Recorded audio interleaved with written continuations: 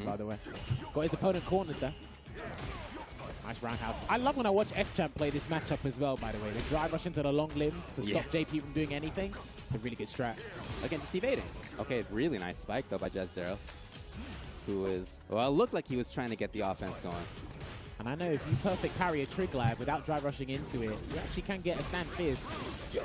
Oh, that was a sick conversion. Very Yes, nice it work. was. Oh, it gets above his head, gets the crosser, but not enough hits done. And this is what I was talking about. Teleport behind, and he blocks. Yes, he's patient. Drive rush cancel, and then he's just going to set up a nasty situation. Yeah, that'll do it. No, he was not in range. Oh, no. That was the medium wrong version. one. Yes, Yeah. it was the wrong one. Oh, okay. So when Dalsim basically rocks up and down, that's the medium version. If he just done that long flame carpet, that's the light one. That probably would have connected there. I think that's right. Oh, man. Okay, well, we'll see if he can recover from that. Gives JezDaro a chance. Oh, another chance. Yeah, that Burned out. If nothing else, not damaged directly, but burned out. His only defensive option right now is the Yoga Sunburst, but I don't think JezDaro is going to be close enough to even allow him to do that. Burnt himself out in the process, so he will expedite the recovery. Let's see what he sets up here. Will he go forward or wait? He's going to go forward. A little early on the jab. Because the jab is a frame kill, by the way, in that scenario. So. Okay. And it's back to Zaf. He's trying to set it up close. They both come back to life right away. Same timing. Can you get it? Well, hit the fierce only. Hey, listen, I'll take any conversion to For damage. sure, for sure. Nice slam down with the hard punch, and that's going to close it out into the Yoga Blast. Managed to get the conversion there. A little bit shaky in a couple of situations, but he got the dub. That's what matters. I need all JP's food. There you go. See, sticking on the ground before he goes back into the air. I use both. For Cammy, I use D-pad, and for Gal, I use Analog. Did a good job, actually. So yeah, it's good you're going fast. He messed You up. are missing out on some food. Real kick. I don't know what JP is missing in modern. Interesting. Oh, yeah. But nice little movement forward by JezDaro. I mean, some characters He's lose low on some drive, but he's got a big silly life tool lead. that He's they got don't the other really side of the need. screen. I think depending on whether he's... But I actually don't know what JP is Dalsim losing. being on low drive gauge as well, because I think, yeah, floating around. It could help with the regeneration process. I could be wrong in Yeah, that man. regard, but Come on to the classic That side. is a big If you lose cross medium punch. and out there is JezDaro, gets caught with the Yoga Arch. Bruh, that's crazy. Here. You can't do cross medium Yeah, punch. there's some cool options here. That's a crazy tool you're giving up. It goes nuts. It's so hard to whip punish that. Oh no, you gotta play classic, bro.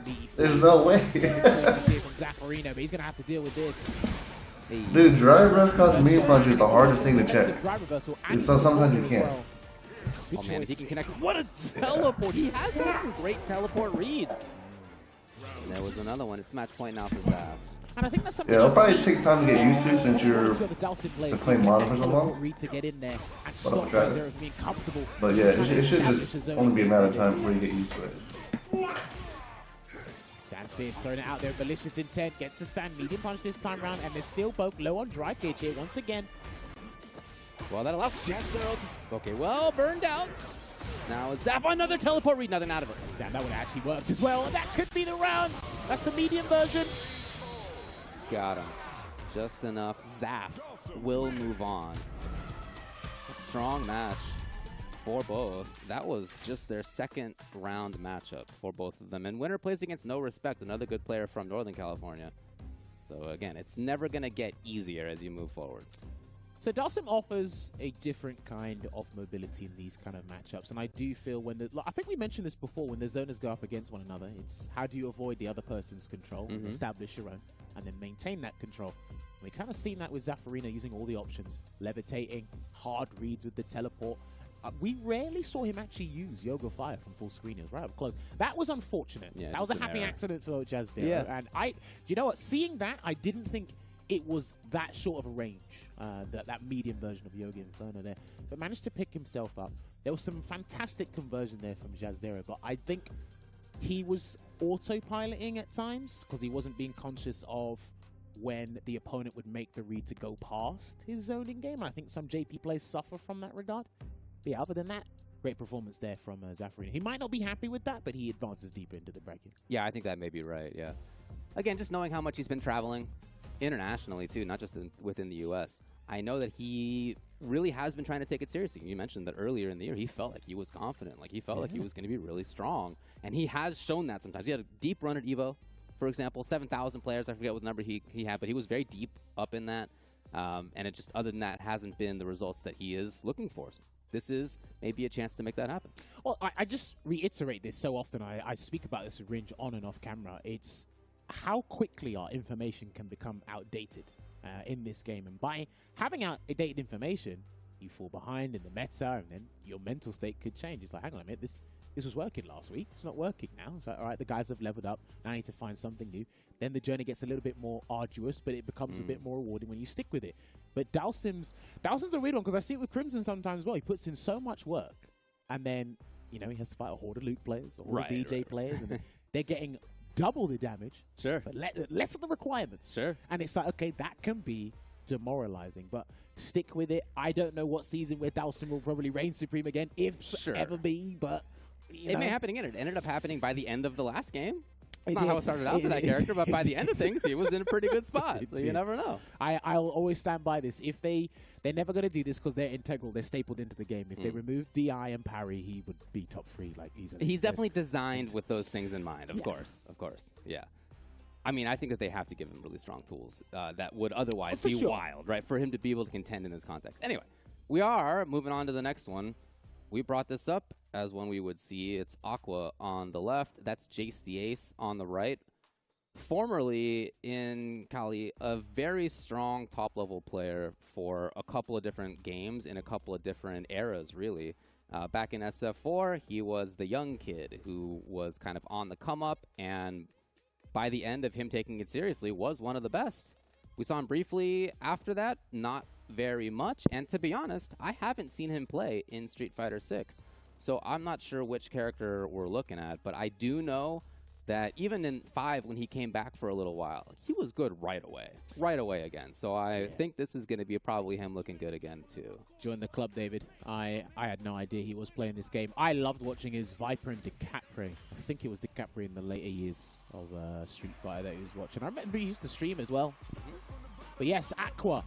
If you guys don't know, listen, he has fantastic Dragon Quest streams when he does play Dragon Quest. The Japanese do love Dragon Quest. Fantastic JP, good philosophy. He's got some tech there, so I want to see if JCS actually knows how to counter it or even block it, because I'll say this again, JP's got some of the most deceptive mix-ups in the corner with those phantoms there. And already starting off with a crouching beating punch check, sending the full screen.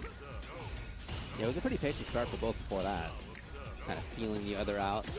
Jace doing a good job at this range. Just patient. Yes, whiff punish is there. He's going to be able to get some pressure. Light, so he can continue a mix. Wow! Unfortunately for him, he gets hit. Aqua, though, burned out. It's still not particularly too good because, again, Ken has to... and he missed his heavy punch. I think he missed the heavy punch. Jeez. Gets hit with the triple flash kicks and just trying to get him to stay stationary before he grabs him, which he does. And I love that. He might be able to... Cute. He's not going to go for the kill on this yet, but there it is. No, Jace! Oh, boy. And now at full screen, although he's got a life lead, he's still in a bad spot. Drive gauge is getting low. Okay, run in. Now, we saw Safe do that in the finals of the Midwest CPT. He just runs in, does OD Dragon Lash with a heavy one. And this is the thing as well. In this matchup, JP has to be cognizant of how Ken's going to run at him. It's only going to be on the ground. The jump is the hardest he has to make, but... Whoa, jab a little early this time for Jace. There we go, sets up shop. There's a departure. He's going to have to deal with it. And he does a parry just for safety.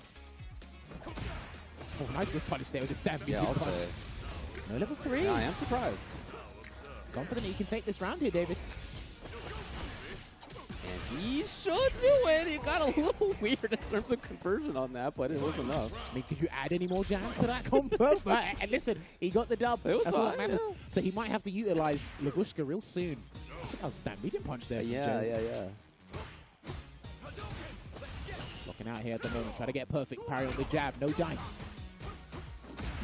Lights just in case of that EX amnesia. Again, Aqua holds on to it. Just going to wait a little bit before he tries to pounce in, and the drive rush is changed. Oh, they traded. Whew. Jace now up close. Okay, and he begins to be a big threat. Try Trying to get perfect carry there with that tap. Yes, 100% anti-air success rate so far by Aqua. He's done a great job of looking at that. He sets it up. He wants to get out. There we go. Back throw. And it will build him a little bit of meter as well, because it was a slow. Nothing to do with the Phantom. Oh, beautiful! He's got a level 3, surely. It's the CA version as well, so it's going to burn him out, David. Yes. 2 of those bars will be gone. That's more than enough. All right, he will accelerate the recovery process, but we're going to have to play an earnest game here. Fireball. Connects! I don't know. If that had just been 2 fireballs on block, it would not have been enough, but Aqua got caught trying something. I don't think he could have done level 1 in between, because he just had level 1 still, right? I don't think he had level 2 yet. No, he had level 1. So because he done the fireball from far away, he will have more frame advantage than normal. Sure. The second one might have been a guaranteed scenario, to be honest with you. Now I'm thinking once you're hit by that fireball, that might be right. Yeah. Of course. So. Oh boy. It's a bit unfortunate. Okay. Again, although I haven't seen Jace play in this game, I knew that I was going to see a monster once he signed up and I saw his name in here. Again, he's always got time to come down to a local event or even an LCQ and cause some trouble. Oh, again, that's happened. I'm not sure what the deal is. Okay, nice little empty jump. That's a classic bait against somebody trying to anti-air. Nice. Good awareness by Aqua. I like the intended counterplay by Jace, but Aqua was still keeping his eye on it. Gets hit with the no context sweep. That's what he was looking for in the other round. And headbutt denied. Yeah. He's literally got a split second to catch that because the jabs are pretty fast. Yeah. But Jason's made really good use of this neutral tool. The jab, that is to say. Yes. Going to convert into the Shoryuken here. And not going to be too scary. Okay, just held up to try and avoid a throw. Wake up, back medium punch. Okay. Very cute, expecting that the opponent would be worried, and he was right. So Jace, that said, has the life lead still. Even still. It's coming. Yes. Here it comes. He's already parrying. Gets the grab in between. And yeah, but he'll build meter from the throw because the throw's got nothing to do with what Lavushka's going to do. So he's in there. Turn that into a kill on the round. So nice little comeback by Aqua. It was bit by bit, but it was enough. What throws a lot of people off is when he does do the OD departure, he teleports the one closest to him, then drive rushes after that. The whole mobility situation throws people off really badly. Again, man, he's been successful on that. He's never missed one, right? No. Still waiting. Just throw out the crouch immediate kick there just in case. Crouch medium punch will come soon just for a little check there, but gets grabbed for his troubles, Aqua. Again, very jab-focused. It's safe stuff against EX Amnesia. But I think that's why Aqua's jumping. He thinks if he's trying to bait the Amnesia, he can jump out and get the positional advantage for free. And there's not a big risk if you just get by the jab. It's not going to be a lot of damage. Yes, of course. A nice work!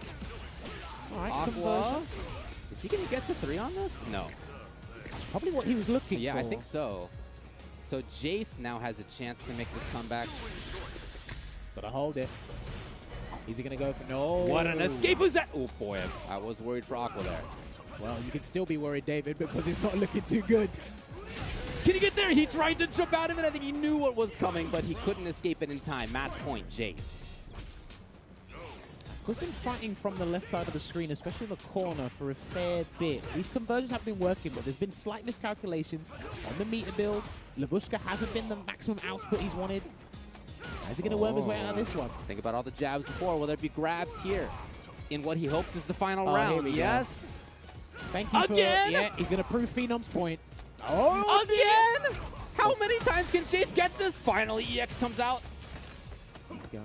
Back throw. Now it's on Aqua to totally make this happen. And by the way, he can. He's got the CA. He might go for the OD. No, the OD mix up. He's got to block this, but he goes for a drive burst instead. Doesn't want anything to do with that. Jace holding a nice spot on screen. In and out of effective ranges there for JP. Moving forward. And now with CA, it's going to be a huge amount. Dude, that caught the recovery even after he done that. He might have a slither of health. I could be wrong. There it is. Lives, but barely. He puts out a similar departure instead. OD just to bolster the zoning game. Yes. That may have been Jace reading teleport in, but Aqua knew. And what's a huge thing about that as well, the CA version puts you full screen as opposed to the Super R version, which leaves him a little bit closer, so it gives him a lot more breathing room to kind of recalibrate his mind and breathe and work there. But it's one apiece now, David. That was the first stand roundhouse that we've seen by Jace in that range. Okay. Taking control. Amnesia again. Interesting.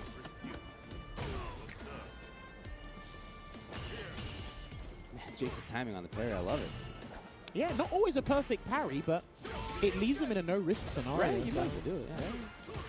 Frame trap. All right, yes. Oh, I think back to all those grabs from before. That is influencing how this goes here. Well, he might have influenced the decision because he's only got level 1 to work with here. Okay, now he is away. Aqua can't be comfortable for long. How's he going to get out of this one? And that was supposed to be a cross cut. Didn't quite work out. He gets drive gauge back, and he luckily avoided that fireball. And this is huge. Oh, totally different story now. Full screen, level 2's ready for Aqua against Jace, who was burned. And now if he activates... I don't think he's not going to do it yet. I think he's going to do this the dirty way. Oh! Okay. Yo. Jace with a significant read attempt. Aqua was ready for it. And he now is at match point after having weathered some tough storms. What a turnaround. That's what can happen, man. When your drive gauge goes from 4 bars to nothing. The whole game flips on its head, all because of your management. Both of them changing up with their normals here. Oh! Punish count on the recovery frames there? Interesting. No. Jace is ready with the reaction. He's got to burn him out at level 2, surely. There it is. Yeah. And put him right in the corner as well. No! Oh, and now it's a complete reversal of fortune. And he's only got level 1 to work with, David. Oh, this is going to be free. Oh, no. Oh, dear. Out of the frying pan and into the oven, from bad to worse. Throw again. Jeez. Aqua on the offense. He's worried about... Wow! Look at this. What a comeback all the way through.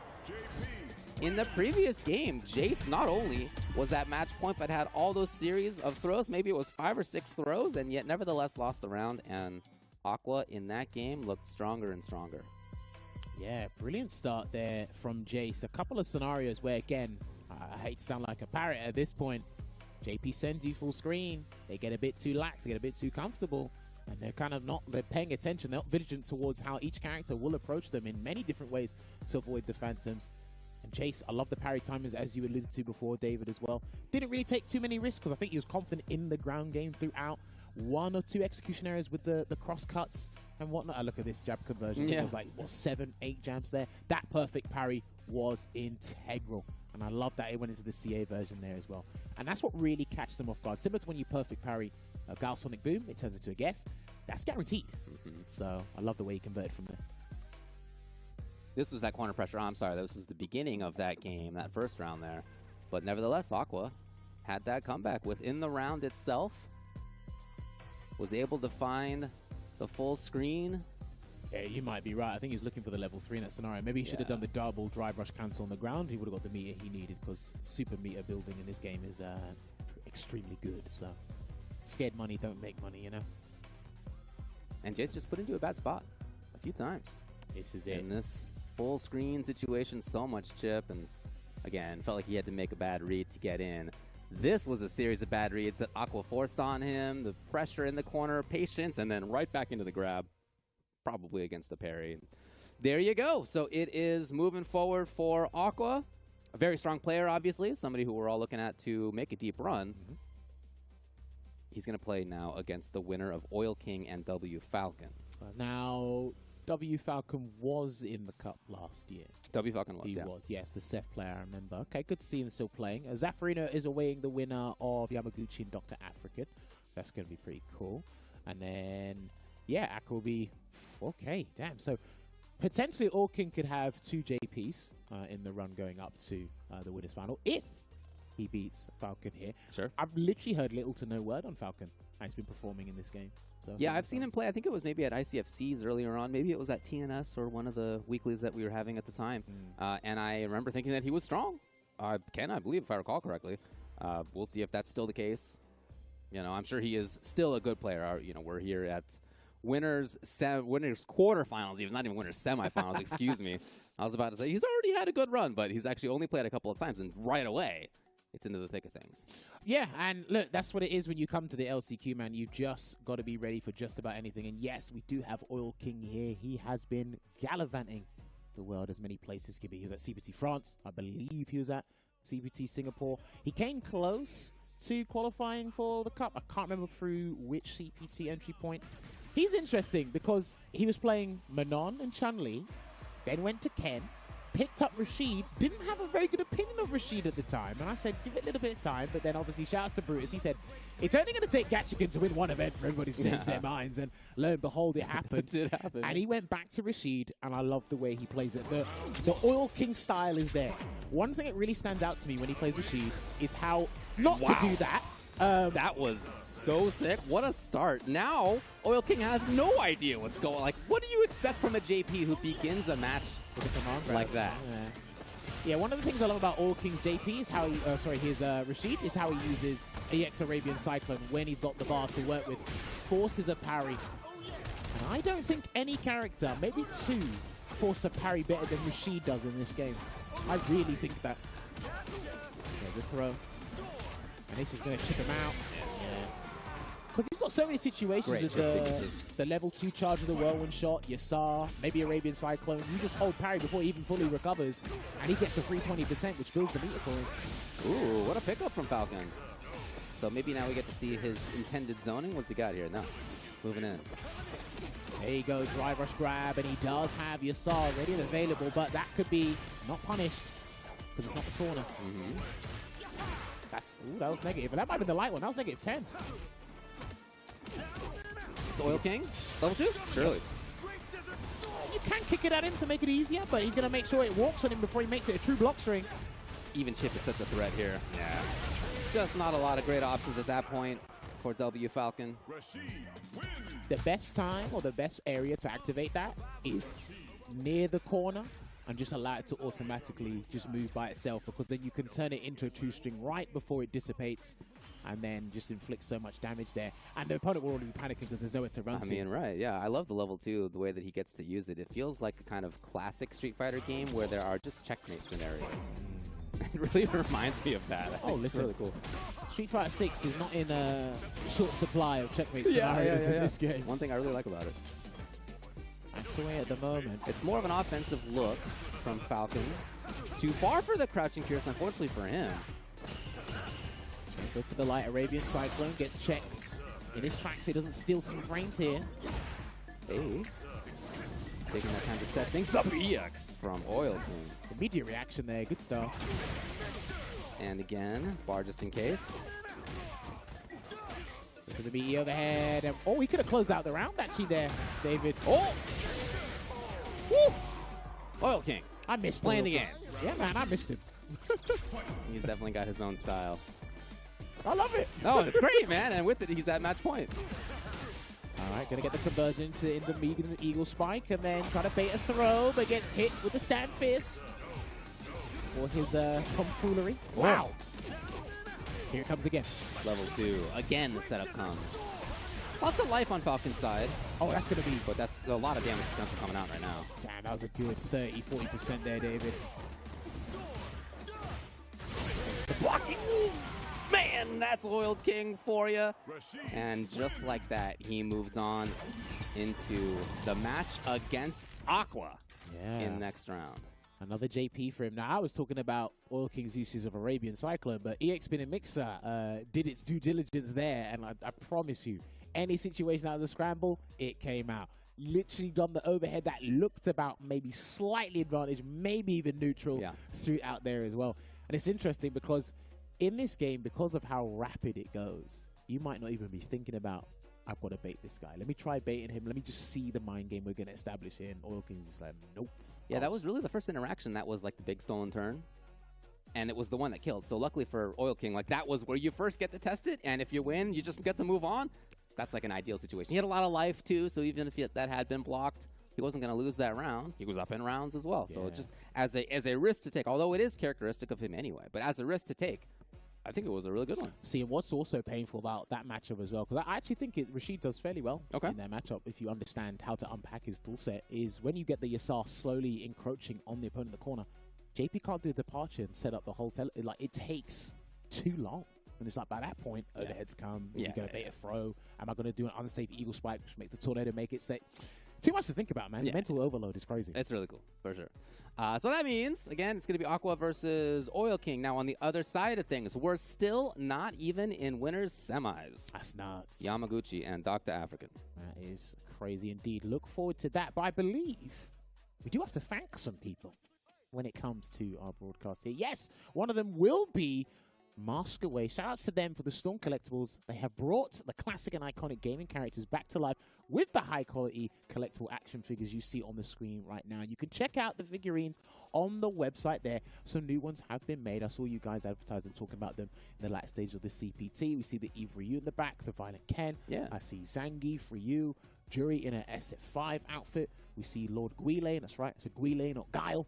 We've got Dictator at the back. There is tons of stuff. So if you're looking for ornaments for your stream, your backdrop, go and check out the website here and find yourself a good Street Fighter figurine. And if you're looking into upgrading your setup at home, why not do it with SteelSeries?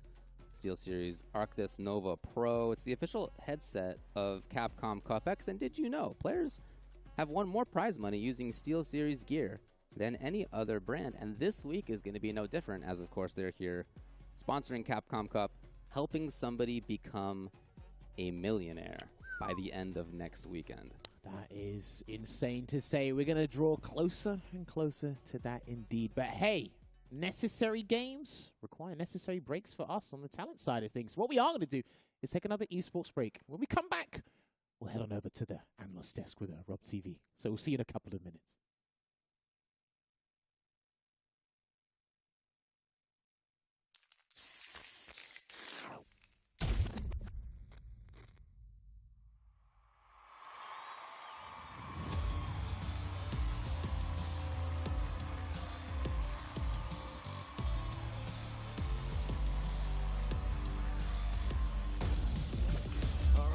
Get it! Yeah! Peaceful, baby! Sure thing. Let's dance. Hey, where's my bed? Watching all as I command the stage. Undo what? Make way for the ninja star! From the Bushinyu! I live for battle. A second helping of you. The time for battle is here. Wants to duke it out with me? Shall we begin then? Do you need to take a rest? Do enjoy it. I'm game if you are. You'll see. Yeah! We gonna crank it up. Let's get it on. All right. Another mission awaits. Do you plan to fight at all? Quiet. All right, I'm ready. Your footwork's sloppy. This a mine? Behold this body of work. You are lacking. Get ready. I'll show you strong. Allow yoga to guide you. What is it? The power of yoga. I'll show you the power of my kung fu. I'm ready for you. Just bring it. Think you could break my defense? Got you in my sights. Smart choice. Bring it.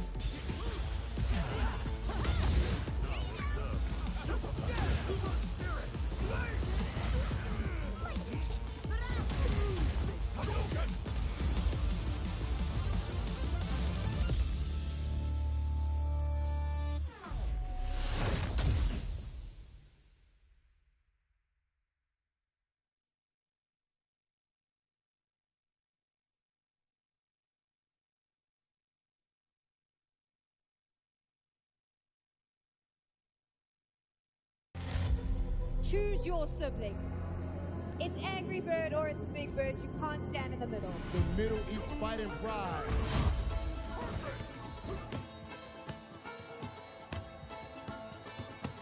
One of the greatest players throughout the history of Street Fighter sleepless nights.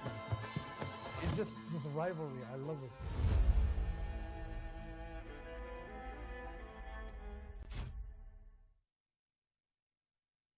Try to stop me, then you're gon' pay the price. All them late nights finally paid nights. Awaken my dreams, but you could call me the greatest of all time. Yeah, I'm focused. You know how bad I want this. I'm giving it my all. Never before this moment is golden. I control it. All eyes on me. I see I'm watching. Once I'm locked in, ain't no way that I'm stopping. Clocked in. It's time to put in work. Go berserk. I'm in my zone until I'm first.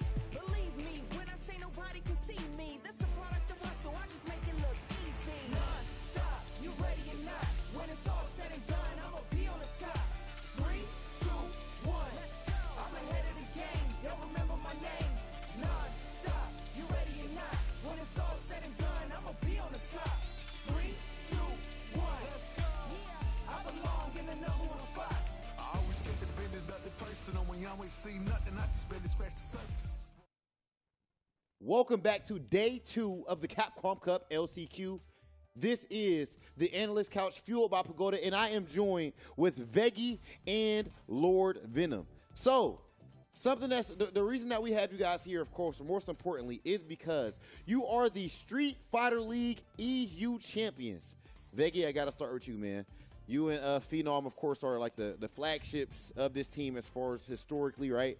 What does this mean to you personally and to Team 00 Nation, even behind the scenes, to have one Street Fighter League? I think for the team, they always believed that we could do something like that the team could win. They always had real belief, and when it didn't happen, they could look like they were surprised because they had such belief. So I think finally seeing that all those years of playing and going to tournaments and going to Street Fighter Leagues finally paying off. I mean, I can only speak from what I experienced, and I think they're very, very happy for us. And for us, of course, it's amazing. It's the first Street Fighter League season of Street Fighter 6. So it's like you start with like one of the greatest things you can do, which is get one of the biggest wins in like the like the tournament series season. Yeah, so that was really, really, really nice. Okay, and Laura Venom. So of course, I feel like a lot of people at home, they know about the my man's Veggie. A lot of people know about Veggie on sets or 00 Nation, all that. But for you, I feel like a lot of people, they doubted you, brother. You know what I mean? Phenom told me that there was teams that could have picked you up for Street Fighter League and they passed, and then it turns out that you were the diamond in the rough. So just let the people know, where are you from? When did you get into Street Fighter? The basics. Okay, so I started with Marvel games, and then I jumped to Street Fighter 4, and I was playing Street Fighter 4 since I was 13 years old, but I was just playing online. And then I played Street Fighter 5 for the first 2 seasons. I did well, but I couldn't travel because I was still under 18. And then when I stopped playing 5, and then when Street Fighter 6 came out, I tried it out, I liked it. And apparently I did well online. I got picked up for Street Fighter League, and you know the rest. Oh, I definitely do know the rest. And you actually ended up with the highest win percentage on your team, or tied. Like you and Phenom had some of the highest win percentages in all of Street Fighter League, right? Yeah, me and him had I had 5 more points, but that was just a tiebreaker. So we were the same. It's pretty much equal. Yeah. Okay, so were you surprised to see yourself perform to the level that you performed to? Yeah, I actually didn't expect that we would win, especially when like before the playoffs, we lost like 3 matches. So I was like, there was a very low chance that we win, but we started just looking replays, studying the players, and somehow everything worked out. Okay, and then of course, for people who don't know, my man's Lord Venom, originally from Palestine, and then of course now you actually live in Poland. Just make sure people got the backstory and all that. So last thing I want to ask you guys, bro, as far as Street Fighter League. Can I just say something about the Street Fighter League? Because please do. When they were like worried, I always had extreme belief in them. So because they were like the main guys on the team. Yeah. And I was never thinking the way they were thinking about like going to that playoffs. The I always had extreme belief. I was like very confident in how they would perform. I was thinking that guy's the cheerleader. That was really good. Yeah. So it's like because the last games in the league, it's not the same as the playoffs. Like the mental, how you come into it. When you come into the playoffs, it's like it's a clean slate. It's do or die, right? So you have to like you'll just be really on fire.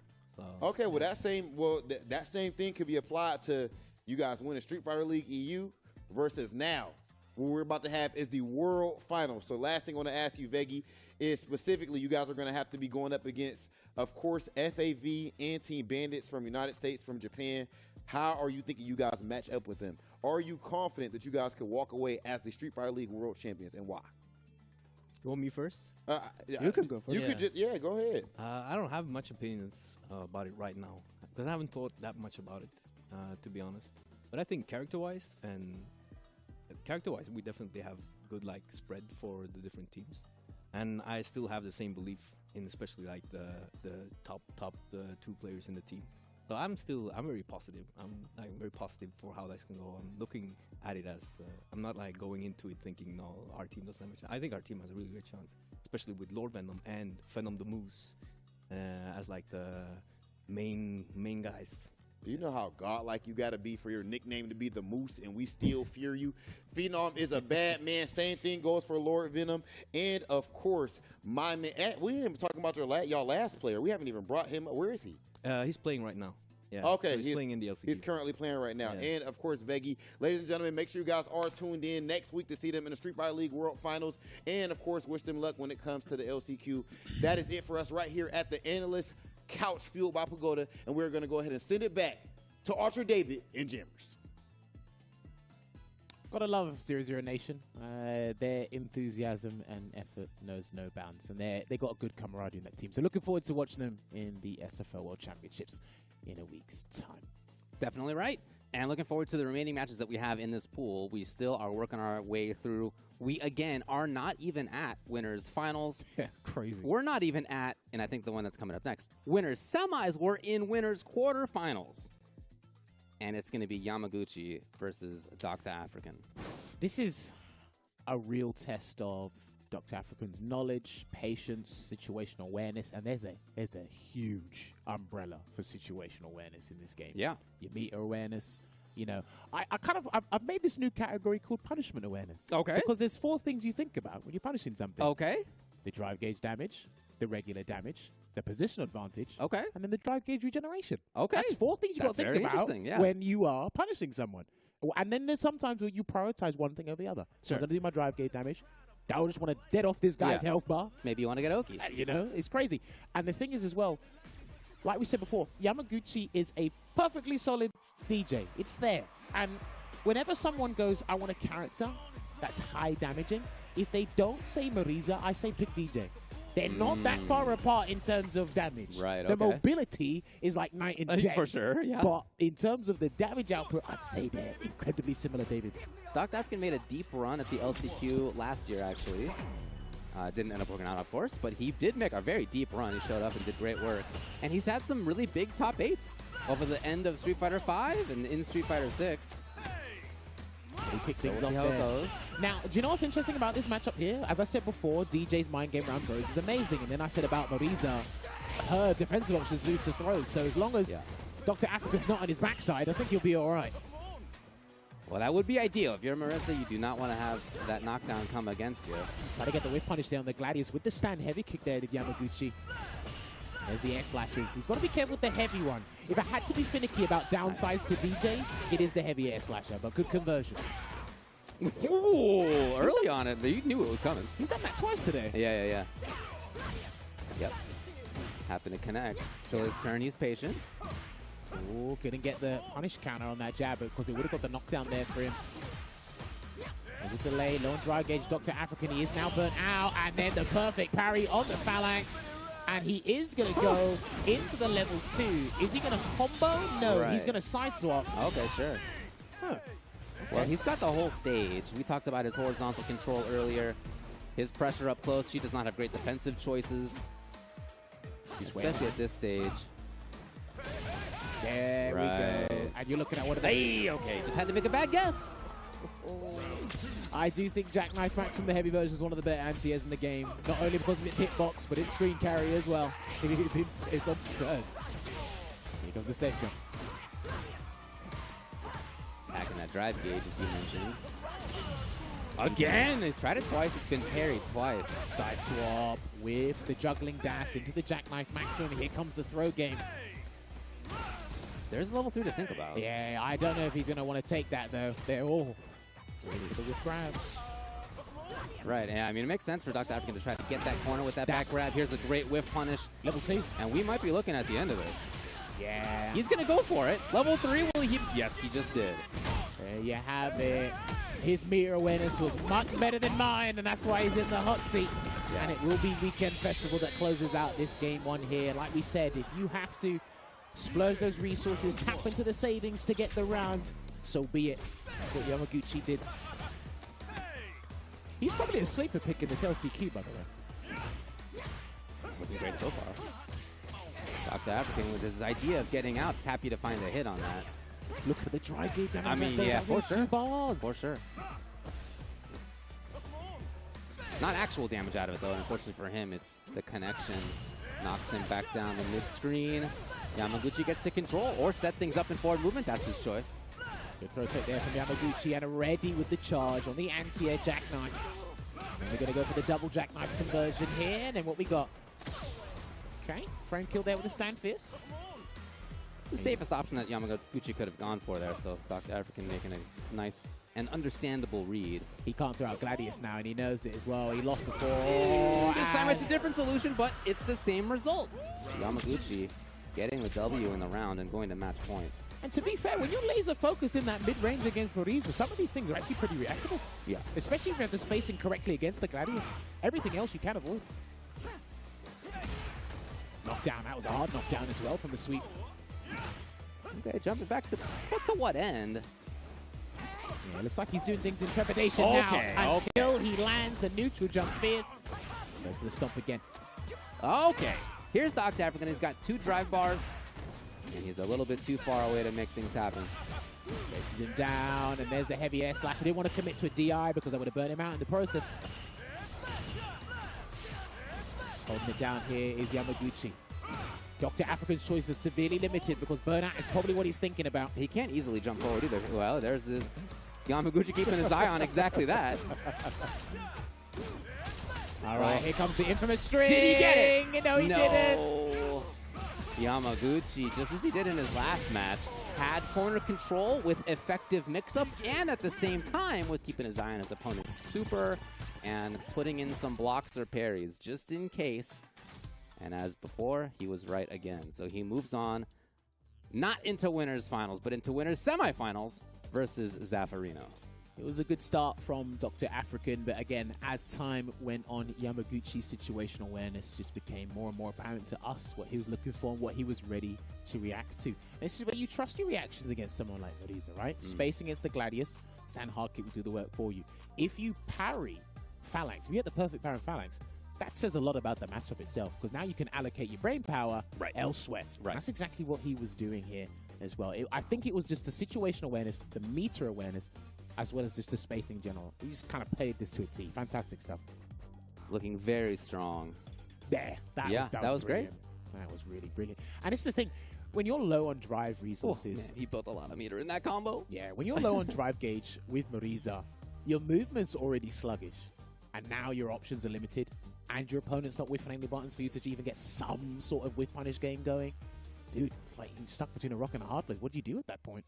That's the balance of the character, right? And that's why I always say she's a good example. Such great damage, some good whiff punishing buttons, some tools that other characters don't have that can let her play during burnout even still. She has armor, but she certainly has clear downsides at the same time. Yeah. Very interestingly balanced. I really like where she's at. This is specifically why whenever I do my streams or I watch people play, I say always use Moriza as an example. She's a very good focal point in terms of where we can go aggressively and where things might go defensively if they want people to have somewhat of a lack of defensive options or limited to what they can counter as well. I mean, the character only understands critical hits, and critical hits have nothing to do with defense. So, that's how it goes. She's still pretty good. Yeah, I think she is. Hopefully, we actually get to see Dr. African literally breeze his way through in loser's side. I mean, I it's still not going to be easy down there, but yeah. Well, I still think he's got more to show us as a player. I think very highly of him as a player, so we'll see how it goes. So do I. In losers, by the way, Jace the Ace is moving forward. He took out Max Sama, actually a really strong player who happened to have a super tough matchup in round number 1 that he could not make it past. And in winner's side, again, we're waiting for Aqua versus Oil King and for Yamaguchi versus Zaffarino. Oh, so DJ versus Dalsim. That's going to be interesting. Yamaguchi and Zaffarino. DJ versus Dalsim. And then Aqua and Oil King. Yeah, we're going to have those on stream right now. So that is JP and Rashid. So like we said, yes, as I anticipated, Oil King has his back-to-back JP run here. Now, I don't know if he'll get away with as many spinning mixes as he did against W Falcon. And we were talking about this in the back before. The one privilege I will say that players like Oil King has is the entirety of the Asian region can practice with each other. So these guys are swarming the Japanese, and they are playing them day in and day out, getting that high-level experience here. And we already kicked things off with a perfect parry with no punish. All right, we're playing the party game. Let's go. Let's go. The parry game, in my opinion, is super fun. I really enjoy it in this game. You're one of few. Perfect parry on the trigger. I come from third strike. You know, it's not as good as it was in that game. Okay. Just going to keep him under block stun here. If he gets his drive rush cancel, let's run in and get some Oki. He's going to charge the whirlwind shot. Interesting. Yeah. This is what I mean by he dictates what you do with your drive gauge. He's forced you to make a decision because you don't want this guy to stare on you like white on rice. Ooh. It's the conversion. A little bit too far for the down medium for Aqua. Oh, he tried to bait a throw, but people are very cognizant towards what Rashid can get when he baits a throw. Yeah, that's the risk of going for like a canned-in shimmy in that way. Here comes Oil King now. It's interesting. Aqua always tries to get a last-minute parry against drive rush lights. He's not afraid to take that. No, he's very parry-heavy for sure. And he's had success with it. We have seen it, but in this round, although we started off with it, didn't end up working out. Well, it leaves you vulnerable to drive rush throwing. Someone you don't want building incredible amount of super VA is Rashid. You're looking at 2 of the best level 2 super R2s in the game. For sure. Okay. Using it as whiff punish tool. Oil King, briefly patient. He doesn't want to be that for long. Ah, lovely check on the drive rush attempt there from Aqua. And what's he going to do? Misses the stride bug, unfortunately, there. Going to get the conversion. And I highly advise you close out this round. Whew. Street Fighter 6 perfect right there. That was the definition of optimal. And just about closed it out there. And I think Oil King, if he plays his cards right, Oil King can get 2 Yasars in this round, David. That is possible, you're right. However, he starts it out in a bad situation. Not going to be free to get that going. Here we go. Ooh. Not there in time. Any other button, probably. Okay, I like this. Going to go into interdiction nice and early. Maybe set up an OD departure to stop Oil King waking up with level 2. Okay. No, it goes forward instead. Here it comes. Yes. You're only going to do level 2 after you land the X-Spin and Mixer. You need that space. He's still stuck. What? Offense by Aqua? Effective defense, in fact? And that was neutralized completely. Now Oil King Gray, he's got a bar, but it's not going to work out. What active defense from Aqua? This is what they want in the game. They always want you making those choices to turn around and sway things in your favor. Huge pendulum swings, as we call it. Didn't get anything out of that level 2 before, but this is a new game, new round now. Aqua's so patient. Kind of waiting to see whether Oil King would move in, keeping himself free a lot of the time in case of anti-area. Here's the attempt. Yeah, it looks like he's gone swapped for an aerial approach instead. I do think Rashid's mid-screen game is not as powerful as his corner game. He's got some tools, but the magic happens in the corner. The drive rush conversion. Because the thing is, he's actually very cost-heavy. Like, to get you to the corner, he's got to spend all the resources, unless you're going to wish something for a straight heavy punch into Eagle Spike. But what a jump in there from Aqua. Yeah, I don't know that he was expecting it to work. It sure did. Yeah, just like that, he gets corner up close again. And that's going to be the round. No, but it's still offense. Yeah, see? And that's the Arabian Cyclone, but he anticipated, got it with a jumping heavy kick. Aqua right back. The backdash was beautiful. Put himself at a comfortable spot. That's going to break. Nothing, though. Oil King didn't want to take the risk on anti-air, it looked like, and that is going to do it for him in that round. That could have changed everything. If he got that heavy spinner mixer, he would have had a level 2. Yeah. Hesitation kills. right, here we go. Set up shot, but he tried to do a side flip to get right back in Aqua's face, but that's not going to work out. Oh, what a price to pay, actually, for that. Jeez. Dude, that's like 55%. Yeah, it's a ton of life. It's a very bad defensive situation now for Oil King as well. In front of him, back Cute. throw. Yeah. Are we going to see the level 2? Yes, we are.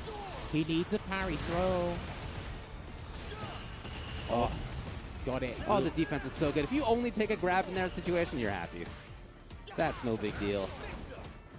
Jumps again to avoid the Arabian Sky High. One conversion will do it, and there he gets another Arabian Cyclone. Oh, that was winded. Jab. What a wake up from Aqua. Again, his active defense, his knowledge of when to be active about how to be in a bad situation, how to escape a bad situation, was huge in both games. I think what really stood out for me was from the first game, we saw how Oil King was trying to establish things on the ground, really try to maneuver and try to get those drive rush cancels, so on and so forth to really work out. But like you said, we had Aqua respond accordingly. Yeah. And then what he tried to do, resort to the air. But Rashid's aerial approach is not what it once was. In SF5, even when it is corner escape option as well, which you didn't even see that at all. Mm-hmm. And then once everything's shut down, what do? You find out you're blocking, and when nothing's happening in this game, something is happening in this game because your drive gauge is going low. Yeah. You got to force something to happen. When we saw the Arabian Cyclones come out right near the end, but even then, Akka 10 steps ahead, anticipated Played that. great. I don't think we saw the maximization of what we wanted to see with the level 2. He just defended it really well. So Right. that was basically a masterclass of how to mitigate the madness Rashid can inflict on you. Yeah, super, super well played. That means, again, winners finals for him. Aqua there, he's going to play against either Yamaguchi or Zaffarino, which is where we're headed now. Could be Japan versus Japan in the winners finals. That actually wouldn't be the first time this weekend that we've seen that happen. You know, they're pretty good at the game, and coming out here have showed up big time in the top 16 already, in fact. We'll see if that continues. Yamaguchi versus Zaffarino has a chance to shut that down. Well, the general consensus amongst top players, I've heard it from the Birds, I've heard it from Phenom, one or two other guys I've spoken to as well, they say, right, Japan is the strongest region from what we've seen and what we've played, because the vast majority of the people qualified for the Cup, they actually went on over to Japan, done some streaming, entered the FAV tournament that they put on as well, and they said, look, this is how they're playing the game. And I think they are a very good barometer as to what's going to happen down the line, or how they understand and view the mechanics, because a lot of people don't like parry, as they've said, but they have embraced it and know when to use it. They rarely use it on Wake Up. The West use it on Wake Up a fair bit. Unless you get to the upper echelons, that's when you seldom see it. But a lot of players still use it on Wake Up. Coming from Third Strike, it's the same thing. Like, if you're somebody who is stuck on doing Wake Up parry, it's not going to work out for you in that game. But if you're sticking in parry in neutral and offensive situations, that's where you're making money. See, and that's the crazy thing, right? Because Drive Rush is the extra movement tool that we have. So we saw Aqua trying to do it there, Drive Rush into lights. I think if you can get that, the tightest window, everything else could be easy pickings. Obviously, you've got to adjust your timing, of course, but it's like the whole point is to deter your opponent from pressing their buttons and switching things up and then trying to get everyone to kind of mold them into the way you wanted them to play the match, right? And I see the Japanese kind of utilize that really well. And then when they're knocked down, they still believe in delay tech. They believe in it. They just do it. They block, they tech. If the guy shimmies him, he shimmies him, and they rely on the reversals. I just don't see Wake Up parry unless they are certain it's going to work. Well, we saw how active defense can look in the last match. For Aqua, who made it look great. Again, we're moving on now to the other side of this pool on winner's side. This is to get into winners finals versus Aqua. Yamaguchi has looked like a killer. Zaffarino had some moments on stream where he looked very strong. He also had a bit of shakiness. Hopefully for him, he can button it up. Play great in this one. Well, DJ's a character who doesn't really jump unless he knee hops at you. Case in point, thank you very much, Yamaguchi. Yeah, he's got a short hop, you know, and of course that's useful versus Dawson. When DJ was bad in Street Fighter 4, that was still useful versus Dawson. There you go, look at that. Already an abundance of damage inflicted here. Tremendous amounts. And he's going to go for the positional advantage into the back throw here, Zaffarino. He does need to pop out a projectile to stop Yamaguchi in his tracks, so he has to think about what projectile he's going to throw out. Yeah, because drive rush like this isn't going to work the way it does in the vast majority of your matchups, good sir. There you go. He can set up a little bit. No, chooses to just hang out. Comet. Oh, beautiful work. Is that a whip punish? Not quite. Instead, it's a totally different story as Yamaguchi's going to be the one to take the round. He's playing it safe with the level 2. I think he could have closed that out with level 1, but hey, damage calculations off of the pros, not me. And he tries to open up with the EX Yoga Arch. That's not going to connect. That was almost a sick combo video combo. I know, right? Des, where you at? You just stand heavy kick. Good jab check there. Right up close too. And Yamaguchi is being so belligerent right now, making sure Zafreen has no time to think whatsoever. It's really about his timings with that short hop. That's going to do it.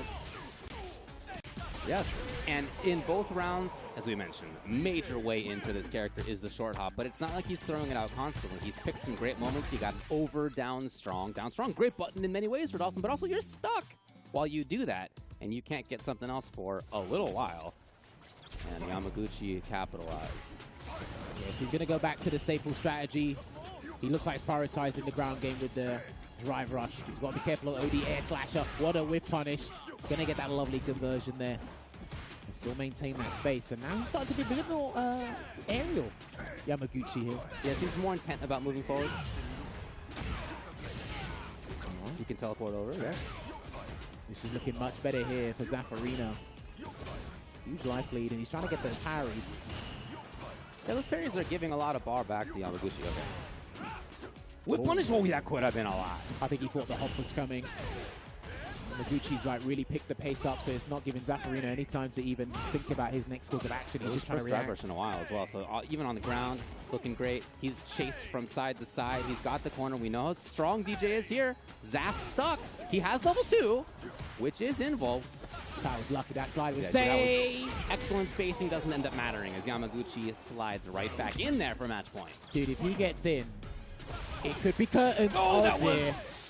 Yikes. You understand Zaf wanting to set that up as a way to guard against exactly that, but Yamaguchi was already there. There you go. He has to convert, and he's not going to. No, I think that makes sense, man. You do not want to be knocked down with no resources to your name. Yeah, that's true. But even so, it's still a precarious scenario, David. Oh, yeah. Got him! And level 1, so he still has invul level 2. Dude, that was a beefy 30% from one button into a super. Oh, crazy. Oh, and he got him again. That's going to close it out. Weekend Festival, do your work. Oh, man. They've already shook hands. They know the result. There was a big moment there where I really liked Zaf battling back, but in general, Yamaguchi's forward movement was superb because it wasn't constant. I mean, he was, in general, chasing around. He was picking great moments, but really it was about the moments, right? Yeah. It was about him drive rushing when he thought that Zaf was expecting the hop in. It was about hopping when he thought that Zaf was going to try to control the ground with down strong and stand strong, etc. It was about him knowing those moments that he could capitalize on, that he could force Zaf into a knockdown, into the corner, and then, again, Dalsum, as many characters do, just doesn't have a great set of solutions once he's there. Level 2 is invul, but it's still not the best option, even with that. So, you know, you put yourself in you have been put in a bad spot, and Yamaguchi did that really well. It could have been done from the get-go, to be honest with you, because like you said, you established something. I've already got the next layer to counter that, and it's in. We're playing past the speed limit here. Are you ready to keep up with me in that regard? Dalsum is not equipped to do that. Even when you're struggling to fight tooth and nail to get DJ off you, guess what? I can immediately come right back in at will. I mean, you can make the right choices as Dalsum, right? Like, you can, we saw anti-airs, we saw ground control. Those 100%. Are certainly both in there. It's a question of the timing, as it has been for Dalsum for 30 years at this point.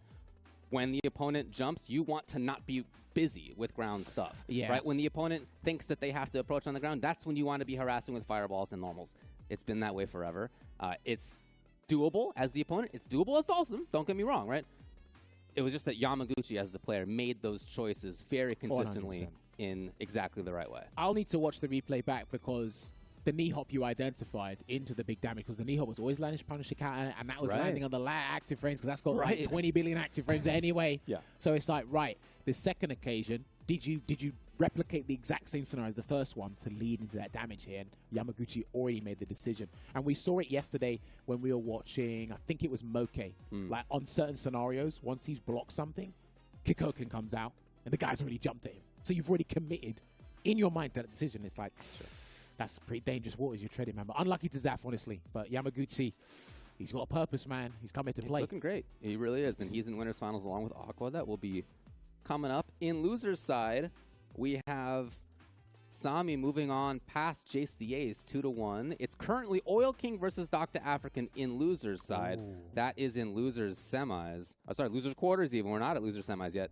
And the other side of losers quarters is Zaffarino versus Sami. So still a while to go in losers, but we do know at least that on winners side, winners finals of the pool, to get into that top 16 in winners side will be Yamaguchi and Aqua.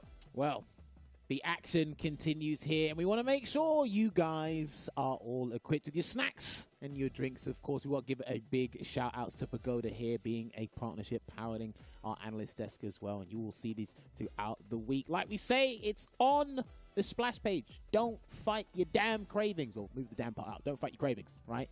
Get some snacks and check this out, please, because I know a few of the guys in the staff room have been eating this. I need to eat some myself because I had 1 or 2 yesterday. I like it. I want to eat some more. So yes, big shouts to Pagoda for powering our analyst desk. We're going to go to a break. We'll have more, including that winners finals, Yamaguchi and Aqua, coming up.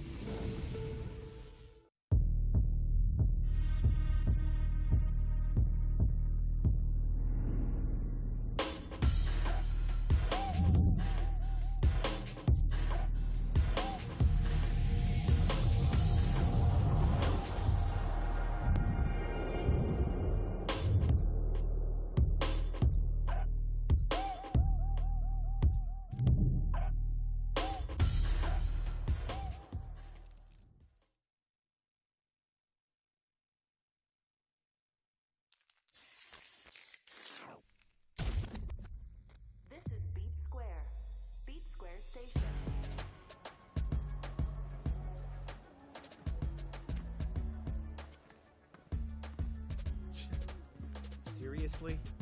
I'm not interested in whatever you're pitching. You really want me to punch a hole through you? So, just who are you? You need to learn to stop pissing me off!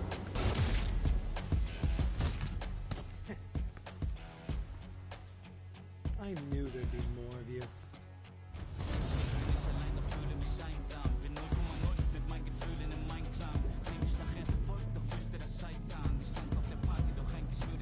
Let's go!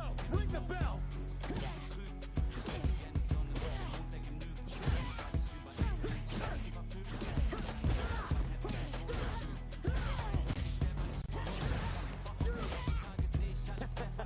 I'd be scared too.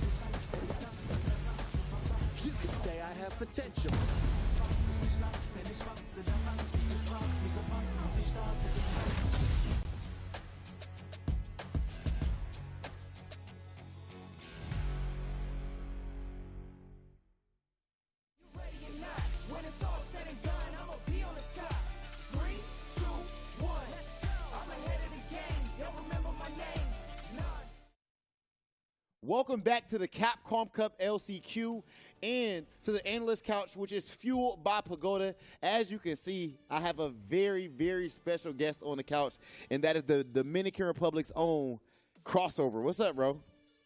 How you feeling?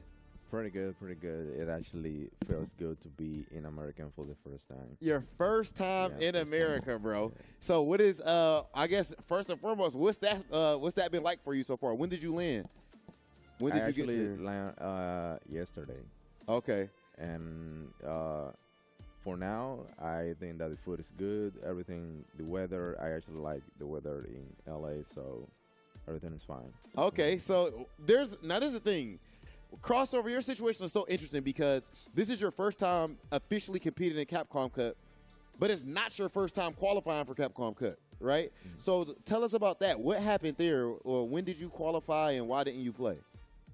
I actually qualified for Capcom Cup in 2018, and I did all the process that I had to do to get my visa, but unfortunately it wasn't approved.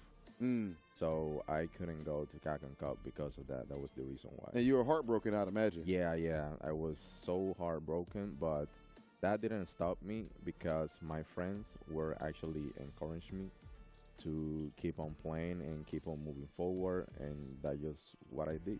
Okay, and clearly it paid off, Crossover. It paid off in the end. It paid off. So yeah, it's pretty good. Somebody, of course, Sherry Jennings, was able to help you out with getting your visa. Is that right? Like, what ended up happening with that?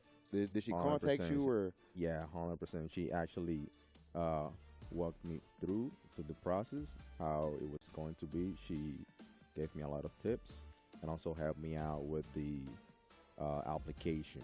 So I would say that this worked because of her.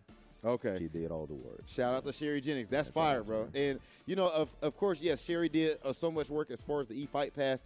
But I also want to make sure I can focus on the work that you have done, man, as a player. Something that I always found fascinating with you, too, and one of the reasons I love your story is because you will openly talk about the fact that all of us, we know about Mena RD. We know about Kaba. These are your friends, your brothers, of course, from the Dominican Republic. But you felt like people did not know that there's so much other talent as well in Dominican Republic who just didn't get a chance. You just didn't have you weren't able to get visas or whatever it may be. So were those moments frustrating for you? And how does it feel now that you can officially show your talent on the biggest stage in Street Fighter?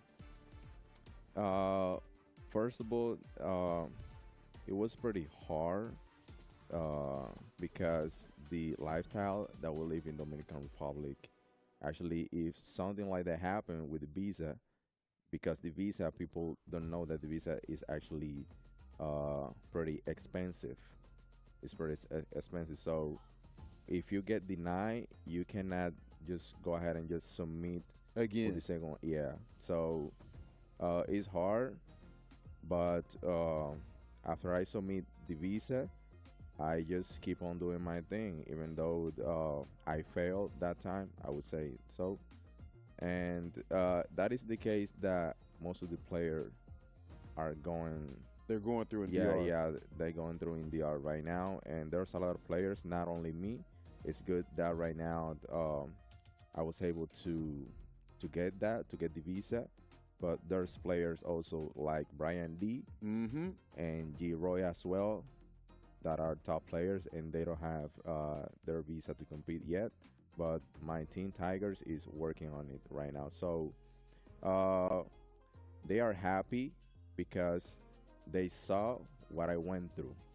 And they are very happy because they are positive because they know all of the work that I was putting to get that, and finally I just got it. So they are motivated, and they just going to keep moving forward just to get the visa as well. Okay, and last thing, Crossover, as far as you yourself as a player. Right now at Capcom Cup, some people, they might not specifically be expecting you to go and smoke everybody. Some people might not be in the know. So what is your confidence level right now going into Capcom Cup? How do you like your chances in this tournament, your group or just overall? To be honest, my chances, I think I'm actually very confident guy. I believe in my skills, and my confidence is that I can win the cup.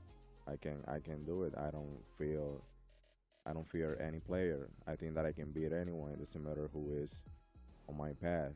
I know that I can just beat him because I know at the kind of level I play. Yeah. So I think that if I do well in the first phase, if I get out of my group, I think that I can make it to top 8 and pretty much win. Yo, crossover, a pleasure talking to you, man. I'm so happy that you are here in America. We're definitely going to go out and celebrate and everything, no matter how all this stuff goes. And that is, of course, it for us for now over here at the Analyst Couch Fueled by Pagoda. We're going to send things back over to Ultra David and Jammers. We're back with Pool E qualification to get into top 16, Ultra David and Jammers. And we're going to jump right into that winners finals. It's Yamaguchi and Aqua. Winner of this, by the way, mixed top 16 in winner's side, as I mentioned, and their reward will be to play against Punk in top 16. Oh, that will be fun indeed.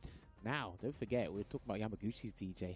Look forward to watching crossovers, DJ. He's got a DJ ready and waiting there. I promise you, he's got a smooth radio voice. He should probably have his own radio show, I must say. Shout out to crossover. But yes, we've seen the performances from these two lovely gentlemen on stage right now, and David did anticipate this. We could have an all-Japanese affair in this winners final of this pool, and that's exactly what we're delivering to you here in this LCQ. Now this matchup, well boy, this is played in overabundance in Japan, or in the Asian region in general. I'd say what Aqua has to be careful of is when he throws out the medium phantom of drive rush stand roundhouse. A lot of drive rush into forward advancing normals are very good against JP's zoning game. Sure, especially when you get the timing right. Nice jump back jab though. Yep, maintaining corner. Put in some range, that's super cool. Catch. He hasn't really used sway today either, Yamaguchi. Doesn't seem like that kind of guy. Not ignorant enough as Fudo. Shouts to Fudo. It's still his pressure.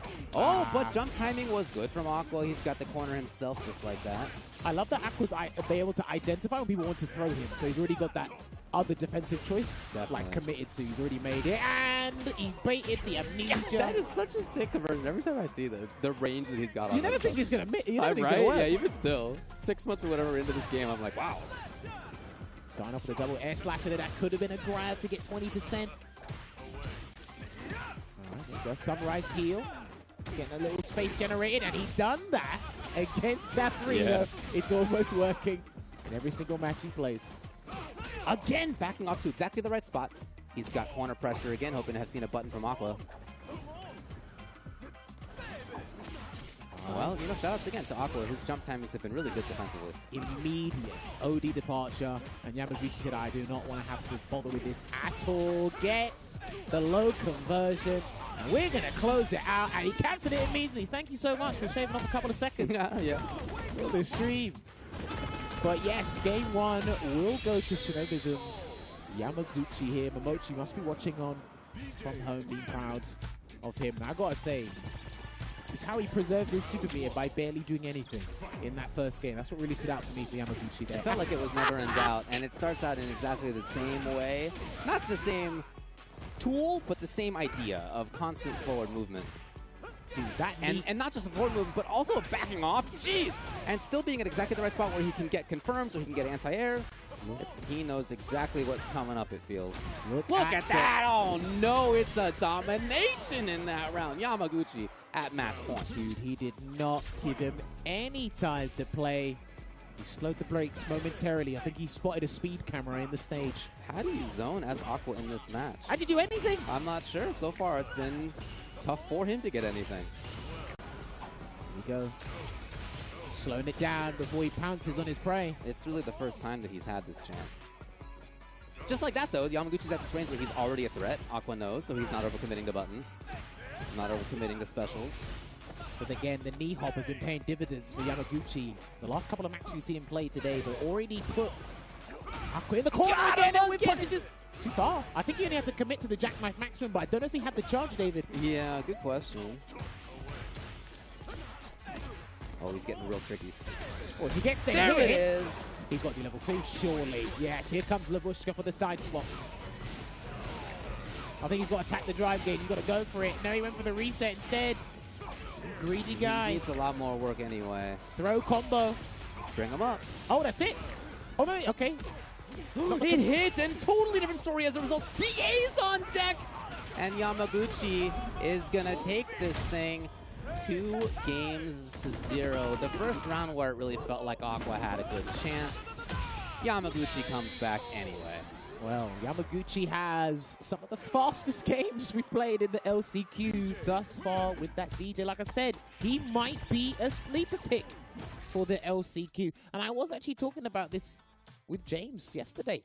I said, because of the overwhelming, amazing talent that Japan has, it's hard to call a winner when there's 700 odd players. I didn't even bother trying it. Yeah. But when you have a solid 16, it's very easy to identify. Hang on, these guys might have a good chance here. Maybe because no one's spoken about him. Maybe 1 or 2 have kept their eye on him. But Yamaguchi using the DJ because he's not the DJ that rolls off the tongue immediately. David, you're talking about the Fudos, you're talking about the Xians. Yeah, he did have good results in the World Warrior in Japan. He did.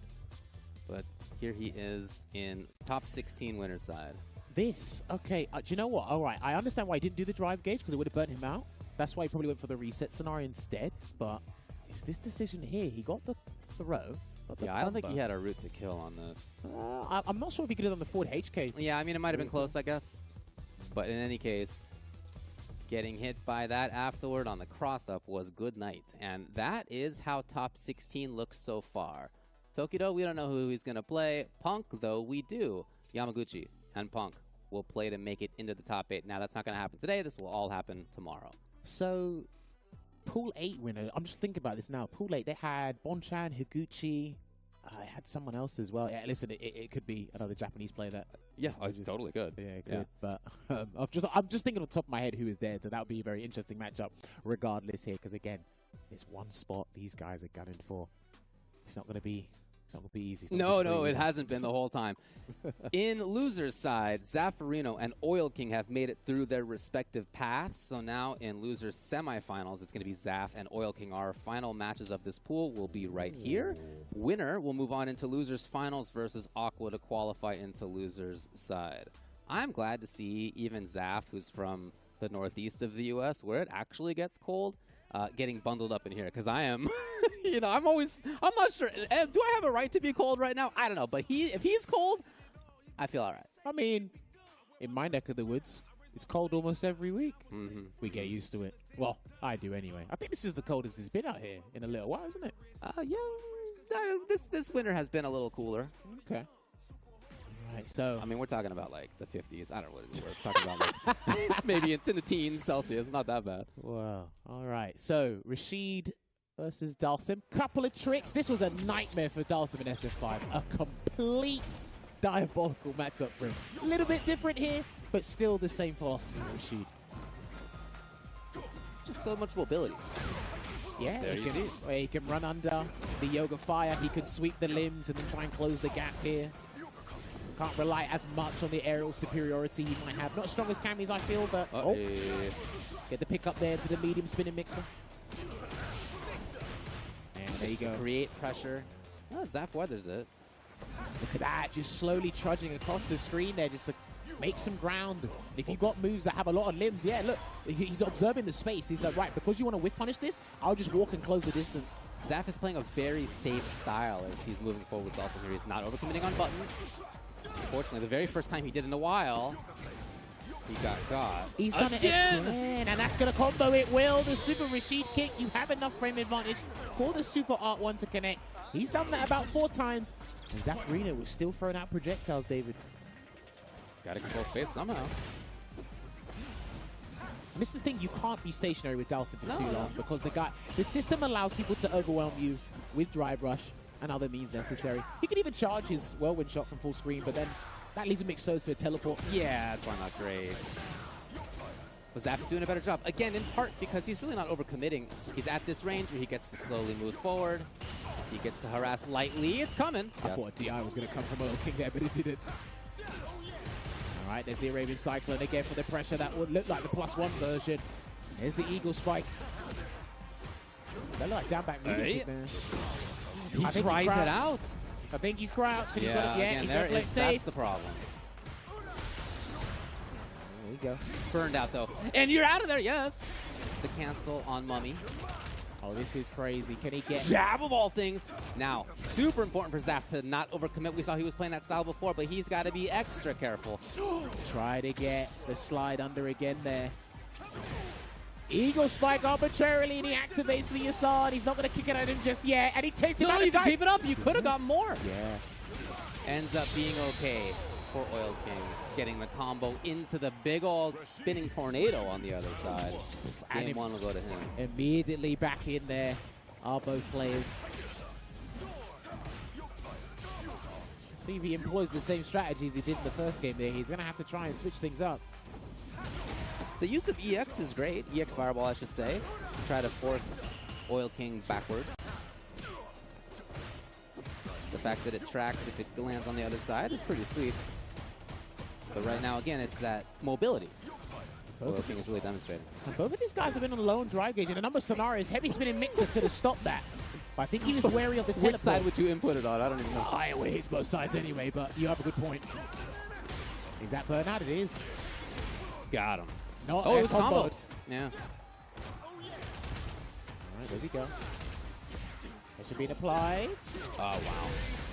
What awareness by Oil King. That was Zaf trying to put it not onto Oil King's body, but Oil King did. It's coming. I can't remember. Did these two play at CPT France? No, I can't remember if they played there. Oh, I only just occurred in my head. All right, here comes Yasar. Yeah, drive reversal. You're and still you're going to get hit. Yes. Oh, that's and he's going to do the EX. He's going to kill you. You're dead. Oh, he might have missed the air current version, but it's all fine. He got the perfect there. And Zaffarino is out of the tournament, unfortunately. And Oil King does prosper. I think he missed the air current on that last part there from the Yasar, because that combo was a whole EX Spinning Mixer, sky high, drop, then get the jump. The whole thing. All the damage is in the corner. Yeah. Look, I mean, fantastic play by Oil King. He really did a great job with his character's mobility. He made it so that Zaf never was comfortable trying to zone. But even more than that, he shut down some of the few approaches that Zaffarino had attempted offensively, or at least from defense into offense, things like that whiffed dive kick that got punished with strong, that kind of stuff to shut down even that, as well as to make Zaf uncomfortable on zoning. Very difficult to overcome. Well, this is the thing that's like kind of literally super apparent in Street Fighter 6. It's making your opponent feel anything they do is not safe at all. Right. Whether it be a limb, a projectile, a normal, anything. And you have the tools. You do, right? And what was interesting as well is Oil King, as we've seen him, he keeps changing it up. And like we said, it takes a while to develop and unpack Rashid's tool set. Yeah. He didn't run into the backup, the slide at all today until this matchup here. It might be more usable, more credible against Dalsim as opposed to other projectiles in the game just because of how he works. And then if you do land a punish counter, you are able to connect several different things from that scenario there. And again, there's still plenty more to come. Still plenty more things to develop about Rashid. So I'm very curious to see the direction he goes in as time goes on for Street Fighter 6. Well, he's been going up. That's been the direction. We'll see if that continues, we now have our last match of this pool. Loser's side, finals. Aqua and Oil King coming up to play. This match, of course, happened, half an hour ago? Yeah. We saw it before? Aqua 2-0 over Oil King in that one. Well, it was just a masterclass of his understanding of the Rashid matchup, anticipating when he's going to use those highly elusive tools that he has in the toolbox, right? Shutting it down, mitigating the damage as well. He forced Oil King to go from a grounded approach to an aerial approach, and even that's a bit finicky and shaky at times as well. So are we going to see Oil King and the high-level stubbornness he has and just stick with plan A, or are we going to try and switch it up a bit? Because, again, this isn't Dalsim. This is a completely different breed of Zona that actually has a higher damage output in various different parts. Because remember, JP can convert from anywhere, from anything. Yes, I said that. Don't get me wrong, Dalsim can do that in various scenarios as well, not to the same vein that JP can. So sometimes I feel Oil King will think he's a big body and use his life bar as a way to get in and deter you, but maybe he's got to do 8 spinning mixers to stop him from doing anything. But I don't know, Aqua's on fire today, man. Aqua has played great. It's only Yamaguchi who sent him down here. That was a pretty dominant performance, to be fair. But other than that, Aqua did lose a game to Jace the Ace. Actually, keep in mind, that could have really gone the other way. Jace had some moments in there where it could have been very different. But Aqua capitalized, then made it to winners finals. So, yeah, I mean, he certainly had moments where he's looked great, and among those were when he was playing against Oil King. Yes, indeed. And, like, with this game, you have to just take things in their stride. Things happen almost in the blink of an eye. You can't ruminate on things too much. Yeah. And just go with it here. And again, because in that first to two territory, you're not really going to think about it until you think about things before the set, and you think about things after the set. No one really takes that little intermission that they are allowed to take and really go, because sometimes people feel it's like, okay, I wasn't able to execute my game plan. We can replicate this scenario various times again, and I'll change the outcome to make it sway in my favor. There's all these little like nuances that you can really sway in your favor. So I'll be interested to see what he tries to employ this time. Oil King. When I see Oil King have success, not just in this game, but previously too, it's when he's willing to take risks, and those risks pay off.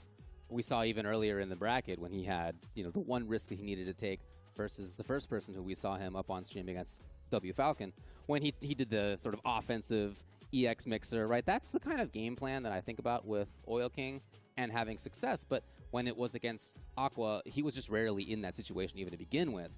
So maybe more actively trying to force that is something that he could try to employ. Easier said than done, of course, but maybe that's the strategic switch. I know. We'll see. One thing he can try, it's the most risky thing you can do, especially with a character like JP, is you can wait full screen and do a heavy eagle spike, and hopefully it punch counters. Because it goes through the Phantom. Sure. So, and it's fast traveling, because obviously the hitbox of the Phantom doesn't come until it connects or gets near you. So just as eagle spike, try that. If drive rush isn't really working.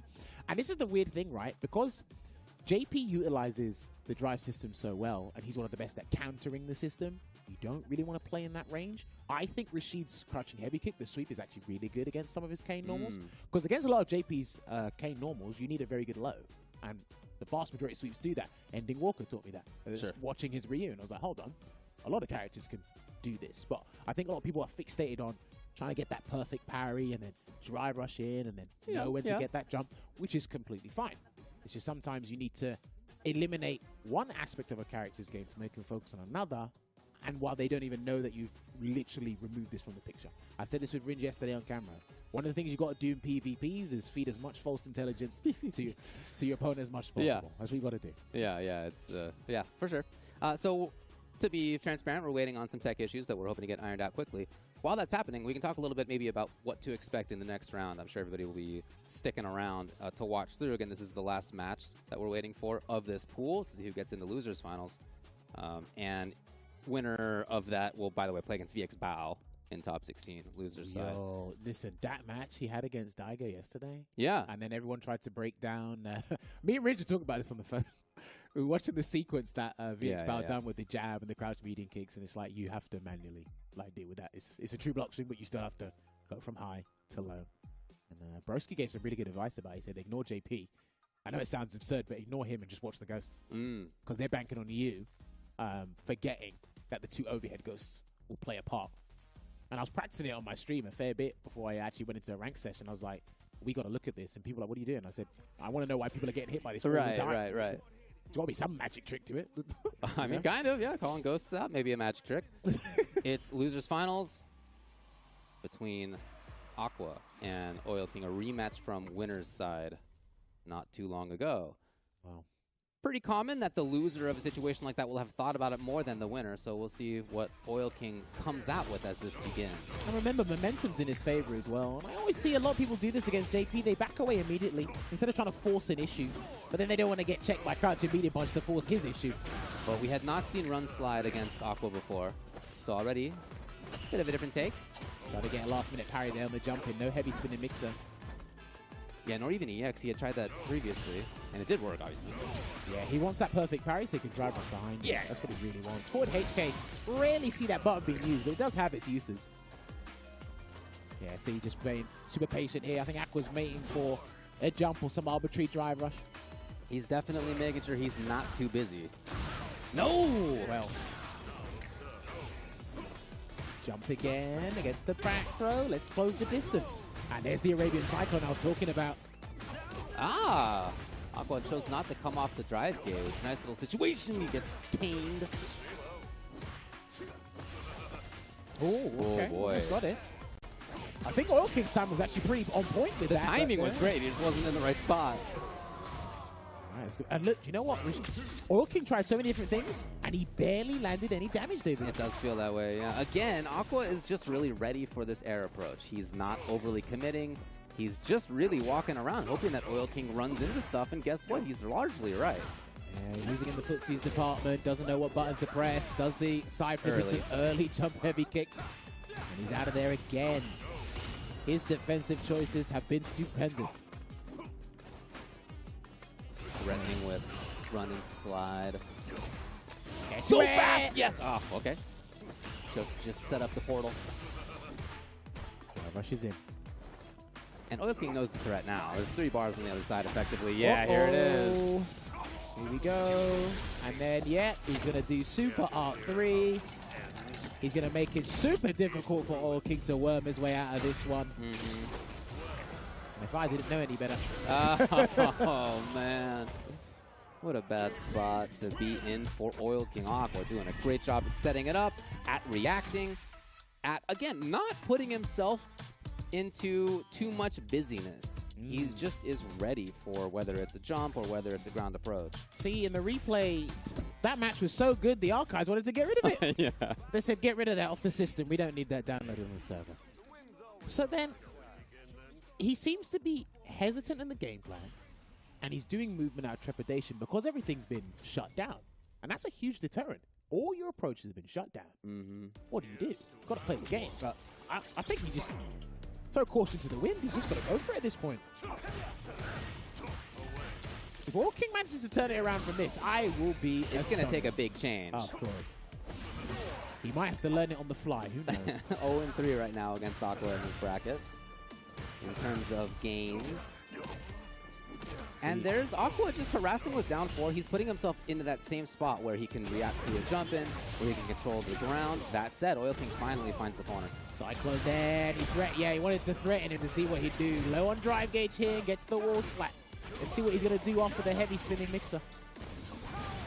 Charges right in his face there. I'm not sure if that was negative or not. Again, no anti-air. Aqua has jumped, I want to say 3 times. Here's finally the anti-air. Asking you shall receive. And he thought something else was going to come out there, but he gets a backdoor there, does Aqua. And he's got all that real estate to work with. Ooh, to the other side. Very nice movement by Oil King. Gotta get it. Yes. You know what? Good awareness. Just pull the brakes.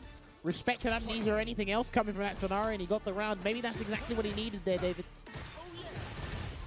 Well, he got in for pressure. This is actually the earliest in any of these games that he's gotten pressure. Right away. Into level 2. Now Aqua did do a great job defensively before. This is a lot better. Yes, that's what he needs. He can kick it away, actually. Dissipated right in front of him. Beautiful. And this is what I was talking about, where Rashid can force parries better than most. Okay, even getting the anti-air now. He's looking so much stronger. Keep it up. He's going to build another level 2. Yes, I think that's the idea here. Doesn't even need it. What a round all of a sudden by Oil King. Well, damn. It looks like the game does not want us... We'll never get to see it again. I know, right? Crazy. Good thing 100,000 people are watching it live right now. Probably say the most interesting thing about that was he slowly just edged Aqua to the corner, and then the rest, it did its work properly. But it looks like Aqua's saying, I don't have to actually walk myself to the corner. I can actually take the fight to you. Gets that overhead conversion into the Strybog. Yeah, he's definitely more active to start off this round than he has been in the past. But Oil King with the corner anyway. Good stuff there. Snuffed out the amnesia. I had a feeling it was coming. That is big. He's identified amnesia really well in this set here for the previous one. Oil King, but not punished. He's out of there. And he gets to reset things a little bit. Not for long. Chooses to go on a burnout on his own terms to get the knockdown. I respect it. Still got level 1 to work with. If that was a neutral drop, that would have been the end of the round. Let's see what he does. Oh, it was so slow. It was late. It wasn't just that it was an overhead. It was a weird timing. And Aqua's at match point. I remember you can't hold parry because you burn out as well, so he just had to actually burn that.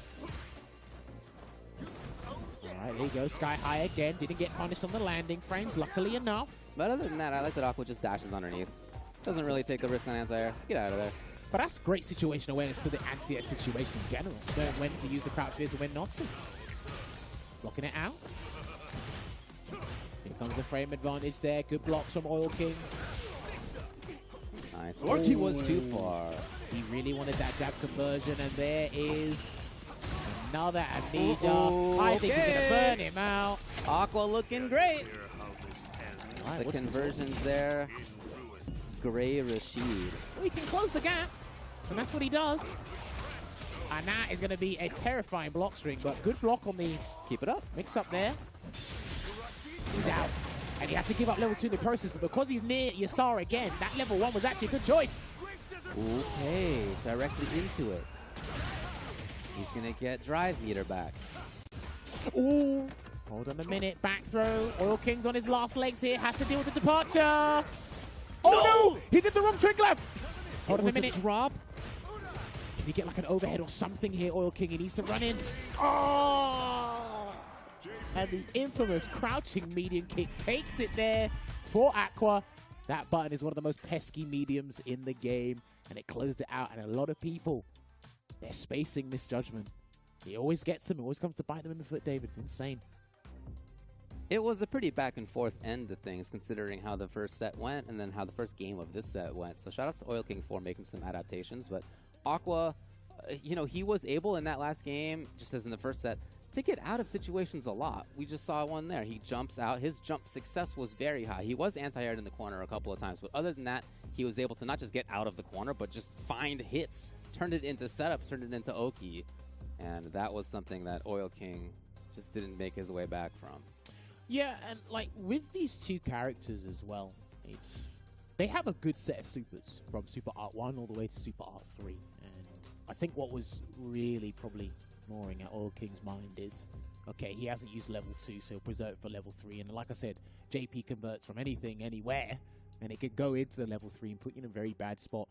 And one of the things is when you burn yourself out as Rashid and you got level 2, it's like, do I use level 1 to try and get me out of this scenario and sacrifice dominance on the ground with the level 2, or do we try and firm it and guess correctly? And 9 times out of 10, the latter doesn't quite work out for the Rashid player's anecdotal experience.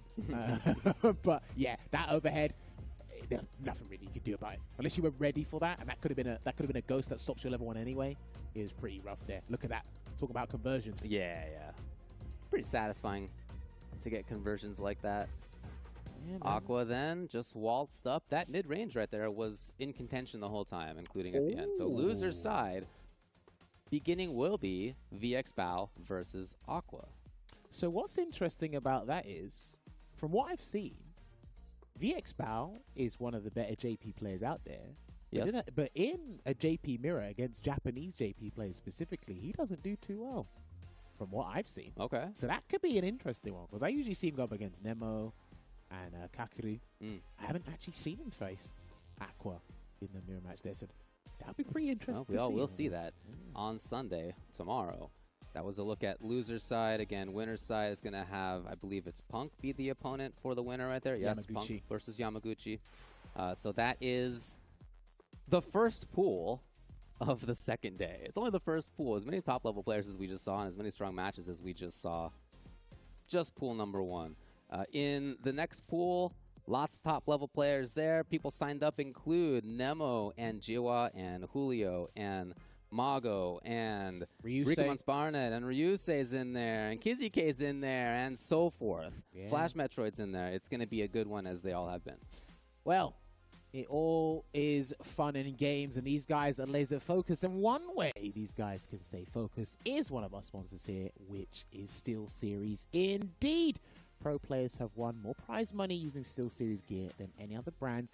And this week, they're going to help a player become a millionaire. Shout outs to SteelSeries Arctis Nova Pro for being the official headset sponsor for the LCQ and the Capcom Cup. Be on the lookout for that as well. Again, go on their website. You might want to get yourself a gaming headset yourself. So, with that being said, we are going to take a lovely intermission. And when we come back, we're going to transition on over to the next pool. I'll give you a hint. He's in that pool. We'll see you very soon.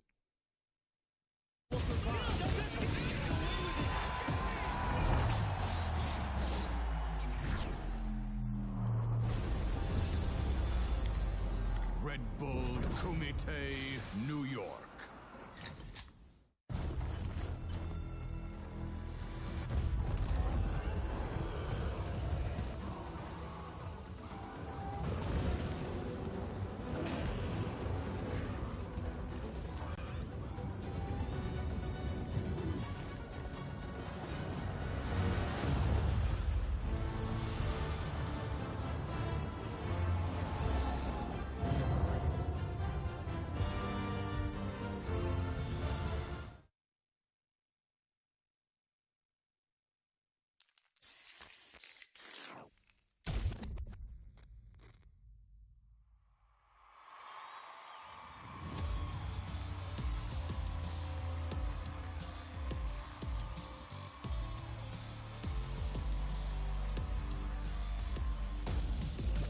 All right, let's get it.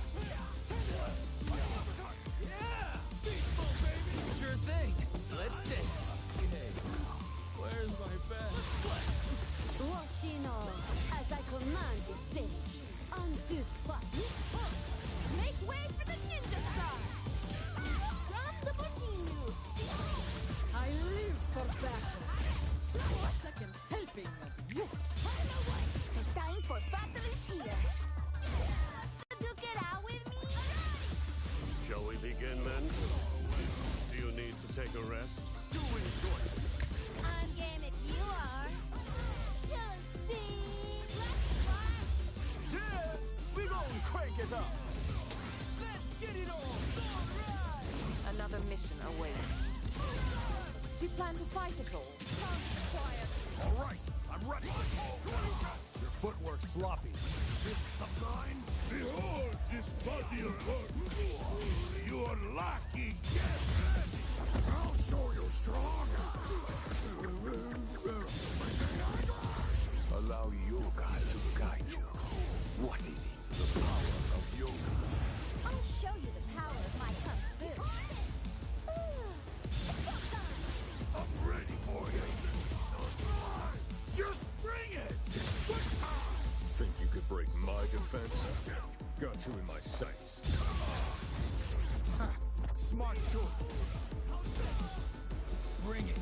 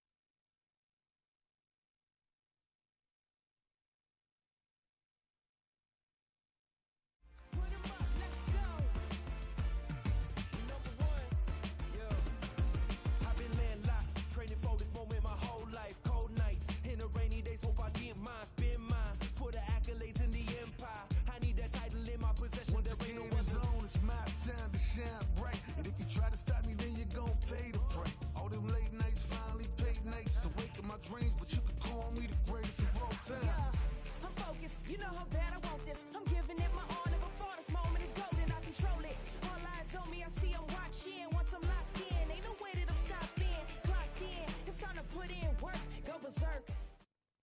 Welcome back to day 2 of the Capcom Cup LCQ. So many legends, so many OGs have pulled up, new school, old school, and right now we have one of NorCal's finest, my guy, LPN. What's up with you, bro? I'm feeling really good, man. And first and foremost, I want to let the people know, before Big Hollywood was Big Hollywood, the first major I ever went to was Final Round 2017. That's true. You remember this? Yes, I was. And I was very starstruck to see this bald man to my left right here. I said, oh, my God, that's LPN right there in front of me.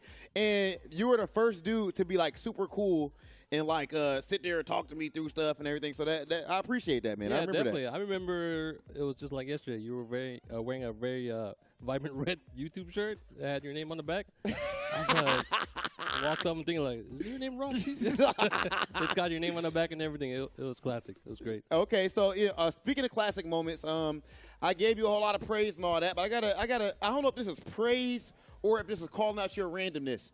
LPN versus 801 Strider, Street Fighter 4. You wake up with, was it Stan Roundhouse? Yes, it was standing around. For the set. Yes. And 801 Strider was genuinely mad. I don't think he was really mad. He was mad. Okay, never mind. Why did you do that?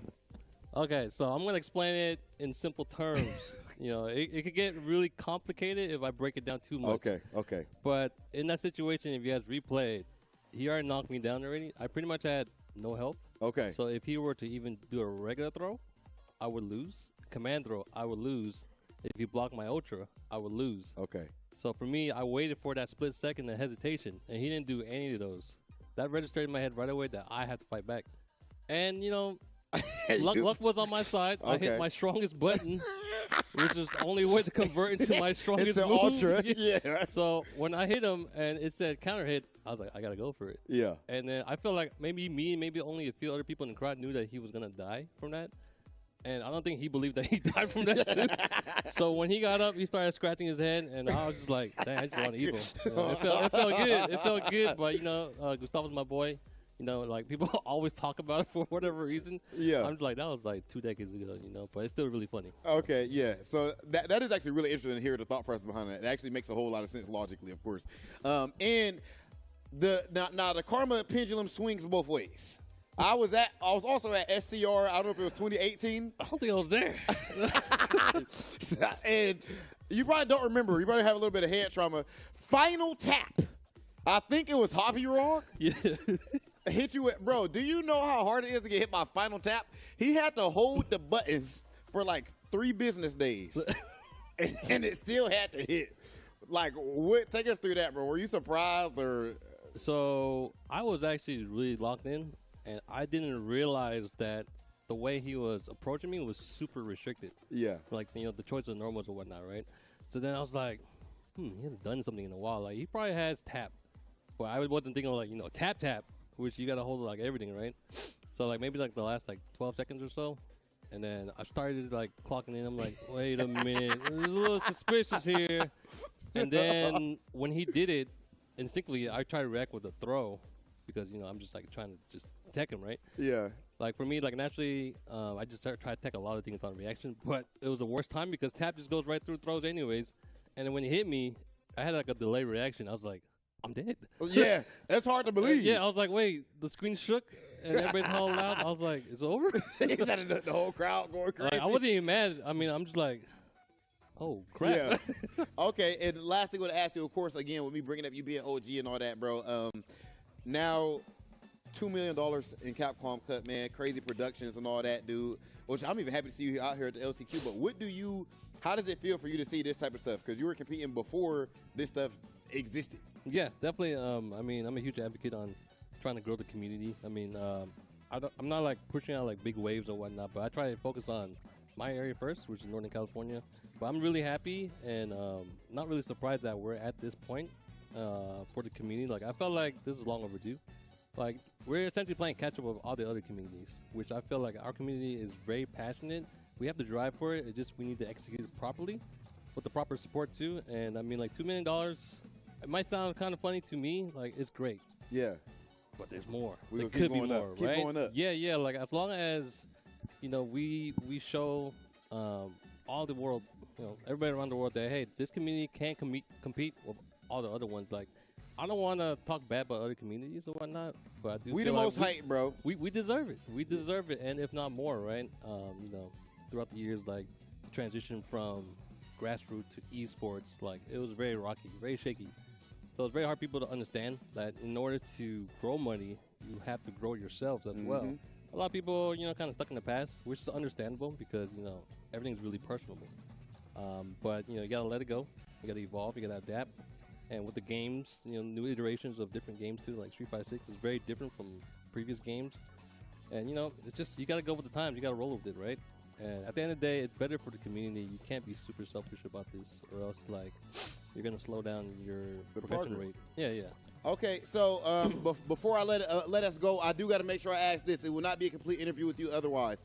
LPN. Some people do not know what it stands for. We want to get it officially right here on stream. Capcom Cup exclusive. Sherry told me that it potentially might stands for last place naysayer. Whoa, there's kids watching the stream, Rob. You can't be talking about that. Naysayer? Like, is that not it? Or what is it? What This is what it really stands for. I know you Okay. guys it's gonna blow your minds. Yeah. Like, it took me a really long time to figure this out. Okay.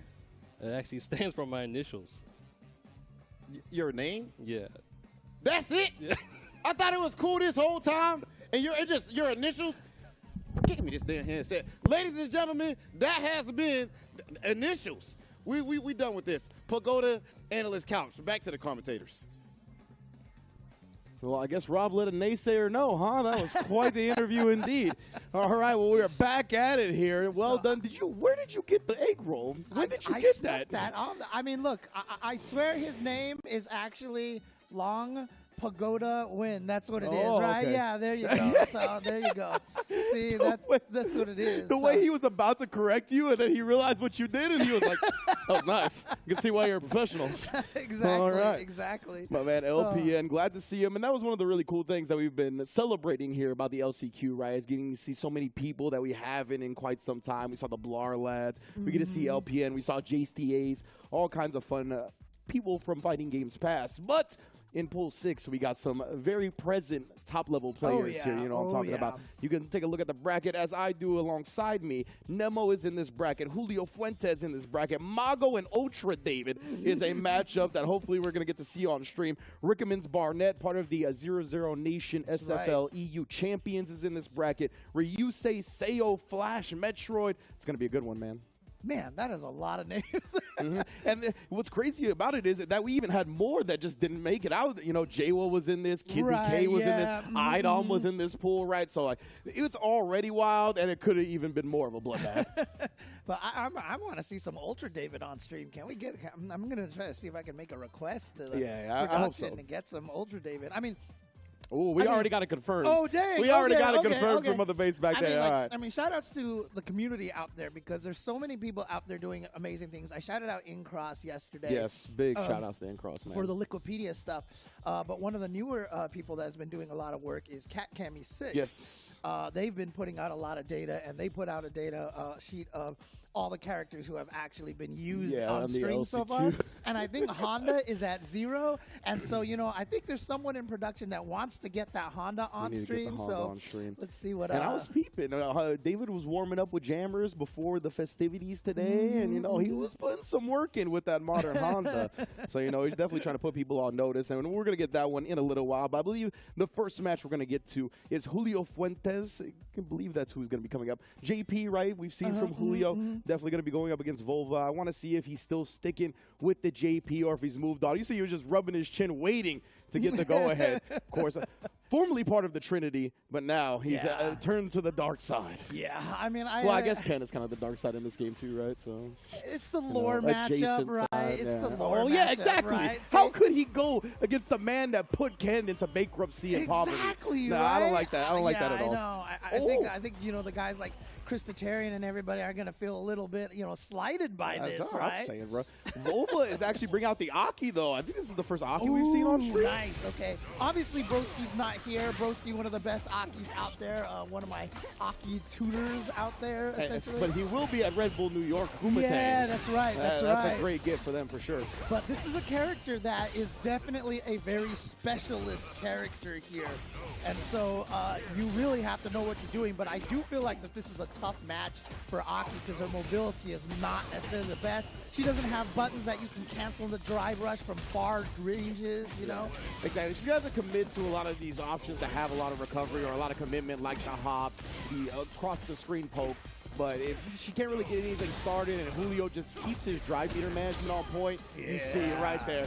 Going into the drive impact, already still in the first game. But Aki becomes one of the best characters in the game when the opponent's at burnout, right? She can just really abuse the hell out of you. So that's what Julio needs to make sure of, is never really getting that low, never getting into the amber when it comes to his drive gauge. And I hope nobody ever makes the comment that Aki doesn't do damage. Because sometimes this girl can just drain your health and it is just gone. But, I mean, Julio's been playing JP since the beginning. In fact, I think the first week Street Fighter 6 came out, we did a tournament in Southern California, in Riverside. That's an awesome barcade, by the way. But Julio was there, and he was playing JP right away. So. Yeah, exactly. He's been really putting in work with his character since I can remember. I feel like even in the beta, he was entering tournaments and whatnot before JP was obviously in. Okay, here we go. Yep, going to be able to combo off of that. And doesn't go for any of the standard setups, just a careful walk forward into that forward heavy kick. Oh, Julio with the reactions. Here we go. You know, it's not the worst idea to try to throw out the DI in the neutral right. I like this as well to drain some of the drive meter. Up against JP, you could catch like a crouch medium kick or a non-cancelable button, but Julio's too clean right now. Dude, jeez. He could have got a bigger conversion off of that portal spike, but doesn't matter. Just gets, again, that shadow coming right down from the sky, poking you in the head.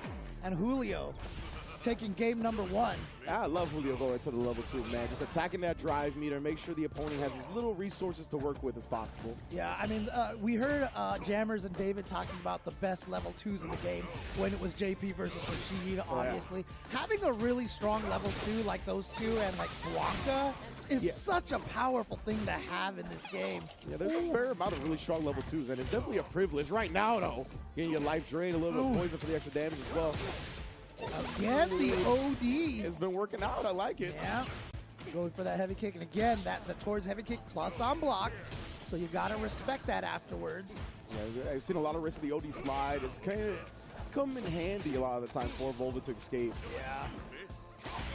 Oh, the range on that standing heavy punch. No, didn't punish the command dash, the slither fast enough. And look at this, Volva getting around here. Regular slide. I like it. Julio will see maybe a lack of experience against the character starting to show a little bit. Yeah, again, you know, we were talking about, you know, Hibiki Lily and, you know, Haruto Ryu and such. You know, some of these characters that aren't considered the strongest, you don't get a lot of practice against them, right? Yeah, it's one of the big buffs that those characters have in a matchup like this. They're going to know the matchup better than their opponent. But right now, Julio sneaks into command grab. Let's go. It's always one of those things, you sneak that in there, and all of a sudden that just makes the opponent second-guess everything. And Volva trying to press after the stand heavy kick. That's plus range for JP all day, every day. And the spike reaching to the rafters, bro. The tree glob right there. Mountain-sized spike right there. You know, she does connect, give a little bit of a bounce. Yeah, didn't go into the full connect. But speaking of full connect, that punish counter right there, not only one of the coolest sounding ones, but it just looks brutal when he hits you with that. Oh, and yeah, Julio holding on to his leader right now, had a couple of chances, ended up burning Volva out anyway. That's real tough. Yeah, again, kind of a win condition for JP is burning the opponent out. Gonna go into interdiction here, gonna do a ton of damage. And still in burnout, I don't know if there's much that Volva can do at this point. Oh! Yeah, 80 departure. Julio didn't cover that the best, kind of giving Volva a chance at life here. We'll see. Got the CA on deck if she can pop off with it. I don't know. Yeah, one of the hardest things is that at a screen away, you can't really set up your fireball into the drive rush. Oh, wait, here we go. Level 3, and this is going to be the critical art version here. To a fatal This man up. Ooh, that's a big schnoggin. I know, she must be standing on a stool or something like that, right? Oh, no, it missed! It missed! Oh, that is brutal for Volva right there. Just a little bit. I mean, again, you can aim that move a little bit, and he went a little too far. I mean, JP's tall. I'm surprised it made it over. Yeah, honestly, he had really been abusing that to kind of get in as a main strat in the matchup, but we saw Julio, I don't know if it was just an adjustment or if it was just fortunate spacing for him, but towards the end, those last 2 times he tried, he actually got right up under there. Was able, first time he punished with the Stand Fierce punish counter on the other side, and then you see right there as well to close out the round. Yeah, also, I mean, good stuff to Julio, and I definitely am really glad to see him playing here because if you guys don't know, he's been one of the players before that has suffered some very bad hand injuries from using the joysticks a lot and stuff. And it's tough for a lot of players, and I talked to him at that tournament out in Riverside, and, you know, he was just basically like, yeah, I just, exercise and do a bunch of stuff. And he's like, when I play, sometimes it just really hurts. And I just have to, hold that. And so, it's tough out here. I mean, basically, take care of yourselves, man. Stretch exercises and all that stuff out here. So. Absolutely. I've been fortunate enough to not really deal with too much arm or hand wrist pain from fighting games, but I've had mouse elbow from other games and stuff like that.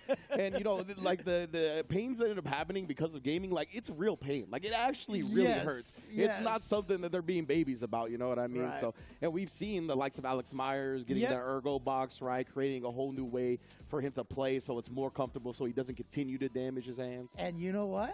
We can also talk about Ultra David's split box as well. Another example right here. And if I'm not mistaken, I think we might be getting. Oh, we're not. He's not. Yo, they killed my transition. My seg. I just got bodied here. God. All right. We need to get Sajam here. Dude. I literally was going to say Sajam's going to be here next week. If Sajam was here and he said it, like that would have manifested Ultra David onto the stream.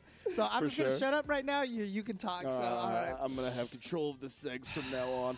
But right now, it looks like I believe next up we're going to have Ryusei coming up to the stream, maybe against Wreckage. I'm very much looking forward to seeing Ryusei play out JP's all day, every day in this build for sure, especially because we have Nemo waiting in the wings as well to put some pause on people. Yeah, definitely. JP was the character that had the highest representation. I'm not surprised by this because, like I said, JP is clearly one of the best characters in the game. And strangely enough, only 3 representations until we got 1 substitute. And then we only had 4 representation in Capcom Cup. And so all those crazy JPs out there, they're here. Yeah, exactly, right. Now you have to deal with them all in the LCQ. Congrats, right? I guess deal with them here so they eliminate each other before we get to the group stages. So Yeah, absolutely. Oh, my mistake. Ryusei and Wreckage is already going on right now. We got LLJB3 going up against I Heart Twice. I'm trying to see what this shirt is. Is this like TLC? Or? It's basically it's the Gorilla parody shirt. No, I'm talking about I Heart Twice. Oh, isn't that Twice, or I don't know. What? Isn't that the name of a K-pop band? I don't know. Oh, is it a K-pop band? I Heart look, Twice. I am not the one. Super Noon, hit my line. I know you're watching. Hit my line right now and let me know if I'm mistaken. Okay. But yeah, of course, we do have the Gorillas parody shirt on the left. Yeah. LJB3 coming through, commentator in the community. I believe he commentated a few of the Midwest World Warrior events. Okay, I got confirmation that is Twice on there. Okay, so it's a K-pop band. Yeah, K-pop band. Yeah. I was taking it back to 90s R&B. My eyes aren't as good as they used to be. Oh man. Yeah, so there we go. So yeah, definitely a big fan of the group. I know a lot of people. I think Justin Wong's a big fan of the K-pop. Yeah, So man, Justin Wong. Shout outs to Mr. J Wong. But yeah, again. So the name is literally so he's a huge I love fan. Yeah, exactly. My bad. Yo, at least you repping the match shirt. Another Aki too. Oh, we got back-to-back Aki here. Whoa, and then LLJB3.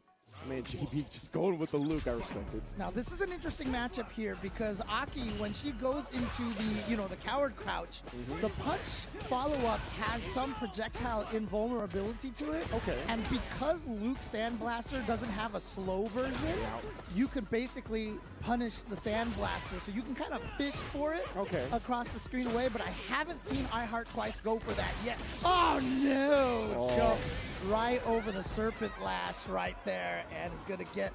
That was a fast round. Definitely. They're slugging it out right now. And at the end right there, like those trade scenarios, they really spell doom for people, right? Ooh, here we go. Nice shimmy right there into the... Oh, no! Drops the combo. And then the hammer of justice, as Jammers put it yesterday. The jump HP starting it off again. I mean, David calls it a dive kick, right? I mean, it's just like... That's pretty good. Yeah. Dive fist. Yeah. Because, I mean, this is the thing for Aki. Oh, what the suppressor anti-air. It worked out. What were you going to say, James? Sorry about that. One of the toughest things about Aki right now is that, she is a momentum character. As soon as she gets the heavy Serpent Lash on you, that sets up, like, at least 5 different kind of meaty scenarios for her.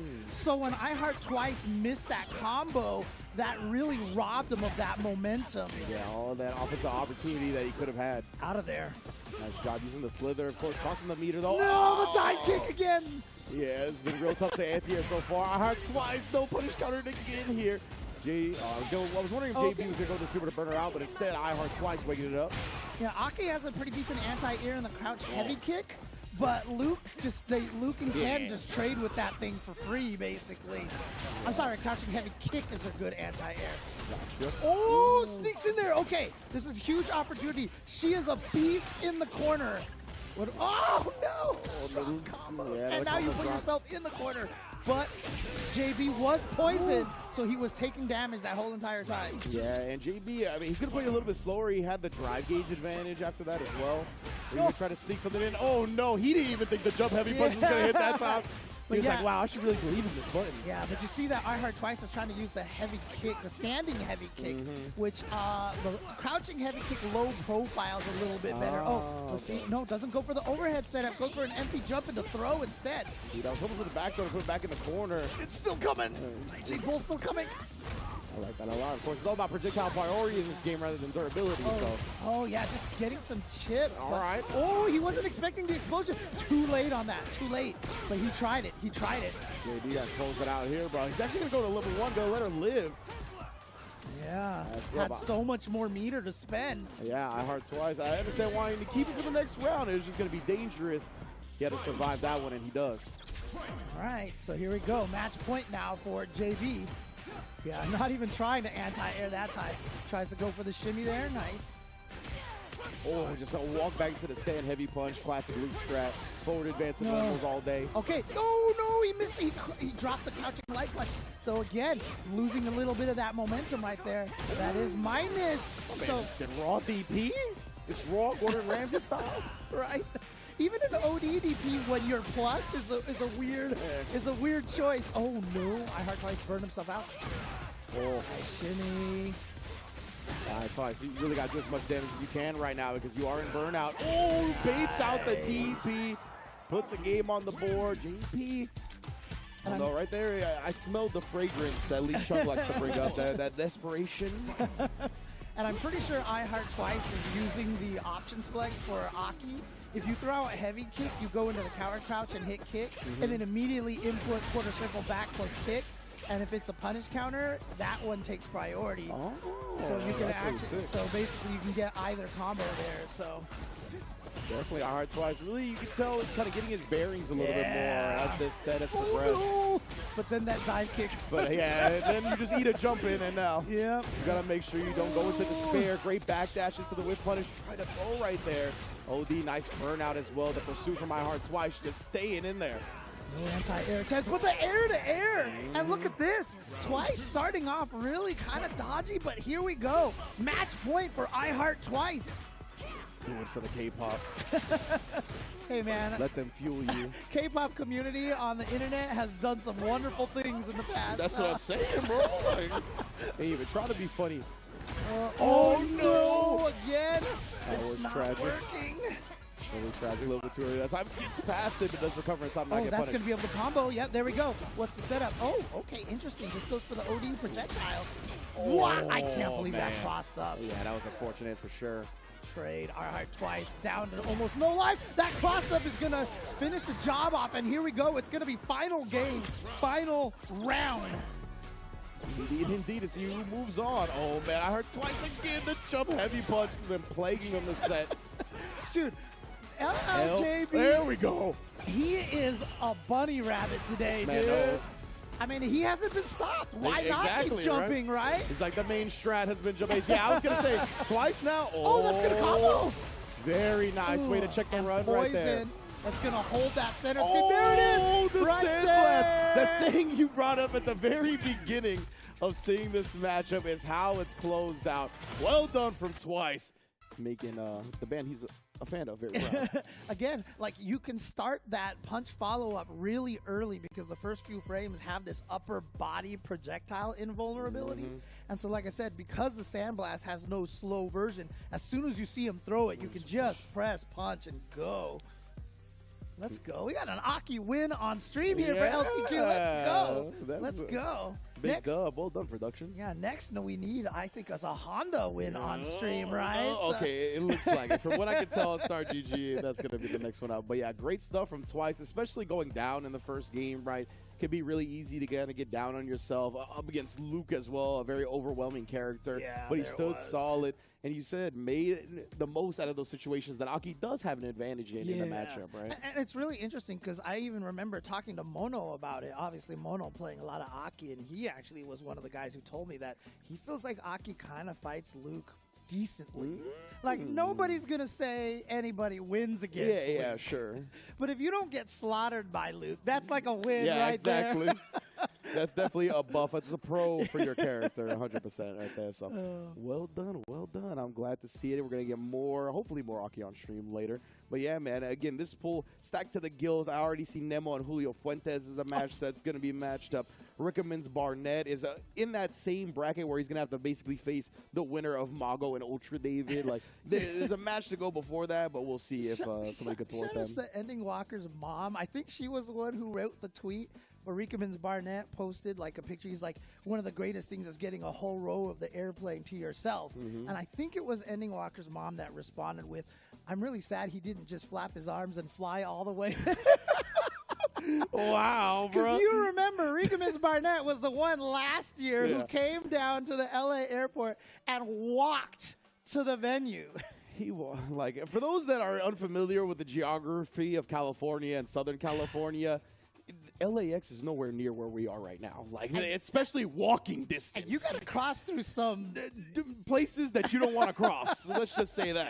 And Rickman's Barnett, he was like, no, it was a great time. He's like, I sightseed. Nobody messed with me. He was like, it was great. So we'll see. Rickman's Barnett, though, I'm very excited to see him on stream because I had the pleasure of commentating a recent sets. It was a 0-0 Nation special. So yeah, obviously they had won Street Fighter League Europe. And it was all of them. It was a Phenom, Veggie, Rickman's Barnett, and Lord Venom. And they had just a 4-man single elimination first to 5 tournament. And Rickman's Barnett actually won the whole thing. That's awesome. Yeah, so he's looking super clean. Because at the SFL EU, Rickman's Barnett was definitely struggling over there. And, they were talking about it a lot. He was having a lot of trouble because obviously the previous season, Rickman's Barnett's Manat was causing chaos in Street Fighter League EU. And his jury was doing okay in SFL, but sounds like he's really started to hone that character in. So hopefully we'll see a lot more of him a little bit later on in the set. Most definitely. So before we get to these next matches, I do want to thank our lovely sponsors that make the Capcom Cup X happen and the LCQ. First off, Storm Collectibles in the building has brought you classic and iconic gaming characters, and they're in full-fledged life with the detail on these figures, man. Definitely check them out. Stormco.com.hk. You can see they got the Fei Long and Blanca throwbacks from Street Fighter 2. They got the modern Ryu and Luke from Street Fighter 6, and pretty much everything else in between. Please check them out when you get the chance. Yep, and of course, Pagoda here, obviously a strong presence here. I would hold up my Pagoda napkin right now to show you, but unfortunately, there's a lot of crumbs on there, and I'll drop the crumbs all over the table, and I don't think production would like that. But you can see over here, let's put our egg rolls in. Again, a great air fryer snack over here, and you're just not looking at the picture. You're trying not to look at this picture right now. People know how I feel about the picture. But yeah, thank you everybody for tuning in so far. Big ups to Pagoda holding it down. Me and James Chen will be back after a quick break with some heater matches in Pool 6. Do not go anywhere. This is my moment. Coming for it all, just show me my opponent. Wanna be great, I'm a legend in the making. And this is mine for the taking. Cause I got what it takes to be on top. I'm #1 cause I don't stop. Hard gas, no brakes, high stakes. I don't act tough till the tussle let 'em fold ya. Hope you ready for the fight. Reign supreme. Put 'em up, let's go.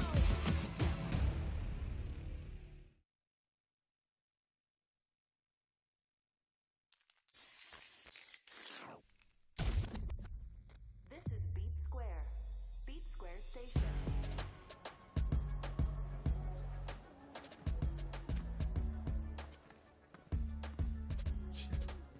Seriously? I'm not interested in whatever you're pitching. You really want me to punch a hole through you? So, just who are you? You need to learn to stop pissing me off!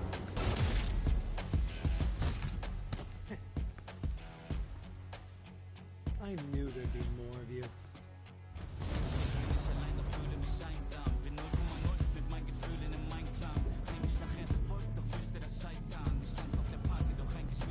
Let's go!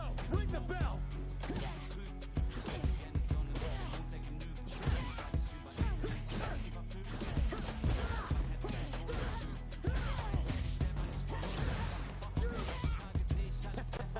I'd be scared too.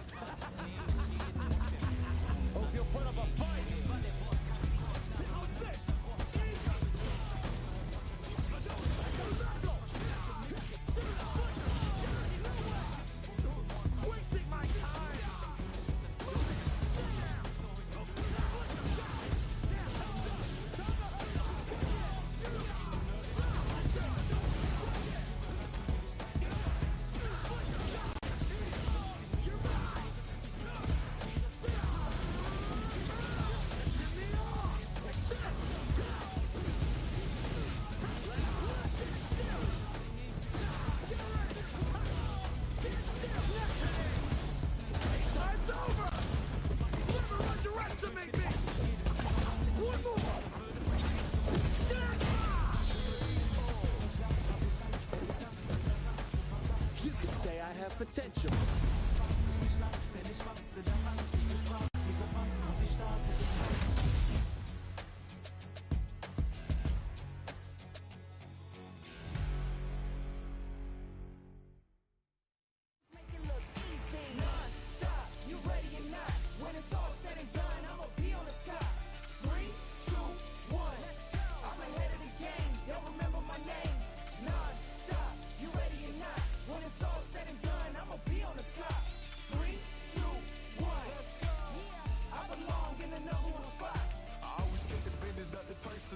See nothing, I just barely scratch the surface. Throw me in the rain, let me do my thing. That they hit me down, fight through the pain when I'm in the zone. I ain't never say much, but you see me up top. You see my numbers healthy, the pressure don't stop.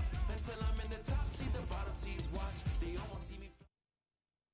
Welcome back to day 2 of the Capcom Cup X LCQ. We are here at the Pagoda Analyst Couch, and I am joined with none other than my boy, Jonathan Batista, a.k.a. JB. What's up, with man? you, bro? What's up? How you doing, bro? What's happening, man? Thank you for having me, man. Oh, man, of course, dude. I mean, listen, I think first and foremost, you're going to be surprised with where we start with this interview, okay? What do you mean? Or not interview, this conversation. And not in a bad way. Okay. But a story that I always bring up to you, bro, it doesn't got nothing to do with us specifically.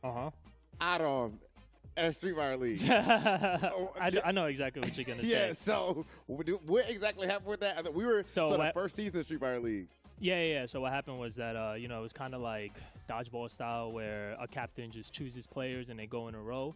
And you remember me and you were already on a team, right? Yeah. But Idom basically didn't have the last choice, right? So the final player to get chosen, Idom just looked him in the face and he was like, grab his shirt. No. You remember wrong. It was worse than that. Sure? For sure. This is what happened. Look, Uh-huh. so we're the first season of Street Fighter League, y'all. All right, so you can see how so it was actually El Chicote, right?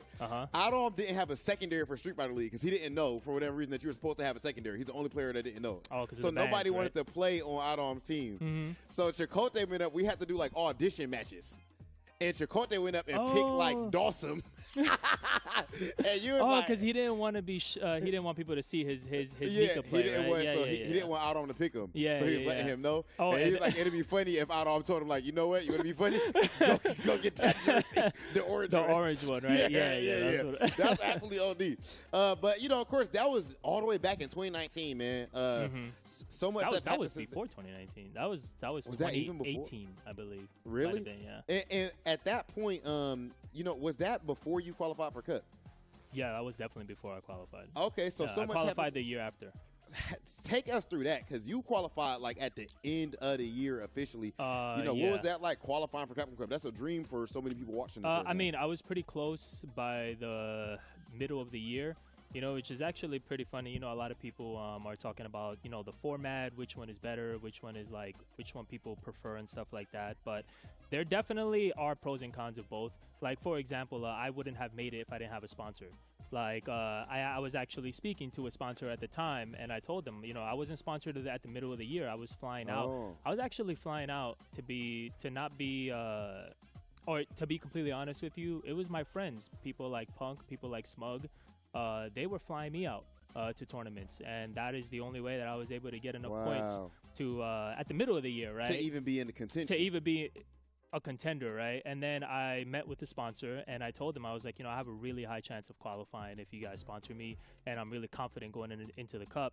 I went 0-2, by the way, but either way, right? Bro, I mean, it's cup. It's cup. Like. But either way, yeah, I only had that opportunity because of the people who were around me who helped me qualify, because it was definitely hard. And to be honest, I wasn't even like I just said, right? I went 0-2, right? Yeah. But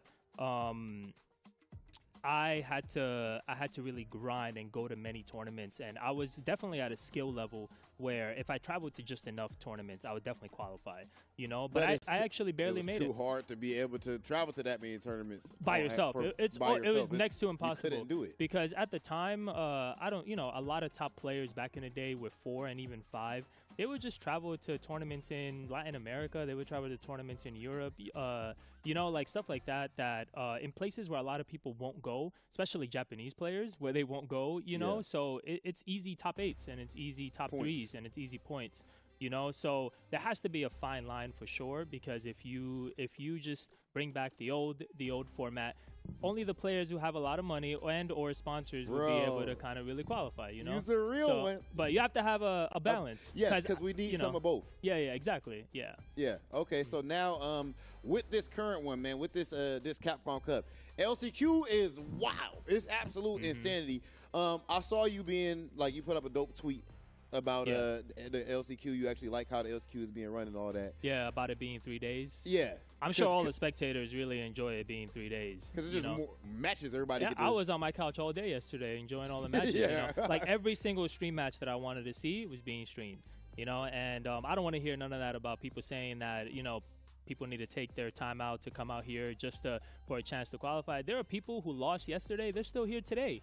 When they didn't go home. When they could choose to, exactly. They could choose to leave, So I don't know. I feel like there's no problem with it. I really enjoy it being 3 days, especially for the spectators at home. I know a lot of people are enjoying it right now. So okay, and your pool is not too far away, maybe like an hour away or something like that, right? Just about an hour, yeah. So okay, so what's going on with JB's pool, brother? Who we got in that pool that I would know, the people would know? So there's a lot of players I have in my pool actually. One thing I don't like usually in pools is having players that are close to me, players that I play a lot. I would rather not have those players than have stronger players, Yeah. So I have players like Yuri Valorio, Reynald is in my pool. I believe LPN is in my pool too. But then we also have, I don't know if Goichi is coming, but Goichi's in my pool as well. And so is Mizuha. Oh, so gosh. those players are pretty strong, but I mean, you JB though. Yeah, I'm pretty confident. I just would rather fight the other players than fight the players that are West Coast natives or Yuri Valorio, who's in Mexico. But other than that, I'm pretty confident. Okay, and I can't have you here without asking you about your family, bro. Specifically, of course, I'm talking about your brother Lex. Oh yeah, dude, what in the heck? My man moved all the way that's so random. Yeah, he moved to England, to the and he's UK. like. And he got even better too. Yeah. So Lex is living out in the UK right now. He was just always really talented, and he actually picked up Street Fighter during the 3rd season of Street Fighter 5 because he saw me play a lot and he really liked it, and so he started playing. I don't know if you remember, but there was this famous video that he asked me to delete now, so you guys can't find it anymore. But there was this video of Street Fighter 5. He was lagging against an Akali player, and he started banging his head on the table. Whoa! because I swear I never. yeah, Like, he was dead. It was a video. Yeah, so like. all I heard, or like all you hear, and he was a child back then. You know, he yeah. was like 17. He's like 23 now, but he was really young. You know, so all you hear is his little cracking voice. He's like, "Why is he like it?" And then he just he just started banging his head on the table, right? And so I basically made a tweet, and I was like, "This is everybody's experience with Street Fighter V right now. You know, like this game is stressful. You know, because V triggers and all that stuff. Like, yeah. Do you at least have that video like not for public I consumption? have it in one of my old phones. I gotta find it. Okay, I'm but gonna have to check. Yeah, I had to delete it from Twitter because he made me delete it. So. That's actually crazy. That's wild. It was pretty funny, yeah. Okay, so right now with when it comes to Capcom Cup, outside of yourself and everything, right? And I don't mean anybody at LCQ. I know like Punk or Homie stuff like that, but I'm talking about as far as people who are already qualified. If you had to bet everything you own on somebody to take it, who you got and why? I can just choose one person. You know what? You know what? It's a tough tournament. I'm gonna give you two. All right. So out of Group F, whoever makes it out of that group automatically, I think might actually win it. Yeah. And from the other group, I'm really looking forward to watching NL play. I'm one of NL's biggest fans. Yeah. So NL is just. There are just sometimes, man, where he's just, you know how Nephew has Dark Nephew, you know? Yes. I feel like there should be a Dark NL, you know what I mean? Or something like that. Because there are some times where he just looks unstoppable. So, and he has Luke, by the way. Please do something about that. Capcom. JB, look, man, it's always a pleasure talking to you. But in the end of the day, I'm the host. I'm supposed to be looking all good on camera and all that. You come on here with your long hair and everything. Oh, thank you, making me look bad, brother. I ain't going to lie to you. There's no way I could keep up. No way. Oh, yeah, okay. You. Always appreciate the humbleness and all that. And ladies and gentlemen, that is it for us right here, at least for now, on the Pagoda Analyst Couch. We're going to send things over to Ringe and James Chen. I can't imagine anybody raging at Street Fighter.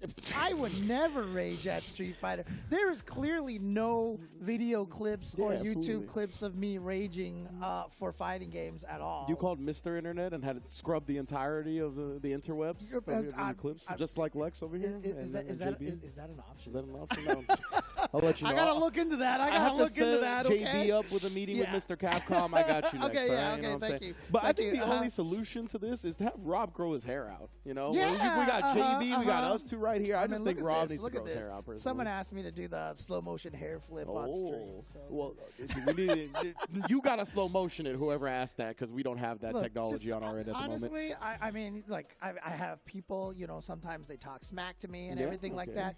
Don't hate me because I'm beautiful. That's what I'm saying. That's what you need to do when the haters come. Hit them with the hair flip, James. That's what I want to see from now on. All right. But yes, we are going to get back into the Pool 6 action. And I believe we have probably our most anticipated match of this pool, considering it's been built up to this point now. It looks like we're going to have Modern Honda Ultra David versus Mago. Mago, the 2D god.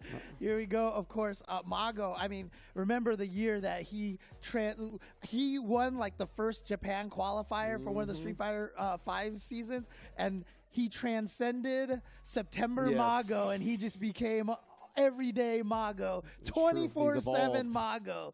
Exactly. So, but again, I mean, Ultra David has been rocking this modern Honda for a very long time, and he really believes in this character. And you know, he says he just, you know, the reactions for the supers and such. In addition to that, he really believes in the modern control scheme for the character, right? Because a lot of the time he talks about Honda's biggest weakness in his eyes is Honda's defense. And he says modern control schemes allow me to play better defense as a player, right? Because of the quick reaction from the super, being able to buffer headbutt as well off of normals and not lose your charge. A lot of stuff like that. He really thinks that it makes this control scheme with the character great. Yeah, because I haven't really messed with modern all that much, and there was I forgot which match I was watching. It was one of the CPT onlines, and one of the modern players, sure enough, was just swinging with a button all the time, and I was like, why is he just swinging? Because he's doing the whiff option select, because you can hit the button for the special move, and in the middle of this, you don't lose charge because you're still holding back the whole time. So there is definitely things that you can do with modern charge characters that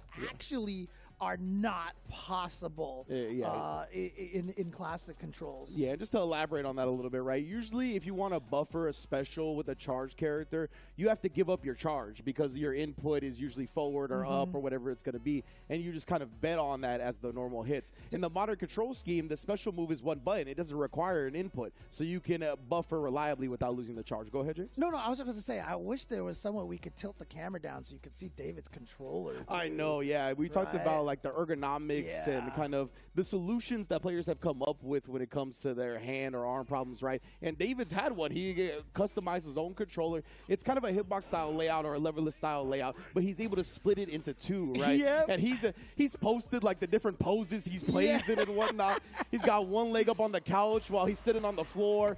It's wild stuff. And you know what? He designed it himself, printed it all out on his 3D printer and everything. So Yeah, that's true. If you want He made if you want to see and print one for yourself, contact him and he might be able to get you the file. But here we go, Mago with the jury. Yeah, go with the jury. I like that. Yeah, I mean, Mago is a player who has never been bashful about playing top-tier characters.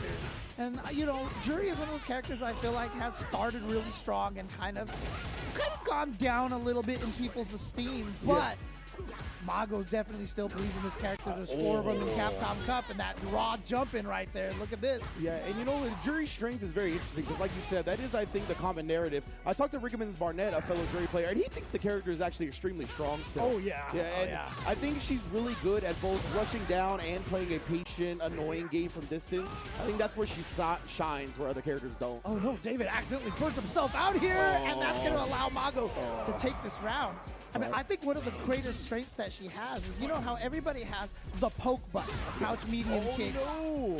But Jury's longer range buttons, her stand heavy punch and her forward heavy punch, not only have better range, but they're cancelable, so they're not even DI-able. Yeah, exactly right. You could have canceled your own DI if that's the case. Feng Shui Engine, I love this from Mago. Oh, yeah, double overhead indeed. Double overhead. You always got to be ready for that. The specific setups that she has for that. Did you see how ready Mago was right there? He tried to, I believe, fake the safe jump and go with a throw. David was holding up on wake up, but then he immediately DP'd it anyway. So this dude Mago got all his bases covered. Like you said, September is every month now. Cut this. Okay, This is too violent. This is too. Put the parental advisory, explicit 18+. No. Come on, David. Let's go. You got this. You spent the first game gathering the information. I like that adjustment from David right there. He tried to drive rush into nothing because Mago had checked it pretty well in the last game. There's the anti-air headbutt he's been looking for. Okay, good block from Mago. So here we go. Combo. Just going to build up one of the Feng Shui charges right there. Yeah, oh, and look at that Mago. A lot of the times, the juries will parry after stalking because it's like -4, -3, whatever it is. And then they'll just drive rush in if you're not going to do anything. And that's what happened. He sensed that moment of hesitation from David and just took him to the corner and ran over. Yeah, and he had all 3 of the charges in there. So he had every combo path available to him. Oh, the range. Jury's crouching medium kick, one of the scarier ones. Oh, here we go. All right. Goes in with the command throw. Let's see if that actually gets Mago a little bit more concerned here. Nice jump away from the throw. And a punish here. Let's go, David. Something nonsense. Oh, just OD head. Frame trapped him. Mago tried to jump and escape. Nice, I love that. Oh, there we go. David, he will headbutt you. He'll parry after. If you don't got parry, he'll super level 1 after. Like, he's very willing to do you. Yep, there we go. And that's the tricky thing about Honda. He's similar to Street Fighter V. It's like after he's headbutt, after he's done hands, you know, he's in this weird position where if you want to try to poke at him, oh, what a check on the drive rush with the crouching heavy punch. Davis. And he got the link off of that. Let's go. He's starting to get comfortable. Oh, I like that in reaction. He even caught Mago off guard a little bit. He went with parry instead of drive impact, and now he throws the landing frame. Tries to finally get him with an ocho, but Mago still too aware. Coast to coast here with this. Is he going to go for the dive kick in the air? Yep. Sends him all the way to the other side. Going to be able to keep the juggle going. What is, literally are we playing wall to X-Men wall. versus Street Fighter here right now? For real. Oh, but the armor headbutt. My man carries that corner. Uh-oh. Yes, he's been eating a lot of jump-ins. David has not had the anti-airs. We see some of the starts of the backdash. He caught the backdash. David tried to read the throw. He woke up with the backdash. And Mago was able to punish that by drive rushing and stopping early, and then just going for the crouching medium punch right there, the knife normals, the dagger normals right there, and got that hit. But nicely done by Ultra David in that second game. Actually did really well there. Was able to take one of those rounds and had some really nice checks there. It was really just the jump-in that killed Ultra David, honestly. Yeah, I think you identified the main problem very accurately, and it was just the fact that these headbutts, for whatever reason, they weren't coming out when he needed them to, or he wasn't getting the proper input. I'm not sure what it was that was thwarting a lot of his attempts at an anti-air, but Mago got so much mileage off that, right? Yeah. And I loved his feng shui usage as well. Mago carrying from wall to wall. He used it in the game 1 as well. Just get that full corner carry. He got the double overhead off of the corner pressure as well. So I love seeing that level 2 explored, because we talked about the strength of level 2s in this game right earlier. And a lot of the time, like you said, it's the JPs, it's the Rashids, it's the Blancas that really get the shine. But feng shui is a solid level 2 as well. It might not be on the level of those others, but it has a great usage, and it also can kind of allow you to combo into drive impact as well if you're trying to attack the opponent's drive gauge. A lot of uses for it. It's such a snowball. That's the thing. So, you know, JP, Rashid, Blanca, once they activate theirs, they're kind of in a skip neutral mode, right? Juri, when she activates her feng shui engine, isn't really in a skip neutral situation, but if she gets the hit, just the absolute momentum she gets off of that, because every feng shui combo leads to, you know, the corner situation where you can set up the double overhead like we saw. You could also set up the you know, safe jumps, empty lows, etc., etc. It's such a powerful tool for comebacks or just steamrolling somebody. Yeah, like endless possibilities when you have the opponent in the corner and you got feng shui activated. So looking forward to seeing more Mago as well. It's going to be actually Mago versus Rickerman's Barnett as the next match for Mago and Rickerman. It's going to be a jury mirror. Yeah, it's most likely going to be the jury mirror. But yes, I know that's not the match we're coming up at next, but that is the next match for Mago. Next match we actually have coming on stream is a Ryusei and Seiyo. Ah, okay. Ryusei and Seiyo. Ryusei, also JP, right? If Yeah, I'm not mistaken. I want to say Seiyo JP as well. Oh, no, you're right. You're right. I believe so. So we got JP Mirror to follow that. I mean, not maybe directly following. Oh, my Lord. All right, what are you seeing? You guys just strap in, because we got Ryusei versus Seiyo now, which I think is a JP Mirror, unless I'm mistaken. Apologies if I am. Then next up is going to be Nemo versus Julio, which is also going to be a JP Mirror. And then the one following that is probably going to be Mago and Rickerman's Barnett, which is another mirror. Yeah, but jury mirror, Oh, man. All right, so yeah, strap in, bro. We're going to see a lot of purple on the screen. Okay. Lots of purple. I just want to see no. That's what we're going to be seeing all day here. So, but Man, again, shout out to Giuna, bro. I always think of Giuna when I hear people like replicating the fighting game lines that are in game. He's just always the one that sticks out the most to me. Nice.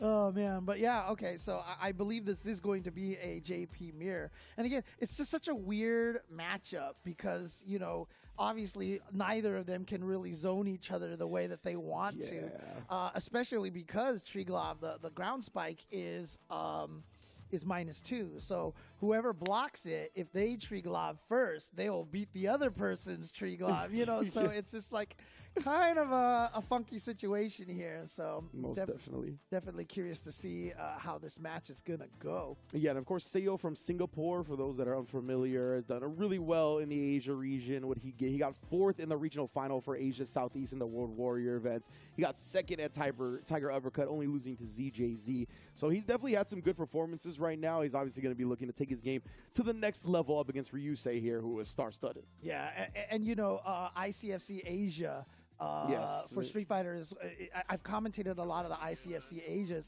and Seiyo is definitely one of the players that has shown up there a bunch of times. So, bro, in ICFC Asia Season 1, we were the forever shift. We did like every ICFC Asia in that first, in the fall season, or the summer season, I think it was. Yeah, absolutely. But, I mean, JP Mir here, I mean, I hope they do us the favor and at least pick 2 different costumes. Yeah, for sure. We shall see.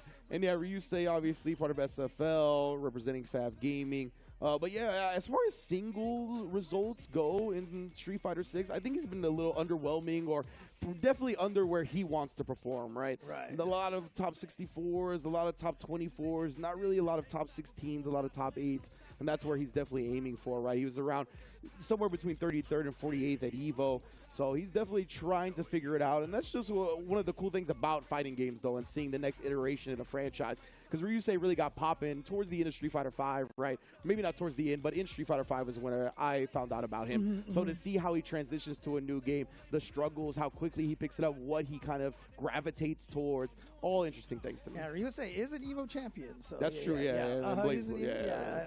Exactly. Definitely forgot about that part. Yeah, and then, of course, Ryusei also kind of went viral the one match at EVO where I think it was after he won, he had the big wide-eyed look. Yeah, he was like, woo! And so definitely a very expressive player. So, but again, here it is. Oh, they went with the same costume. Come on, guys. That's what I'm talking about. Make it as difficult as possible. Okay, so at least we got Constructicon colors here, right? We got purple and green. Is that what we got here? I think so. Yeah. I was hoping that they would pick a similar color too. I was like, similar costumes and a little. It's more pink and aqua. It's more pink and aqua, but I'll call it Constructicon. All right. I just like the green and purple color schemes. Let's go. And let's get the JP mirror. Yeah, I love that. I mean, the departure, I think, is the key to this character more so than anything else, right? They're going to be trying to get that departure up, make sure the opponent respects it so they can approach safely behind it. Back to back with a crouch medium kicks, of course. When the first one's a drive rush, you got to expect that. And you know, obviously, you see them buffering the ground spike, you know, the down. So they're not trying to be disrespectful to each other. They're just buffering the inputs on there. Yeah, nobody's getting bagged. You know what I'm saying? Nobody's getting bagged up. They're just buffering. Yeah, I remember talking to Grand Totokai about this too. You know, definitely an advantage for hitbox players to be able to kind of do instant, especially with that SOCD cleaning on the up, so you can hold down and like tap up and let go and get the instant ground spikes that way. Oh, my man said departure. I'll match you with my OD departure. And Ryusei, he's still got a little bit of drive gauge, even though he's got less life. But yeah, Sayo, he's got to be worried about the chip now. Look at he just sent the level 1. He canceled the level 2 to block. It didn't come in time. That, I think, only has 7 frames of recovery. It's a very fast level 2 on startup. But, man, it wasn't fast enough. Dude, that was like a Wild West showdown right there. That was high noon right there for the JP players. Wow, man. Drop. Oh, man. Yeah, level 2 startup, 1 frame, recovery 7 frames. So that super was just in his grill. Oh, man. Oh, there's that crouching medium kick, pesky crouching medium kick. Both, look at this back and forth. I'm pretty sure they can punish that with their own, right? The down forward heavy punch. The down forward heavy punch is minus double digits. So let me check on that right now. Yeah, and the range on it is ridiculous, right? So yeah, let me see. Oh, okay, so it's minus 14, but the startup is 16, so they can't go. Okay, so it's just shy, 2 frames shy. Okay. Gotcha. Now see how you say, just backing up right there as soon as he didn't have the departure to cover him anymore. Big parry, but no punish. Yeah, too slow. You picked too slow of a move right there. Watch out for that departure right there. There comes the shadow. He went for the overhead. That was sick too. Sayo actually perfect parried the spike, but Ryusei following it up with a quick overhead didn't give him a chance to take his turn. Yeah, try to perfect parry that jump attack again. That just means that Ryusei's got to keep that in mind. A lot of times you can take advantage of that, jumping in at a surprise time, and then just empty jumping in the throw. Oh, here we go. This is the true block free starter. Oh, yeah. He tried to drive reversal, but nah, you can't do that on that setup either. Yeah, the crouching medium kick, I believe, is safe against the drive reversal, so as soon as you see it, you just block. And so it's not an option in that situation. Yeah, so that setup is a true block free. You kind of just have to know the high-low timing on the block if they do go with double crouch medium kick. Yeah. Big shout outs to High Fight for the visual demonstration. Yeah, exactly. I apologize. I seriously thought there was a gap in there somewhere, which is why Daigo did not try to parry that situation against VX Bao. You get jailed up. And look at this right now. He just goes with the low again, combos off of it. Looks like he mistimed the overhead, but trying to keep him locked down. Ryusei finally escapes. Big anti-air. That's a nice extension. Yeah, that forward heavy kick. Open the crouching medium kick. If it hits, like that's the flow chart, right? It's like crouching medium kick. Did you hit? then it loops back to crouching medium kick. It is like, did it hit? Loop back to crouching medium kick. Did it hit? I want a restraining order on crouch medium kick. That is harassing the hell out of everybody. Oh, what a bait out from Sayo, reading it off the first knockdown. Here we go. Oh, just waltzes on in. One hand behind his back. Dude, I love this guy's animations. Oh, he yeah. makes everything look so easy, you know? He's like Mr. Effortless here. I'm a big fan of the character aesthetically. Like, Yeah. for sure. Now, he's just harassing with that crouch medium kick. You're in the corner. You say you can't afford to even block, or you can't block it, though, so you can't get hit by anything, including that stand heavy punch. And you know what? JP players are not allowed to complain about that move. Because you got one too. Yeah, most definitely. I love that Sayo. He was walking forward and reacted to that drive push with a perfect parry, but oh yeah, unfortunate on the way it played out. The classic right there. I swear that's a tactic. Just be outside of their throw range, throw, whiff, and then they whiff their throws, and then you basically get the punish. Ooh. Yeah, just didn't block in time. Maybe try to parry. That was too late. Nice. Found it there, and again, you can put that departure up. You can slow that down, right? You can approach behind it. It's all about getting that departure in a space where you can go. But a nice way, and not a back throw, actually. Instead, he's going to go into the level 2, and I guess he's probably going to go for the, no, he doesn't. I thought he was going to go for the drive gauge attack. Me too. He just took the corner carry. He's going to set up the OD departure as well. Try to bait out a throw that time, or an OD amnesia. Oh, man, to teleport out of there. Keep your hands to yourself. Gets the man in the mirror right there to the other side. And there, Sayo was like, I'll take the attack on the drive. Yeah. So Oh, this he timed it, but it's all right. Caught Ryusei off guard. You're done in that situation. There's nothing you can do in that predicament right there. And again, remember, ground spike is -2. Yeah. When you're burned out, it's +2. It is such a pain to deal with that. When he has you in the corner, he just ground spikes you. He's like, I'm +2. Yeah. And yeah, it is not fun to deal with that. That was unfortunate for sure. But good job from Sayo. And again, awesome stuff seeing the representation from Singapore. We've got players, from all around the world. And of course, Singapore, known for Cien. Of course, he is their champion. But it's great to see, him inspiring that scene, getting more people to play. And Cien himself has done so much to grow the Singapore scene as well, helping run weeklies over there. And this is the result. We see players like Sayo coming out here and just doing some massive damage. Most definitely. I wonder, on that level 1 on the level 2, it said counter hit. I wonder if he just tried to escape after doing the super, or if, it was just funky and it said counter hit instead of punish counter during the recovery. Yeah. Definitely weird. I got to take another look at that later on. But Sayo did a great job, right? Especially here. Yeah, he did miss time. I was wondering if he did or not. So good stuff from Sayo, though, closing it out 2-0 in that mirror match. And yeah, man, I mean, that's something that you got to be well versed in if you're a JP player, though. You know what I mean? Like, there's a lot of high level JP players, especially in the Asia region. Like, there are so many very strong JPs. I talked about, the weekend that had the CPT offline France, right? There were not a lot of JP players in that tournament over there. In fact, in the top 64, there was only one JP player, which why I think that there were so many Guiles at that tournament, actually. There you go. But that same weekend, I believe it was Tiger Uppercut that was happening in Thailand. And I believe, if I remember correctly, top 8 had 4 or 5 JPs. And I think the top 3 places were JP. So all the JPs that didn't make it to France just stuck around in Asia, because Asia is definitely where JP shines the most. Yeah, and they really push that character to it's not its limits just yet, but you can tell they're usually on the forefront. Big shout outs to Lord Venom, though. I feel like Lord Venom really pioneered a lot of JP tech, and I feel like that's kind of getting lost in the narrative because of the strong foundation of JPs coming out of Asia. And we're going to get another one right here from Japan. Nemo, well, I think a crowd favorite, honestly, in my opinion, when it comes to the FGC. Going up against Julio. Yeah, we run in a JP mirror back. Don't think we not. Don't think we not. By the way, I was really impressed with how much Rob TV was able to get Lord Venom to talk, because if you watch SFL EU, I mean, Logan was definitely like pulling teeth there, trying to get Lord Venom to have some sort of response more than yes. So shout outs to Logan. I respect your struggles. Shout outs to Logan and F Word, by the way, two of the greatest to do it here on the desk. Oh, here we go. Perfect parry into the drive impact. Yeah, but Nemo already setting up shop. Yeah, bring the departure up. Approach behind it. You already know, and I love that. Immediately Second challenge one, with the yep. parry. And now he's just trying to burn him out at this point in time. So, oh, dang. Okay, perfect parry on Wake Up, if I'm not mistaken. Yeah, let's go, Nemo. We're trying to swing with that stand heavy punch. Really good usage of it. Always identifying where he can kind of shave off that drive meter of the opponent.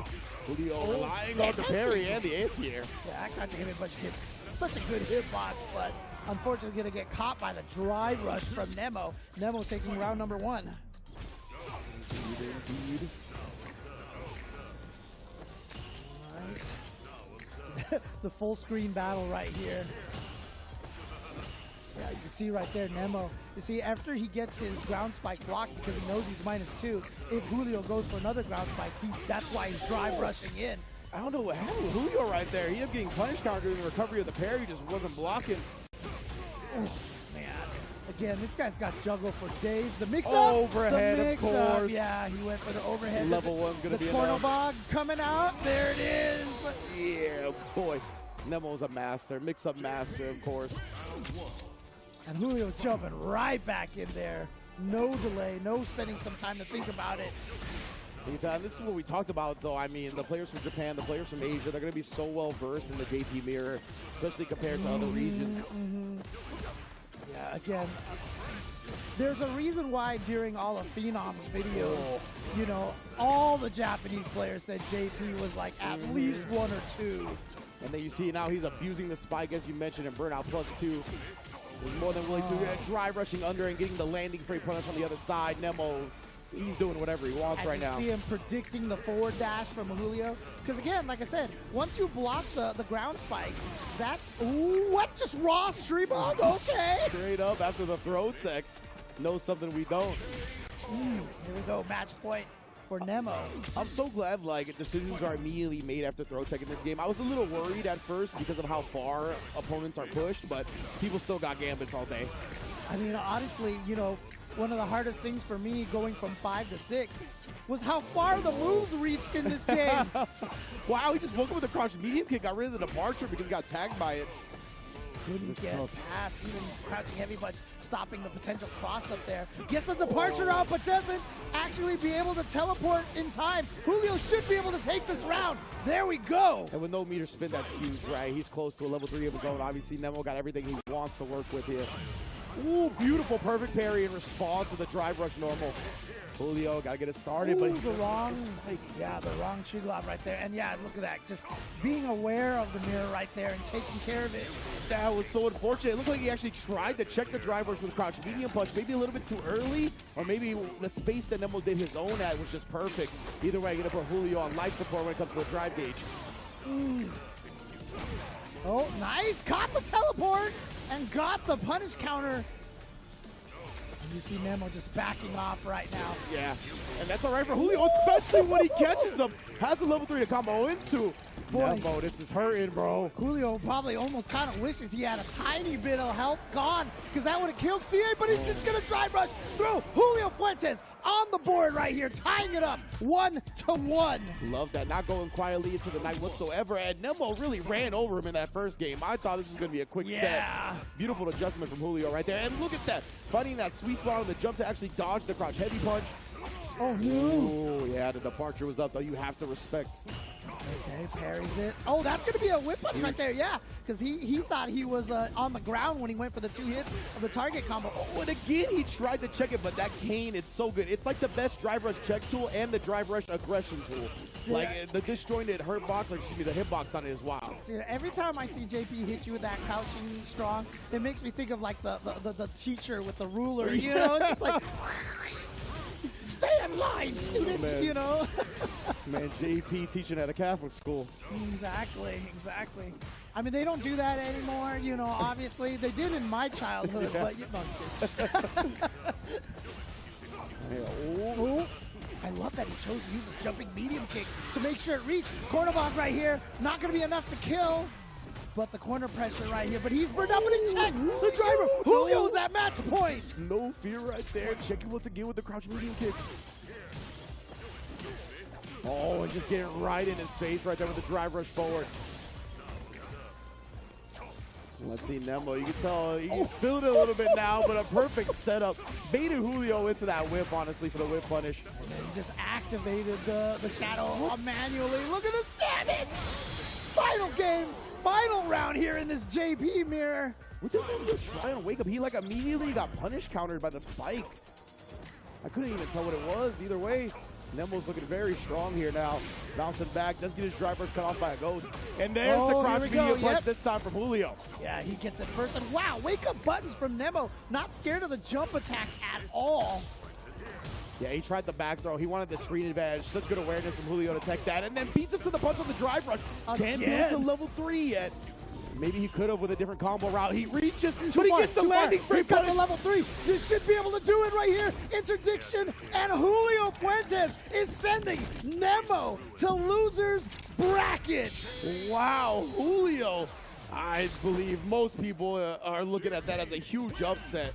My goodness, coming through and shutting down Nemo in the JP mirror. And we just talked about how it really feels like the players from Asia have an advantage in that set, just because there's so many high-level JPs clustered in that area. But Julio, he bring a different flavor, and Nemo, who wasn't liking it. I need someone to Photoshop that JP wins.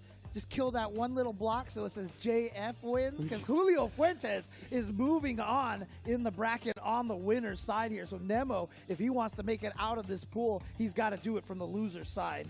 Wow, man. Julio. Oh, wow. We actually had Mago versus Rickerman's Barnett take place already. And Mago defeated Rickerman 2-1 in that jury mirror. So Julio and Mago are going to have to go up against each other in an attempt or for the right to face Seo in winners finals. Wow. Oh, dang. I would have really liked to have seen that jury mirror to see how that would have gone. Also, just to see how far Rickerman's Barnett has grown since the Street Fighter League. You know, would have loved to see what that jury was capable of. So Ultra David's still alive, by the way. He's still in losers let's bracket. go. Let's go. Had to check in on our commentary brethren, of course. But yeah, man, we saw Julio really just bounce back from that first game loss. Nemo dominated that first game, man. Julio really came out. He tried. He dug deep in that game 3. Nemo did to get that perfect in the second round. But in round 3, everything just went Julio's way, and he was able to thwart everything he tried. Yeah, absolutely. So good job to Julio Fuentes. Again, one of those stories that I'm so happy to see because, like I said, the way that he's been playing, you know, like I said, the hand pains and stuff like that. And, you know, that's a tough thing for players to take care of. But, again, you know, you manage it. You find ways to take care of it, do the proper stretches and exercises. Shout-outs to 1HP, a group of guys out there who are all doing a bunch of physical therapy tips for all sorts of gamers out there. So shout-outs to them. We as a community, not even just fighting games, but gaming in general, need to be educated on that stuff, right? Like it's honestly not like the type of exercises and stuff you really get taught normally just in life through school or whatever have you, right? The ones that are really focused on the hands, the wrist, the forearm, stuff like that are very important for what we do. Wow, we're just jumping straight back into Julio Fuentes again against All Day Mago here. All day, every day, 365 Mago. The 2D God. So again, this is going to be Jury going up against the JP. And obviously, Jury, a very mobile character, being able to just drive rush across the screen. I think she has one of the farthest and fastest drive rushes in the game. It's been a little bit since I've really tried to nail down her data on that, but from what I recall, it's the farthest drive rush and the second fastest. Yeah, because DJ is the... As I always call it, the diesel jet. Because that thing just zooms across the screen. And the DLC might have changed that a little bit, but from what I recall, that's kind of where she's at. Very, very strong drive rush. And obviously in this match, very important. Yeah, and of course, you know, one of the powers that Jury has is that standing medium kick hits twice. So the first hit hits very quickly, and the second hit means that there's a ton of active frames. So drive rush medium kick is so good, but so is drive rush heavy kick. Got the punish counter, got the juggle a little bit afterwards. Oh, yeah, that's actually -3, but +1 because he's burnt out. Yeah, exactly. that's right. I forgot. Or excuse me, -4. It's -4 and 0 on burnout. Apologies. And then just goes for the command throw. Oh, that crouch medium punch. Put that that was thing from back the logo. where it came from, or so help me. That was actually from the logo, bro. Steph Curry on that one. Oh, man. Shout-outs to Jammers, by the way.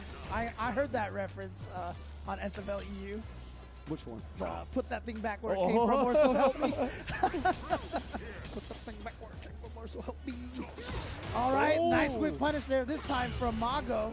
Surprised Mago was more confident in that. We just go into a drive rush. Had already had the stock buffered. Oh, checks the drive rush. Not gonna let him in. That's the thing, it goes really far, but players have gotten so much better at checking drive rush from long distance. And when you're doing it up against JP and that crouch medium punch, that is a dangerous option to go with. Yeah. OD departure, we got 2 spikes on top of you. Went for low, but didn't complete the job. But Here we Mago, go. he And burnt out. Remember what I said, though, the comeback, the snowball of this, but it was on block, so got to find a way to get the hit. Remember, if you chain into the overhead, it just knocks down right away if it's in the Feng Shui engine. And so, yeah, wasn't able to open him up with the Feng Shui engine at all. And good stuff from Julio. Yeah, it looked like Mago cut the Feng Shui pressure short to maybe bait out an OD amnesia, and Julio didn't do it. Oh, so strange right now from Mago, leaving some big crouch medium kick hits on the table. Julio right now definitely feeling good after that victory over Nemo. Wants to see if he can send out 2 Japanese players into the loser's bracket. He was feeling too good right there. He was relying on that spike time and time again. Oh, the fake. And I don't know what Mago is trying to go for. There really seems to be some execution errors going on from Mago right now. I'm just very confused. Goes for the low, teleports over the shimmy from Julio. Full screen again. You got to get back in again. Nice jump from Mago, though. He perfect parried that first projectile and was able to jump over the second. Really allowed him to get some drive gauge back. All right, gonna block that. There we the go. drive rush cancel has one of the Feng Shui charges, the Fuha charges. Builds up to 3 Fuha charges. Okay, so Mago's in a dangerous situation, though, but spends 2 of them right there. Oh, just trying to walk up after the departure with a tech from Julio. Oh, that's no minus punish 14. him. He didn't even try to punish it. Very surprising. I just wasn't ready for it. Using the medium ghost right there. Oh, into the level 2 here off the drive reversal. Yeah, I was going to say block string, but immediate drive reversal. Well done. Julio wasn't looking to bait it out. Ouch. That's not a good trade for Mago. Actually, here we go. Feng Shui engine should be able to finish this round. Yes. There we go. All right, Mago staying alive here. Staying alive for now, that is for sure. That's a good start from Julio, though, in this game 2, round 2. Another perfect parry on the go. He's been consistent with that. I love that. He saw that the first spike missed, so he immediately threw out the OD one because he knew Mago was going to try to dash in. Mago sniping once again with that drive rush stand heavy kick. Oh, he just tried to advance forward on that minus 4 Fuha.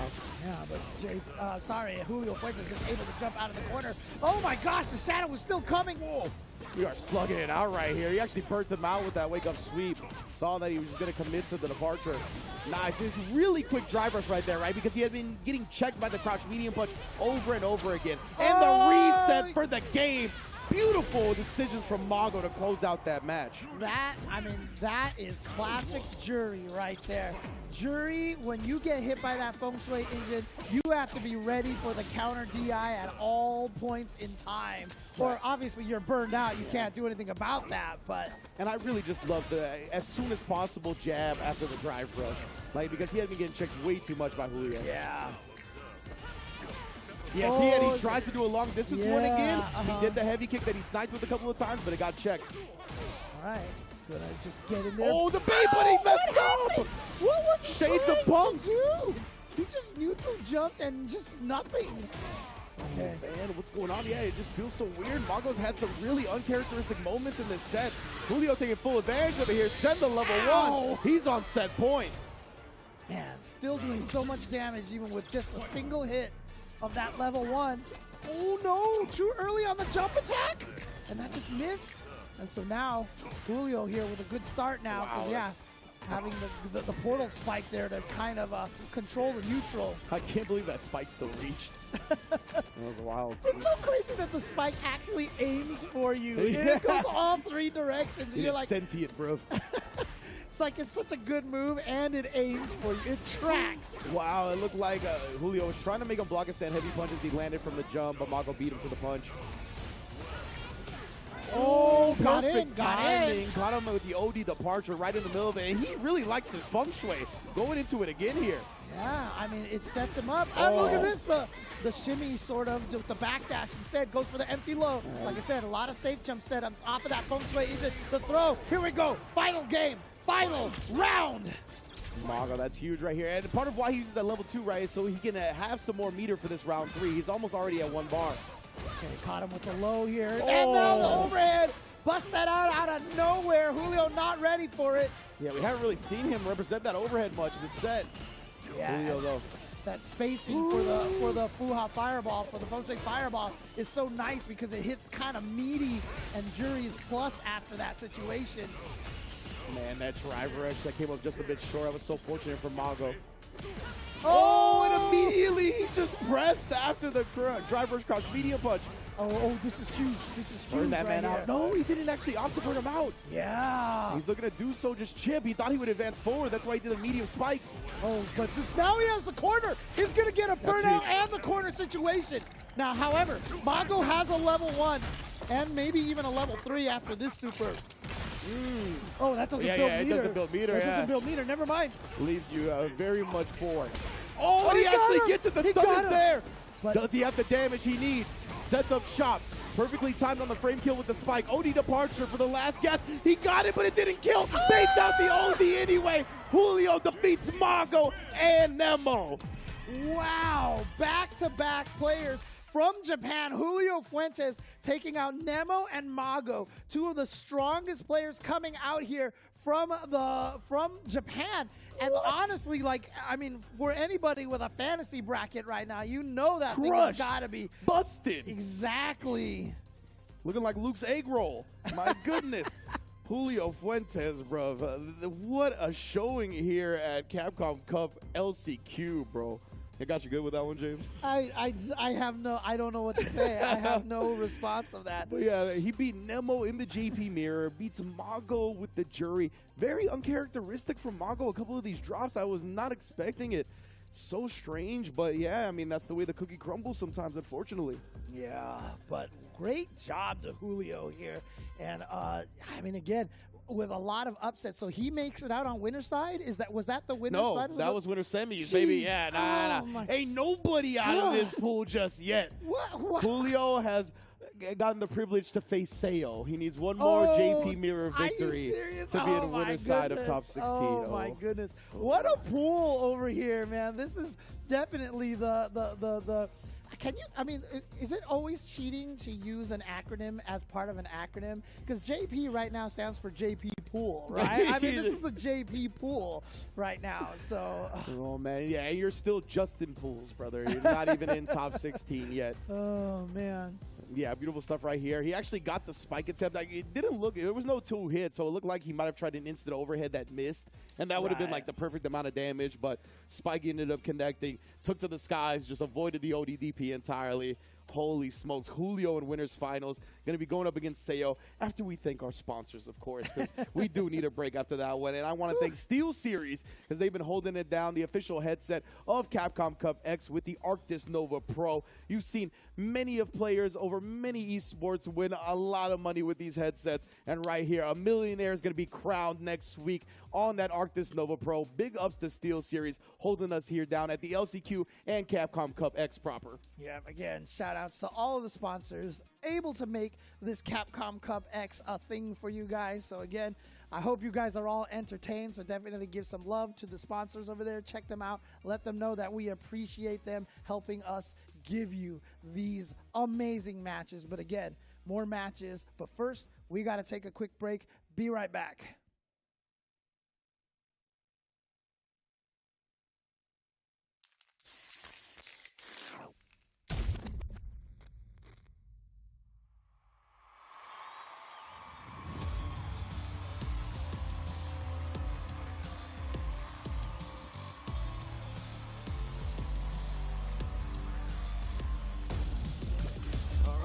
Get it! Yeah! Sure thing. Let's dance. Hey, where's my bag? Watching all as I command the stage. On deux, trois, make way for the ninja star. From the Butinu. I live for battle. Second helping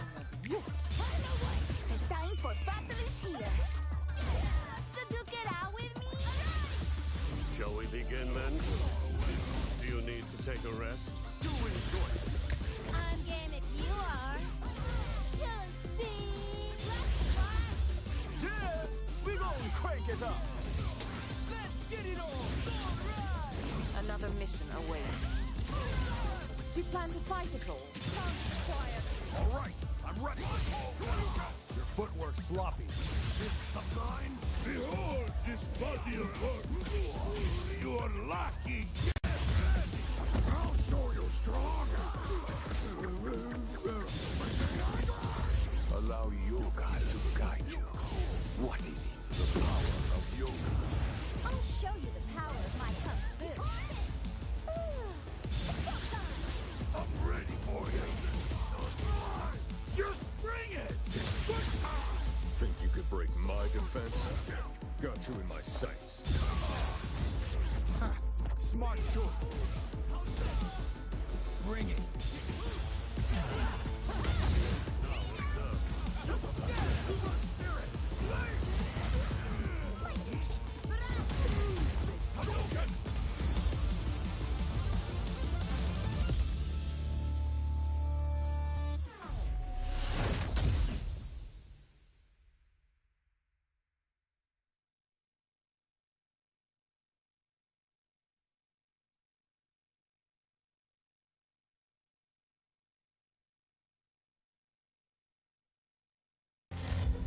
Choose your sibling. It's Angry Bird or it's Big Bird. You can't stand in the middle. The Middle East Fighting Pride.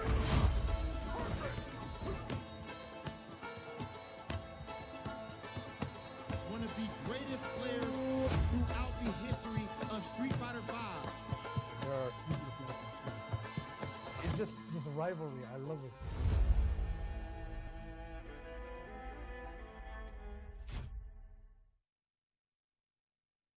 Try to stop me, then you're gonna pay the price. All them late nights finally paid nights. Awaken my dreams, but you could call me the greatest of all time. Yeah, I'm focused. You know how bad I want this. I'm giving it my all. Never thought this moment is golden. I control it.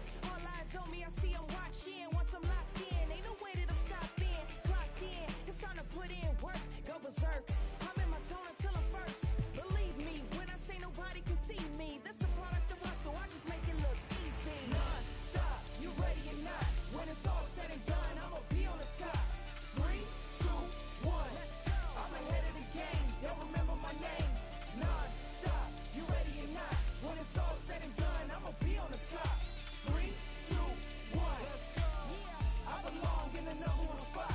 I always keep the business nothing personal. When you always see nothing, I just barely scratch the surface. Welcome back to the Capcom Cup LCQ. We are here at the Endless Couch, fueled by Pagoda, and as you can see, I am joined with Saint Cola and Sherry Jennings. What's going on, guys? Gotta say, beautiful look, Robe TV, good job. I was going to say, Rob, please tell me, please explain to me, what do you have on right now? What are you talking about? It's a toga. A toga. I've never seen togas like that. I've never seen a toga. It's a toga. This is You how. need this. Listen, they asked me, "Would you put on a toga?" I said yes. Cat Williams be damned. Okay, it's not a dress. It's Whoa. a toga. It's a toga. Okay, it's completely different. And I told them when they said, "Oh, we put a toga on."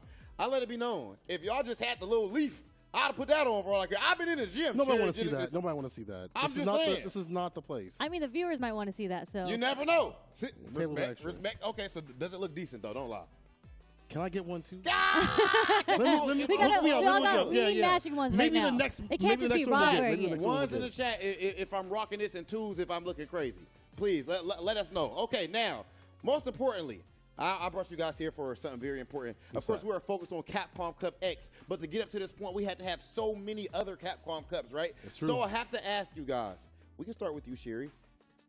What is you guys' favorite, or what is the best Capcom Cup win? Moment win, however you want to put it.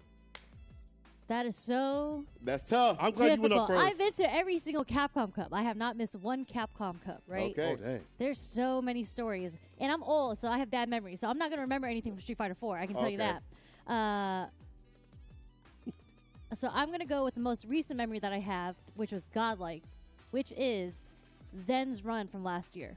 Ooh, you threw me for a loop. Because I wish That's people fire. knew the background behind that. Because let me tell you. So first of all, it's LCQ. So when we look into the LCQ brackets, we always look at who from Asia is coming, who from Europe is coming, and we're looking at the Japanese player. We're looking at Tokido, we're looking at Daigo, like Fudo, all these types of players, right? And then what's crazy is DCQ, who was already in Capcom Cup last year, he had tweeted, "My boy Zen is about to make it through LCQ." That was so fire. Yeah, he did. He foreshadowed it. Yeah. And no one, everyone looked at the tweet and Ain't they didn't nobody take it taking that, seriously. yeah. They're like, who's He Zen? just supporting his homie. Yeah, Like, you think oh. Zen is going to be Tokido? Come on. Yeah. We're not thinking that, right? And Zen didn't lose one game. He even had All to the name way. he had to CFN fake Problem X, and then he had to beat Problem X as well. Exactly. That was crazy. Like, you would have never thought of it. And then this kid makes it all the way to top 3 without losing a game. And what's crazy is once you had the top 3, there was no way there was a bad storyline. Yeah. Because Yeah, that's who true, was that's it? true. It was Mena, Idom, and Zen. No, was it Adam or Ender Walker? No, Ender Walker didn't make top 3, huh?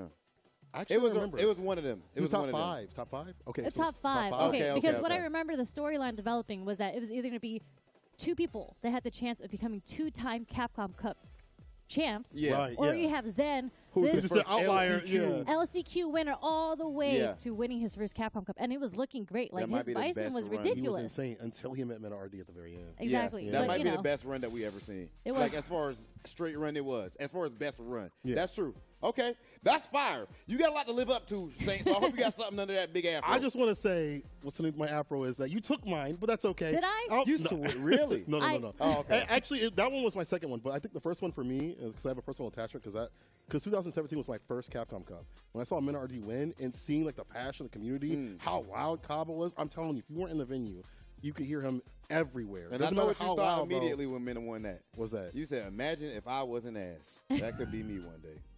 Have you ever won a Capcom Cup too? I qualified. Did you win? I qualified. Did you win? We were in SFL finals. All right. I'll give that up.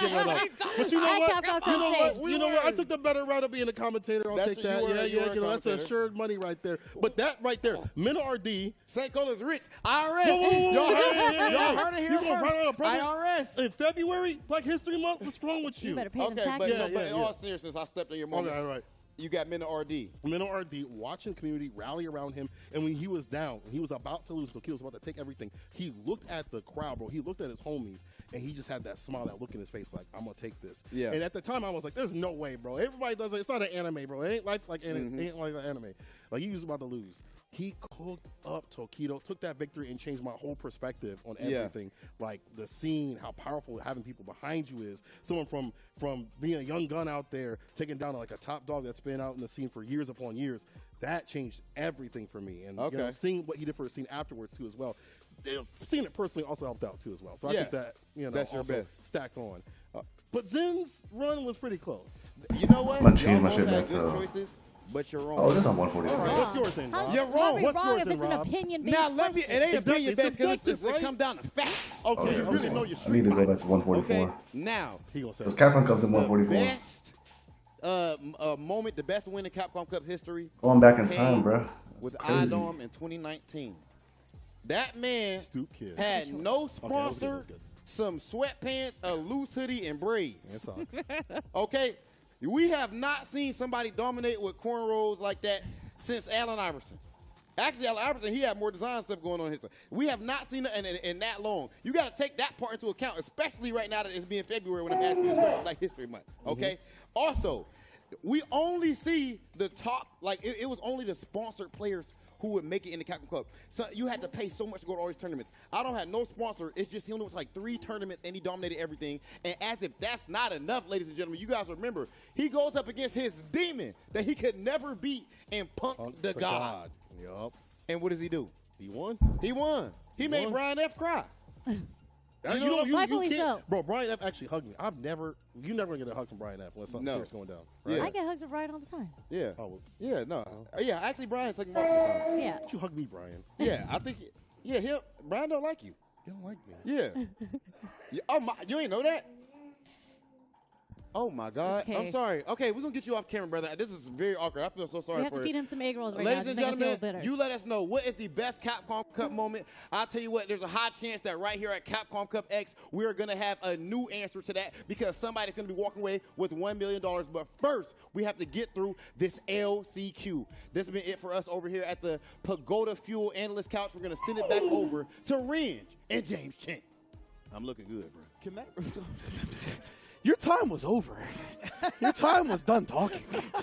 But anyway, can't even remember where I was going to go with now. Look, all I'm just going to say, only thing I'm going to say is I've given Brian F. hugs. He's hugged me before, I was going to too. say, can that revelation be my favorite moment in Capcom Cup history? Because I feel like that was mine. Also, as a friendly reminder, Allen Iverson never won a championship. Never won the NBA championship, I should say. So there's an argument to be made that IDOM even dominated more so. Yeah, he might be the true. cornrow godfather when it's all said and that's done. true. Although, to be fair, Allen Iverson did ruin the perfect record of the Lakers, true. which I'm still bitter about. But in any case... We have arrived at winners finals. That's what's in any case, most definitely. We got Julio Fuentes, and if you're just tuning in, you missed two of the biggest upsets back-to-back that we've seen at the LCQ so far, when Julio was able to take down Nemo 2-1 in the mirror match and take down Mago up against his jury. Now he's going to have to go with one more mirror match up against Seo, who was able to take down Ryusei 2-0 in that same JP mirror. Yeah, but of course, you know, I mean, both of these players obviously have probably fought a lot of other JPs in practice, but we're talking about practice, not a game, not a game, not a game. We're talking about practice. Not today, bro. Yeah, the practice is over. It's time to shine. You can practice all you want, but under those hot lights on any given Saturday that it is today on the LCQ, who's really going to perform? And right now, Julio is having the tournament of his SF6 career, because I don't want to discount his runs in the past. He's had amazing runs in Street Fighter 5, Street Fighter 4, I believe, as well. But right here now in Street Fighter 6, he is peaking at the right moment. Yeah, exactly. And this is what these LCQs are about. You know, Sherry talked about Zen's moment. Yeah. Zen just kind of came out here and surprised us. Maybe this is like Julio Fuentes' tournament. You took out two very strong players, and what if he just keeps it going after beating Seo and just dominating through the top 16? But I mean, look at the start for Julio so far here. I was going to say, it's a good start so far, right? Beating him to the punch of the spike as well. He's just really been able to maneuver around the JP neutral so much better than his counterparts. Dude, they really gone for the yin-yang look over here. We got the black Yeah. versus the white. Who over here. reacts to the command grab? I've been around for a hot minute, but don't test my reactions like that. Come on Julio's now. like, look, I like that command grab. I know when you're going to try it. Oh, just backing up right outside that down forward heavy punch range. You see that forward dash right there, trying to get aggressive. I like this from Julio, but it looked like he might have tried to catch him landing with that. Oh, nice check, but both of them now with that crouching medium kick. But here we go, Seo getting the hit. Now trying to set up the departure right there. You see Julio just walking out of the range of the departure so he doesn't have to worry about the spike. Oh, tried to parry that time, gets thrown, and that's a big drive chunk drain. We were talking about that when Seo was playing his last match. Remember that he likes to go for that last second parry against the jump-ins, and I said, you should empty jump throw, and that's exactly what Julio did. Very smart, especially when players like JP players whiff a button before that. They're always looking to parry after. Oh boy, look at all these. Oh, the overhead. Julio, game number one. He's one game away from getting into the vaunted top 16 on winner's side of this LCQ. In a pool that included Mago, Nemo, Ryusei, Seo, who he's playing right now. Let's see if Julio could be the one coming out on top. Again, just trying to chip away at that drive meter. Nice check from Julio. He's willing to burn himself out because he gets nice damage. He gets that full screen pressure, gets to put up the departure, be able to buy himself some time while his burnout regens. Yeah, this is a dangerous situation, though, because, again, those are +2 spikes now because he's burned out. So after he's locked, and here we go. You got drive impacted against the wall. There's the frame kill with the empty jump. See, now Julio, let's have his drive meter back, but it looked like he's trying to hold up on the setup right there, and Seo perfectly timed the meaty. All right. Julio right now trying to seal this deal, but Seo trying to tie it up 1-1 here. Just needs to take this round. He could have also tried to backdash at the end there rather than hold up. It's true, it's true. Yeah, no striking ball on backdashes in this game, so if you try it and you get hit immediately, it just looks like you got hit. Ooh, Yeah, good punish right there, but you know, I was about to say, unfortunately, JP can't convert on. I should say, fortunately, JP can't convert off of that at max range. But here we go. We got the Lavushka coming in here. Gonna go for the big damage, attacking the drive gauge here. Yeah, Julio's got to block this. You can't go for the drive impact right there because that would have been a lock situation. Julio, he tried to catch him command to something with that jump, and it says he's gonna go level 2 off the stand heavy punch. Yeah, he's gonna be able to get away from that. So all it is just building the space. That's what that level 2 was for, to get out of the corner. But Seo here, oh no, you tried to go in, and Julio all ready to go. That almost evened up the life just off that punish counter anti-air. Trying to sneak in. Yeah, he had to respect. Ooh, that was such a sick setup. I didn't even realize it was his own spike. Level 1. Not going to be enough to kill. Oh, and then he beats the Ghost Startup with the down forward heavy punch. Julio 1 round away from top 16 winner side. Here we go. Whoa. If that was an input error, maybe try to get a crouch button and he was just crouching beforehand. But there you go, Seo just with a casual stroll up there, gets the throw. But again, Julio Fuentes walking out of the range of the portal right there, of the departure, just to kind of take it out of the equation. Well, you got to, right? The departure awareness, how you use it, how you play around this, the biggest part of playing against JP. Oh, it was, he did it too late. It was still able to punish counter. Yeah, he just thought that he would be confident enough to keep walking Block in and he string. would catch him. Yeah, and he goes for nice. Yeah, drive reversal out, right? You got to time it real nice and early so you can catch that first crouch medium kick. Oh, he got caught by that, and that's going to be a combo, but oh, was that supposed to be a crouch light punch like that? I feel like Seo had an execution error there because look at the damage that Julio got off of that. Yeah, Julio, it's a big window of opportunity that's open for him now. And He's close to has 3 bars. Yeah. Oh, that's a punish. That's That gonna should be able to do game. it. He should be able to get the level 3 off of this. Right there, level 3, that is done. Julio Fuentes defeating Nemo, Mago, and Seo all in a row. They're going home with the letter at the end of their names, Yeah, Donuts. I know, right? Julio in winner's side top 16.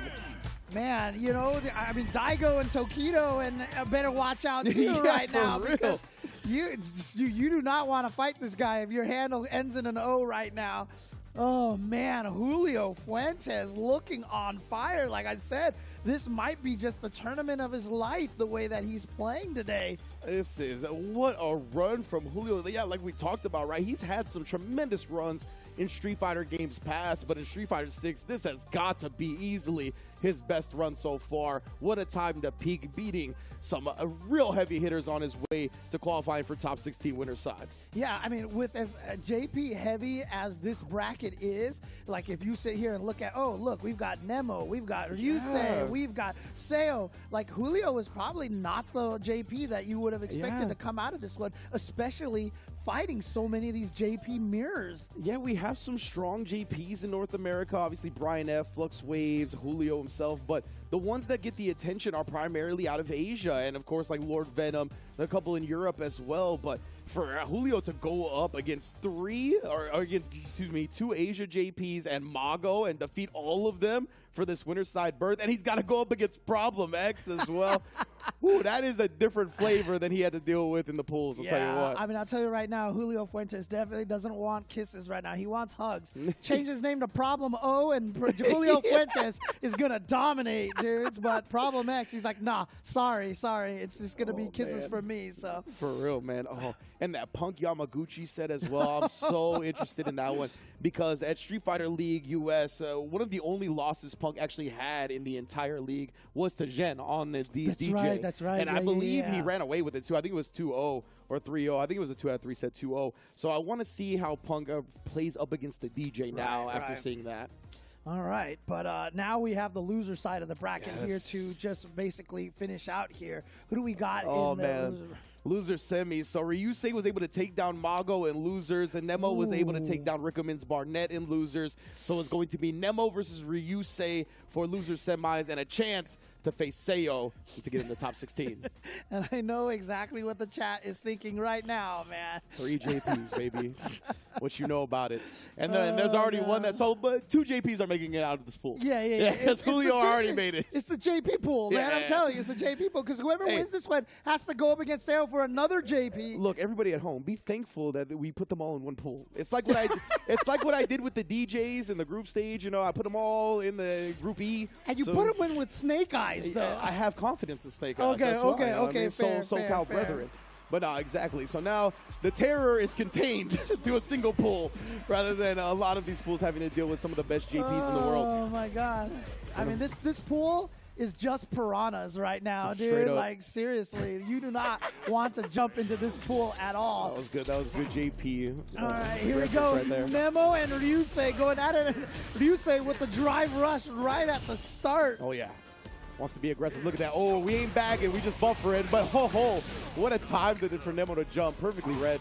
Oh, that's, okay. I was about to say, why didn't you punish it? But you landed the spike to it. Very smart. Nemo's like, I got this. Yeah. I got Because, you know, doing it too early and then the spike hits, it could have messed up his punish. Right. So very smart from Nemo to be patient like Oh, that. meaty Spike. We don't need you to be in burnout for it to be plus frames. Just put the meat on it. Oh, man. Okay. Good anti-air from Ryusei. That was a little scary, too, right? Because the spike did come out while he jumped. So a little bit closer, that spike might have caught the crouch heavy punch. God, caught the down forward heavy punch right there with that drive rush. He caught it before he was able to finish attacking. And now the checking was a little late from Ryusei. Put that away. Yep. There we go. Oh. Nah. Ready Set departure, up. set up. Nice parry, holding all of it. And then OD Wow. to cancel. Great defense. And you see the block on the overhead into the recognition that he was perfectly spaced to whip punish with crouch media punch. And then Dude. baits out the super. Lets the spike punish again. My lord, that was surgical from Nemo. Surgical, Man, bruv. That is a extremely deflating way to lose Yeah. a round. You were wrong, and then wrong, and then wrong, and then wrong, and that is a tough situation to come back from. Holy crap. My goodness, bro. Nemo. He's looking to bring his wrath to the loser's bracket. Yep. Oh. Whoa, that was interesting. He dashed up into the teleport. Yeah. Into the mirror right there. What a perfect parry on that as he used one slot to teleport closer. Nemo, that was great defense. Yeah, Ryusei's just been slow on a lot of things. Like just a tiny bit slow on stopping that teleport. A little slow on stopping the drive rushes.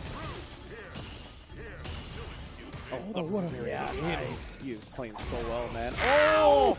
That heavy punch hurting. Oh no, he is reading Ryusei like a book right now. This man, Nemo, is in his head. This is definitely, I mean, if he's reading like a book, this is 10,000 Leagues Under the Sea because Captain Nemo here is doing some damage. Look at this, dragging him to the corner here. The juggle potential never ends. JP indeed. You did the fake ghost into drive impact. Bro. Level 1 pops off. Lets him survive a little longer. I don't know how much, though. Oh, that had to be just a frame early. They both did the set heavy punch. I thought that was going to be a trade. Oh, the swipe perfectly outspaced the crouch media punch. Nah, Nemo, that was nasty. Yeah, Ryusei, I mean, you can't feel good after that one. That was brutal. And you saw the tournament runners over there telling Nemo, don't go anywhere. Stick around. But yeah, unfortunately for Ryusei, that is the end of his journey over here. And like I said, that was a brutal way to go down. And Nemo is just one of those guys. I feel like Nemo, is one of those guys who just goes for the throat. You know what I mean? Like, the way he plays, you remember his Urian in Street Fighter 5. He went to NLBC that one week, and he just was, straight up just murking people. And he is... And then, when he beat Itazan and went up for the handshake, this guy has no feelings for anything, man. He wants to hurt you. I can't remember if it was SFL or it was another tournament kind of early on in Street Fighter 6 where he went with I think it was SFL, where he went with the command grab and he lost the set because the opponent jumped the command grab on reaction. And I was like, he's not allowed to use that after what he did to Itazan. The command grab gods do not let him use those moves properly. So even if he has one with JP, I don't know if we're going to see it nowadays. Okay, that's fair. I mean, he didn't try it. He didn't try it. He hasn't tried it yet. Exactly. So there you go. He understands. He's angered the grappler gods out there. So he's like, I can't use command throws. Oh, man. But he did have a lot of cool little meticulous spacing tricks and traps in that last set that makes me feel like he's really well versed in this mirror match, right? And he's gonna have another one going up. He did fall to Julio in the mirror match, but he's gonna be going up against Seo now. That swipe at the end right there, it's kind of outrange that crouch medium punch. Like, he just knows the tendencies of JP players, right? As he should. He's one himself. But translating that into a mirror match and being able to pick apart what your opponent's going to do is an entirely different story, right? Yeah. People hate mirror matches. It's not like just because you know the options Right, and you know the likelihood of people going for these options, it makes it easier. Oftentimes, it makes it harder. But Yeah. Nemo has just been able to crack the code. There's no range advantage. Yeah, Right, exactly. whatever range you're at, they can hit you with the same Yeah. move. But, I mean, I know a lot of people in the chat are probably complaining, like, oh, my God, JP. But, I mean, seriously, when you watch this kind of a zoning matchup, when you watch two characters like this go up against each other, check the decisions that they kind of have to make against each other, right? See how they're actually fighting each other and trying to approach and balance their options. There's a lot of depth going on in these matches. Yeah, this is definitely one of the more interesting mirror matches to me in almost any fighting game. Now we're going to set up the departure once again, right? And yeah, ooh, actually teleporting around the spike. Very smart from Nemo. Again, you can see how, because they have the same tools, it's such an interesting way to navigate, especially because both of them have tools of space control, too. It's not even just, I'm in your face poking buttons. See, look at this. The way that they're both setting up the departure and trying to use those to advance forward. Yeah, and Nemo, he really got a life deficit this game because he tried to go for that throw, as you said, look to establish it early. Seo got a big punish counter out of it. Oh, that was a mirror match right there if I've ever seen one. Mirror, both of them going with the mirror teleport. They were trying to give away the shared brain cell to each other. No, you take it. Oh, man.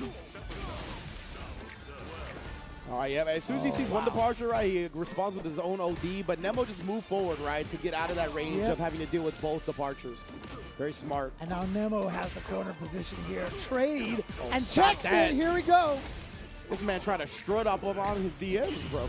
Oh, nice. Perfect parry, though. Back throw. Yeah, you gotta get this corner position. Oh, boy. Here. Oh, he didn't actually go for the level 2. It might have been worth because he would have had a drive reversal to avoid it, but it's okay. Nemo steals the round. Yeah, and you see the situation there from Seo.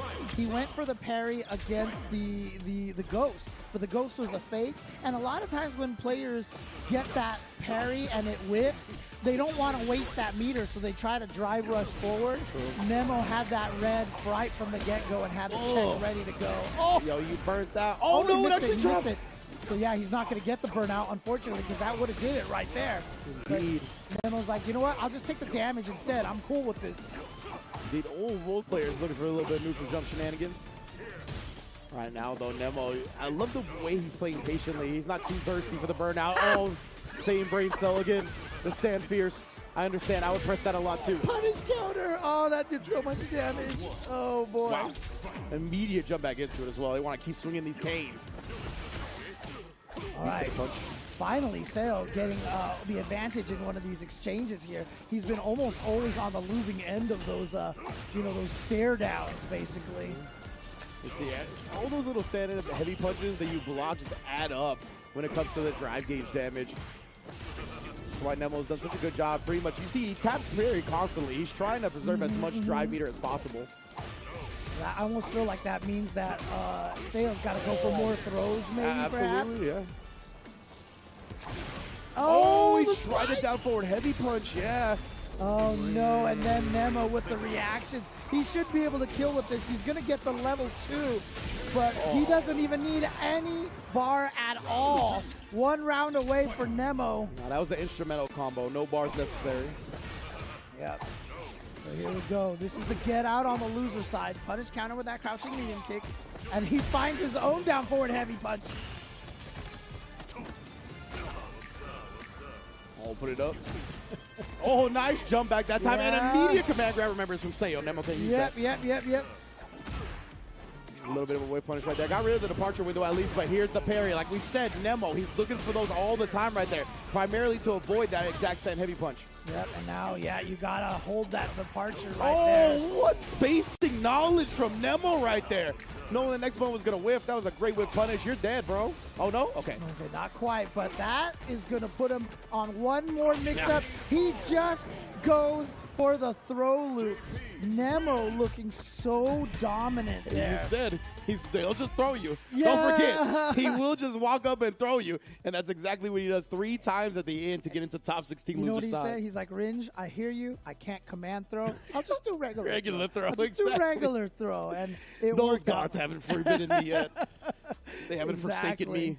So there you go. I mean, again, obviously, a lot of JPs here in this pool, a lot of JPs, but, you know, for those people in the chat watching over here, they've all taken each other out. Yes. We did have 2 of them make it out of here, and that is Julio Fuentes on the winner's side and Nemo on the loser's side. Let's see that loser's bracket. So Nemo is going to have to go up against Moke. Yikes, and that bruv. is going to be really interesting because at the Singapore, this was one of the matches that stood out to me. Moke really blew up Kakeru in the top 8. That's He right. made that match look bad for JP. So I'm curious to see if that was just a one-time thing or if Moke can do it again against Nemo. I'm very much looking forward to that one. We still have to await the matchups for Habiki, the Lily player, and Noah, the Prodigy, of course, on the Luke. But we got a couple of JPs. They all seem to be in the losers bracket, though. Aqua, VX, Bao, Nemo, all rocking the character. Can we get another look at the winner's side bracket just real quick? Obviously, Julio's freshen up our there. memory. Yeah, because Julio's up there, obviously. Punk, Tokido, Yamaguchi, and Kakeru as well. So we got and Problem X. So, oh, yeah, boy. This is going to be a good one. A whole lot of players, a whole lot of heavy hitters are here at LCQ. We're almost done. We almost got the top 16 bracket wrapped up. We got 2 more pools to go. Pool 7 and Pool 8. Pool 7 is going to be coming up real soon after we come back from this break. Little analyst segment with the Couch and Rob TV. Jammers and David are going to be tagging back in, of course. But before we get to that, you know what the Analyst Couch is brought to you by. It's fueled by Pagoda, baby. The egg rolls, the Buffalo style joints that I've been crushing. Don't fight your cravings. They are really helping Capcom Cup X exist to the level that it's existing at this year. Fueled by Pagoda, of course, is the Analyst Couch. We've been having dope segments, having all kinds of interesting characters from the FGC, from past, present, and the future. We had some real young cats on there, right? Like Enzo the Hokage Oh, man, got to be on there. So it's been a real dope feature for the LCQ, and I'm glad we have it. Yeah, absolutely. So, guys, don't go anywhere. The next set of pool, actually, hang on. Do we have the ability to see that pool over Oh, here? yeah. Do you want the people that are going to be in it? I can pull that up real quick. I got you. I just want to let you guys know who to Pool expect 7 is in the going next to be pool. most definitely stacked. Here you go right here, my man. Oh, there we go. Okay, so Random for sure is going to be there. Random is here. JB, we saw. Reynold, Gamer B is definitely here. We interviewed LPN. Wolfgang will be in there. Danka Diaz is going to be in there. And, I mean, there are some players. Goichi Mizuha, I'm not sure if they I actually don't made know, it out. But Yurio Valerio, hopefully as well. Oh, JB, that's true, JB yes. at least talked to, said that he doesn't want to face Yurio because he's kind of in the same region as him. You know, Yurio plays a lot against the West Coast cats in America. But we shall see. I hope he's here. It's going to be another fire pool. You're not going to want to miss it. We're going to tag Jammers and David back in as well. Do not go anywhere.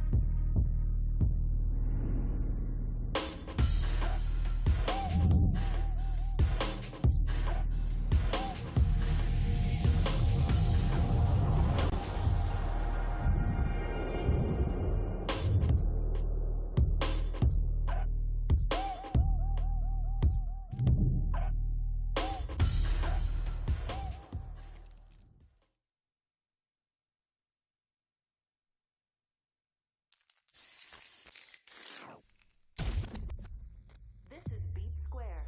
Beat Square Station.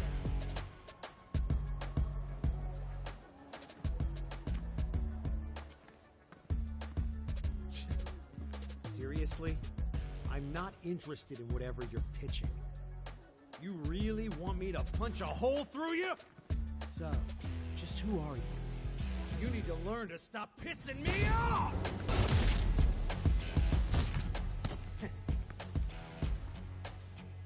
I knew there'd be more of you.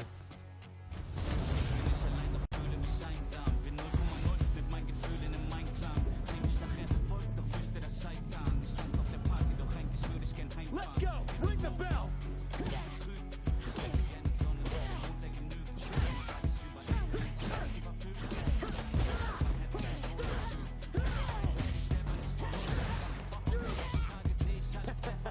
I'd be scared too.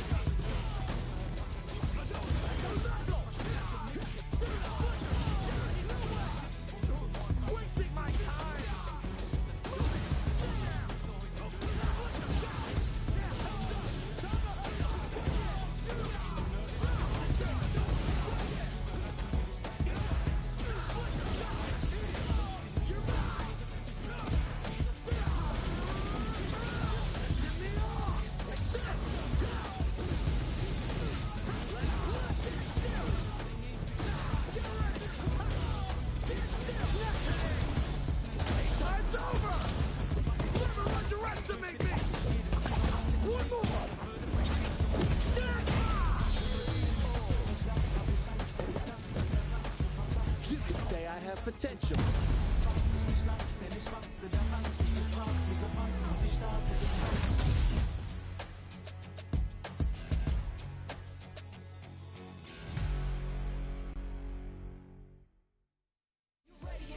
When it's all said and done, I'ma be on the top. 3, 2, 1. I'm ahead of the game. They'll remember my name. Welcome back to the Capcom Cup LCQ. I dang near want to call it the Julio Cup right now. The Julio Cup. Judging by what we just saw, we are here at the Pagoda Analyst Couch. Julio, Yo. what in the hell did we just see? Where have you been? Where have I been? Just to play my little tournaments at home. That's really it. No online tournaments, nothing crazy. Just my locals. Yeah, Actually, really. just the locals. Support your locals. Yeah, just supported my local. I just love the lifestyle, really, and I can't live without it. I know the meta's changed to like online, but like I just love going to my local, helping out the younger guys grow, and then like it's just but online it's hard to just get off work and then go back to sit in front of a computer again. I need that social value too. Yeah. So that's what I've been up to. But I'm trying to play online more. I'm trying to do more online tournaments. I just built a PC, so. Okay. Oh, that's a Yeah. wonderful thing. Well, welcome to Yeah. 2024. Welcome to Okay. I'm back. Now, bro, you just go up against. No, it wasn't Margo first. It was Nemo first. It was Nemo, Margo. Margo, then Cell. Cell, yeah. Bro. Okay, that matchup. You seem like you're like the best I've seen, and this JP match. You got to be one of the best at playing that matchup. That's crazy. No, I always felt comfortable. After like 4 months, I'm like, oh, okay, I feel stable in this matchup. It's just, I don't know. I just felt comfortable. I felt comfortable, bro. I know it was Nemo, but I felt comfortable. I don't know. Maybe. Okay, so of course we remember back earlier in Street Fighter 5, man. You being on, this before Echo Fox dissolved and all that, man. I remember those days, the Ken, right? Trinity. So he's a tragedy. The Trinity. The Trinity. Yeah. Oh, okay, yeah, the Trinity. Yes. So. Back at that time, like I said, you're running with the Ken and everything. Eventually, you ran into some hand issues. Oh yeah, bro. Like by the end of Street Fighter 4, it was already starting. So by the time Echo Fox happened to me, I ramped up the training, and I ended up, fast forward a few years, and then I couldn't play no more. Like imagine you pressing the button and a huge pain signal goes like a nervy type pain just for pressing 2 buttons. Yeah. I told them, I'm like, hey, I'm done. This is it for me. Went to Kaiser. They told me I got tendinosis. What is tendinosis? I don't know what that is. And they're like, you see the ultrasound right here? It's supposed to be a white tendon, but yours is all ultrasound. Yeah, they gave me an ultrasound. Wrist was pregnant. Your tendon is gray. It's dead. It gave up on recovery. I'm like, okay. So I have to change the way I play. I have to play a slower character. I don't double tap like this no more. I double tap flat. I gotta if play. you tried to do that, can you physically not do it, or you would just get excruciating pain if you did it? No, the arthritis in this bone will really hurt. So the pain here. Oh, Jesus. This, I just manage it. It's just 3 hours. I'm done. And then, Okay. yeah. So it's manageable. You know, I can still play. That's actually amazing that you have made even the recovery that you have made, even though it's not a full recovery. PT works, bro. PT actually works. It's yeah. crazy. Okay. So when you're in these matches right now, right? Since actually, as far as Street Fighter as a whole, what is your goals? Like, are you just really chill, enjoying yourself, having fun with it, and you just are godlike? Or are you like, yo, bro, I'm trying to get back to being a pro player. I'm serious about it. I want to win Capcom Cup. I mean, of course you want to win Cup, but you know, overall goals. No. My overall goals, it's like I never try to think about that. I'm just like, I'm gonna get back into it and just let the road, you know, settle. Like just let it happen organically. I'm not like putting too much pressure on me. Like, I gotta be grinding all day. Like, no, I'm just gonna play when I feel like it. I'm gonna just try to get better day by day. Nothing crazy. Like, I'm just dipping my feet in the water and I'm going deeper and deeper. You know, but I'm not like, I gotta go to this and that. No, just okay. And that Mago situation, bro. At the end, you had to set up and then you baited the DP, bro. So was is that specifically what you were looking for in that spot? When against Mago, once I did the EX portal, I'm like, okay, I'm gonna teleport, try to just disappear. Yeah. You know, disappearing in front of fools is good. That's fire. When like you're there and you're not, you know. Yeah. And then that didn't work. So I'm gonna try to disappear again. And I jump forward again. I'm getting out the way. Yeah, because I'm like, jump forward here is like, he can't avoid this jump, so I'm gonna just jump again. It looked a little scrubby, but I'm like, I'm gonna do it. I'm just gonna do it. I'm just gonna hold up forward. And it worked. Yeah, it worked. I don't know if everybody knows at home who Julio is gonna be playing against next. Do you know? Yeah, Mr. Problem. Problem X. The Problem X. Now, honestly, you two might be like the most on fire players right now. Problem X didn't lose a game. Shit. So far. Yeah, he hasn't lost a game to anyone. You can't say that. Yeah, sorry. Wow. And I'm fighting. Problem X is the Evo champ. Yeah, he's the Evo champ too. He's the Evo champ. God. Yeah. You know what's crazy? I was telling him, like, bro, we back in Street Fighter 4, you, me, and Phenom were just in our rooms. We were like kind of like nobodies. We were playing Street Fighter 4, having fun. And then he became an Evo champ. It's weird to imagine. Yeah, it's just like, wow, I was just kicking it with him in the room. And y'all are both like on fire completely right now, bro. I mean, all the players you just had to beat back to back. You didn't even get to get up off the setup. You had to play immediately again. Problem X hasn't. What are you feeling about that matchup? What do you think if he goes with that Blanca? Whatever. I'm sorry, Blanca. Blanca. No, I don't. I'm not gonna trip about it. He's just gonna do Blanca stuff. Yeah. You know, he's gonna go. He's just gonna. And I'm gonna just go smack. You know, that's all this is. Yeah. What else is Blanca gonna do? He's just gonna spin. Yeah. And then do some level 2 stuff. A little bit of electricity, a little bit of sparks. Yeah, a little bit of sparks. Just like I'm just gonna go. Whatever happens, happens. Julio, you got to be the most chill, godlike player in the room right now. Ladies and gentlemen, the man is absolutely on fire. He's going to be competing even more in top 16 on Sunday. That is tomorrow, of course. That is it for us over here at the Analyst Couch, fueled by Pagoda, and we're going to send it over to Ultra David in Jimmers. For sure. Man, it's great to hear from Julio and to see him out here again. The last time I saw him was actually the launch tournament of Street Fighter 6 that we had out here in Southern California, where he took second place, only to Chris T, who was looking like one of the best in the country at the time. So he started off this game being a killer. And although I haven't seen him at that many things, I'm not that surprised because I've seen him play super well in this game when I have seen him play. And by the way, I just want to say it's awesome that he's able to play again to make the sort of recovery that he has made. As we are getting a little bit older, that happens to more of us. Well, so I was able to play earlier, although I got dunked, and I lost to the same 2 guys that he actually beat. You know, but nevertheless, like that's Alex Myers played yesterday, and same sort of story for him. I know several other players who have been in that boat, and to see somebody who has made that kind of comeback, even get into the top 16 of the Capcom Cup LCQ, is huge. You know what? I don't think Ringe or James mentioned this. Even Nemo had a little bit of an issue earlier this year. I think it was a spinal disc. He had a thing on he his had that wrist. as well. He mentioned. I remember I saw him do a YouTube video earlier this year, and he said, "Look, I've been diagnosed with spinal disc herniation or something like that. I think it was." And he said, "Look, I've got to do my stretches. You got to be careful." He said, "Look, I'm 39. I'm getting on." Right. And he it's said, "Look, true. people, please be careful and take care of your health." And you heard Julio say it as well. PT does work. PT works. It's true. does work. It's not a cure-all, but it definitely helps out. And if you stick to it, it really can be effective and really can change things. All right.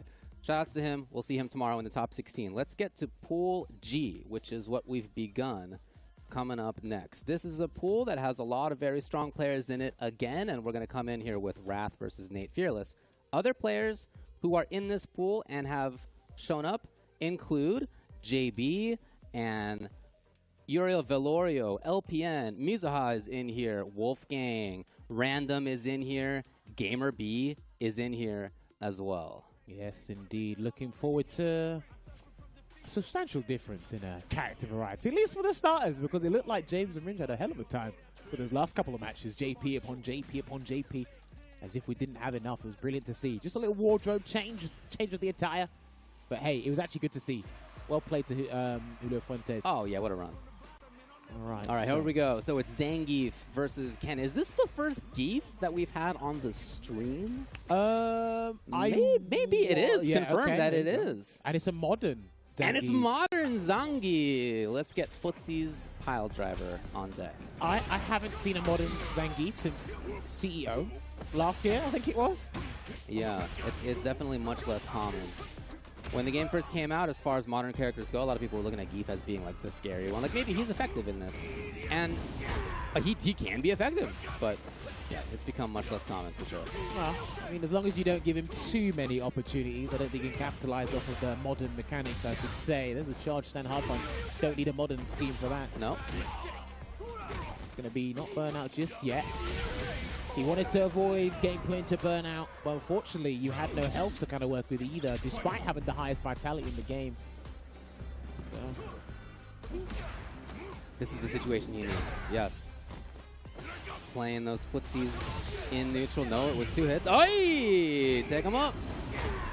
Right, SPD going to close the gap once again and then try to do a body press. So only really super effective when you're going for the cross-up body press. Yeah, I think he's hoping that his footsies, which he's been capitalizing on, have opened up the jump route too, but no, Nate Fearless actually has been ready for that stuff. All right, opts to use Super Art 3 for now in burnout, so he can actually not toss a fireball. He goes for a heavy kick instead. Ooh, whoa, okay. Catch this. Oh, he keeps it nice and simple. Oh, he kills on the next one. Fair bit of damage though there, David. Oh, he was hoping to see something come out. He may not get punished. Yeah. Nice. No drive rush. No, he's looking for a jump back. That was unfortunate there. It ends up working out. Yeah, probably wanted the guy to panic. And I understand trying to do the one-button Cyclone Lariat, but I think he flinched before anything even happened. Yeah, exactly. Yeah. Okay, wake up buttons there. Meaty flying knee. Okay. Definitely looking stronger. As the Geef, what a read by Nate Fearless. Okay, I respect the jump attempt there. Tells me a lot. Here he goes. Slowly, working on the corner. Walking back into the cafe. Hey. That had a lot of recovery. I didn't think forward heavy punch had a lot of recovery on that. There it is. How often do you see it whiff at range? Not very. Try to backdash this time. Still thinking that Rathros wants to use a modern SPD, but he's not going to do that here. Another burnout state, but in a conducive position for himself here, Nate Fearless. Yeah, he really made Wrath feel like he couldn't approach on the ground. He's done a good job of that so far. Oh, yeah? Okay. Time to play the mix-ups. Here we go. Okay. I like that. Ooh, God, that is a chunk. Beefy 30% there. I like that he was patient about that reversal as well. It looked like he wanted to do an SPD, but he was thinking about it, it seemed, but he was absolutely right in his approach. Drive rush cancel. Straight to the corner. I tell you, run tots is one of Ken's biggest strengths. I think that's what a lot of people, why they rate Ken so high, because of the screen carry on the Tatsu. Gets that grab there. No burnout just yet. Backdash. Reading grab. And Nate Fearless jumps back. This is where he's looked for anti-airs, and he's been right about it. Yes. Oh, chip. He wanted it. He was really thinking about it there. Don't get overzealous. This guy's got a modern. And he's not going to jump. Okay. If that had been a jump, it would have been a different story, but Wrath was convinced to stay on the ground. Now, match point, Nate Fearless. Well, right now, he's been piling the pressure, peppering with these lights. Oh, nice. He gets the drive rush cancel from a standing light punch into the SPD. Nate Fearless just waiting, hoping to see a jump. He's really focusing on anti-air at that range. Well, Rath's probably waiting for a projectile of some sort so he can actually use his level 2 and not by mistake this time. But yeah, Nate's doing a good job at not giving in to that urge. Okay. Good choice. Yeah, for sure. Straight to the jackhammer. Get him into the corner. It's good damage. He's got no super art meter to work with now. So you're basically defenseless here. And he just committed. Well, he was right about it. Nate! Oh, no! He, I think, was looking for DP there. I don't think that was the intended answer. Still match point to him, though. All right, double dashes in, closes the distance there, and then just trying to, I think he's trying to hop out or something. Press the button. Speaking of hop, Wrath getting in. Funny enough, he can actually turn this around, to be honest. He's Oh, actually for in a sure. very good position. He is 2 of the correct hits for grab, I should say, away. Opts to spend the level 3 early here, just to improve the recovery situation on his burnout gauge. Jumps away. Oh, it was risky. There was definitely danger in that one, too. There is level 2 on Wrath's side. Oh, no! Got him. And he pressed the button. I don't even know if he knew that was intentional or he's just banking on there being a gap, but it works out. By the way, that was just before burnout, too. Here it is. Nate. Damage. Is it enough? It's not. Oh, he's still not burnt out yet. Wow. Okay, and Nate ends up taking it and sending Wrath down to losers. So Nate will play against Pride in the next round. You know, one name that I forgot to mention when I was going through the names of players to watch for was Reynolds. And the reason that I forgot to mention him is because, according to my document here, he lost in his first match and was sent down to losers already. Damn. And that's someone who almost qualified for the cup. If he didn't drop a certain combo. And Snake Eyes capitalized on that. You'll be seeing Snake Eyes in the cup representing Zangief as you see Zangief on screen here. Yeah, not used to seeing modern Zangief. Similar to not used to seeing your modern Honda in action. There's few and far between. Yeah, they're very rare. That's true. But nah, honestly, I like that he was using the buttons. And Zangief's one of his biggest weaknesses. He actually can't like throw out many buttons in neutral as opposed to many other characters because of the huge recovery and the big risk. And you know, he spends an extortionate amount of meter just to even get some sort of damage going here. A couple of execution errors. I don't know if that works against people when in modern, or you think your reactions are that good. A lot of the system there, but I've got to give it to Nate. Fearless. 1 or 2 anti-air probably opportunities missed, but still was focused. Make sure he kept in line and wasn't scared of the fact that he was going up against a modern Zangief. Because usually what I hear is if you pick modern Zangief, you're here for a good time, not a long time. So, you know, sometimes that's what I hear with modern Zangief. I see. No, he moves on well. So the other matches that we have lined up right now in this round of pools, Uriel Velorio versus LPN and JP versus Wonder Boy. We'll see which one we're going to head to. We'll get the winner of that after that. We do have Random going up against GamerBee. Random and GamerBee. That could be Menon versus Luke, and I know I've spoken to you about that in the past. I am a huge believer of that matchup for Menon, so that'll be interesting to see. Mizuha's awaiting the winner of Wolfgang and Droker. That'll be good to see Wolfgang because he is a Blanca aficionado. Wonder Boy is Rickerman's Barnett's brother. Right. So, funnily enough, they didn't walk to the venue this time. They actually considered all the dangers that might happen when you walk that long. Because I asked them before we came here on sets, I said, you're not going to walk to the venue? Right. And he goes, no, it's going to be dangerous. I said, and he was listing all these concerns and what you have to think about. I said, did you guys not think of this last time? And he said, no, it was fine. I was like, all right. They famously last Capcom Cup walked from LAX all the way to Burbank. No reason for you to know the geography of this area, but that was like a 5-hour walk, 7-hour walk, something like that. They made it on Digzerto. Rickerman's Barnett entire Street Fighter 5 career got completely swept under the rug just because of that. It's amazing what you can do. There you go. That happened last time. This time they did it differently. But yeah, no, you're right. And he's a strong player in his own right. Yes. I'm actually not sure. I should have asked him who he plays because obviously he was a Zeku main. Yes, in Street Fighter 5. I don't know if he's sticking with Kimberly or gone up a peg in terms of tiers or like just different character style in general. Because again, 20 characters. Maybe he's just experimenting to see which style fits him. Speaking of JB and Wonder Boy. Well, so here we go. Now, JB had an exceptional performance at Frosty Faustings, which you and James were there as well. That was really fun to watch. Shout-outs to Ramsey. Yes, Ramsey. That's right. Brilliant. Yes. Brilliant to see. Punk did win that tournament. So he's picking Jamie. Interesting. And JB used to play Jamie as well, so he's got that insider knowledge on the character. That's right. I do find this matchup a little bit awkward for Rashid, to be honest. Okay. Because if you're too far away, he gets to drink, and none of your moves that propel you across the screen will get there in time. So you have to be a little bit closer. Nice big punish, though. Someone did say that Rashid's buttons aren't as good. I said, nah, don't lie. Don't listen to them. They just take time to understand. Rashid's buttons are exceptional, I feel. There you go. Okay, interesting. Take a drink. This is it as well. So, yeah, I haven't really seen Wonder Boy's Jamie in work in the European side of things, but I know he's actively playing with Rickerman's Barnet, talking about the game as well as entering online tournaments as well. So missed it, I think, but JB in for pressure.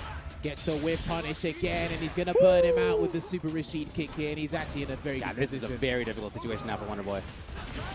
Right, I understand trying to get over what you were expecting, but it was not the grounded mixer, it was the anti-air. I'm telling you, that air current, it basically acts as a drive rush that's meterless. It's just so you can charge it up, place it on screen, then get that enhanced movement, and look at that conversion into the medium mixer, David. Yeah, JB, excellent movement always, excellent mix-ups. His confirms are killer. Oh, didn't get the conversion before the HK punish counter there. Oh! But be careful, that Swede. Patient now. Wonder Boy took the line on the first bait that JB gave, and since then he's actually been pretty patient in this situation. There's a light eagle spike there. There's the throw. You saw it might come out. There it is. Pick your poison. How you going to lose? Right. I mean, this does feel like it's one of those KO situations. Out, The burnout. Oh, no. Straight out here. Will he risk level 1? Yeah. And look, at some point you have to make the bad guess or just lose. So I get it. We've all been there, but JB did a great job at expecting exactly that and having the punish lined up.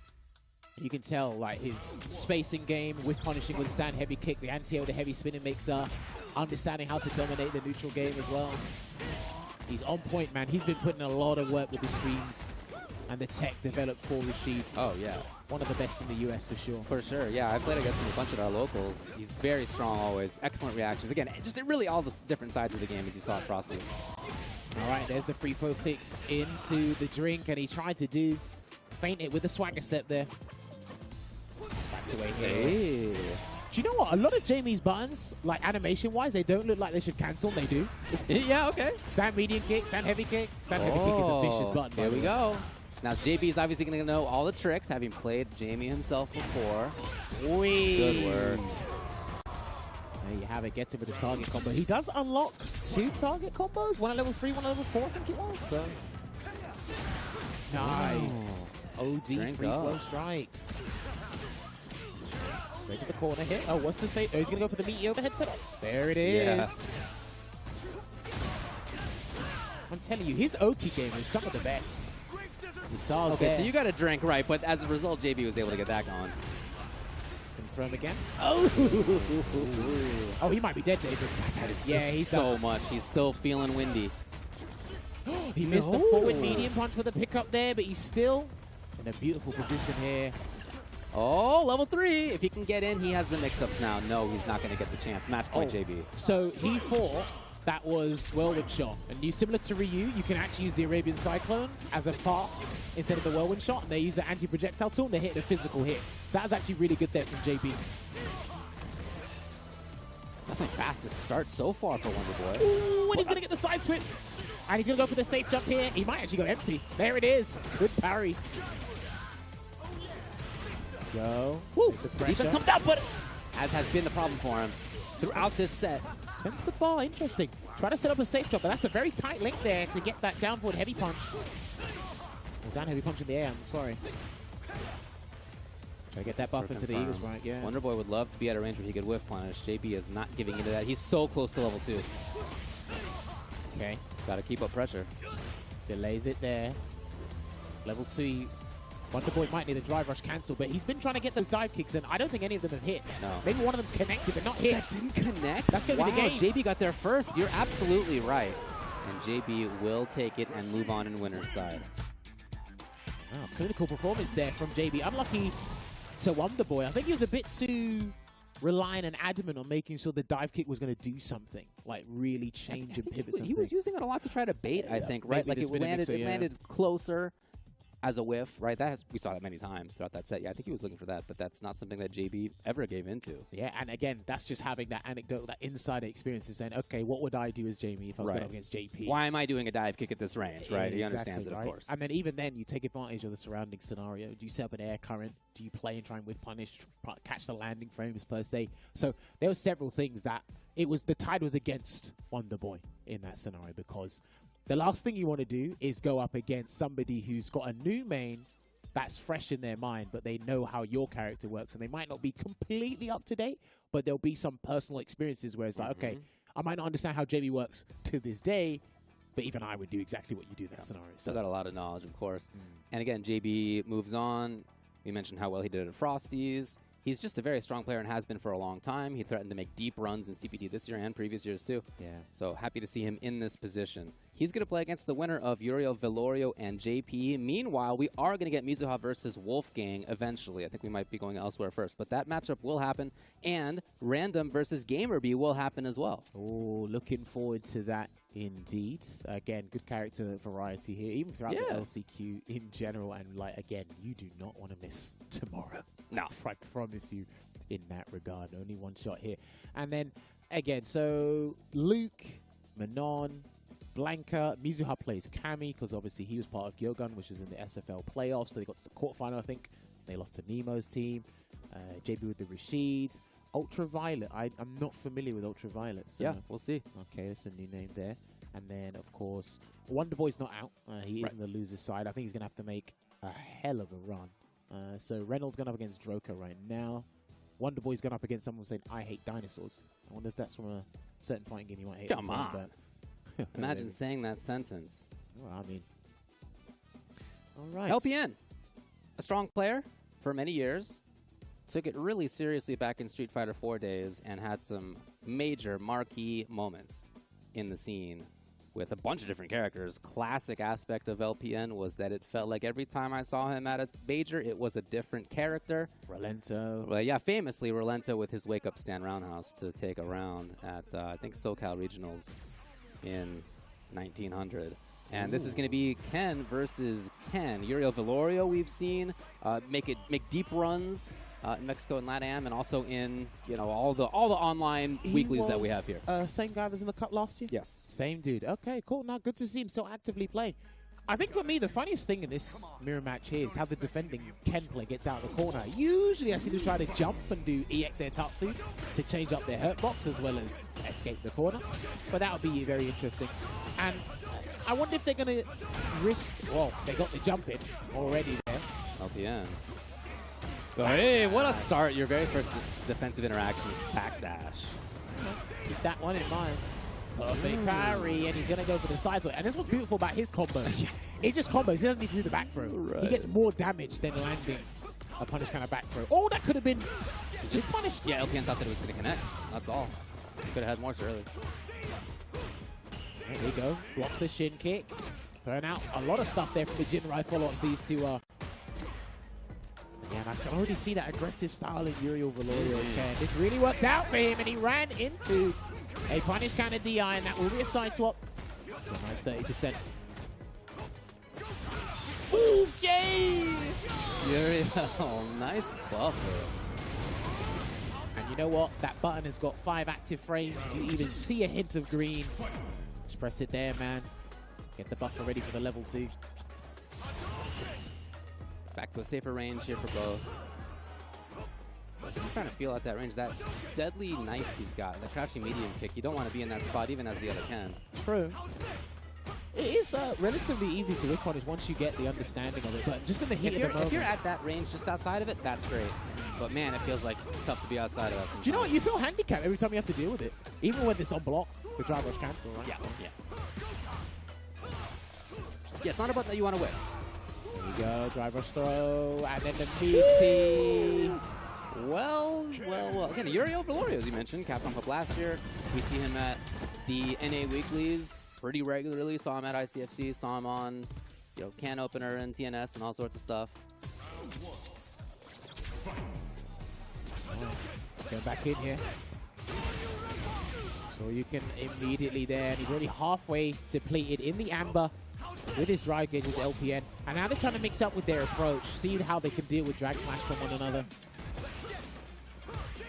Both of them with the bait idea. And what's interesting is because Ken has to put his body on the line, as Logan would say when you're watching this character, it's the one who's at the life deficit. You'll see them play way more risky than the guy with the lead, because all he has to do is resort back to drive rush cancels on block. Oh. It's that drive impact reset there, David. He might have taken the round. He's absolutely going to try for it. Match point. So laser focus there with the Dragon Lash Flame. Propel his way into match point there. Drive rush in. Yeah, okay, shake things up. And suddenly, right after that, the slow play. Maybe he's hoping to get some drive back. Wow. Or maybe just whiff punish. Well, look, you've been saying it for the last couple of days now. It's like, you really can't whip anything in this game, and he's going to go for the optimal punish. Big start. That was huge. It's pretty cool, dude. That might have been optimal meatless, I think, so. He's not going to build any Super 2, so. Got him.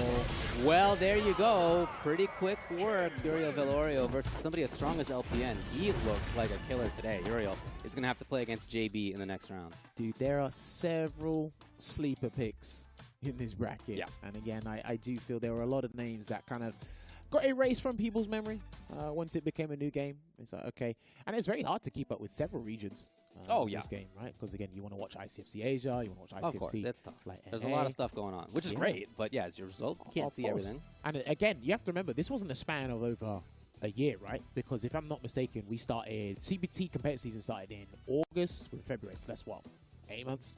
Something like that? 8, 9 months? So it's like, it's not even been a full year yet. And it's like, right, some of these players are coming back. They're finding their rhythm in Street Fighter 6 as opposed to what they accomplished in 5.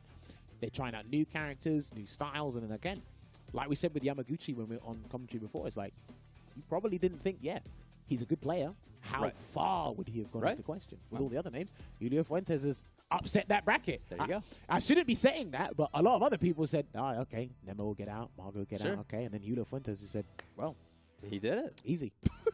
Pretty cool. And in the meantime, in loser's side, again, Reynold lost in match 1, and you know he is not going to go quietly down in loser's side. He's going to be doing some work down there. We'll catch up with him later on if he's still around, but we're going to be looking for winner's side on the rest of things.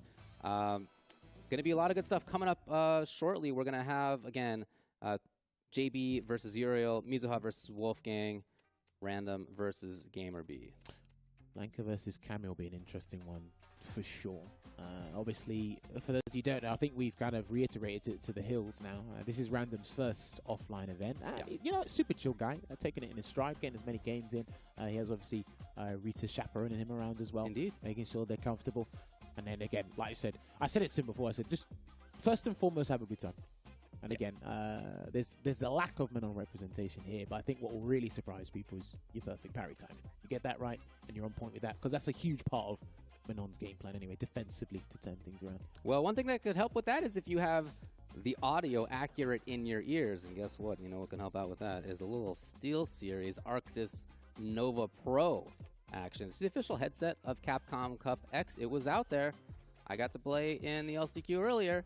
You know I was using it. And it was very effective, of course. So shout outs to them for the support. Again, more players have won more money using SteelSeries gear than any other brand.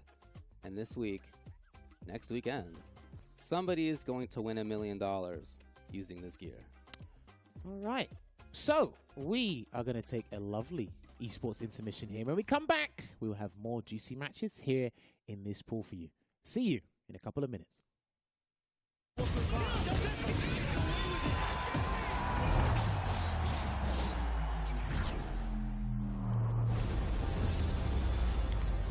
Red Bull Kumite, New York.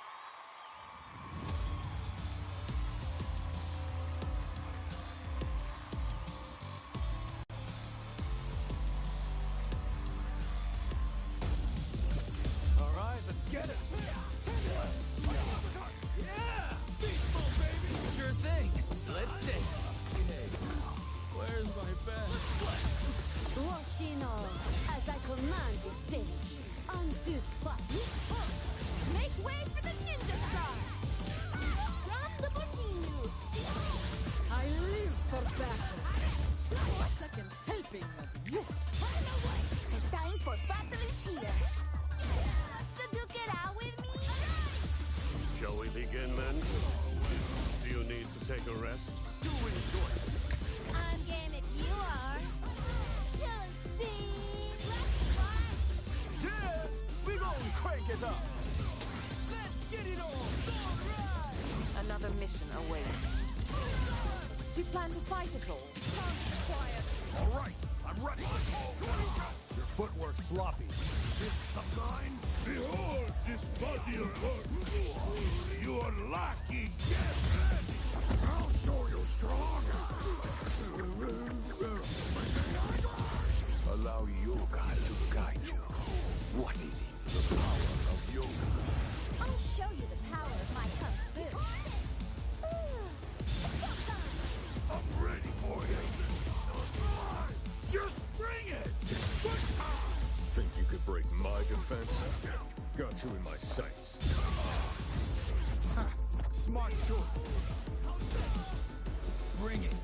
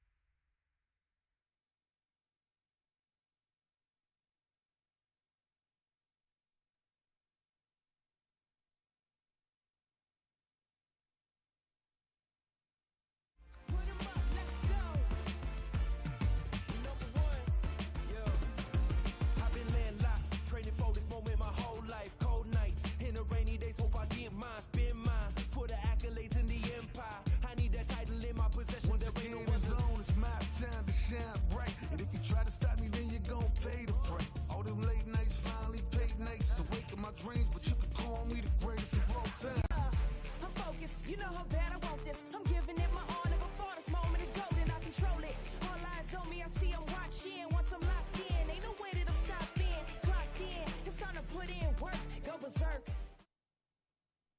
Welcome back to day 2 of the Capcom Cup LCQ. Of course, I am Big Hollywood Rob TV, joined with some of your favorites, Vicious and Ringe. Bro, so far, man, this, oh yeah, of course. What's going on, guys? What's going on, fellas? First off, hold up, what is this? Did we coordinate? I'm always like this when it's off duty. I'm in incognito mode the entire time. He knows this for a fact. It'd be true. But yeah, I just saw my NWO vibes. You feel me? You know, I'm a wrestling fan back in the day. I feel this. You know what you got going on. Still to this day. What do you know what I'm saying? Yeah. To this day. To this day. The FTC people come to me for the news. If we were NWO, who would be what? Okay, so I thought you were gonna ask that when I brought this up earlier. Okay. So I want Kevin Nash because you definitely, bro. I was actually gonna pick Scott Hall. I was gonna pick Scott Hall. My man, let's get it. I was gonna make you Buff Bagwell. Wow. Damn, I'm flattered. Why did he say wow? Because that's a lot. That's true. Buff Bagwell, American male. You know about Buff Bagwell? Come on, man. Of course you know. Who am I talking to? We're old. Yeah. Okay, so I think. No, we're old. We're old. Yeah. Okay. All right. Now, taking it to, and of course, I'm gonna be cliche. I'm gonna say Hollywood. I get you. Got to. It's cliche, but it's just the name. It's just the name. It makes sense. It ain't Cousins Hawk. I know he. It ain't like that. It's just the Hollywood definitely name. not during this month. Great point. That's a great point right there. Okay, now as far as this top 16 so far, we already have some people lined up. So we have Tokido already on the winner's side. Right. As far as matchups, we already have Punk versus Yamaguchi. Let me hear it, bro. Okay. That's insane. Let me hear it, bro. I feel like in this exact scenario, Punk has been prepared for, right? It's going to be Cammy versus Cammy. I think he is 100%. Sorry, Cammy versus DJ. I think he's 100% ready for this exact matchup. Yamaguchi, I feel like he has like a handful of Cammys to practice against. Like you have Akira, the speed star, also part of SFL Japan. He's been like the #1 training partner, I feel like, for Yamaguchi. But it's really difficult, I feel like, for Yamaguchi to get the American Cammy experience. So, in my opinion. Yeah, definitely. I To agree. play a little devil's advocate with that, I just remember from SFL Punk going up against Jen, and Jen just really took it to Punk in a way that Punk wasn't expecting. That was one of his only losses during the season. We don't have American DJs, really. Like, they're few and far Jen between. actually said the same thing. Yeah, Jen few said the and far exact same between. thing. And to me, Punk is always one of those players that plays so optimal, right? He knows exactly when to take his turn. He knows all that. And that's what DJ preys upon, right? Because of the sway. All these times where he can crouch medium kick when it's the optimal time to do it. He sway cancels his last light button. He whiff punishes that. So it's definitely going to be something that I'm looking forward to a lot tomorrow. It's going to be like a battle of verticality versus like the horizontal space. Like Logan Sama actually said it the best. Yeah. DJ technically has a horizontal dive kick. Right, Cammy has the classic dive kick. But yeah, Logan had said that DJ has essentially a horizontal dive kick that could blow up a lot of things that could lead to a lot of damage. Okay, and Julio Fuentes, brother, arcade Julio, he's wilding right now. We just did an interview with him last time, but Julio versus Problem X. Are they the most on-fire players right now? I agree. I 100% agree. Problem X looked mad unstoppable the way that he's been performing with his Blanca, but Julio Fuentes? I think Julio got no pressure the way he's playing. He just seems like he's playing with so much confidence. The originator of the Trinity? Y'all forgot? Wow, the founder. He brought that up, actually. That's a good point. Yeah. Oh, he did? I didn't know he started it. No, yeah. I didn't know that he started it. I brought up that he was in it. I didn't know that he was the founder. I didn't know that he was the founder of that. That's fire. Maybe it was Christy. Maybe it's like 50-50, but then Brent's there too, so the trifecta. But regardless, if y'all had to pick, like just even without it going too deep into it, if you had to pick a Julio versus Problem X, if you can't, Julio is the homie for sure, 100% the homie. But Problem X has had a lot more international experience, in my opinion. I think Julio, sure, he grinds a lot. He knows exactly how to play the game. He understands the mechanics of Street Fighter, but Problem X has been at that level for so long as well, and mad consistent from 5 going into 6. Yep. And his international exposure as well, I feel like really adds on to him having leverage in the matchup. I agree. Yeah, absolutely. And just to add on to that point is the fact that how we just brought up the fact that we don't see a lot of DJs for Punk to practice against, right? I can't imagine there's a lot of Blancas, the level of Problem X that Julio's getting exposed to, you know what I mean? Like, if I'm him, I'm trying to get games with Flash or whoever I can get games with tonight. You know what I mean? Because this Blanca is a real problem. And the way Problem X couples his fundamentals and his strong ground game with that character, I mean, he's just so nasty. It's insane. Yeah, see, this is what we on some real, I know it's the analyst desk, but a lot of times we've been really trying to get to know people's backstories and all that. This is dope, actually getting the analytical stuff side down right here on camera. Okay, and I just want to ask about one more. First, I just want to shout out Noah the Prodigy, because he is looking ridiculous. That's like the future right there. That boy's mad tall now. But yeah, he's about to hit 6 feet. I saw him when he was like barely here. I was like, what are they feeding you, bro? Last match that we know about. This is on losers. The loser go home. Moke versus Nemo. Last thing. That's a toss-up, I feel. Moke versus Nemo was definitely hard. The Chun-Li versus the JP, right? Nemo looked like he had a beast awoken in him today after losing to Julio. Like, he really ran through loser's side pretty convincingly. But that Moke Chun-Li, man, I really have a lot of faith in that character, the way he pilots the character. On top of that, she has a couple of ways to get in on JP if she wants, right? Like the well-timed Hazan shoes and whatnot can be something that could get it all started. So I think it's going to be tough for Moke to overcome, but I got faith. He's talked about like a lot of the on-paper kind of things that you would expect from both characters. I think this is the matchup to really behold because of the fact that they have been training partners for so long. This is going to be the most out-of-pocket type of play, I feel like, between these two because of the familiarity against each other. JP versus Chun-Li, I do agree. I feel like Chun-Li does have some ways to get around the things that JP wants to do, and her damage output could be pretty significant. And also the corner pressure, the way that she gets you into the corner that fast and be able to harass you and continue harassing you is going to be a lot for Nemo to kind of like handle under pressure. But I feel like this is going to be a really out-of-pocket match for both of these guys. They're going to be playing pretty wild. I love that breakdown, bro, because, you know, when you guys know each other, it's like, okay, I'm just throwing that curveball today. Yeah, so that's why we get some of the best matches with the most interesting reads and everything going on when people actually know each other. All of these matches in the top 16 are already set. I can't believe that we are already this far. I can't believe we are even at Capcom Cup X. But, ladies and gentlemen, we are here. That is it for us here at the Analyst Couch, fueled by Pagoda. We're going to send things over to Jammers and Ultra David. Much love to our exuberant bunch there on the analyst desk, always giving that insight and Rob delivering that energy. Now, it's interesting they brought up that Punk may lack DJ experience because of maybe the lack of top-level DJs. So that might work in Yamaguchi's favor. And then Julio Fuentes might not have the necessary Blanky experience. Whereas on the other end, Problem X does have some JP experience and understanding as well. Well, one of the things you can do, start up in the matchup, try and recollect as much as you can, because one of the most dangerous things you can possess in your arsenal is information. The more information you have, the better it will be. But obviously, as Mike Tyson said, everybody has a plan till they get punched in the mouth.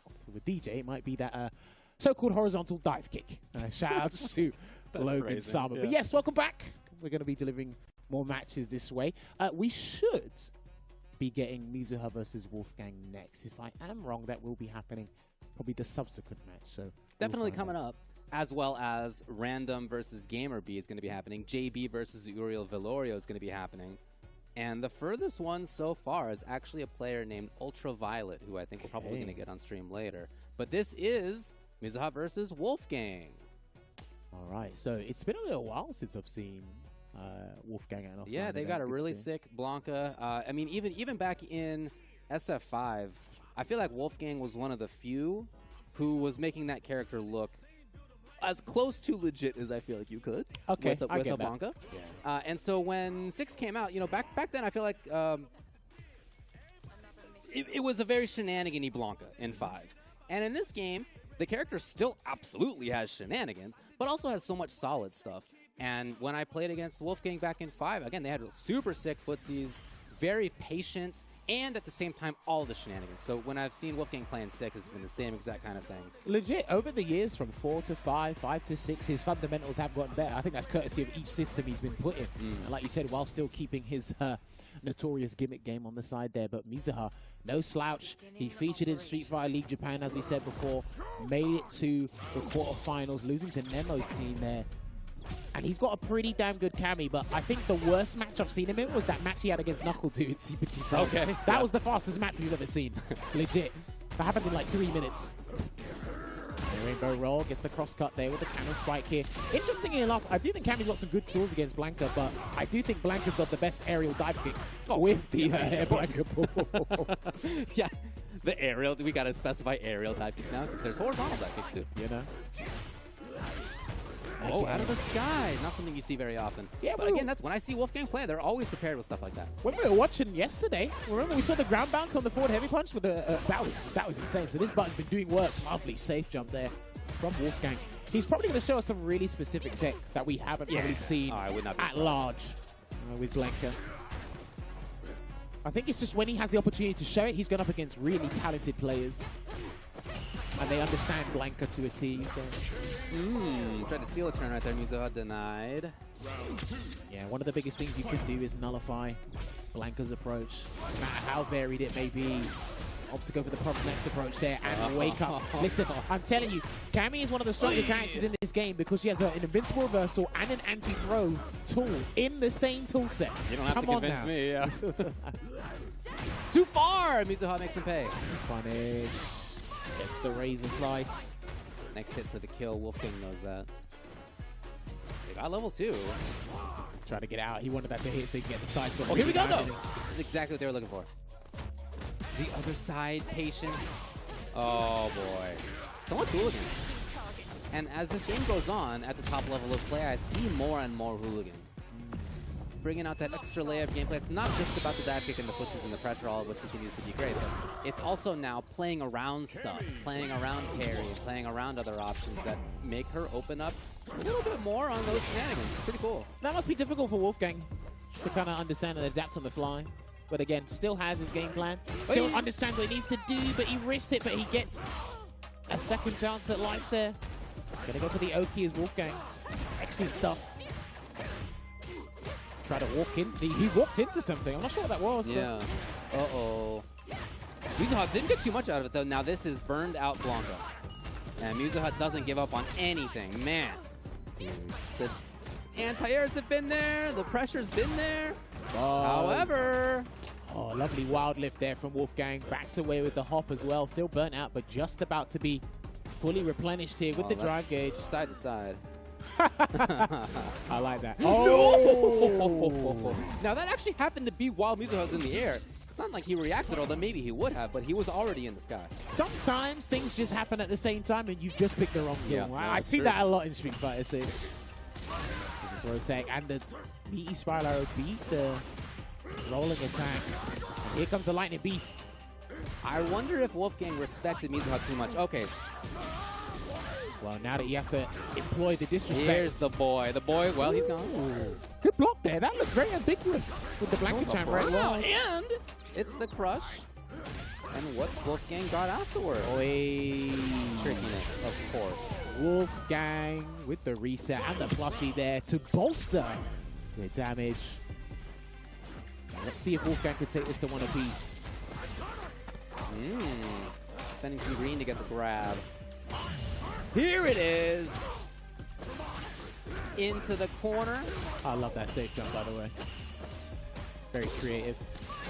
Throw tech there and the meaty drill. It's something that is strong. I mean, that range, you're totally cool with. This is going to build level 2, I think? No, not quite. Still fine, though. being adamant on going to the same setup. Oh, no! Could That not is- have been intended. Oh, dear. Wolfgang. Oh, boy. Level 2. Going to start it off. Mizuha's got to play some D. Which means he forced the raw activations, which means Wolfgang wants something to happen. And there it is. That should be the round. And I think I saw a little smirk there from Mizuha. And listen, all it takes is just one frame, one pixel catching you walking forward. And you get punished for it. Going to a final game here. And again, the forward heavy punch doing its work with that gigantic hitbox. One of the largest vertical hitbox in the game, by the way. Too far. Mizuha, again, just always ready to react, something we've seen throughout the set so far. Dude, that button has been doing work. Maybe it's super effective against Cammy. It seems like it, right? 'Cause even if she dive kicks, she still gets anti-air. Okay. This is meaty there, Mizuha. Out of there. I'll take that for 2 bucks. Oh, yeah. Interesting parry. Not something you tend to see on his own semi-offense. Mizuha continues, and he's at match point. Interesting. Wolfgang thought that Mizuha would go for something else, maybe a hard read to bait the vertical attack, but it didn't quite work out there, so the dive kick takes it. What? Yeah? Excuse Is that me? right? Was that supposed to have been Dragon Punch? I don't know. Was that? I'm not sure. I mean, it said counter hit. So, the parry. We in there. Taken straight to the corner, make him fear the setup. Oh, he dropped it, David. He dropped the diver. Yeah. It was parry only. He's been parrying way early before Mizuha gets off the ground blank Here with the they parrying. go. All right, Wolfgang. Choosing that. to go for the drive gauge. Still had a little bit in the tank, actually. Ah! Mizuha ready! All right, there we go. And it's going to be the Super Art 3 version, not the C8 version. Yeah, just by a little bit, too. Meaty spiral. He has made Wolfgang worried, and then the worry continued as EX got jumped right over. Mizuha moves on in winners. Yeah, that was unfortunate there for Wolfgang. Really tried to show us some stuff there. Was showing signs of life coming back into it, but Mizuha on point, dealing with the rolling attack. The rainbow roll way better than Moke did yesterday. Was very obstinate and aggressive with that drill. It's kind of like almost as if he amplified the respect and fear towards that tool. Well, I really love how he added more to the common Cammy gameplay. Again, I mentioned I feel like I'm seeing more Hooligan. As far as the drill goes, it's something that we've known. It was even possible in the last couple of games for Cammy, but you rarely saw people do safe drill at maximum range or meaty. It was possible, you just didn't see it very often. And in this game, it has been too. And Mizuha is the first one that I've seen in quite a while stick to it as frequently as he had. And part of why it worked, part of why it made sense is that parry was such a big part of his game as well. In fact, in the last round, he convinced Wolfgang to chill, to block a drill, which isn't plus, and then not press anything. Yeah. And let Mizuha attack again. Huge mind games there. And even then, you want to try and do the micro walk throw. I think Wolfgang tried that at one point, but then he walked into a jab. And it's like, that was unfortunate. He also had a bunch of crucial execution drops as well, especially leading into one of the level 2 setups in the corner. And Blanca really needs that. I really love the drive gauge awareness there here that he targeted. And this goes back to what I was talking about before, the punishment awareness. That's where he decided to fixate on, get the burnout there, and then close out in a typical fashion there for Mizuha. So he'll be advancing deeper into the bracket where he will be going up against the winner on Random and Game of B. Yes. All right, it's going to be interesting. Yeah, in winner's side, JB and Uriel Valorio on the other side. And in loser's side, as I mentioned, Reynold is making that path. He's charging through. I wondered at the beginning if he had been DQ'd and wasn't showed up. Is that maybe that's why he was in losers? I guess not, because he's making his way through in the loser's side for real. Listen, you can, if it's definitely an unknown name in the bracket, please do yourself a favor and take them seriously. Even if, it turns out to be different when you actually sit down and play. If it's a name you never heard of, just assume They know what they're doing. And some of the worst things, some of the worst ones as well. You mentioned it, right? We got someone in the winners bracket, Ultraviolet. Ultraviolet, yeah. Right. Don't know who that is, but it's like you're here for a reason. A SoCal player from Chula Vista here in SoCal. But yeah, as far as being in winners, semis already, waiting for the winner of JB and Uriel Velorio. Wouldn't have seen that coming, but that is how it's gone, and shout-outs to them for that. That's awesome to see, and we may see them after this because JB and Uriel Velorio are playing now. All right, so we're going to be seeing Rashid versus Ken, I believe. Yep. Shout-outs to Sengan. I was playing this with him at one of the Red Bull Kumite qualifiers that we did in the UK. I am not fond of this matchup, but I do believe Rashid has some very good tools for it. Okay. You know, there's a lot of buttons Rashid can use to whiff punish, crouch immediate kick, stand fist, stand roundhouse, depending what you want to do. You can actually be pretty versatile, pretty elusive in terms of your Oki against Ken, because it's either he's going to backdash or sure you can. I don't think you'll really see a wake-up parry unless you're going to be doing a projectile, but there's a lot of things Ken has to think about when you're going up against a character as unorthodox as Rashid. So, gotta get parry there as well. Back and forth. Goes with the safe jump. Got to deal with this and gets through. Okay. Good block on the meaty overhead there as well. Matt only connected it like that because he was already airborne anyway. JB, man, what a corner. Into the whip punish. What looked like I was talking about before, and Super Rashid kick to close it out. And we finish it in style. That round one there. You're in for a treat, David. We barely got to see anything on Uriel. And when I see him have success, oftentimes it is due to his offense. That never got going. Here's JB again, already with the corner for himself. Uriel stuck. Here we go. Gets the conversion into the cyclone there, but could get the jab pick up afterwards. So we're going to get a Dragon Lash side swap there. Oh, that's a trade, yeah. Wow. This is the counter hit conversion there. Snap kick. Got it. Oh, man, that's sweet. Is he going to get three? He's just going to get the kill anyway. There you go. Well, it's fine. All right. Rare footage of Altair. Going to close it out. There you have it. And that's when you really see Rashid's level 3. It says, okay, I'm already in the winning position. I didn't really need level 2 to establish control, help win the round. I just preserved the beat of I'm not sure I knew what that super looked like. So right now, I'm not sure. I think maybe the last time you saw it was in this trailer back in July Yeah, last right. year. Maybe. Someone did say Rashid players might have to Google the input. That's how reliable level 2 is. Lovely anti-air though. This is him down. Here we go. This is where Uriel has wanted to be to get their last game. Okay, try to hold up there. Sometimes it doesn't work out well. Oh, okay. Wow. Shouts to Rashid's poor throw range, I gotta say. How's this? Uriel in there. All right, here are the mix-ups he needs to play. Well, no mix-up there, David, with the spinning mix-up. Man, it was so close to getting level 2 actually for JB. He's hunting for one knockdown. Try to get the whip punish there with the sweep for the hard knockdown. No dice. If he gets a little bit more space, then he can get level 2 and then push Uriel to the corner, but Uriel's doing a good job. Okay, well, it's got to be continued offense now. Yeah, you cannot back off too much. You cannot let that level 2 get started. I think JB just wait. Oh, no buffer onto the Eagle Spike there, but yeah. There it is. Grab. Absolutely. He can kick it at him and then just send him to the corner. There it is. He's going to get kicked at him, and there's the stun.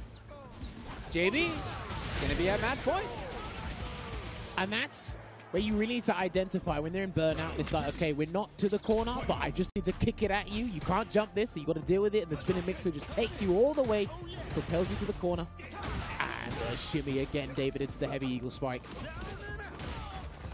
Real stuck on defense. Oh, boy. Good pick up. He wasn't confident that he was going to hit, so he went for the block setup instead. It just feels like he's been caged almost this whole time. I told you. With Rashid, the wizardry happens in the corner. Hoping to bait something. JB was too patient for that. And he's the one up close. It's going to be level 2. Here it comes. Uriel, one last guess to make. He's trying to pump level 3, but... Oh, there you have it. It's the classic. It happens. You don't want to get grabbed and he puts the whirlwind on top of you. Like, the nicest thing to have happen if you're the defender in a situation like that is to get, like, a back grab, right? Because then not only do you not have to, you're out of the corner, but also, like, now you just get to block those hits of the tornado, and you're fine. So that's what you want, and if Rashid feels like he's giving you that chance, it's so hard to not press those buttons. It's Yeah, tough. it's tough. I mean, I get it. I get why he tried. It's a number of things, right? Because there's a window where it's like, okay, I'll wait for the overhead. No overhead. Then you shift gears into, okay, well, you're going to have to throw me at some point. And if he gets the throw and I try to parry, it's a free 20% on the line, which goes back to what you were saying as well. The accidental back throw, that does work out. But even then, Rashid can still make it so you're in the corner. I spoke about this with Big Bird months ago. It's like, even if we get nothing out of it as a Rashid player, putting you in the corner and forcing you to spend something, it's still a win-win. Right. Obviously, you've mitigated the amount of damage you take because it can go up to 5,000, maybe 6,000, depending on the circumstances. But I've left you in the corner. Right. And that's essentially, that is Rashid's win condition. You see some of his combos are mad simplistic, but the screen carries some of the best in the game. That's true. Level 2 helps with that as well. Absolutely right. Strong character. So it will be JB in the winner's semis. Ultraviolet will be his opponent there. We'll talk about that when we get to it. On the other side of winner's semis, Mizuha is waiting for either Random or GamerB. When I went through these pools in advance, somehow missed GamerB's name and was surprised to see him yesterday in the casuals area hanging out. Haven't seen him since pre-COVID. It's probably been 2019 since the last time that I had seen him. It's been a long time at this point, but it was great to see him. His wife was there, got to catch up a little bit. Just a great guy. You know, he's here not just as a player at this point, but also helping to coach, which you love to see. He's exactly the kind of player that I think does great at that sort of thing. Yeah. Very knowledgeable, excellent mindset. Hey, there he is. So, just a quick story. I can't remember if I told you or I told James. When we were at CPT France, GamerB was watching me and F-Word, shout out to F-Word, play Street Fighter. We were dropping combos, and he recommended that we play Modern. He said, I think you guys should play Modern since you're dropping that much. Then we watched then we watched him on stream drop something. He said, I think you should play Modern, GamerB. Nice. All right, listen, I love GamerB, man. Oh, dude, what a good guy. And then on the other side, Random, and again, as we mentioned yesterday, Reinhardt sent me a text that was like, by the way, big reveal. His face reveal. Random, nobody had seen what this guy looked like. Y'all have been playing against him out there in Europe for a while at this point. He's been strong. And yet what he looked like, nobody knew until he showed up here at the LCQ, courtesy of the series of qualifiers that Salt Mine League ran, sent him out here. Ritas accompanied him, and this is his chance. So I played this matchup for a little while. And again, I do think Manon's buttons are some of the better ones in the game. Now, one of the biggest things, you saw Random try to try it there at the start, but already on the back foot here, having to look to defend. He's got some of the best parries in the European region, so hopefully the perfect parries won't let him down here. Did you see GamerB demonstrate that he should have been playing Modern at the start of this? Out there, try to get a whip punish on that crouching medium punch. Gets hit with the heavy Degage. And I like throwing that out there as an overhead, as a poke. It's just like, right, you got to watch your toes, watch your head. That should be the rounds. There it is. Yeah, he's not playing around. Gonna close it out with Vulcan Blast here. And we already saw in that first round there that Random tried to navigate a Sandblaster with the pirouette into the kick. Okay. Got a challenge. Gonna get a level. Threat level 2.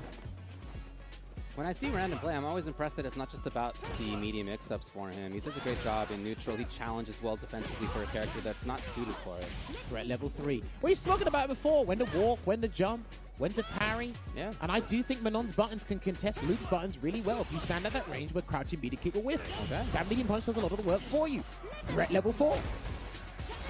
Something. Level 5. Coming into this final round, Random is powered up, maximally level 3 as well on deck. See what he does. He's not going to go for the reset just yet into the command grab there. And there, this is big damage straight to the corner. And this is going to be huge for Random, David. Look at that damage. Oh, there's one. Look at this damage. He might dash and wait. Oh, can you get an elite? He's trying to be sneaky. Listen, a lot of command grabs has failed these past 2 days. Yes, David, yours included. But that's absolutely right. Here we go. He's got 2 choices. He's got to wait or he's got to do level 2 if he wants to save his drive gauge. He's going to wait. Random. Got him again. That's dead. Wow. Oh, no. Oh, I didn't believe David. Wow. Giving Gamer B a chance with a dangerous character with a lot of resources at this point. He might play fundamental, but the check on the drive rush with the crouching medium punch takes that round. He should have won it off of that pirouette spin. So Gamer B's going to have to reconsider his Sandblaster timing and spacing. Yeah. Because there's huge recovery for that kick to get the punish counter Right. and the 2 drive rush bars afterwards. When James and I saw Gamer B yesterday and we asked which character he used, he gave us the biggest, most sheepish grin I've ever seen and was like, Luke. He's like, you Shaking know his head, what? Luke. All right. You get one like the Gage in a match. And there it is. Gamer B trying to run away, gets a delayed back throw. Okay. He thought he was going to do reversal instead. Oh, again, wake up buttons. Random. Caught in the corner, though. Gamer B with another chance. Should have been modern. Yeah, going to hit him with the level 1 for the side switch. Risky side switch, but it works. Perfect parry, and then he's going to go for the round. Oh, what a smart conversion on this. Not only does he get the level up, but he gets the kill. That was the one thing a lot of European players were saying. If you can get your parries in the LCQ, I think you'll be all right. That's right, yeah. As you expressed, he was a bit concerned whether he'd have it in offline timing the same way he did online. There you go. Oh, almost got him again, David. And there you go, low and dry gauges Gamer B, so he actually might be doing a little bit of risky options on defense not to get burnt out, and there it is! Wake up BI by his own volition. Didn't build level 3 in time, though. Whoa! He didn't want that, and I saw his face. No. It worked out. Yes, he's pumping for it. He hopes to see something ill-advised at a random. It came, but he wasn't ready for it. He risked the command grab there for the threat level 4! Not dead yet, still alive. Got him, and it was Chip. Well, that might have been a clean hit, actually, but random. Wow, taking out Gamer B, moving on. His reward will play Mizuha in the next round. And that's interesting because he does play a fair bit with Hurricane. Okay. Hurricane's a different breed of Cammy. Yeah, from yeah, the yeah. European side of things, but he'll have a little bit of knowledge there. So Again, when I see random play, I'm just so impressed that it's so much more than whether he gets the command grab or not. The nature of the character is built for mix-ups, right? I mean, that's the point of it. And he does, oh man, I super, okay, well, you know, you play the character. But my take on her is that that's what she needs to play for. No, I understand. And her neutral game in Random's hands, his challenges as he was waking up with not but a level 1 super to his name, is a very impressive set of choices from him. this is interesting because depending on who you ask, some people say, look, she doesn't work in the system. Or she doesn't have, like, it's not extremely effective for her. I agree with that. But how the character was presented to us was like, look, here's the medallions. Yeah. You get to level 5, you'll be your full form. You'll be your final form. Right. What took time to develop and flesh out was the neutral game. The combo conversions, the buttons and everything. We see it with IDOM. We see it with Random here. We see it with Baba, a Japanese Manon player as well. You can see it there. It has it all there. The patience. Nice work. The diligence as well. I never forget some of the matchups he was like losing on a regular basis. He'd go in trainer mode and he'd sit there until he drilled in the perfect parry timings, understanding the spacing here and there. Luke, like I said, is one of the easier ones. I feel is more compatible for Manon, and hopefully we actually see that down the line for the game. Obviously, he's probably one of the few, maybe the only Manon representation we have here, at least in this pool anyway. But I'm looking forward to watching him face. Sure. Me too. It's going to be fun to see. We'll get there eventually. Eventually meaning right now. As Mizuha has sat down. Hello. Okay. And Random is going to be still up there. Got to play the gauntlet. And this is winner's side, as we've been mentioning. So winner will get into winners finals. Now, we didn't see Ultraviolet. Actually, it turned out that JB already sent Ultraviolet down to loser. So JB is in winners finals. Okay. This match is to get into that winners finals match, where one of them will move on into top 16 winners. So, I think what works against a lot of the Asian players is Manon's not a character that they use in the neck of the woods anymore. Gachikin, believe it or not, used to use this character. That's right, Oil yeah. King did used to use the character as well. So I don't know how much practice Mizuha has. It's just a character you can't sleep on in certain conditions, and the LCQ is probably the last place you want to encounter a Manon of Random's caliber. But I'm sure that there are strong Manons out there. It's just, again, when I feel like Random, there are so few people who are doing it at this level, Yeah, of course. at his level of play. That is probably what's difficult to get used to. And again, it's not just the offense or the neutral. It's also the defensive choices he makes that have been uniquely successful so far. I don't think Mizo's going to incorporate that mind game he did earlier against Wolfgang because there's a command grab. Oh, yeah, there you go. There's a command grab on the line here. So you don't want to give Manon free level ups. And he's still going to employ that. I think rotate's interesting. Yeah, I think that's it. All right, got to go into the Ren burst to increase the level. Goes back to the neutral here. You can already tell by the spacing. I do think using EX Ron Point, the up kicks, is a very good anti against Cammy. Oh, sure. That is a strong anti-air. Yeah, yeah. Free medallion as well. If you want to spend it, there you go. That's absolutely true. Already there. And I love that spacing. 2 buttons and a light. Ooh, that's done. That could have been the round, I think. And then there it is. These are not afraid. What a unique Cammy player so far. Gonna wait again. No wall splat just yet. But a close up. Safe spot. Miranda, ready for the buttons. He's got to be very careful utilizing stand heavy kick in the neutral, especially if Mizo is not willing to stay on the ground for too long. You don't want to punish counter straight to the corner there. No parries on that. I don't think anybody's parried that yet. And he's always walking away after that quick spin knuckle and block, interestingly enough. Here it is. In little timing for him. Good throw take there from Random. The Gage again.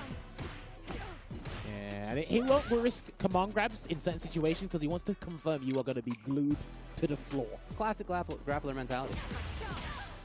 You got to get those. Here's Mizuha again. Oh, wow. And that was enough, just barely, but yes, it was. I was very surprised that took the round. I'm not going to lie. Me too, guys. Yeah, I thought it was going to be my pick to live, but nope. Ooh. Could have got whip punish there, and as you said it, is that parry mind game? Maintaining his turn. No! Mizuha's Cammy. He's ready. And he was ready as well. I thought that was meaty enough for it to be blocked in time because that is a 10 frame level 1, so. He can't jump now, not surely. No. But he's got other approaches. What's the choice? Try to force that is some awareness. Even there, Mizuho's ready with DP. Anti-air, get the medallion, do the work. Threat level 3. How are we going to close the gap? Oh. Great defense by Mizuho. Command grab. That was versus parry. Oh, man, as you mentioned, that was the risk. And Random got a lot out of that. You know, he walked into the range before that, and he could have closed out the game. Here we go. Hold on. And there's the whip punish. That's actually a really good button against crouching medium kicks. The majority of them. But I think the one where he punished the spiral arrow with the command grab, I think he slightly walked forward to make sure he was punished. Was it a save? Okay. Well, caught teching. Lisa. Yeah, Mizuho's coming back with a vengeance now. Very fast. Very fast. What a round. Oh, man. And that situation is so nasty from an on the corner. That's why you don't want to make a mistake mid-screen, because in the corner, like, Cammy just controls the whole situation extremely well. Well, it's a great idea to try to play perfectly, but sometimes you get caught. Oh, that was not good. Gonna get the level up here. What spacing there into the light Gage and the conversion into another medallion. Quick succession there, David. He makes Mano's neutral game look so strong. Well, here it is, up to level 4. I try to bait a reversal. Overhead. And then the stun. And it's threat level 5. Can Random get through Mizuha into winners finals? That's the question. What a start! What a way to do it! Is he going to ride the momentum or be patient? And he tried to bait something again, and he rides the momentum. Come on, one more is all he needs. He's not going to close out the third one. Combo, and that works. That does work. What a round! Oh my god, that's a 10-second round. I was talking up the 16-second round that Mizuha had before. That was a 10-second round in that last round. Once the medals were all maxed out already, man, what a way to capitalize. Do you know what? You got to give this man his flowers. You really do. For me, him and Idom, like, they make me keep my faith in the character. You know, sometimes there are geniuses with characters that make other people struggle in ways that maybe they don't need to, but he is absolutely one of those geniuses. The way that he's playing, God, that is so strong. he handled this matchup so well. Even when Mizuha was making the necessary adaptations there, trapping him in the corner, you could see it as well. And in that final round, having the temerity to dash out and do the OD version of the command grab for the maximum range, and then being patient to capitalize on that as well. Back and forth, it was crazy. But he did a lot of the matchup-specific things that I am used to seeing in the matchup as well. And something that you probably never see is the OD overhead into Raw level 2. You never see it. The numbers state you can do it. Would you do it in that scenario? Probably not. But that's where Random separates the men from the boys. Yeah, no. Fantastic play by Random. Looked like JB was already coming up to play. Up on the top there. So, again, winners finals will be JB versus Random. In loser's side. Look at that. Yeah, that was what a gorgeous run. This whole round could just be showed as one replay, and it would take 10 seconds. So I guess we're going to see that whole thing. Because, God, what a series. And look at this. How often do you see a whole round in a replay? Never. Never. Well, look, what a round that was. Like you said, you stayed at 16 seconds. You had to hold my beer, I'll do it in 10. Hold my beer, I'll do it in 10. But listen, don't sleep on this man. And what really works in his favor is if you don't watch European tournaments or you just happen to browse on YouTube looking for Manon footage, you won't see him. So you'll learn about him this weekend. So he could be another sleeper, James. Yeah, I think you're right. In loser side, Wolfgang got through. LPN, GamerBeast got some work to do. Reynold is continuing through. He beat Uriel Velorio and has to get through Abyssal now. Wow. Abyssal going to try to put up the roadblock again. As soon as I saw Reynold gun on the loser side, I knew that was not going to be an easy one for everybody down there in the lower end of things. Crazy Let's stuff, put dude. the egg rolls in. Pagoda. Crush your cravings with Pagoda Snacks. Crushing something on that screen right now. Is it cravings? Maybe. Maybe. It's a weird euphemism, but we'll go with cravings is being crushed right there. Pagoda, put the egg rolls in. Hey, look. Hey. They're saying crush Put your the cravings. egg rolls in. You can do that. They're saying crush your cravings. I say crush your expectations of Manon. That's what Random's done for you guys. But hey, got to pull the brakes a little bit. We're a bit heated. Got to get some refreshments and get ready for the next set of matches here in this block. So sit tight. We'll be back with you in a couple of minutes with more Street Fighter 6 action here at the LCQ of day 2. This is my moment. Coming for it all. Just show me my opponent. Wanna be great. I'm a legend in the making. And this is mine for the taking. Cause I got what it takes to be on top. I'm number one cause I don't stop. Hard gas, no brakes, high stakes. I don't act tough till the tussle let 'em fold ya. Hope you ready for the fight. Reign supreme. Put 'em up, let's go.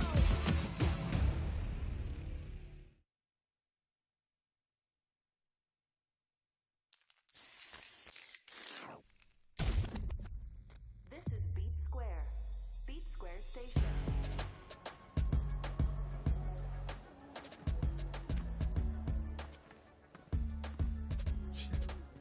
Seriously? I'm not interested in whatever you're pitching. You really want me to punch a hole through you? So, just who are you? You need to learn to stop pissing me off!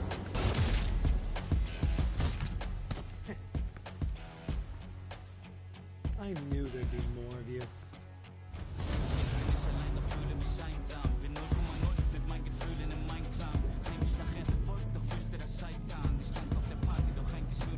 Let's go! Ring the bell!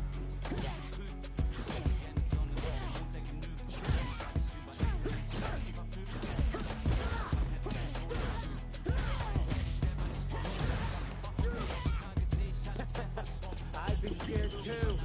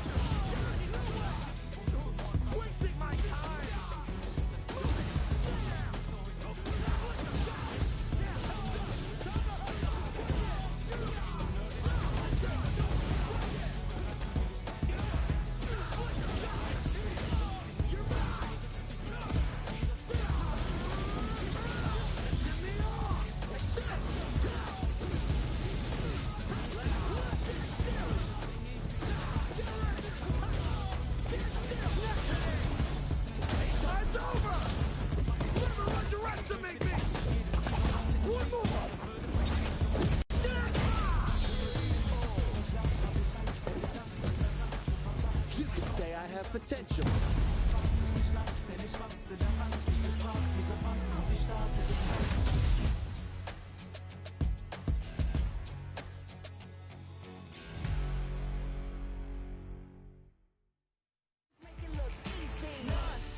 You ready or not? When it's all said and done, I'ma be on the top. 3, 2, 1. I'm ahead of the game. Y'all remember my name. Non-stop. You ready or not? When it's all said and done, I'ma be on the top. 3, 2, 1. Yeah, I belong in the #1 spot. I always keep the business, nothing personal. When you always see nothing, I just barely scratch the surface. Roll me in the rain, let me do my thing. That they hit me down, fighting through the pain. When I'm in the zone, I ain't never say much, but you see me up top. You see my numbers healthy, the pressure don't stop. Until I'm in the top, see the bottom seats watch. They almost see me. Welcome back to day 2 of the Capcom Cup LCQ. I'm Rob TV, and I'm joined here with one of the West Coast finest, my boy Anton. What's going on, bro? What's good? Oh, I'm sorry, Filipino man. Yes. Of course, the name that the world knows. So actually, you're a special case where I feel like people know you as, I feel like all the fans and everything know you as both. Yeah, because there's Filipino champ. You have to. Yeah. For back in the day, it was. You needed to differentiate. Differentiate. Okay. All right. So of course you haven't played your LCQ match. Before we even get to your matches, bro, what did you think about what we just saw? That random. I love that match. That was incredible. I love his smirk. I love his positive attitude. He pretty much got perfect, right? Yeah. I didn't even know that the overhead can go into the super, and that's just insane. Wow. Nobody here seemed to know about that. Yeah. EX overhead to the super. I'm like, what? And then, bro, he even started the round with the dash up EX command grab. We had like 5 medals and all that. Got 2 scoops in a row. That's actually ridiculous. It's his first offline tournament. So as far as you specifically, who do you have in your pool right now that we know about? Well, I mean, the ones that you guys know are probably like Bonchan. You guys know Higuchi. You guys know John Takeuchi. Those are the higher seeds in the pool. Okay. And then there are a lot of, I'm like the 8th seed in the pool. So that and I do believe when I look at the pool, those players are objectively better than me. So wow. I need to overcome these seeds in this final pool. So the seeding was done right. Okay. And I need to overcome these players. Shout out to Level Up for that good seeding then. Okay. So as far as your LCQ experience or Capcom Cup experience so far in general, how's that been?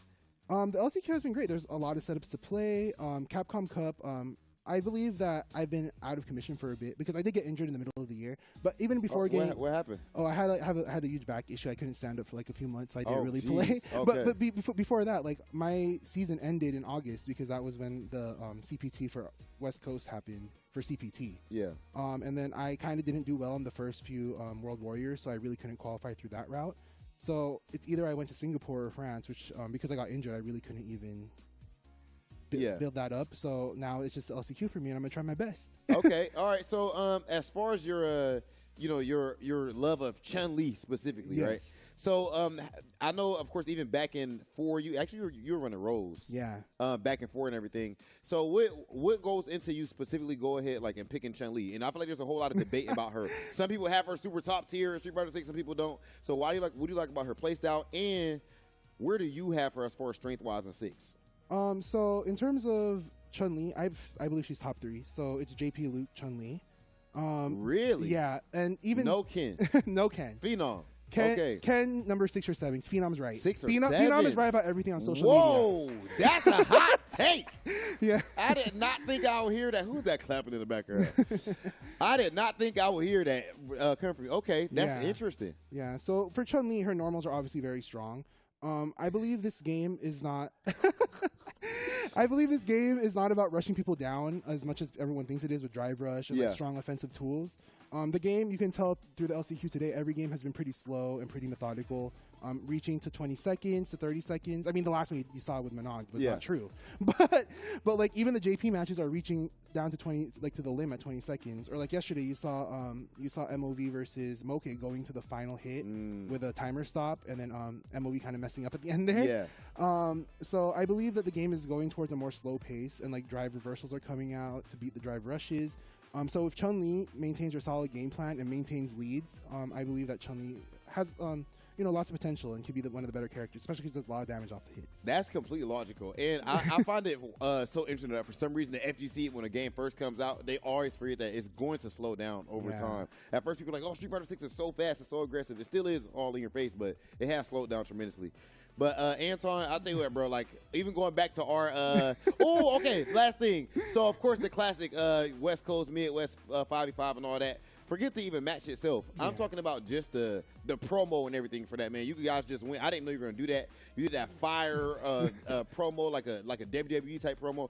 So, do you think that we kind of need more of that type of stuff in the FGC? And why don't we see you doing more of that, man? Because that set stuff off. I mean, so I do believe we need that, especially because of the online tour. We need stuff to fire up the offline tour.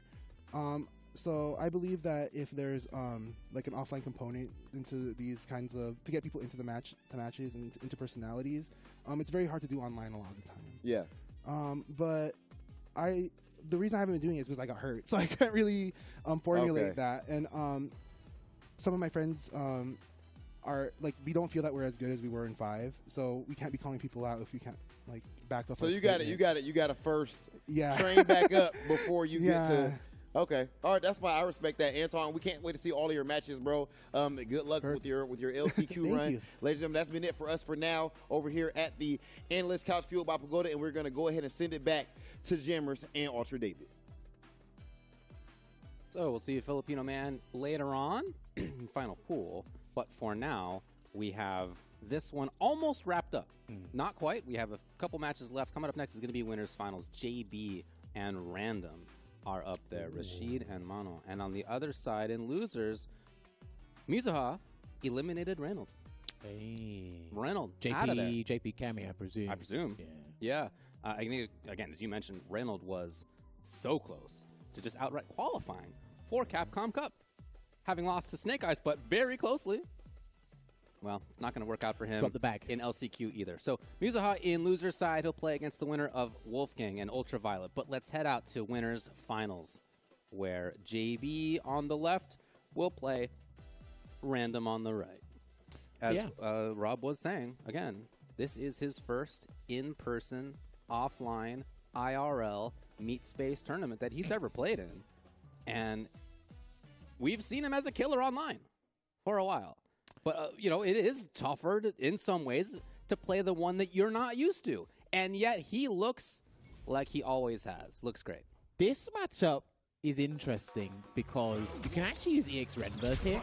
Against Whirlwind Shot, a particular range, you can use it. What is EX Renverse? It's the spin, the pirouette to the hit grab. Understood. Yeah, so you can use that to get a free medallion. You can actually use it against level 2 if JB sets it up incorrectly because it is a projectile. It's got projectile invincibility. I do think your defense as a Manon player has to be basically on point. In this matchup in particular, safe jump. Has to deal with that. Yeah, you got to be very careful because he's very low to the ground. And that's why I think Rashid has some of the best safe jump setups in the game because of how low to the ground he is. Yeah. So you don't have time to even think about the parry. It's just high or low. Again, the bait. Nothing came. JB was patient. And now back to this neutral game. Oh, early Mono jump dive kick, yes. No dive kick. Gonna go for the medium big Gage, taking straight across the screen. He can catch that as well. He could have caught that. There you go. Just too far away to get something. And yeah, he's trying to bait him into doing something to try and punish it. And the nightmare of his anti-air. And he couldn't get the full punish. He still needs a little more here. He can't do a random overhead here, surely. Oh my god, he did. Well, now he's got to stay alive. He's got to hold this. He's got to hold it. Yeah, that was nasty, and that's going to be the round. And even if he tried level 2, it would have whiffed and went the wrong way. And just do not take that risk. And I like that he did the old traditional mix-up there because he had no parry to hold on to do not deal with that. Get him. Oh, I thought that was nice. Cancel out there. Okay. Yeah. Prioritizing the pressure. Nice catch. Level 4. Uh-oh. Into JB's patience. Trying to catch him holding up, and that's going to be the round. The stand fist into a 3. Look at that. We're going to a final round here. I tell you, Manon has got some tools that kind of, a lot of these strong characters in the game, it's just not as consistent as you'd want it to be. just rarely seen. I know that JB's played against Mono who knows how many times, but at this level of play, maybe not. I like that. Going to go for the side swap himself. This was much more expensive than what JP had to do for a side switch. Caught it. And here it comes. He's going to push him out of that and try and grab him probably. There. Oh, no, and he missed it. Had to block it. Still had to contend with it, yes. Again, I still think Rashid is absolutely marvelous at dictating what both players do with their drive gauges. That could have been anti-air as well. And just the grab comes. Good interruption there with Spinning Mixer. Well, he is resourceless at this point. He can actually counter those, but he didn't want to burn himself out too far, and then he missed the grab. This is huge. Level 1 just came. Just was built. He caught him. That's it. Wow. He really has all of her tools on command. Dude, he's written the book. I know. I mean, he's written the book. Watched him a lot on the weeklies that are going on, but to see him here in person, one game away from top 16 at the LCQ. And because he actually gets a healthy array of characters to face at the level he's at, because he's in the upper ranges of MR in Europe, so he actually faces a lot of the characters, and that's going to be a clean punish then. And there's a delayed throw tech. JB better keep that in the memory bank. Still trying to trick him into trying to catch that whirlwind shot. If he just walks into the space where the Ren Burst will work, it's an arbitrary knockdown there. Hey. What a jump. Oh, he's got a firmness whirlwind. Oh, and he just went for it anyway, and it works. Come on, no, even as... I mean, you might as well do another one. Even as dry, Gray Manon. He'd love to build 2 on this. I don't think he's going to get there. Overhead, and that's going to be the rounds. Yep. All I know is once you see him bouncing around in that way, it's probably over. Dude, like, the vast majority of the time, people advise you to just hold up against Rashid on knockdown because he's got about 12 billion overhead setups. It's just that you have to know the numbers afterwards. Come on, grab level 5. What's Slow JB approach gonna do? afterward. He might have to do a raw drive rush to get out of the situation, JB. But there it is. Side close straight to the corner. Tempest Moon. Is he going to set up level 2? No. There it is. Yes, indeed. What's the defensive choice from Random? He's stuck in the corner. Oh, yes, that was that's clean. Plenty of time to get right past the tornado, spinning through, and now the bait finally works. We've seen it multiple times. He attempted it here. He attempted it in his last match, too, and this time, finally, it works. And he's got a level 1 halfway stored to the level 2. I think he's got a command grab, but he got pulled in his tracks, mate. Here comes another safe jump. Still got to wait for it. Random's been very good at galvanizing his opponents today. Perfect parry, last minute, good block. Yes. Try to press a button, didn't quite work out. Try to run away this time. Safe jump. Oh, he missed his light spinning mixer. I've seen that set up, and it's actually pretty tricky to get the light spinning mixer to come out. So he forced Random to parry or block, and now level 2 comes out. And he finds the hit, and it should be... No! Hold on a sec. Okay, it's enough, JB. I could tell by Random's facial expression, he had an idea of what to do against the level 2 as it was slowly closing the distance, but then Rashid's still there as well, and then as you walk forward, you just might get a stand fierce to the noggin. So you've really got to be careful in that regard. I love this back and forth. Man, what a match it is. And Yeah. I think there's a lot of things that JB's learning on the fly. I wouldn't necessarily say about Manon, but more so of Random's style. Actually, make an eagle spike straight to the corner here and delayed that overhead. With the frame advantage, here comes the safe jump. Or the low. This is what we were talking about. And here it comes again. Yeah. Again! You're just not ready for it. It's a bad spot for anybody to be in, but if you don't have a DP or something like that, man, it is worse. There's the rounds. Super Rashid pick. Yeah, and I see it. Yeah, he took a deep breath. So tough spot for Random now. 1 round away is JB. Random with only 1 medallion. It's similar to the... oh, almost got it. It's similar to the Cammy situation. You make one mistake, you're in the corner. You have the lack of defensive options, proper ones anyway. Right. To kind of worm your way out. Neutral jump, just in case of the roundhouse to come out there. And then no anti-air. I think that was a heavy spinner mixer, actually. Oh, no. Big punish. Yes. He's got to firm this as well. Still blocking it out there. Huge amount of drive gauge to work with until that cancel. He really has respected JB.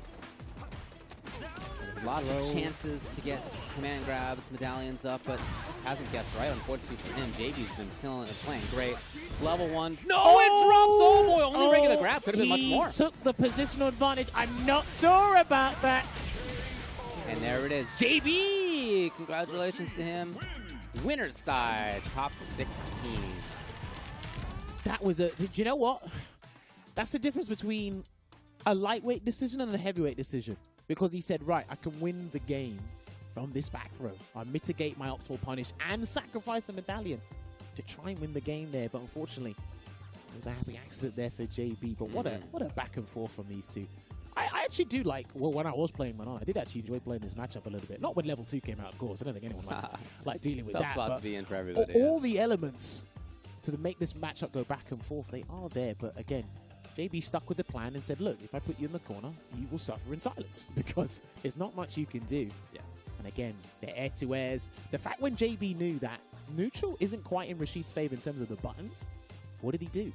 Moved in, done a drive rush into crouch short or even stand short, and then converted from there as well. And that's where Random was probably doubting his perfect parry abilities because maybe he's not used to a Rashid player of JB's kind of out. Beautiful, by the way. That was lovely stuff, yeah. Beautiful. And then the bait there as well. What's so confusing about his spinning mixer in this one is because you don't have to mash anymore for it to go all the way up. It's just a full animation. Yeah. So you're just watching him just gaze around the stars, and it's just like, it's just annoying. What are you doing up there? Yeah, legit. But that perfect parry changed everything. And then this was interesting. So there are a few instances where the level 1 will whiff.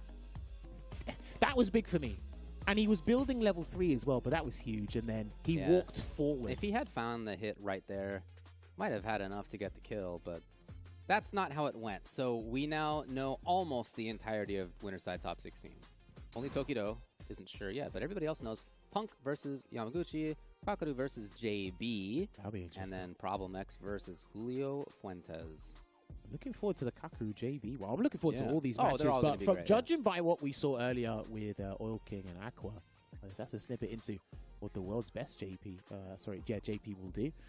So Wolfgang in loser's side, after losing, if you recall, to Mizuha 2-1, they got through LPN, then Gamer B, then Ultraviolet, the player who sent Reynolds down, and now it's Mizuha having made it past Reynolds in the last round. So it's the rematch of winner's side. Again, it was a 2-1 match. They both get the chance again. Winner plays against Random, try to qualify in losers. Well, I imagine Wolfgang was in the back ruminating about what happened before, potentially thinking about the run back, which it is here as well. I think I want to see a little bit more bravado and not being too deterred by what... I think that's right. Yeah, and I just felt like Wolfgang kind of respected a lot of what Mizuha was doing. And, you know, with good reason. Mizuha plays great. Made a lot of correct mix-ups, surely. But I'm thinking back in particular to when Mizuha did the meaty drill and then got to press another button because he had successfully inflicted that mix-up of parry afterward or button or whatever it may be, offensive, DP, that kind of stuff. It did work. So Wolfgang gave him the chance. In this set, yeah, I'd love to see Wolfgang try a little bit more to get some zaniness out. That's it. When I see Wolfgang play, again, I've often thought of them as being more of the solid style of Blanca, as not, although certainly the tech is here, this is one of the tech monsters when it comes to Blanca. Nevertheless, when I see them play, it's not as much about that. If they get the chance, sure, but it is prioritizing sort of solider style. I think my issue is a few Blanca players do this, but I can understand why they'd have to be very respectful towards their opponent or the mind games they're establishing. You have OD up ball, sure, and you have the air Blanca ball on defense. Pretty the good. guy has to respect you each and every time on defense, especially when it comes to delaying, right? And what I kind of want to see is don't be immediately deterred by, oh, he's parried one thing, because what people are lamenting about all the time about parry is not the parry itself, it's what comes afterwards. It's like how much mileage you get from a heavy button punishing a light, and it takes you straight to the corner. It's like, okay, I've got to deal with that. If you're just going to keep allowing that, and David, one of the biggest deterrents in this game is when someone perfect parries your light. Sure. I seriously think it's a light. It's like, oh, okay, I can't press my fastest, no, what the hell am I going to do with a slowest Get one? red. You got to mix it up. This is classic. We've been playing against parries and just defends and who knows what else you have, for 25 years. All right, well, the FGC has. And there's like tech for how to deal with it. Like, it's not brand new, folks. No, David, this is 2024. I want to complain. Can I complain? Yes. On social media, can I do that? Oh, well, you should. Yeah, Thank if you would like. I'm not saying it's perfect, but there's certainly ways around it. Let's scratch face. I really see that button. It looks like, okay. So he's being more busy in the neutrals, you'd say. More buttonsy, but they seem Wake like up to button, more. right? Yeah. Okay, this is a lot better. I think he knew after the game ended before he knew. Yeah, well, and sensing the same is trying to settle it down with that GP. What a jump, and then the perfect parry already straight to the corner. Off of that cannon strike there, and yeah, can't hold it for too long. Don't show him the cheeks too much. That's going to be the round, I think. Yep. Yeah. Ooh, OD cannon spike just to make sure. Nip it in the bud. Okay, goes for the no contact slide already, and he's holding. He's trying to play him at his own game. Right, Matt may be the choice here. Yes, again. What is he waiting for? Well, he's trying to get these reads. And they're not working out, and this game is already over. So Mizuha, having sensed that Wolfgang is playing more actively, saw buttons on wake up, saw more activity. With that EXTP, he really shut it down, and then after that, Wolfgang's parry really caught them. I think his foresight's letting him down. He's trying to anticipate way too much, and you're just giving Mizuha 320% each and every time. You've got to mix up the defense option, as David's been discussing already. With punish there. I didn't think that could be with punish, to be honest with you. not outside of sweeps anyway. Yeah. Well, Mizuha found the way. Jumps out. No free escape there for you, my friend. Yeah, see, he's still doing it, Mizuha. Disengaging, I think, is okay. If Wolfgang gets out of there, gets to set things back up, that's all right. But can't let Mizuha just play offense. And the audacity to press the jab on defense, gets the back throw. I mean, you could mix in something else if you really wanted to. Wolfgang needs more. They'd love to get level 2 out. I don't know if it's going to happen. Yes. Level 2 is so close. Okay. Level 1, that should do it. Wow. Felt like a tough moment, but really nice comeback by Wolfgang. I think for him, he just needs to take it round by round. As soon as it says victory on his end, now he'll pick up slowly. Backs away here at the moment. Yeah, this is that slower play that I feel like Wolfgang is nice at. And that's always worked out for Wolfgang, by the way. The forward heavy punch on the aerial opponent has been brilliant. I want to see more crouching medium punch, though. I don't know that we've seen that button. At all? I'm not sure we have. I think it's really useful against Cammy. Nice jab. Oh, cute. Mizuha scheming, trying to get up close. Wolfgang, the first down strong, nothing out of it. Not looking too good here for Wolfgang. There's one throw. All right, Mizuha trying to run it. This is his meaty. Stand medium punch there. There's Mizuha, and then this is looking good. I think he's going to have to take him all the way to the other end of the screen. He's got something nasty. Where is it? What in the world? You blocked it? The research. Hey, what? How do you block all of that? What? You got to win the round now. I mean, come on. You got to win the round after that. All right. How on earth did he block all that? Oh my God, Wolfgang tying it up 1 game to 1. I'm looking forward to seeing that on the replay. Do you know what must be really deterring for Wolfgang? He practices so long with his setups, and someone blocks him. He's like, God. Yeah. I've never seen that. By the way, that's the sickest feeling, in my opinion. The feeling of defense in that moment. Oh yeah, so good. I blocked your 8-way on me. Yeah, exactly. Yeah. Like, hold that. There he goes. Starting to use the regular aerial blankables now. They're being much more effective than the OD versions. I've got to say, gets in his face, gets the conversion into electric thunder. I like that. Definitely trying to up the trickiness. Here it is. That was huge. Big damage coming here for Wolfgang. He's going to take him straight to the corner with that safe jump. Down strong again. So, yeah, I mean, that's okay. Okay. Being a bit wild with it. That should be it, I think. No. Not quite. Okay. Backs away and then, oh. What a block. Come on. How did you block that? You gimmicky guy. Mizuha's defense again. Oh, because of the big hit on it, it was still out of throwability. Wolfgang now at match point. He tapped into, he unlocked the treasure trove of mix-ups, and he's been slowly introducing them as the things go by, but Mizuha somehow seems to be blocking all of them. Here comes the lightning beast. He waits just in case of what happened last time. Right. Oh, he blocked again. Oh, I think he flopped the follow-up, but he blocked the first part again. This is huge. The Lightning Beast weathered. Mizuha's in. He's looking to kill on this. No, he's not gonna. But he will get it there, and he is able to preserve the level 3. Now, Wolfgang's got to be. He hasn't actually used it. He's got to be careful with heavy blanket ball in neutral, because level 3 can punish that. That could have been converted, I think. That looked like it could have been converted from. Here it is. Yeah. Dude, he's really got to be careful with his. Oh, this is the kind of stuff I want to see out of Wolfgang. Some bravery in situations like that. Good disciplines to block the wake up dive kick as well there. Wake up button from him. Here's Mizuha. All right. You're going to be left with about probably a bar and a half, maybe a slither. He can do a roundhouse here to take off more dry gauge damage if he wants to, but he's going to do a meaty drill instead. Oh. It's not enough. Oh, wait, it is enough. He was close enough to the corner. Wow. Mizuha knew exactly where he was and takes it. Damn, that was actually a good back and forth there. Getting tense, getting hyperactive, I got to say. And he almost did it. I like how Wolfgang slowly but surely waking up during that set, introducing new gimmicks that I haven't seen, I've got to be honest with you. But Mizuha stuck with the game plan, was not completely deterred. In the first set, I do think Wolfgang was a bit too one-dimensional.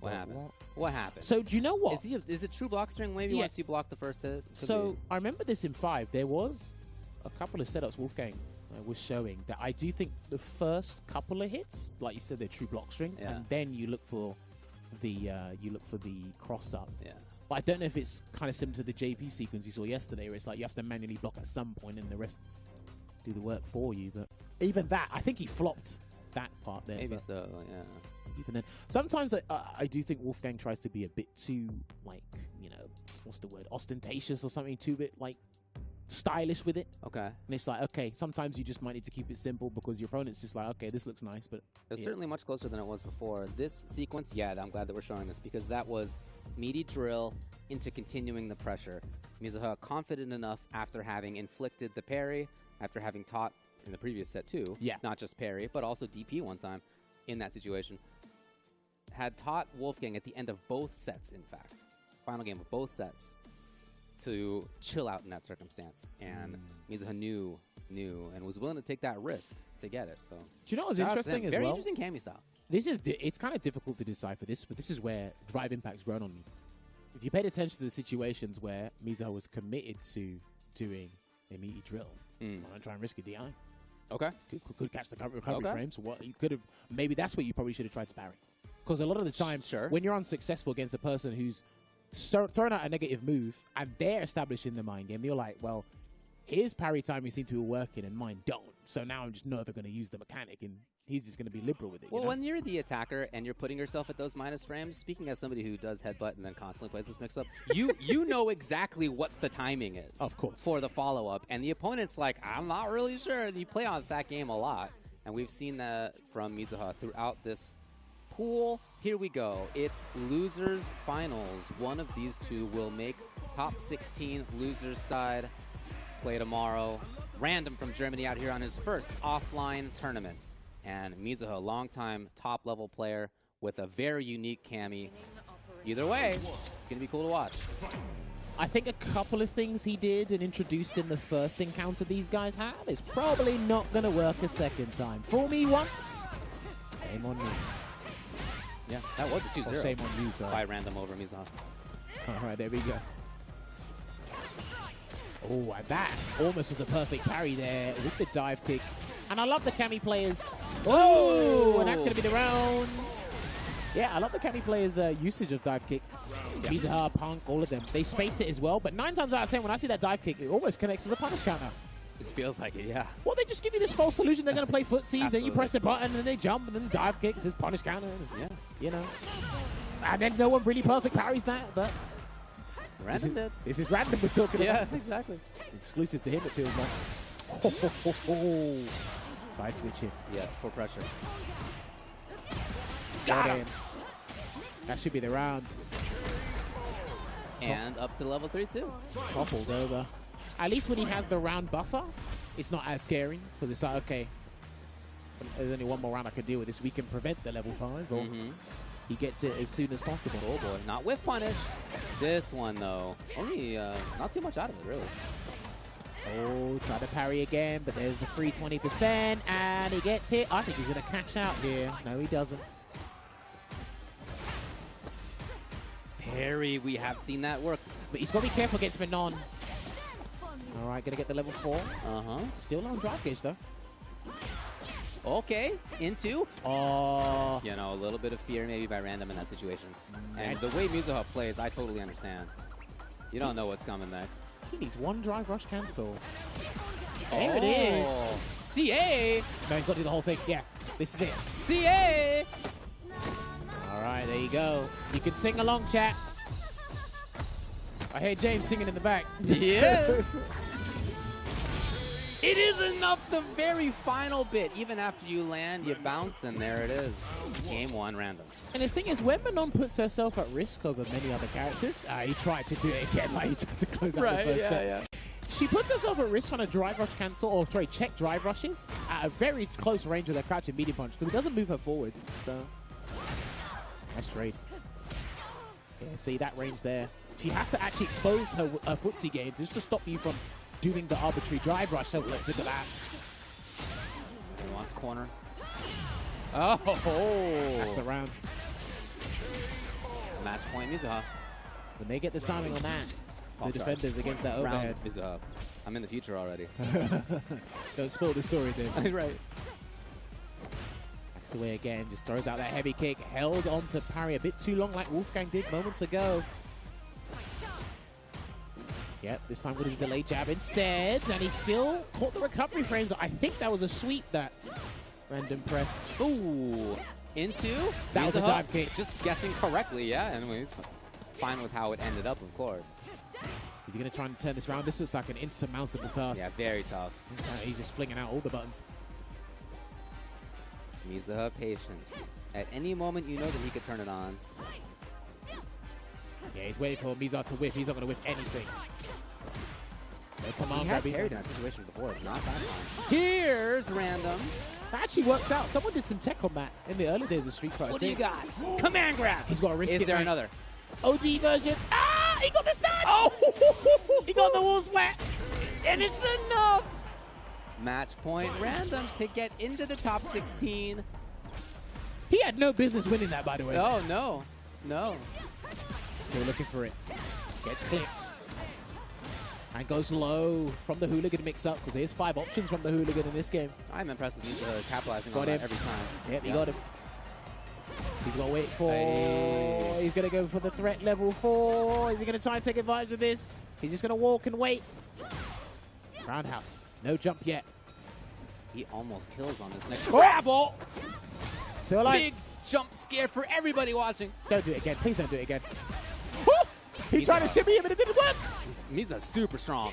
He's going to threaten him because he knows he can kill him with a combo, so he might throw the death, and he got him with the 2 jabs, and Random takes it over Mizuha, kicking him out of the tournament, David.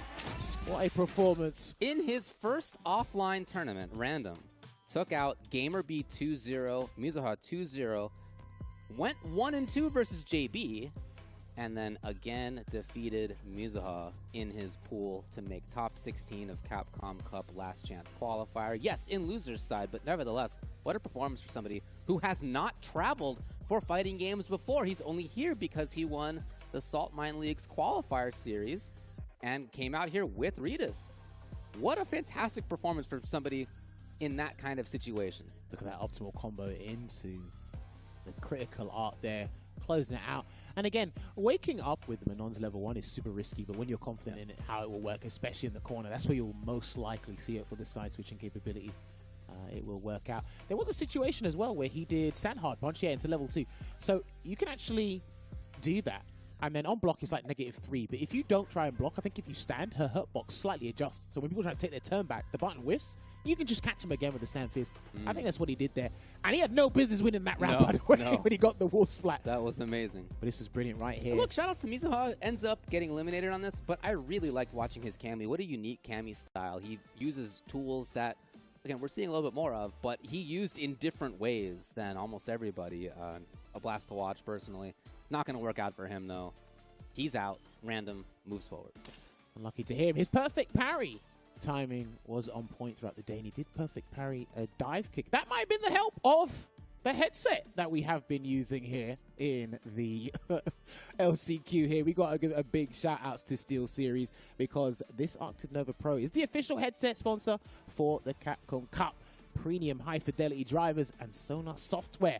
Any one of you headset geeks, I do love my headsets, so I might need to try this one out when I'm playing on the casual setups later. And it is the ideal for any fight you want to take on. So once again, shout outs to SteelSeries for being the official headset sponsor for Capcom Cup 10. In the next pool, as Filipino Man was describing. Listen, David. Bonchan, YJK, Filipino Man, John Takeuchi, Veggie, Chris Wynn, Higuchi, Arliath's in there, Zen's in there, Xiaohai signed up, and we have other players as well. You're not going to want to miss that. It's our last pool to get everything decided before the top 16 tomorrow. Coming up next.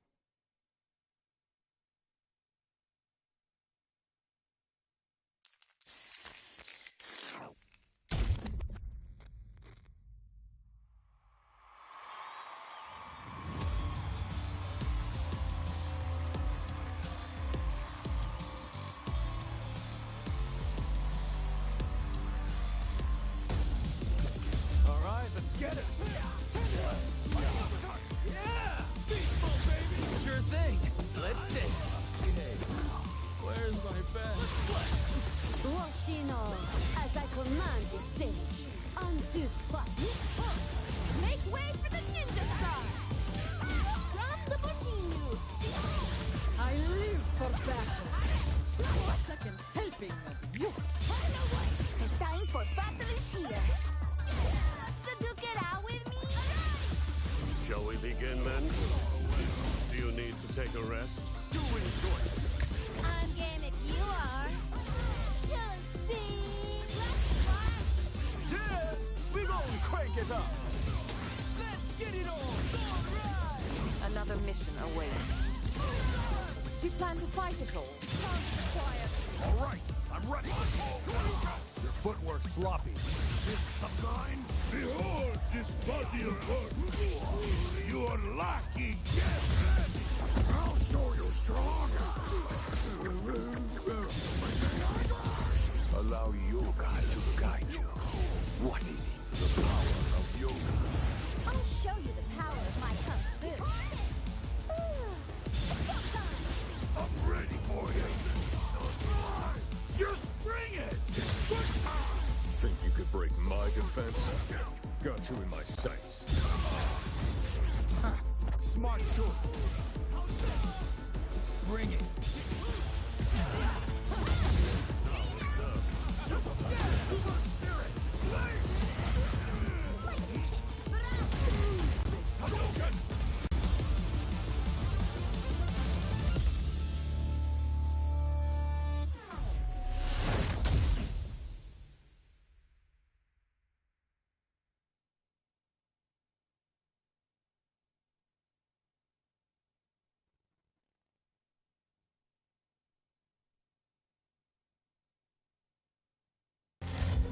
Choose your sibling.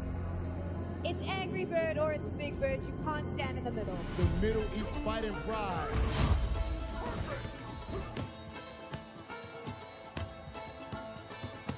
One of the greatest players throughout the history of Street Fighter V.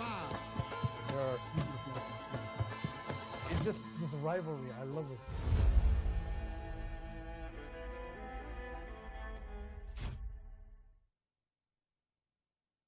Try to stop me, then you're gonna pay the price. All them late nights finally paid nice. Awaken my dreams, but you could call me the greatest of all time. Yeah, I'm focused. You know how bad I want this. I'm giving it my all, never before this moment is golden. I control it. All eyes on me, I see I'm watching. Once I'm locked in, ain't no way that I'm stopping. Clocked in, it's time to put in work. Go berserk. I'm in my zone until I'm first. Believe me, when I say nobody can see me, this a product of hustle. I just make it look easy. Non-stop, you ready or not? When it's all said and done, I'ma be on the top. 3, 2, 1. I'm ahead of the game. Y'all remember my name. Non-stop, you ready or not?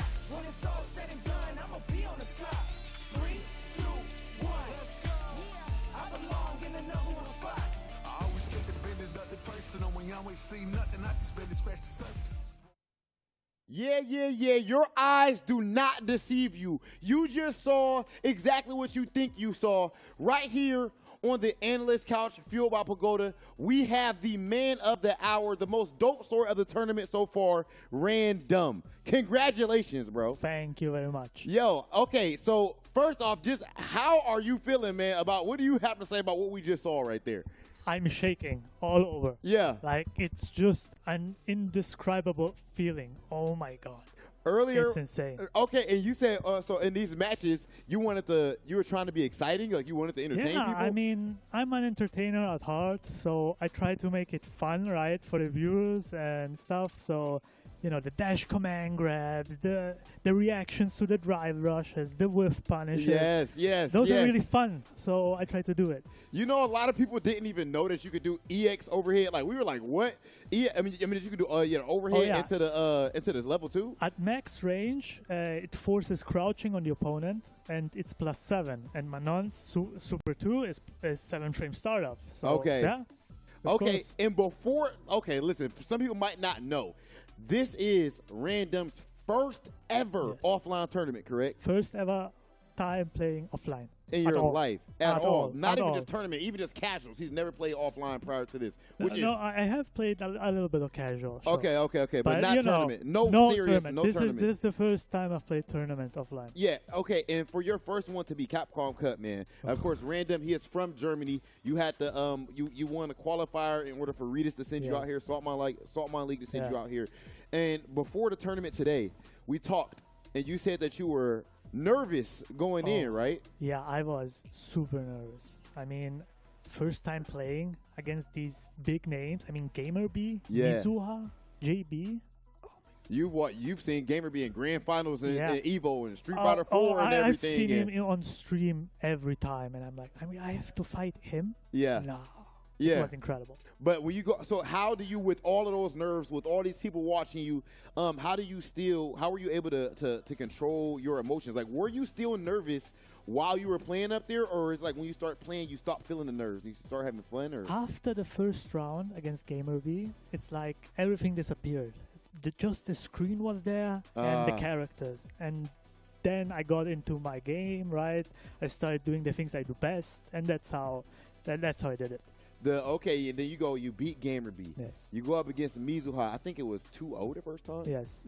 Both GamerB and Mizuha 2-0. And what do you think about that JB match? And I know in the back you were just saying, like, everybody's all congratulating you and going crazy. Yeah. You're like, oh man, I wish I had that JB win. I wish I had won against him, but it's like Rashid's setups. I'm not very familiar with them and like what he does, so I really have to study up on that. Okay, and then at the end there, you go up against Mizuha again. He wants his revenge, and you're able to get that victory. Is this one of the most exciting moments that you've experienced? By far. Absolutely. In my life, yeah, your life. 100%. That's amazing. The most exciting moment. The most exciting moment. The most exciting moment. Okay. For sure. Listen, man, and that was extremely exciting for all of us to watch, too. Now you are in top 16, Random, right? Before we even go, I do want to make sure people, where can they follow you on Twitter and all that? We haven't done that for nobody yet, but we need to make sure people know about my mans after what he just did. Where can they follow you? Random FGC on all platforms. And that's not RANDOM. RANDUMB. Yes. Okay. Yes. So make sure you spell it right. Okay, we got it right there on the screen. Make sure you check out my man's all the way from Germany. First offline tournament, and he has taken names in one of the hardest tournaments that we have ever seen in Street Fighter. This LCQ is so stacked, and still, his first offline, he makes top 16. Random, that was inspirational. You are awesome, and good luck in top 16, bro. Thank you very much, Rob. You're a beast. All right, guys, that's it for us over here at the analyst couch. We're going to send it over to Renge and James Chen. Man, what an amazing story indeed. I love so many things that he touched on, right? The fact that he's an entertainer at heart. Yeah. Those are always the players that appeal to me the most. You know, I'm a wrestling fan. I like my drama. So whenever they do that, I'm always a big fan. But I also love the fact that he said, and Rob gave him a great question with how did you feel about the nerves, the pressure, and all that? And he was like, man, after the first game, it all melted away. And I feel like that happens a lot to these players that really have that grind set, right? Yeah. Like, this is what they do, right? Like, they play the fighting game at the high level. So when they get that chance to do it at the highest level, they really embrace it, and everything else is just secondary. I mean, one of the reasons why that I love the FGC and why I do what I do for the FGC is because of what he said. This was probably like the most wonderful moment of his life. It was just like so great, you know, to give these people the opportunity to experience something like this, to just to have that kind of euphoria that without this game, without these this genre of fighting of video games here, that some of these people would never experience. So. And 100%. And I mean, that is like the one half of the equation, and the other half is this community that everybody has built up, right? That can attain an audience and have this atmosphere where we can celebrate these things. And when he came back, they were chanting random in the room. Like, I heard the chant. You feel me? Like, the community is so sick. So thank you all for going on this ride with us today. Look, we are here. I'm making a petition. I mean, the way he ran through that bracket, can we change his name to Ran Smart, dude? Because he ran smart through that bracket, dude. That was so clean. So thank you, everybody who has joined us along for this ride already. We got one more pool to go.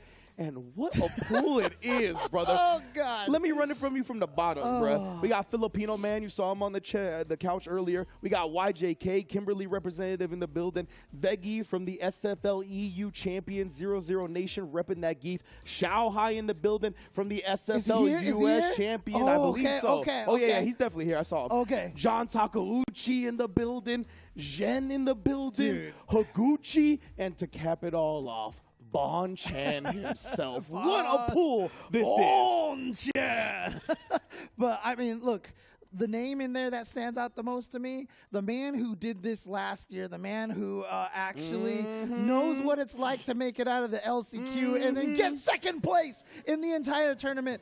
Zen is here. Now, obviously, he's not going to have the character, the M. Bison that he had from last year. But again, just the fact that he's done this before and, you know, have this experience, I think is going to be so powerful. He may not have Bison, but this man's DJ is one of the most disrespectful like characters I've ever seen. The way he plays it, he's always willing to challenge you. He knows when to mess with your mind and utilize that sway. So when you think it's your turn, it's not. And he can get the whiff punishes. He's good at utilizing all the aspects. Fireball wars with the air slashers, the short hop knee to harass you. Like, he's got it all, man.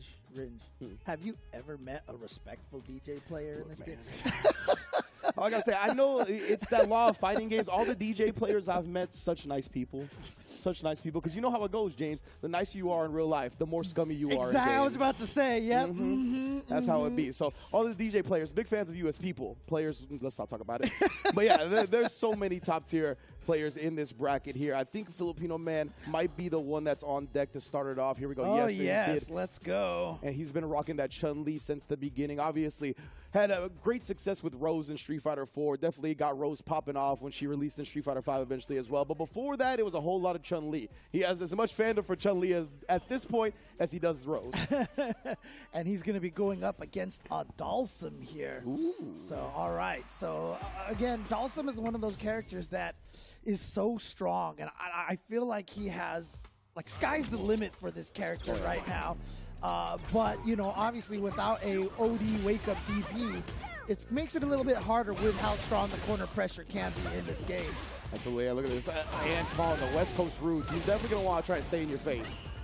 Yeah, again, Anton, one of those players who came up. You know, we saw Mark Teddy on the couch, and Anton was definitely part of that crew, too. Filipino Man holds a special place in my heart because the first local I ever went to, that was his first local, and we are the only two people that I know of that are still in the FGC from that local. Oh, that's so sick. He has a special place in my heart for sure. Nice, nice. That's right, because you both are more out from the Inland Empire boys, region. yes, Yeah, indeed.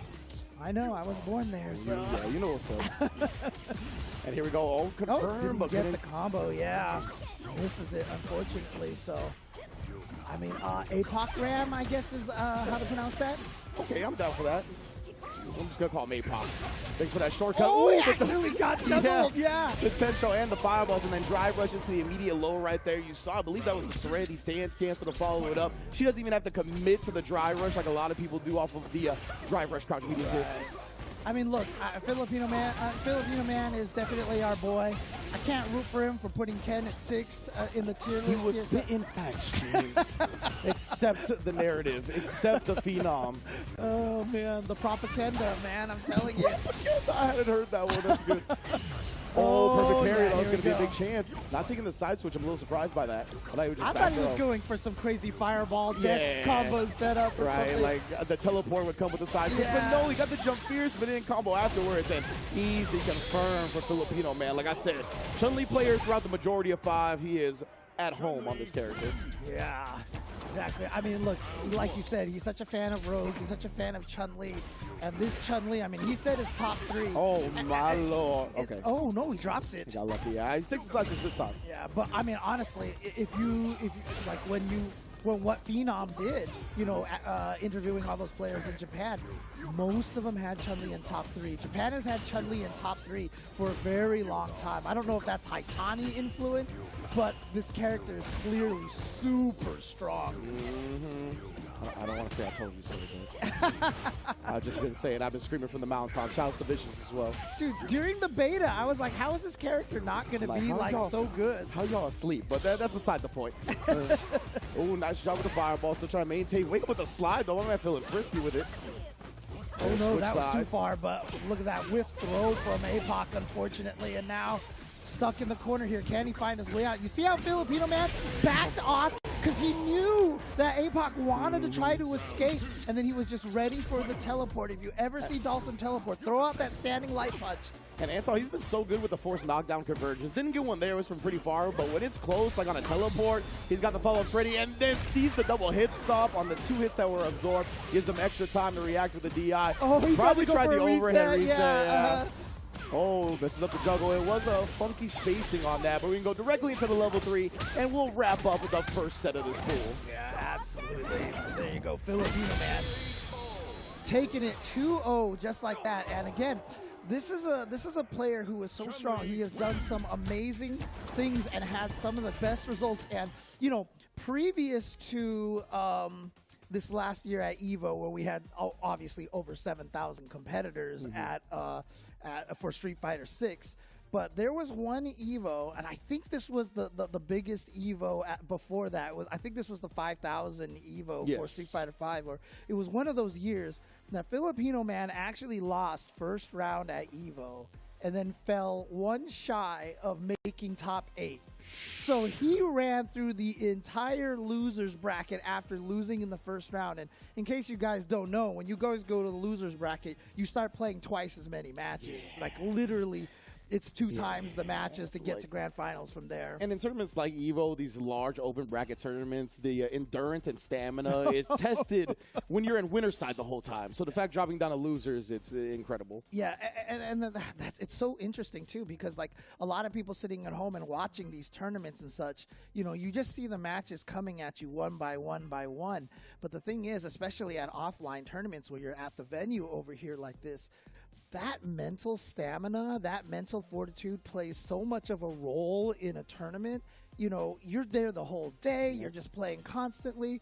You don't realize how much your brain and your body just kind of starts shutting off if you don't take care of yourself. Exactly. Like there's so much that goes into it beyond just the game. Yes. Like as you said. But yes, indeed, that was a dope first match to kick it off. I felt a little bad for APOC having to drop Filipino Man like very early on in the tournament, but then I saw he was a Clippers fan. So anyway, next up, I believe we got John Takeuchi and Veggie on deck, if I'm not mistaken. Let's get. Oh no, I'm sorry, I am mistaken. It's going to be Xiaohai and Gondo instead. Xiaohai going to be in here, as I said before, winner of the SFL US with Team Bandits, along with Krista Terry and Kaba, and of course the 2-time Capcom Cup champion Men RD. I'm looking at Xiaohai right now. Does he look a little nervous to you? You ain't have to bring that up, James. You know what my favorite moment of SFL was? SFL US though? What? Was when he got his revenge on Punk. He popped off and then he like apologized. He was like, "I'm sorry, I didn't really mean it," but and like he was the most like polite pop off that I'd ever seen. It's competition, and it's in game, and it's heat of the moment, right? Nobody really dislikes each other as people, but it's just the nature of competition and the intensity of the level that they're at. Well, let's hope Gondo was inspired by what he saw from Random. Yeah. Wasn't this the color Random was rocking? Maybe he's really trying to harness it. Oh, essence. boy, but look at what Xiaohai is doing with this jury right now. Oh, and the reset. He loves looking for Why that, is bro. this just the jury players? Yeah, that's true. They love doing this, dude. It do be the juries. Yeah, the juries just love getting these the resets in the middle of combos. And again, I talked about this earlier, but that stand heavy kick and the forward heavy kick from Jury are both so powerful because they have great range. The forward heavy kick comes out of nowhere, and even if you try to call them out with drive impacts, they're cancelable. Yeah, exactly. So she can drive impact you right back. Ooh, just harassing with the overheads right now. You saw Xiaohai. Yeah, he keeps trying to move forward and take his turn. He's running into them. Decent strat, but definitely can get DI'd if you're not careful. Yeah, I mean, honestly, the biggest strength of Manon really is, although it doesn't look like it, her buttons really do have longer ranges than almost every character. 100%. Like, she actually has underrated neutral in some aspects, I should say. Like with the range on her normal. You know, I often talk about the poke that everybody has. Most characters is their crouching medium kick. Kimberly has the standing medium kick. Oh, that was clean to go for the fireball. Continue. Yeah, but Manon's crouching medium kick actually outranges all of those buttons. Oh, wow. Yeah, it's a great harassment tool. I see all the Manon players that are sticking with their Joey, Idom, Random. They all harass with it super well. And look at this. The overhead harassment has been coming in hot. Tried the OD, but like I said, James, you got to be careful going to that well too often because it is very DI'able. Yeah, that's one of the weaknesses of Manon. And even if you do think Manon's going to go for a lot of standing bruh, I told you last time. We know Xiaohai too. I mean, actually, I talked about Punk and Phenom as two of the players with the best reactions. Yeah. I forgot about Xiaohai. Xiaohai's got some of the most ridiculous reactions I've ever seen in fighting games. That's because, man, he's been playing fighting games since he was like, what, 9, 8 years old? Exactly. Probably below that. I mean, that's what his nickname literally means. He's the kid. Yeah. That means kid in Chinese. This man has literally been bred to play fighting games, and I'm not joking or being hyperbolic at all with that. Yeah, I still remember the infamous Canada Cup, where NuckleDuDang, defeated Xiaohai. But in that whole tournament, Xiaohai was DPing through fireballs with Cammy, like on reaction all day.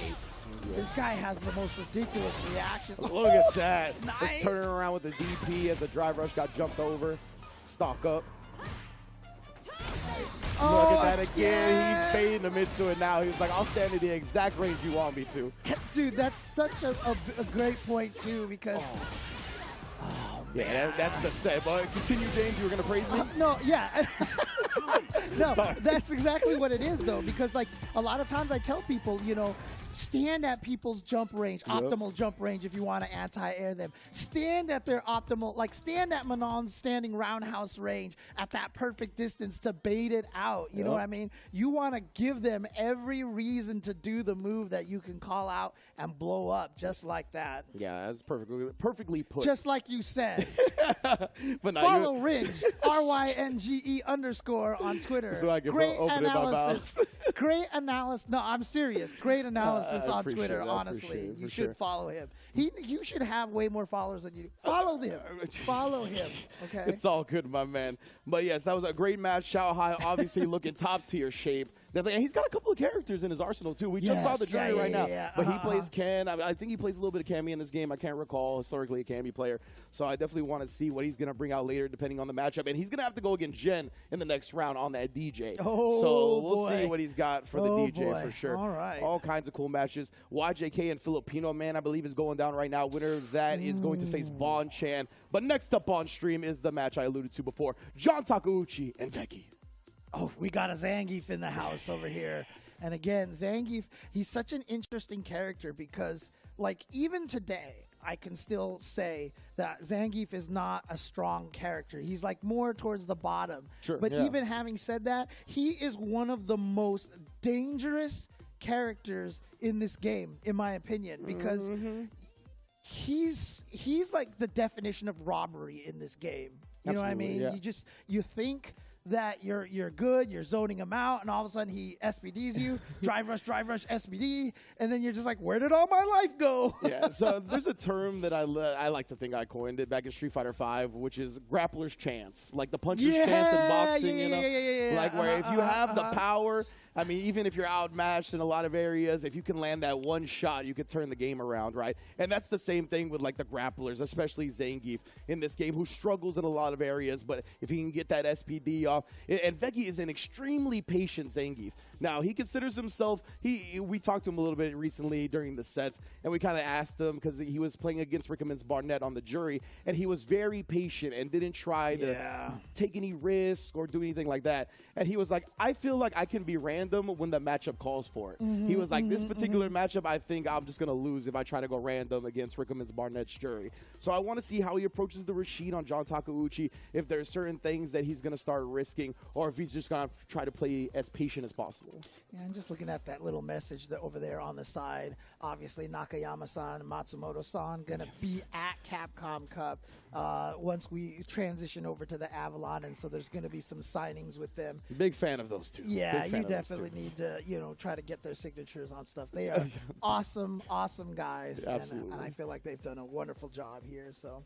Yeah, honestly, ever since they really took over the Street Fighter franchise, I've been a big fan of everything they've done. Yeah. So continue to do so. Oh, and the Street Fighter Discord as well. Remember, guys, Ed's coming out on February 27th. We got all kinds of stuff. There is new avatar attire as well that you can get along with the whole Battle Hub decoration, or not decoration, but makeover. That's the word I'm looking for Capcom Cup X. I love that they did the stage too. I'm so glad that they kind of carried that over from 5, like the custom tournament stage, but it looks like we're getting into it now. Rashid's going to be the choice for Don Takeuchi, then Zengi for Veggie. I'm definitely worried for Veggie. I won't lie to you. I don't exactly know if Geef is all right in this matchup. I needed to ask Jammers before this, but in my head, he's going to have a tough time. Yeah, I mean, this is one of those matches because a lot of Rashid's mix-ups actually involved him being airborne is a really a big problem. I mean, it would be nice if Zangief's level 1 grabbed people ever, but and already he tried to sneak in the SPD early, but John Takeuchi's so aware. It feels like maybe, he's going to have to use a lot of roundhouse because Geef's normals are decent range, especially against Rashid. So that's what we're seeing a lot, but maybe Veggie can make something happen in the footsies department. Yeah, I mean, that is one of the toughest things about Rashid. His buttons are not that long range, right? Except for that standing heavy kick. So, yeah, that's going to be his go-to button to try to zone Zangief out. But he does have that 7-frame crouch medium kick, right? He's part of that club. So when you're in that range, you got to be so wary of it. Wow, that knocked down. But then that wind shot actually knocked him down, and here we go. And Zangief at level 1 can't really do anything about the drive impact, but John Takeuchi never went for it. He didn't, and Veggie was able to escape. No anti-air. It was definitely going to be tough on the enhanced jump. Then the most electrifying move, but no combo. Yeah. Yeah, even if he had gone with a lariat, that cost him, but he just taken it out. And here comes the tornado. I just literally, once I saw his level 2 came out, I gave a salute. I saw that, I saw that, and I was like, oh, man. Next round it is, bro. Yeah, normally when you do that salute, you say, yes, sir. But for us, we say, you sir. Yeah. So, all right, James. Nice. He didn't take the side switch. He just wanted the damage. Could have side switched with the jackhammer, but, man, that was a lot. Okay, now trying to walk him down. So far, after the SPD, he hasn't really tried to go in too hard. You really see a lot of that. Oh, the missile drop kick. Shout out Booker T. Oh, my God. Hit him with the Harlem Heat. What we doing next? Trade. I can't believe Veggie called him out so clean with that. And he sent the third light, knowing John was going to take his turn right there. The confidence from Veggie. I don't know if I've ever seen that move land in a real match. Yeah. Oh, yeah, he's going to get all 3 hits of the chop. Instead the driver shut the light as an addendum, sorry. Yeah, gotta watch out for that wind shot over there. Oh. Okay, plus frames, yeah. So, you know what? Veggie says, I don't want to deal with that mix-up. Oh, just threw him out of it right there. Straight DDT. That is unfortunate. Oh, and the cut off the cancel into the running bear grab. Nah, this man is a savant. That's how you check the drive rushes? That was really cool. Oh, and then they confirmed. Oh, Lariat live. That's all I can say. I'm not even a Geef player, but I understand the pain. I know. Yeah, just take that chip. Take that chip. He's got level 2 at least. Take the throw. Good block on the empty My low. goodness, Veggie. And he made us out, Yo. but he doesn't have the drive cancel. But he just goes for the crouching medium kick and catches John Takeuchi. Veggie with game number 1. This man, Veggie putting on a show right now, fam. I'm telling you, he's one of the best Geefs in the business for sure. Yeah. His ground game, I mean, he's so willing to just slowly play it out. Yeah, but those SPD whiffs are like minus 782. Yeah, about there. Yeah, so nice punishment from John, knowing that he could drive rush and punish it. Yeah. He's going to get the combo off the overhead this time. And this is what a lot of Rashid Zangief matches look like right here. Straight throws him after that one. Didn't even go low. How about one more? Oh, wow. He made it out. Body splash. Yo, John has jumped every command grab, fam. He just knows. And Becky has got him jumping a couple of times, but he will not stay on the ground. Yeah, I will tell you one thing. Zangief, in the history of Zangief, has never had this bad of a defense in the corner. And so if you are fighting Zangief and you get him into the corner, rush him down. Don't try to shimmy him, because if he wakes up in SPDs, you're going to be sad. Sure. Oh, what a whip swing punish! Into the level 3, the super we never see. This is going to burn out. That's a lot of damage, too, yeah. Oh, John Takeuchi, yeah, just chipping at that point. That was going to be spinning mixer, and I think that was just going to be death right there. 100%. There was nothing that he could do at that point. Incredible bounce back from John Takeuchi, quickly tying this setup. It was giving him his space on the enhanced whirlwind, but what a check on that. Yeah, got the chop, but going to wake up. John Takeuchi's going to wake up. Yeah, John spinning mixers, the OD ones, have been super on point, too. Gotten a lot of right reads this set. Nice. And now the reaction with the anti-air, definitely playing a little more. Oh, he actually went in. So he's dangerous. I think he should feel okay, though, because John, he's only tied the setup, and he's gotten a lot of right reads. But he burned himself out. And that's why John keeps holding up, right? He's like, if you're going to punish me for this, you're going to have to spin your drive gauge to do so, and now you're burnt out. I'm okay with eating that damage from before. Yeah, and again, with only a level 1, Zangief has to hold this mix-up. Oh, drive impact. John Takeuchi sending them bird watching on set point. Yeah, the only thing Veggie could have done right there was level 1 super, but it's actually minus against a whiff drive impact. There you go. And now already in the corner again, just checking the legs. Like I said, this is where Zangief struggles. But there we go. Veggie finds his way out, so this is a huge opportunity for him. But yeah, it's getting so expensive, right? And he would have to spin another drive meter to get a good follow-up. So right. He's just holding back. Now we slow it down again. He knew the target combo wasn't going to reach. There's that drive rush, crouching medium kick, crouching medium kick. Such a good buddy. Trying to walk up SPD was just a little too far. Fortunate. Can we get one? I just want one spinning pile driver, bro. I know we haven't seen one yet. Only the air SPD, if I'm not mistaken. Yeah, John has jumped them all every time he's tried it. Or backdashed it. Oh, there we go. Yeah, SPD. I'll take it. I'll take it off the perfect parry. Yeah, not a lot of damage. I'm a little surprised he didn't back throw. Yeah, because of that reason to just take the screen space. Okay, you're blocking the whole thing. He tried the lariat, but the legs are still vulnerable to jump attack.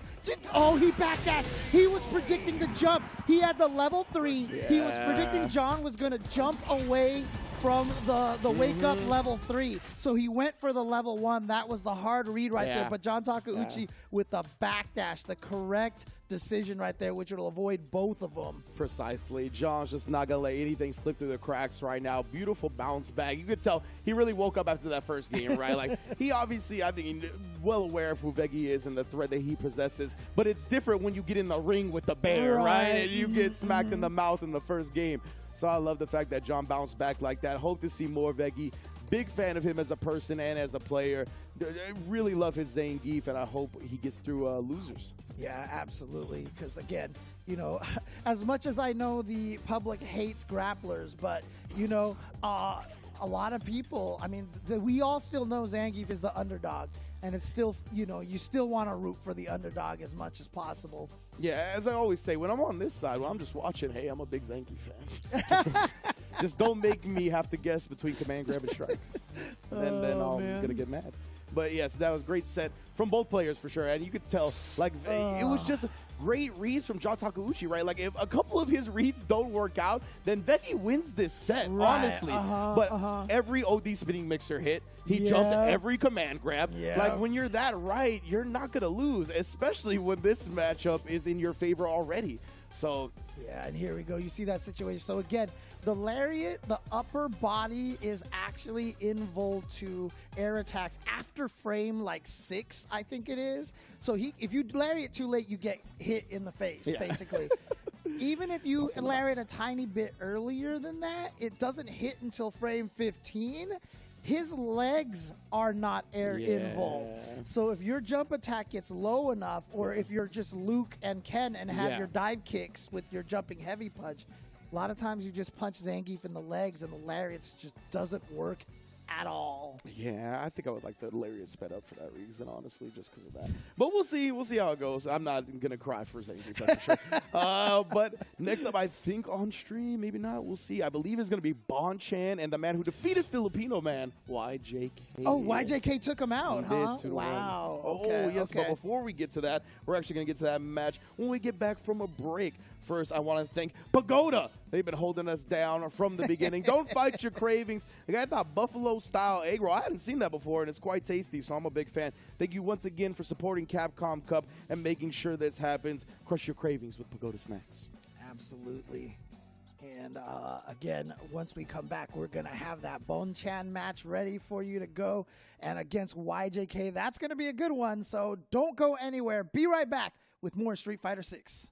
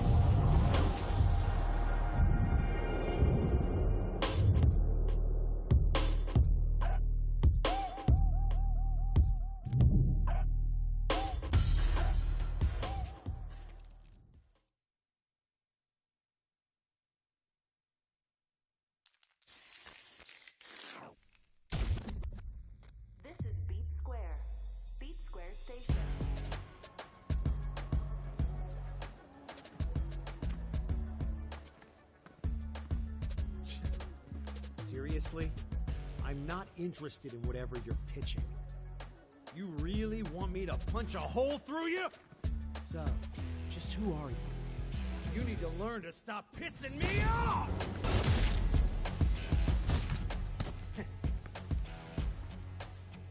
I knew there'd be more of you.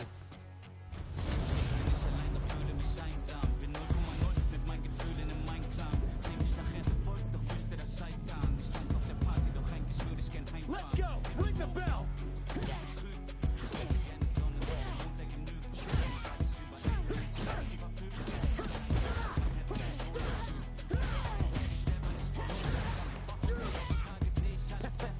I've been scared too.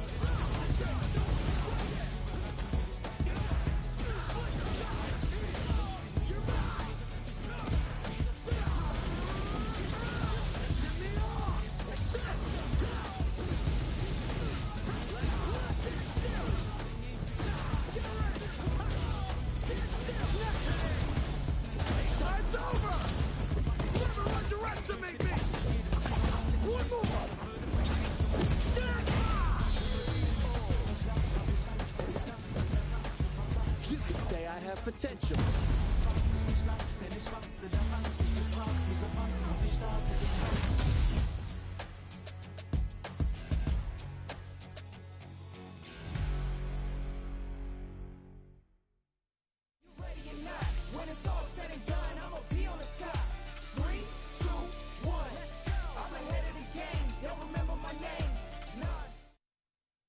Welcome back to the Capcom Cup X LCQ. I am Big Hollywood Rob TV here at the analyst couch, fueled by Pagoda, and I am joined with Wolf Gang. What's up with you, Wolf? What's going on, man? How you doing? How's it going? I'm feeling amazing, bro. I'm happy to see you. How has Capcom Cup LCQ been for you so far? It's been good and good, man. You know, I've just been enjoying myself. You know what? Oh, my bad. My intrusive thoughts. My intrusive thoughts. I'm sorry. All right. How has Capcom Cup LCQ? Yeah, I know you've gotten that before. Oh, man, don't get me started. No matter where I walk, it could be going to the grocery store. It could be going anywhere down the street in an event. I get that every Somebody day. gonna just Somebody. Can we get? No, okay. All right, but you know, of course, we can't confuse you with anyone, Wolf, because you are one of the most exciting players that we have here in the States and everything, bro. Of course, Blanca extraordinaire. So first, before we get to the details, yeah, really, how has Cup been for you? How was your LCQ matches? We saw some on stream. The matches went pretty good, I would say. I think that I definitely did my best. You know, I knew the competition was going to be fierce out here. I had a great time. You know, like, it's always about the offline experience for me at the end of the day. You know, just being around that energy, is being like, you know, I'm not just behind a computer screen all day. I actually get to enjoy the scene and, you know, sometimes even past the tournament. You know, I just like the environment and just being able to be around my homies and stuff like that. But as far as tournament, like, I did pretty good. I had to play Mizuha twice, you know, really strong player, you know, overseas. Y'all like, went to war, though, I know, man. I know. Y'all was cooking. Yeah, what's going on, guys? It's like, it's funny. I have a lot of experience in the Blanca Kemi matchup. It's just like, I think he broke it down to like a fundamental, you know, like, okay, are you going to parry here? You going to throw here? You want to low forward here? And he called it out like almost every time. So I was really nervous on like my defense, but I think I still played it regardless. I played it well regardless. You did. I did good in losers. You know, I played a couple good players. You know, I played Gamer V. I played Ultraviolet. You know, it went really well. I can't be mad at it. You know, I know what I was getting myself into. Yeah, and you know, I feel like you represent a specific sect of players, bro, that I like to call that we all like to call, not just me, the lab monsters, man. You actually are the type of person who really breaks down the game to its core. Even like when someone wants to learn Blanca, whether it be the best players in the world or whatever, whether it's in 5 or in 6, you're the first person that people are going to try to learn from or whatever. So what do you like? How do you break down these characters? You do character guides and everything. You're not even selfish with it for some reason. Some people save it all for nationals. Yeah, I don't get that part. Like, I mean, for me, like, I've always been the type especially since I got into competing back in like 2016.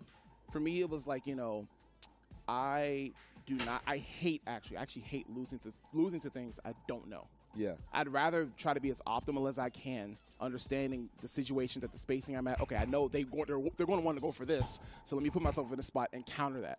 And the risk, you know, understanding risk reward, and I also make it practical. I don't just do a whole bunch of fancy stuff, and it's like, oh, but they could just do that. I'll try to make sure every situation is covered, make sure it's practical, so that way there's no like naysayers like, nah, I don't believe in that. It's like, no, any character. I want to make sure that. And not just for myself, but for other people. I want to make sure that, you know, we all have the information. We are in an era now where information is key. It's like you have to like, and it's everywhere. Because that's the worst way to lose in tournament, bro. You don't know. Oh God, like when you lose just because like you just literally didn't know the situation. Yep. Okay, and I gotta ask you one more thing about your branding, man. I feel like you're actually phenomenal when it comes to your, you know, like now.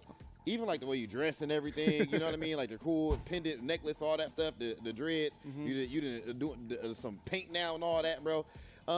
You know, or is that like a conscious thing for you? So I mean, you know, like it's no secret. I recently came out as non-binary. Yeah. The other weekend, and it was more so of a personal thing for me. Like it's nothing that's really like trying to make it a big thing about. It's just me personally, like, if I want to be comfortable in my own skin, and if that means that I shouldn't have to conform to, like, gender stereotypes, you know, it's just all about me just want to be myself, and that's all that matters anyway. When we come out to events, we play the game, have a good time. Like, you know, like, I don't really want to make it a big thing to just be myself. Yeah. You know, like, I'm sure, like, people have had questions all the time, but it's like, you know, the real ones know that I'm just still me at the end of the day. Yeah. You know what I'm saying? Like, even if it's just a couple pronoun changes, I'm still Wolfgang. You know, I'm not going to change. So, it's for me, like I said, it's just me being comfortable in my own skin. You know, I've always wanted to have dreads since I was a kid. You know what I'm saying? I always like having like chains on and like certain style of dress and stuff like that. So, you know, it's just, you know, nothing crazy. And Wolfgang, I tell you what, it's an amazing thing. We're glad that you are yourself because that is why, of course, people like me have been your homie for years, man. For years up to this point, Karen, man. please. Come on, hey, what they know about that? What they know about my bro. So, ladies and gentlemen, of course, make sure you guys are checking out Wolfgang on everything. Blanca Extraordinaire and clearly Drip Guard. That's it for us here at the Pagoda Analyst Couch. We're going to throw things over to James Chin and Ringe. Oh, man, good times all day. Good times all LCQ so far, for sure. I love the fact that said, I wanted to dress since I was a kid. I like following little dreams like that. Because, I mean, like, I had short hair. Have you seen my old license? No. I could have swore I've shown you Maybe once you before. have. I don't Maybe have you it with have. me Yeah, anymore. yeah. But I had short hair the first 18 years of my life. I can't even picture that. Exactly. Well, I mean, look, I've had short hair for the first, like, 47 years of my life. So, you know, I mean, honestly, so. But, yeah, like, once I got to adult, like, I had so many, like, role models and inspirations growing up that had long hair that I was just like, I got to go long hair. So following little dreams like that, they go a long way, man. They go a long way. Yeah, absolutely. And you know what? That's what, like, I always think is really cool about the FGC is allowing people to live their dreams, right? I mean, one of my favorite stories that I actually like to tell was you got to commentate an NJPW match. Bro, dude. yeah, bucket list 100%. Like, the FGC somehow let me commentate wrestling like that. And Like, for real, highest for level real, wrestling. yeah. Like, at the time, the main event I got to call was 4 of the best in the world. Shout out to Kenny Omega, of course. Huge fan of fighting games. Get well soon, my man. But yes, indeed. Pool 8 is upon us. We've already had some banger matches, and this next one I'm looking forward to very much. Bon Chan and YJK in the building. YJK from SoulCal, right? Yes. Yes, YJK from SoulCal. Just clarifying on that one. Kimberly representative here. One of the best Kimberly players we have in North America. So he's going to be looking to get a big upset on Bon Chan. Yeah, I mean, this is a surprise to me. I mean, I'm usually the kind of person that's like, my character's awful, my character's awful. But, like, I think Kimberly is actually really strong. So it actually surprises me that there isn't a lot of Kimberly representation. Yeah. You know, we've barely seen a lot of Kimberlys here. Obviously, I think she's terrible against Ken. So the fact that there's 900 Kens out there makes it a problem, but still. Yeah, for sure. But she's a character, once she gets you, man, I mean, once the mix starts.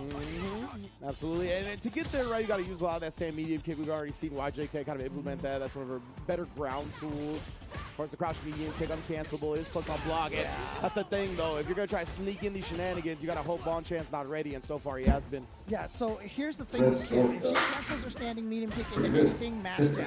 Yeah, exactly. It will almost always win. The only thing she can cancel into is run slide. So if you really want to test to see if somebody wants to mash jab on you, go for run slide. That's a frame trap. But if it's blocked, you die. Yeah, right? exactly. So. Right. And YJK, I don't think he wants to take that risk But yet. look at this. I mean, it started off kind of poorly, but that's a true block string right there. Ooh, and then challenging afterwards. YJK really did turn that around. Here we go. Here we go. Yeah, that round completely turned around here. And look at this, the walk-up throw using the walk speed. Oh, yeah, absolutely. Oh, you trying see to touch how the button. long he let that drive rush rock, blowing up the fuzzy defensive timings.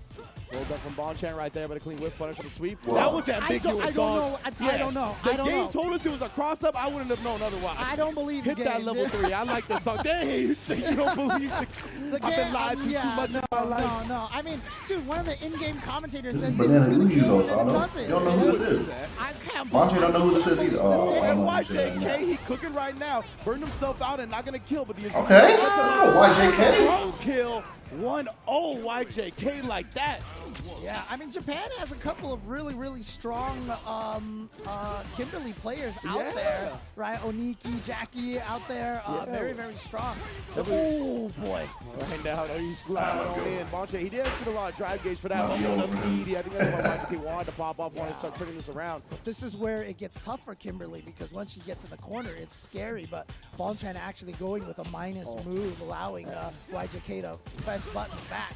Ooh, the crouch medium kick too. And you saw he was kind of controlling that space previously with some stand light kick whips as well. That's a big option that Bon Chan likes to go to with the buffer. Oh boy, those crouching. I wouldn't want to play YJK in a 2 out of 3. And yeah, For an that's just a important frame tournament. kill, but he didn't do anything. I mean, I you're played not him in like really weekly getting out online of tournaments. Kimberly. 2 out of 3, and it's still not funny. He's trying to expect a parry or I could Back to imagine the front a again. big ass tournament. Smart, right? You wanted Yeah, that that's corner. plus 30, but he doesn't Well, go for at any of the patented plus 30 setups there for Kimberly. And Bond Shane, the sniper with the cross. I don't know. Always back roll versus Luke YJK with in that instance. They said But he doesn't get cross that up, ambiguous I don't setup. think it, dude. He only gets that ambiguous setup. I just the timing He on just those, stays like still. where they're hitting, that Or is quick like rise. rib cage jumping. I'm sorry, you Like, stay the still or timing on those setups quick is rise wild, stationary. definitely ambiguous. You just Very back roll. hard to deal It with. fully negates What a that. bounce back from Bond Chan. Yeah, and again, if you don't know which way to block, you can always choose a drive parry. Yeah, you can. But of course, you know, then you're susceptible to empty jump into throw. Oh, that's too close. That's too close. Yeah, that was still punishable. Actually, it wasn't even a punish counter. It was just a counter hit. Okay. Counter hit, yeah. YJK trying to take his turn afterwards, but that's like right. you said, still hits way Okay. worse. Yeah, when you hit with that slide, when it hits. Oh, we brought in our offense. Anti-air. Oh, nice. He's guessing wrong. As soon as he lands right there, guy taking advantage of the situation. Yeah, at that point, you know, at some point you're gonna have to try to come down with a throw or maybe. Oh, he's dead. And that's so Bruh. the moment you take a step forward, that standing Didn't even need there, that. easy drive rush cancel from Bond Chan as well. Yeah, if I had to give the biggest weakness, I think one of the bigger weaknesses that Kimberly has is a lot of the options that she has to keep you honest are not safe. Right? Ow, so this is gonna you hurt. can run slide Oh, and drop train it. trap, Anti-air. not safe. Yeah. You can go Anti-air back again? to the throw, both not safe. The YJK. YJK start making something happen. Nice. Oh, good bait. Working in a huge bait right here. Are we gonna take the That's- damage buff? you or should the spend it. meter? See? Okay, he didn't spend it. Mix. Yeah, that's going to be true blocking. Oh, Tries boy. to shimmy, but Bonchan not going to fall for it. Going to spend a little extra meter there Even for full. some extra damage. Yeah, and Oki, he had a good situation there, and he tried He it. should have He got sent the it. drive impact, but caught the money button. That's an easy cancel. Bond Should Chan have sent is it. on the winner's side. I'm Bruh. so jealous of people who have drive impact reactions, man. I'm so jealous. Oh, man, but there you go. Hard to test these players out there. And a Can't lot leave of people alive in times this at the game. end of matches, you kind of go for it like as the Hail Mary because Yeah. you're like, if I land this, I win. Exactly. You know, so you exactly. just kind of, and that's what I've always called mental fortitude right there. A lot of times, once you get into that point where you're like, well, you know what? I'm just gonna go for this crazy risk because if it lands, I win. If I don't, I lose. That's mental fatigue right there. It's 100%. better to play more solid and stronger than that. Yeah, exactly. Like the thirst of a situation just gets the better of people sometimes, right?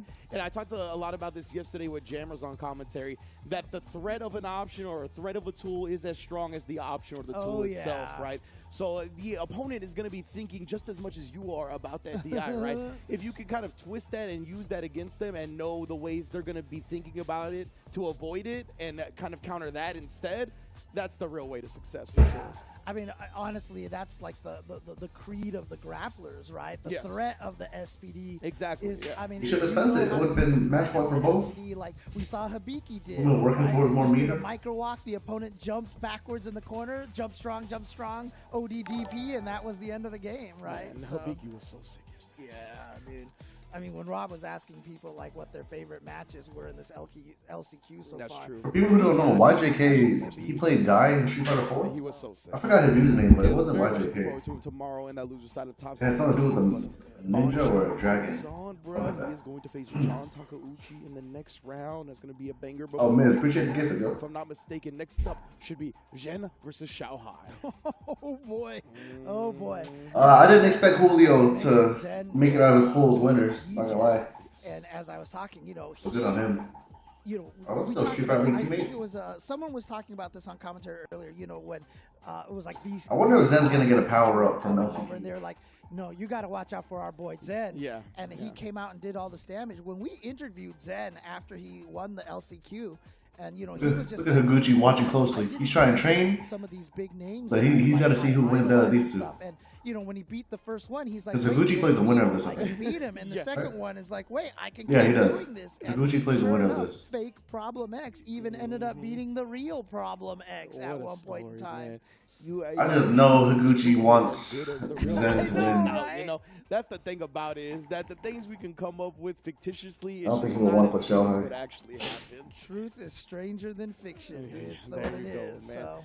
So looking forward to it. And as you mentioned, Jen, I mean, he has the experience, right? He ran the LCQ last year. He got second place at Capcom Cup X overall, right? But Xiaohai, there is, I mean, a few people with more tournament, high-level, big pressure, atmospheric experience than him. So both of these players going to be extremely comfortable here. I'm just interested to see who gets first blood. I mean, you know, we talk about tournaments and we talk about fighting games. For most fighting games, like, you can't pick a player over the field.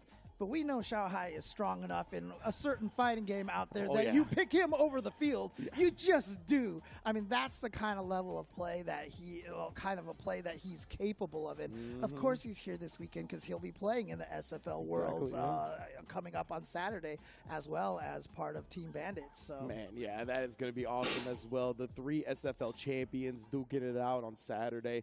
But let's see what Xiaohai goes with. Is it going to be the Ken? Is it going to be the Jury, the Cammy? What is he going to answer the DJ with of Jen? Right now, Ken is highlighted. We can see the player 1 on the DJ. So that's what I'm assuming he's going with.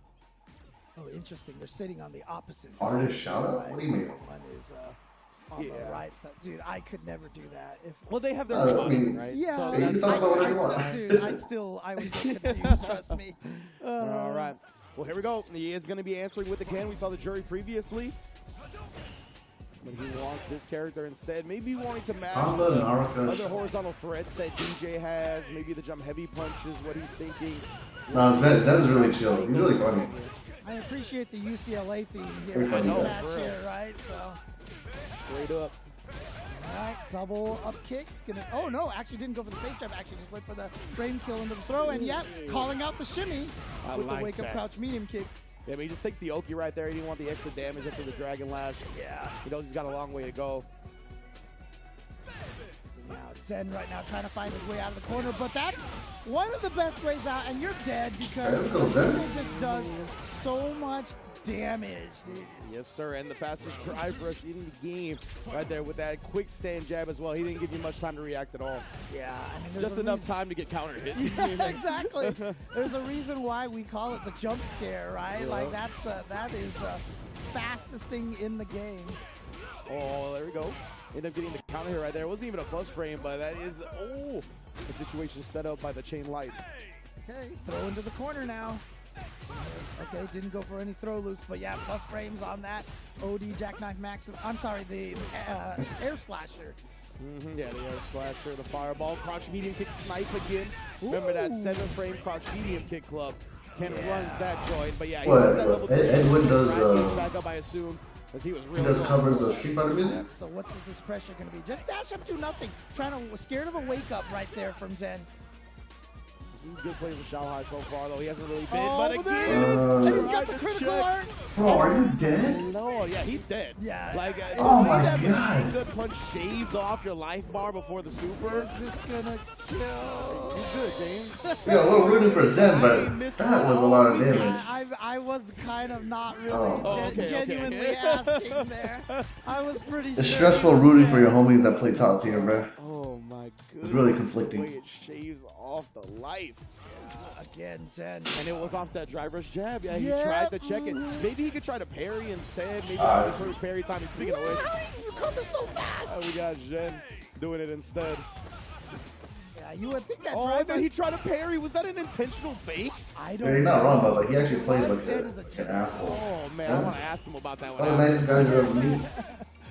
But he plays like such an Oh, anal. the delay, not true meaty. Got him Like on his defense, he'll make you feel like you're guessing on your defense, like you're on offense. Xiaohai sneaking in there. He's either gonna backdash on wake up, try to perfect parry on wake up, jump back, OD reversal. People get so in their head when they see the drive Yeah, rush, he they just always rotates it. was coming, and then all of a sudden they're like, oh, I guess blocking was a bad idea. Oh my god, that was far. Oh, okay, this time not going to be able to recover in time. Yep, just gets the deep jacket. and then drive rush right back in. He tried it again right there. Oh, back dash! And this should be the side switch. Yeah, I'm telling you, man, the way he makes decisions on defense is so frustrating to play against.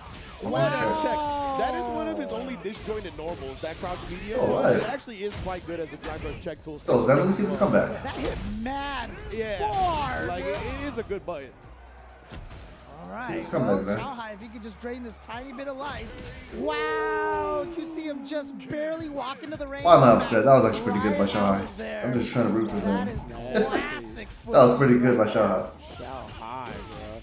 I love that. That's why I hate rooting for people, because like Oh yeah, absolutely. you will naturally discredit the other player, even though they did something good. All of these pools have been ridiculous. So it takes away from like So many spectating the match because you're clearly biased. Zen tried to do something, so Xiao. Oh, Awesome. DJ's fair. Let's go, Zen. yeah, because he got all Oh, the. nice. Not this time, says Zen. Nice. And he should be able to get the side switch here. That's a sick side switch. Yeah. Okay. Now you're stuck in the corner here. Ooh, The he's shimmy, dead. and that is. Hey, Zen. It's okay. You can drag it out. No, why'd you put yourself in the corner? Xiaohai burned himself out as well. But yeah, it's so Ah, scary now shit. because Ken has that dragon latch. Okay. He tried to go for the Wait, why did he go for a run surprise overhead? That was weird. overhead, and Remember, I told you the most disrespectful play I've seen, bro. He is so good at calling people out. yeah, Zen says, no, I know you're going to try to disrespect me. And there's the drive rush jab again. Oh, look at that. Actually That was a good punishing the interrupt. fireball fake. Drive rush into nothing. Punishing the OD jackknife maximum into the level 2. He's saving the level 1 in case he needs that, apparently. We shall see. All right, drive rush cancel. And now Xiaohai. Oh, he tried to check the drive rush jab with his own jab. It's not going to work. So here comes Zen now with a big chunk of damage. Not going to be the CA, though. The drive rush jab again, huh? Oh, so good. That only burns him out. Yeah, this is real scary for Xiaohai now. He at least has 1 meter. He's okay, I think, playing at this distance, Oh, he but he made it actually over. gets over the fireball. Not gonna Perfect level reaction. one. Oh, and just the jabs. Calm, cool, and collected to force a final round. Whew, here we go. Final game. Final round. Is it going to be Zen or Xiaohai? Both players from China. Zen, of course, living currently, if I'm not mistaken, in Canada right now. Yeah, I believe you're correct. That's the World Warriors that he was part of. Yeah. Ah, shit. Over. New to the ODR. Okay. Now we're popping off right back. Yeah. But again, that's just a temporary reprieve because Zen is still almost Ooh. out of Dash, bro. These defensive choices are so strong. Dude. No DP. Oh, good back throw. Back throw. He takes the screen advantage. Oh, Yeah. oh, he's dead. With the perfect parry. Don't drop the rhythm, brother. Come on, you got this. Oh, you got the rhythm, fam? I know you listen to hip-hop. You got this? Oh, yeah, Jen. there's No, he no didn't. question, Baby. He actually dropped it, He but speak English so good. He listens to rap music. we'll let it slide. He got the dub. You know he got the rhythm. He dropped the rhythm, right? Quotes from Super Turbo Days is. I don't play DJ, so but it looked like he dropped it. He just still died. Straight up.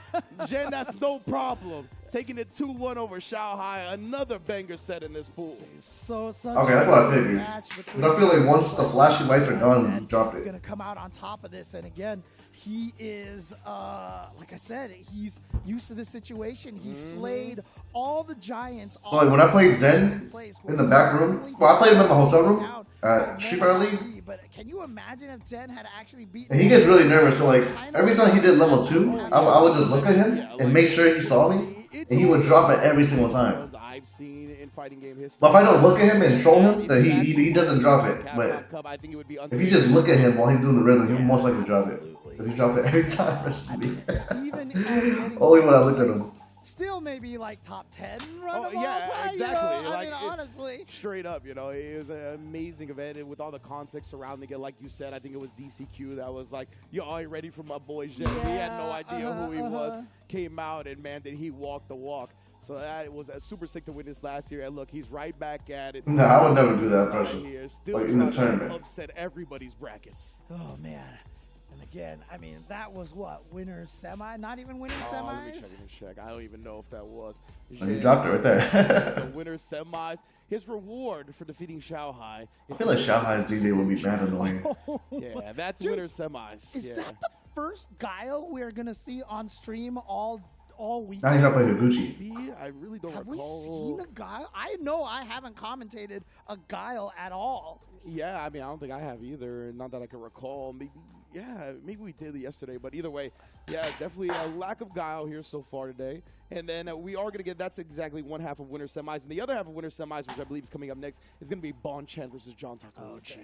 I mean, I've always said that, you know, the more JPs you see in a tournament, the less guiles you're going to see. This ball is crazy. I mean, maybe that's kind of one of the things that's going on over here. So, but yeah, like you said, John John Takeuchi, who never actually ever gets any larger. I mean, I still remember talking to one of the other Japanese players, and they said that when they were flying over to America one time, John Takeuchi was sitting on the airplane with his legs folded up and his feet on the seat. I seen him on like an that airplane. too. I seen him like that too. Yeah. I literally sat across from him one time and he was like that. Straight up. I was like, I'm jealous, bro. I wish I could fit on airplanes like that. Exactly. But here we go. Winner's semis. Winner of this gets in the winner's finals of the pool to try to get that top 16 winner side berth. John already got Bonchan in the corner. How are we going to fight out of this? Bonchan, of course, one of the public favorites of all the players. Famously being Punk's favorite player. Yeah, what an air throw right there. John, I guess he knew that he would go for the side switch as the DDT. Made sure he shut that down. That was so smart. And again, shutting down his attempt at jumping or backdashing, one of the escape routes. All right, just wait for the overhead right into the throw. And here we go. This is the Rashid mix here. Oh, the trade combos. Indeed, indeed. Yeah, you trade with a drive rush normal, a lot of the time that drive rush person can get a combo off of it. Yeah, there's a lot of setups that if you can time it so that you give him exactly a 4-frame window, it's actually great. Yeah, that's super good. Ken has a couple of those with drive rush stand fierce, then you get a combo and stand fierce again. It's massive damage. Well, I mean, any cool tactic we talk about in this game, Ken has it. So, anyways, I'm not bitter. Anyways, DP, there we go. Ooh, oh, they're just waiting. Oh, he tried to chase him down, but couldn't quite reach. Yeah, but he got his landing freeze punished because of it now. Throw loops. Ooh, try to bait him into something. Great defense from Bonchan. Oh, no whiff punishes. God, look at this. Siren. LCQ stands for Last Chance Qualifier. You can see Johnny wanted to make sure he's going. Yeah, the winner goes to Capcom Cup. Now we got the drive rush. So there's 47 qualified players. The 48th one is determined by this I know, right? Speaking of raw overhead, you got to be watching for that now, too. AKA the hardest Perfect parry! That was like the first sandblast he threw in like 50 seconds. The Japanese players are so good at perfect parrying the sandblast, whether it's in neutral or in block strings. Yeah, again, tries to go for that meaty. Not going to try to chase him down with a jump. Yeah. Medium punch this time. Oh, good whip punish, but not going to be able to cancel that into anything. Oh, man, big sweep this time, and he does get the side switch off. Oh, he tried. You saw he wanted the parry on the drive rush, but suppressor thwarted that one. Now he finds the hit, but drops the DP. Was he just too far away from the corner? I'm not sure. But yeah, that's a meaty setup right there for Rashid. Oh, and he baited it out. So good from John. Okay, and he's still not quite at a level 2 yet. So there's no Isar. Was a level 1 by Bonchan to take away, to steal that turn.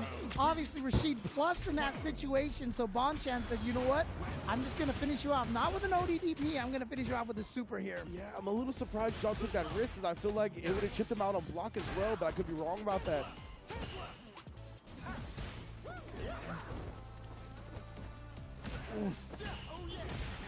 Again, Rashid, that standing medium punch is a nice button, but very short range. That's why you see it miss so often, but great reaction from Johnny T. Oh, and then the most electrifying overhead in Street Fighter Entertainment. Setup is not fair. This guy is like comboing you for days in the corner here. Challenges right there. I like that from Bonchan. Again, he likes this ODDT for the Oki right here, especially because he gets the back throw. Yeah, but then John, what a challenge. Yeah, waking up with the button. So Johnny Tack is going to be at match point now. Good old Johnny Tack, shout out Sage. Oh! Throws the attempted drive rush overhead. Oh, the team on my back, the old Marshawn Lynch super. Oh. Okay. Oh, got baited into the jump. Just reset him right there. That's like those Street Fighter 4 Goken days, man. Yeah, for real. And John, he's going to combo all the way into the level 3. He wants as much damage as he can. Wait, what is this move? I know, for real. Yo, Jem has killed me when he said people got to Google the input. That was wild. Oh, man. Bonchan trying to hold on for dear life here. John Very close to closing out the set. He can't take another trade like that. Oh boy, almost had him on the recovery of that wind shot. Oh, perfectly spaced row and actually whip punishes the money. Gucci versus Zen. Wow. This man, he was the IRS with that joint. What a decision. I mean, one of the advantages of that projectile, I mean, of so many projectiles, like the Shotos, they stick their arms out so they get punched, but Rashid does not extend too big of a hurt box. The whirlwind really audited the money button. That was wild. I messed with that. John Takeuchi in the building. What a message to send. No, the finals for LCQ is tomorrow. Bon Chan on the Luke. He's going to be in winners finals of this pool, awaiting the winner of Higuchi and You got Higuchi as well. Yeah, I mean, just complete control here. And Man, I love this moment. And I think Higuchi's going to win. Where you said it. We saw an overhead that But- wanted to end the round. It's just a testament to how slow they were Yeah. moving and how respectful they were. of each Hopefully other. Zen does They it. were I just just trying think it's to going to be really pepper hard. any damage they could. Yeah. However, Higuchi's really good versus DJ. Oh, man. But Zen might surprise us. He might get the Capcom Cup LCQ power up. Auditing money and stuff like that, but, you know, wind attacks, but I'm just not going to. So, you know. Don't worry, there's more Rashid. There'll be more opportunities for that to come. But yeah, I like this from John. Oh, man. The counter hit there. The trade combo right there as well. I don't think I noticed that in the moment that was actually a trade combo that he went to the level 3 with.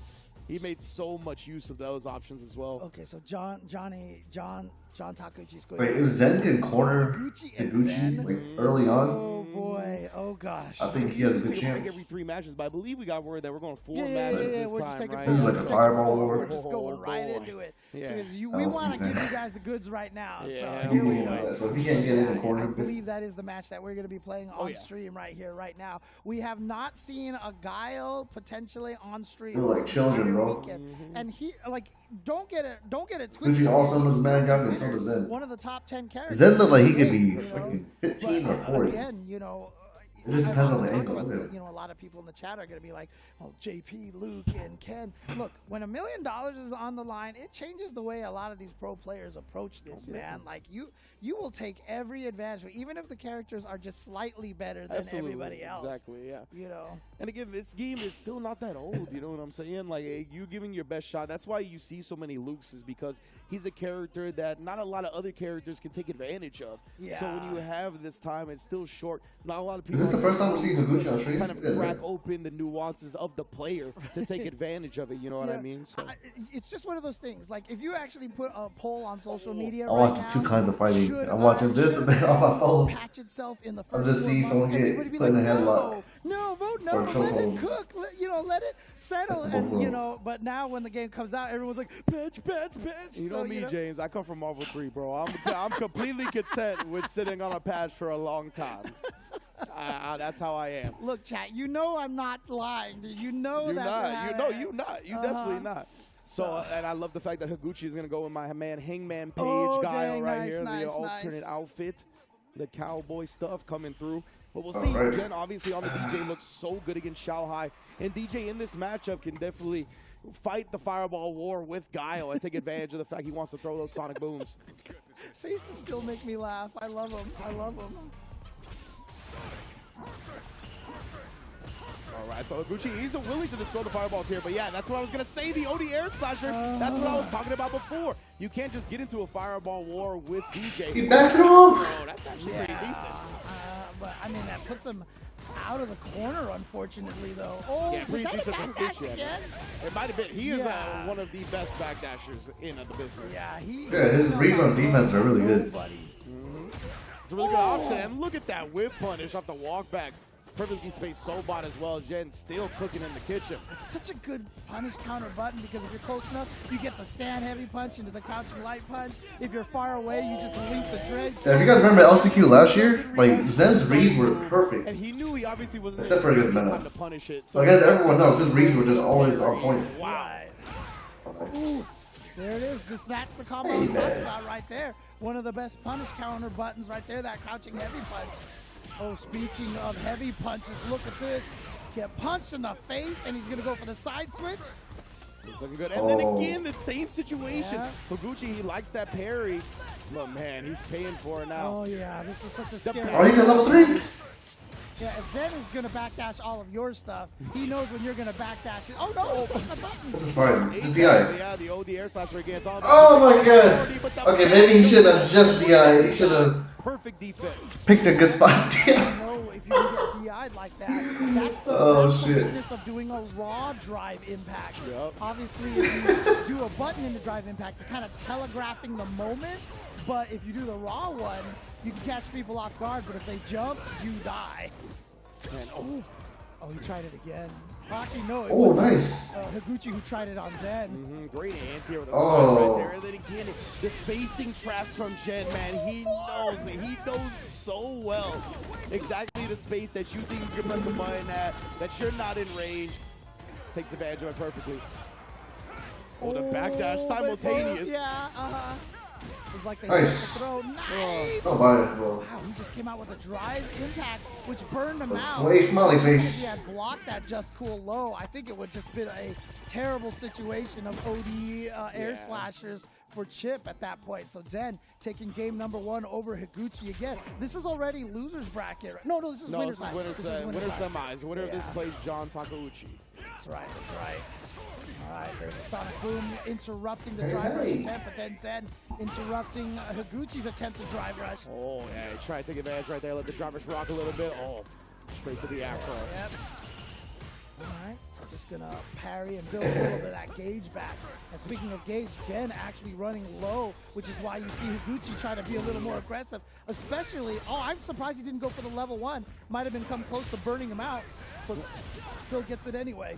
Indeed, yeah, Jen. He didn't risk, but he did risk the crouch medium cook. And of course, that's one of DJ's big weaknesses, right? Very DIable. You commit to the crouch medium kick, the soul bot, a couple of things will definitely get you DI'd. Yeah. Tried to perfect parry that drive rush into jab. Plus frames on that slide, and there it is again. Look at the I'm not gonna lie, I do think DJ has slight advantage over Garo. Yeah, I mean, now you try to downplay. Let's not even get started. Ooh, straight up overhead that time. Caught him flinching on the wake up. It's just when DJ has Gao cornered, this is so hard. That's exactly what I want to see. I want to see Higuchi get cornered to see how he deals with it. Right, he looks just like me on defense. I mean, just like me in the corner. He was fucking losing. If he was charged, he could have flash kicked. Good point. Oh, yeah, that beats both throw and attack. So, stealing the turn in that situation.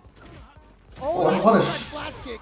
He tried to flash kick, but he wasn't charged enough. Oh boy, here we go. Zen now. Caught him trying to jump in the air. You guys just throwing a Gucci, bro. Oh, he's burnt. Right here, Jen able to confirm it. And he's gonna get over 3 bars. So smart because Gucci's burnt out now. Gucci's got 3 bars to his name. No, he doesn't have 3 bars yet. Go. This is it. Burnt out. It's gonna be so hard to survive this. Scary situation for Higuchi. Yeah, I was gonna say you gotta watch for the OD air slasher at least. Oh, Jen just goes for the chip. So smart, trapping him with the OD Sobot. DJ wins this matchup, bro. Higuchi's the best in this matchup. He's the best versus DJ. John Takeuchi coming up next. Nah, makes it out of this DJ wins. Winner's side. He has slight advantage. Zen's been in this position before.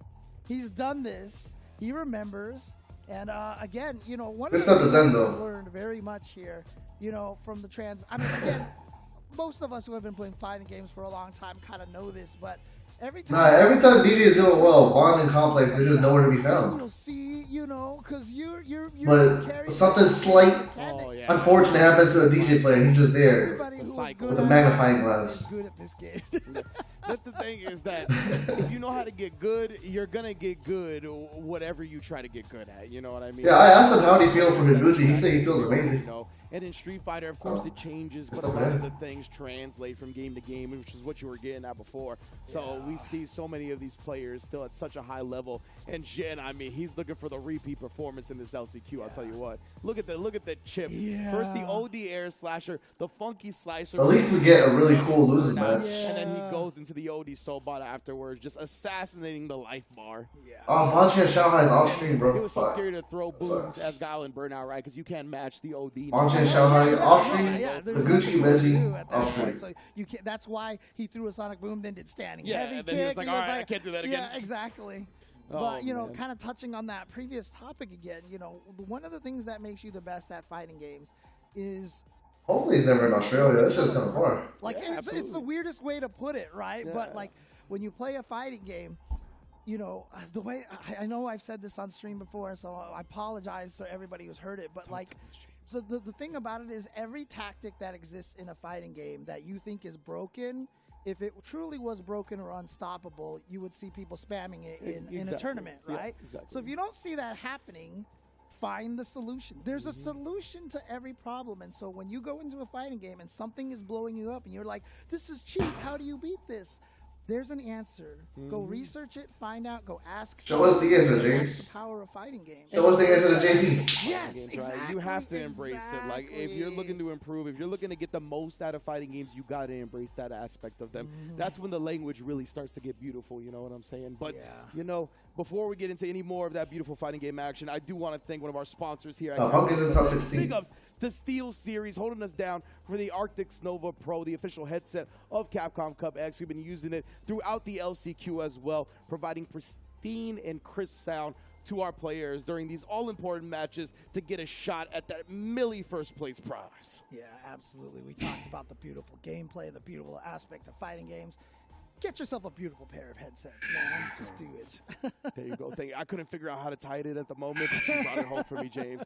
That's why we're a team. That's right. All right, everybody. Thank you for tuning in so far. We're going to be right back with the conclusion of the last pool of LCQ, and then we're going to take a look at that top 16 bracket, baby. Do not. I feel like Higuchi couldn't really, like he couldn't really throw hoops. I want to rewatch that match, but it felt like Higuchi didn't get to play much. Oh no, I'm not playing Power Worlds until after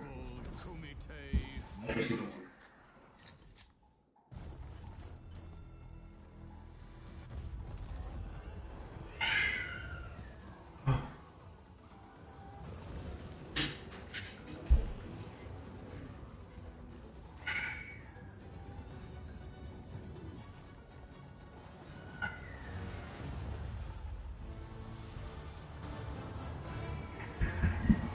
Yeah, he kind of got watched.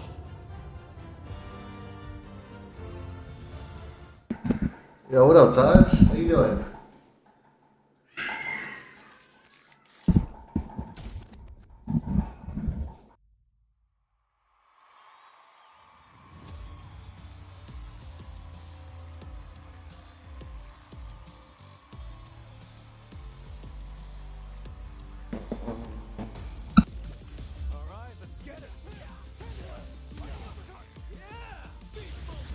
Sure thing. Let's dance. Hey, where's my bed? Watching all as I command the stage. 1, 2, 3. Make way for the ninja star. From the Botinu. I live for battle. A second helping of you. The time for battle is here. Wants to duke it out with me? Shall we begin then? Do you need to take a rest? I'm game if you are. There's a UFC card going on right now, Taj. If you want something to watch. Besides this DJ. Yeah, I don't know how much Rashid Panthers Zen has.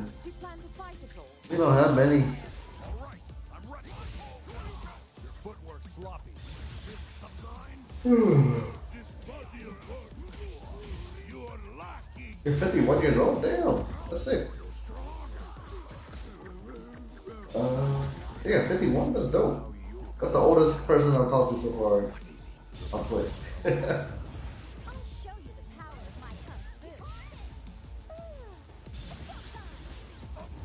Yeah, the main card just started. Think you could break my defense? Got you in my sights. Smart choice. Bring it. Wait, what makes UFC games not like blow up? Because the UFC or just MMA in general is so big. But the game, no one really plays the game, though. Like competitively at least.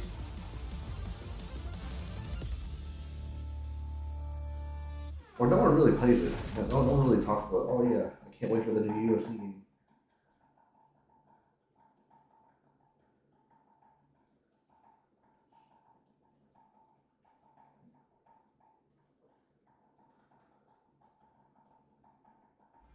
We got Marab versus Udo.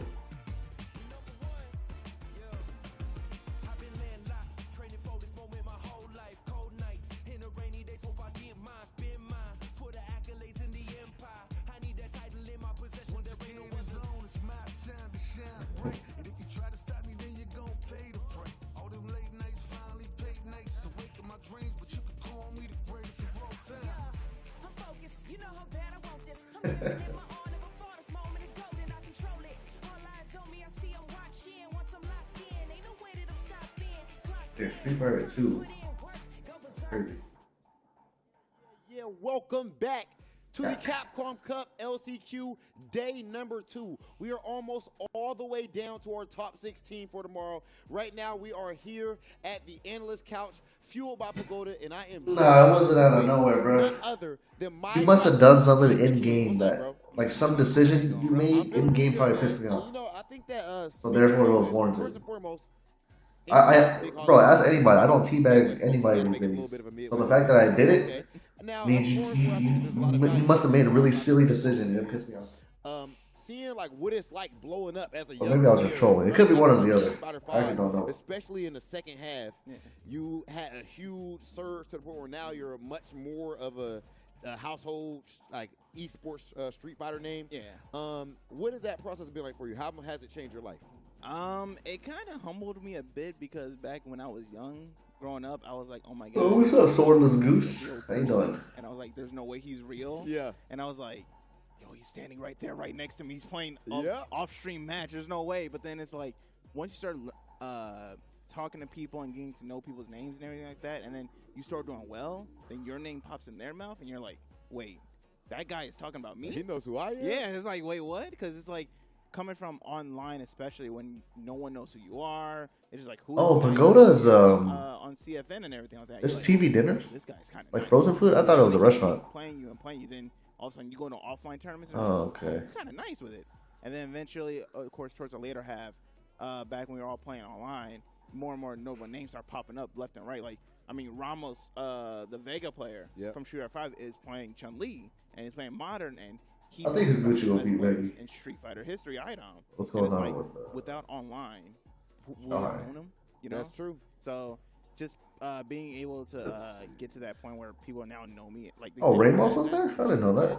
Shanghai beat Ramos. Yeah, and I'm And like, Filipino bro, the man. amount of times I get. Oh, Veggie beat Higuchi 2-0, bro. Oh I have no. this little grin on my face. I'm like. Good stuff to Veggie, but Awesome to have, and it's. bro, I'm telling y'all, that matchup's not easy. Zangief Gao, that shit is not easy. If I'm not mistaken, you placed what at Evo? What was your highest placement at That Evo? shit is not like Street Fighter 4. Top 8 at Evo. That is a dream for a lot of people watching this, at least if you ever had interest in the competitive side of Street Well, Fighter. Dr. Danny Fam thinks the matchup is Zangief's favorite. Take us back to that, not even from a technical standpoint, but just the emotions. Like That's because of a lot of things. A match where I think, didn't Chris cry too? I think you guys both. I'm pretty sure It wasn't good for Gao in 5. match of all time, but also amazing. Damn, Higuchi lost. Where both players actually cried after, man. That was a beautiful situation. Take us back to that moment. Pretty sad. I mean, what after the Midwest versus West Coast 5v5, and then it was literally the last Evo for Street Fighter 5 ever. Yeah, like that was the say all be all, and then it was. Yeah, I played Veggie before. This rivalry that we've had. Only one of us can get into Evo big What is stage. the earliest you can run in and the I'm like, snake? the fact that I've been to Evo. I can tell you. Let's see. Years, I'm like, I want to make it happen, bro. Yeah. There's only Snake is because I was because the context of it was that I was so close to beating Gachikun. I was 2-1. Like it was final game final, and I was like, you can't let it in, bro. I can't. It was like one of those, I gotta do it. And the fact that it was against Chris was like a cherry on top because I know he's a great player. He knows I'm a great player. Graphic, it was like, yo, it was like Ryuken the fist bump. It's like, yo, let's do this. It's time. And then when that ended, all the emotions just went out. When it happened, Okay, and then Capcom Cup. afterwards, once it happened, like the next day or so when I got home, I was like, bro, you just made Evo. Yep. In Street Fighter. Yep. And it's Okay. Like, you can't say anything. So he's in Group E, right? You have an Evo medal for a game. Oh, I literally wouldn't run into him into winners finals if we played. 7 years or was it 6? We kept winning. Tell you what, you grinded all those years. If I make it out my group, I played the winner of Valmaster NL. All you did was Gachikin's group. jump, jump, jump. I remember Ignite Gaming. If Snake Eyes makes it out of his group, he has to play Group F, which is Angry Bird, Mena, Kappa. Trust and believe, because now my man is godlike. Wait, hold on. Who won our first attend when that exhibition happened? Whoa. Now you are pushing stuff to a point that I'm not pushing it. I'm not pushing it. Give me this goddamn record. Sorry about that. Give me this. Oh, what's up, Baker Boy? That is it for Good us. to see you, man. How you been? At the Pagoda Gaming, actually at the Pagoda. You messing me up, just a kid. Can you get off? Get off. Yeah, it's tough. Please. You come on, please. Go ahead, just a kid. Let a little make it out. Your group too. It's still hard. Here at the Analyst Lounge. Gotta break his glasses, bro. Pagoda. We're gonna send things over to Ringe and James Chin. Get the hell off the damn. When we're looking at a player like Jack right now, one of the coolest things about this, we talk about the Enzos, we talk about, Yo, you are a professional for going into a serious point I'm after trying this. to. I'm trying man, to. what in the blue hell? All right, go ahead. No, when we talk about these, up and coming players and what are they going to do in the future, the very first Frosty Faustings I ever went to, Just the Kid was playing over there, and everybody was telling me, I appreciate it. guy. He has potential. Where you been, man? Are you still in Florida, or did you move back? So he is a perfect example of what a player can become, getting Evo top 8, kind of situation. And I love that subject about kind of growing up under the lights, right? Because, like you said, from early on, people were like, "Watch out for this guy." Oh, nice. And then he was on the Still early goes to stage of casino? SFL, right? Like when SFL was It's a been concept, ages. it was just first getting started. Just the Kid was featured on that. He was everywhere. He was on the CPTs. He was traveling at a very young age. You know what I mean? So Appreciate it, man. I hope I do well too. And the fact that he was even as big of a fan as he was before that. Like, it's just so cool. Still and playing it's Street Fighter awesome to 4? hear that he still appreciates those moments, right, where people come up and take a picture, because it is a very rare. Like, that's not something a lot of people get to experience, you know what I mean? So the fact that he appreciates that, he understands the gravity of that. I mean, he's mature beyond his years. For sure. Absolutely. And you know what? Let's be fair here. Let's be honest here. Right. We have to make sure we give credit to Papa Brian F. Yeah, Doing the a great main card job just started. raising his son Jack. right. So well done, Brian. Next week, start I'm talking about. From just the jump to just the kid to now just a man. So here we go. Exactly. Man, and we got some updates for y'all. This is going to be the winners finals right here. John Winners Taguchi finals. and Let's Jen. go, Zen. But one of the updates I have for you, in the losers quarterfinals, Veggie defeated Higuchi in the Geef-Gaio matchup 2-0. Veggie is waiting for the winner of Bonchan and Chao Hai in loser semifinals. Okay, so to be fair, most Zangief players will tell you that I started going to casinos, man. not as bad of a matchup as It's not good for it you. has been in the past. I see. Even as a Zangief player, I haven't fought a lot of Guiles, so I can't. Is it due to the parry? Like, I what? guess it's like just the dry parry to Dutch be able to parry, get in. But Got too you many know, kids to go to the like I said, casino. I personally haven't fought. I a lot only of gamble in Guiles. Vegas Really, just I for don't fun. run into a lot of them when I It's never to like have any expectation. I would love to hear some Still, intel on that. Still, Yeah, that's actually very impressive. Actually, no, the last- Let's go, Veggie. Let me know, chat. If you got some. Oh, intel we on didn't that. update it More yet. about it. But right now, Jen versus John Taguchi, winners That finals. shit is definitely supposed to be Winner at gets 80. in the top 16 of the LCQ bracket. You can see the perfect parry. So crisp and clean, especially from the Japanese players on projectiles. I mean, this definitely looks like a match that's played between Oh, let's go, like, Zen. a 9 and Hold a up. 6-year-old. You know, I mean, seriously, these two are so young. Yeah, most definitely. Asian don't raise them. Let's go. Here we go. Nice check with that crouching medium kick on the drive rush. Whoa. You see, yeah, The using dash behind the whiff right there, that was really cool. Yes, if you can't whip punish, sometimes just use those frames to move closer. Yeah, great reactions from John right there, even if it didn't play out to something big. Taking the projectile, ooh, just a check, and then he's gonna go to the drive rush pressure of his own. Jen locked in the corner now. Great block with the overhead. And he said, "It's my turn, fam, not yours." That was a no drive rush. Yeah. Oh, he has level 2. John Bro, you got mad meter for just doing that DP. Counter hit. Level 2, you burnt. Oh, one last no. hit. One last hit. Are you serious? Oh my. That's the thing with that level 2 is that it feels like it has like a hit that kind of, I don't know the word for it. Lingers. Thank you. Yes, exactly. It kind of lingers after the animation is gone. Well, there is like, I know there is one. I don't know if they fixed it or not because like I know Dalsum and I think exactly. Isar Yeah, has that when you do the level 2s for either one of them, the second to the last hit makes the projectile disappear. Yeah, I don't know if that has been patched or not either, but it didn't look like it there. I'll tell you what. Jen, though, fighting back tooth and nail. We're going to doing this to get back in the game. Convert into the level 3. Excuse me. It's going to be a lot of damage. He's going to have the drive rush advantage as well. Again, just the damage from DJ. Drive rush right into throw. Oh, nice. He recovered in time, Jen. That was a terrible DI. I don't know why he did that. With the DJ right there. Do not think you can drive impact that option. Yeah, he was like, no, that doesn't work. Sorry. And you know, honestly. Oh, I saw Deontay probably like. It's just what? We're month 8. 2 months ago. Right? Like, we're all still learning some stuff here.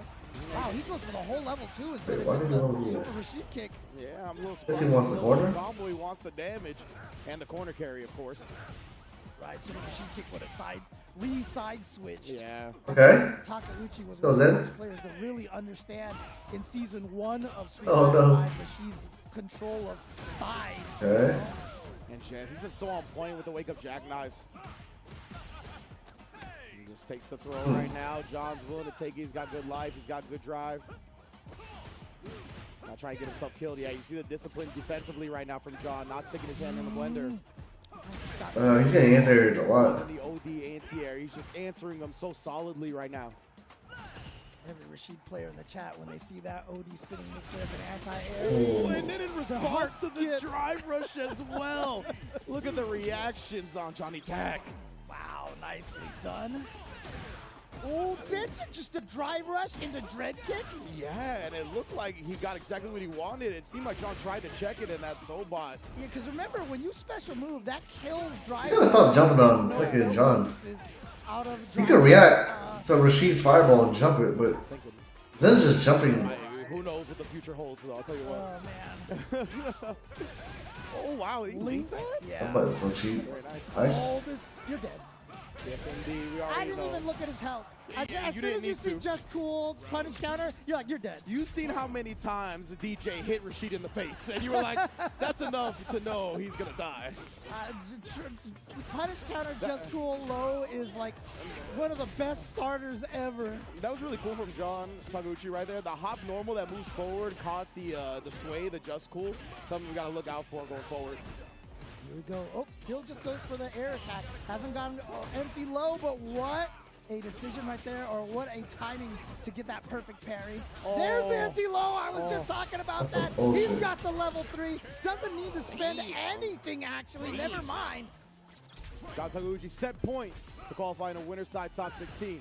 Ooh, we're going to get a Rashid on the winner's side. That was a nice sway, but he didn't catch the recovery, so he didn't get a combo off of it. Oh, there's that sunset wheel right there. So plus off of the drive rush. It's already plus without the drive rush. Oh, you Yeah, did. exactly. Oh, he got perfect back? Oh, your life and Jen gonna close Oh, out Zen? game 2. You already know we're going to game 3. This man has not gone quietly into the night any set. Ooh, I'll see you perfect and raise you one myself. I feel like every time I commentate DJ, one of my #1 phrases is, oh, you're dead. You died. Oh, what a jump. Okay. John, okay. the slight movement before the jump right there. All right, so what's the setup over here? Oh, trying to bait something out. Thought he was going to go for an early OD jackknife, perhaps. Nice. Oh, yeah, keep him locked Oh, yeah, down right and there. still going to catch him when he lands. I was going to say, you still got to deal with that. That's such a good thing that Rashid has. But beats him to the punch on the drive rush, leaves him standing. Oh, that's going to count. Oh, he called out the just cool funky slicer. Now, this corner pressure here. Nice. Zen just jabbing Ooh. his way out and then drive right corner down. too? That's Side switch pretty good. again. Oh, yeah, you can't the escape. juggle point. So good on that. But John, Oh, he got so lucky. Yeah, I'm not sure. He didn't get lucky, but that was just a bad play by John. He was burnt out. John had level 2. It was looking bad. Match point now here. He is. Oh, no, you're going to get caught by that. Not going to get the juggle. And wow, this time, yeah, with the right decision for the wake-up OD. Tell you, those wake-up jackknives, Jen's defense, so good. But you see that? He used that to thwart the check attempt from Jen. That was masterful. Yeah, it was like that tiny stagger that it Oh, created. man. His usage of that forward advance is normal, so good, and then he mixes them in his boots. Alright, maybe the next round then. Right. Out his boots, I should say. Maybe the next round, brother. That wasn't a true combo. It wasn't at all, but I told you, Jen's disrespectful. He like pressing buttons. We're going to a final round. Final game, final round. This is for the winner side to qualify in the top 16, which will play out tomorrow. Oh, okay. Oh, look at that. My man got the Noah strategy. He got no meter. Burnt out off that. That's why he's just lying in Oh. wait. But yeah, he tried to do something. He ended up getting counter hit. He didn't want to get burnt out. But then he risked the parry and burned himself out anyway. Oh, this is a dangerous situation. Yeah, spinning mixer now. Oh, I just went for the overhead. He probably didn't let go of the forward fast enough. Oh, man, you saw that. He used a heavier button right there, too. I think it was a medium. Really catches button. Drive impacts. Maybe a surprise. No, he doesn't want to risk it. He just goes for throws. He knows you're thinking about the drive impact. Just goes for the meaty, crouching heavy punch.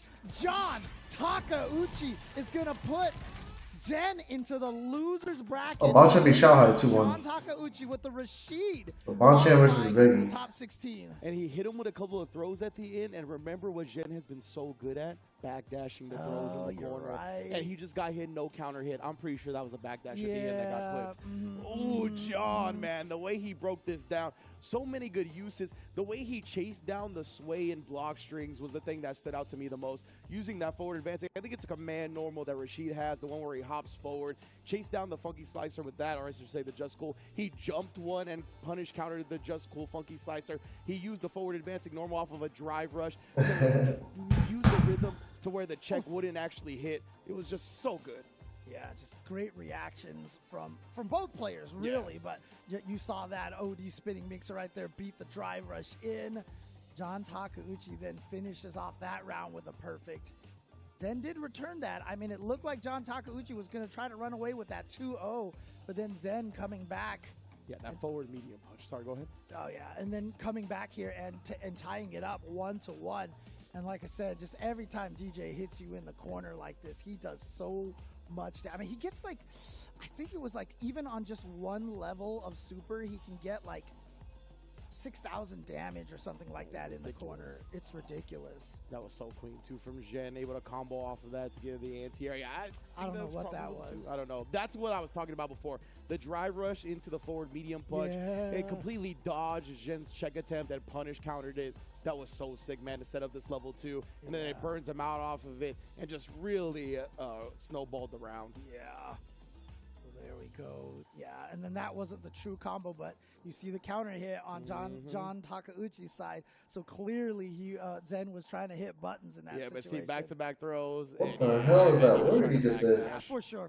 Like you pointed out, good call on the lack of counter hit over there. Oh shit, that's the bracket. Good stuff. Heat And over there it John. is. The winner side of top 16 is in the books, baby. Kakeru versus JB. John Oh, Takeuchi. boy. Punk versus Yamaguchi. Oh, that was Julio. Kakeru versus JB. Problem X versus Julio Fuentes. Okay. Banger after banger. I mean, it's really impressive here too. If you What's up, you bet? You got it back? Asia there's 4 Western and 4 Asia players. So That's true. That's super sick. I like that a lot. Yeah, so really cool to see that set up there. And what do we got? We got a Ken, a Rashid, a Cammy, a DJ, a JP, another Rashid, a Blanca, and a JP. So 2 JPs and 2 Rashids of all the characters there. And I love that the matchups that are U.S. versus Japan, for the U.S. representatives, it's Punk and JB. You know what I mean? Like, who when we had JB on the couch earlier, he was like, I got to travel at first because my friends like Punk and Smug were flying me out places. You know what I mean? So that's such a cool thing to see that they still grind it out. They're both still so good, and they're going to be able to fight neck and neck tomorrow, and then who knows, they might end up facing each other for that final spot. Yeah, because they're very close to each other. Yeah. So They will meet in winners finals, I think, if the bracket plays no, out you're how right. it You're is. right. They are on Which, the I mean, opposite that side, is where you would want to meet your sparring partner, your good friend, right? So we'll see if it plays out like that, of course. But yeah, man, we got loser semifinals next up. But we know Veggie's in there, and it is Bonchan. Bonchan was able to defeat Shanghai 2-1. Bro, Veggie looks like a damn model. The Geef is back. Yeah, again, remember what we saw from No pause. Ramsey at Frosty Faustings. He was taking out a bunch of people, even managed to beat some Lukes at that tournament, like Joe Umarogan, who is a qualified Capcom Cup competitor. So, you know, like I said, Zangief, no question, not a very strong character. But in the right hands, he's still one of the scariest characters to fight against because he can just steal it from you at a second's notice. That grappler's chance, man. He's definitely got it. Oh, straight up. He's like, don't continue that target combo. I will parry that instantly.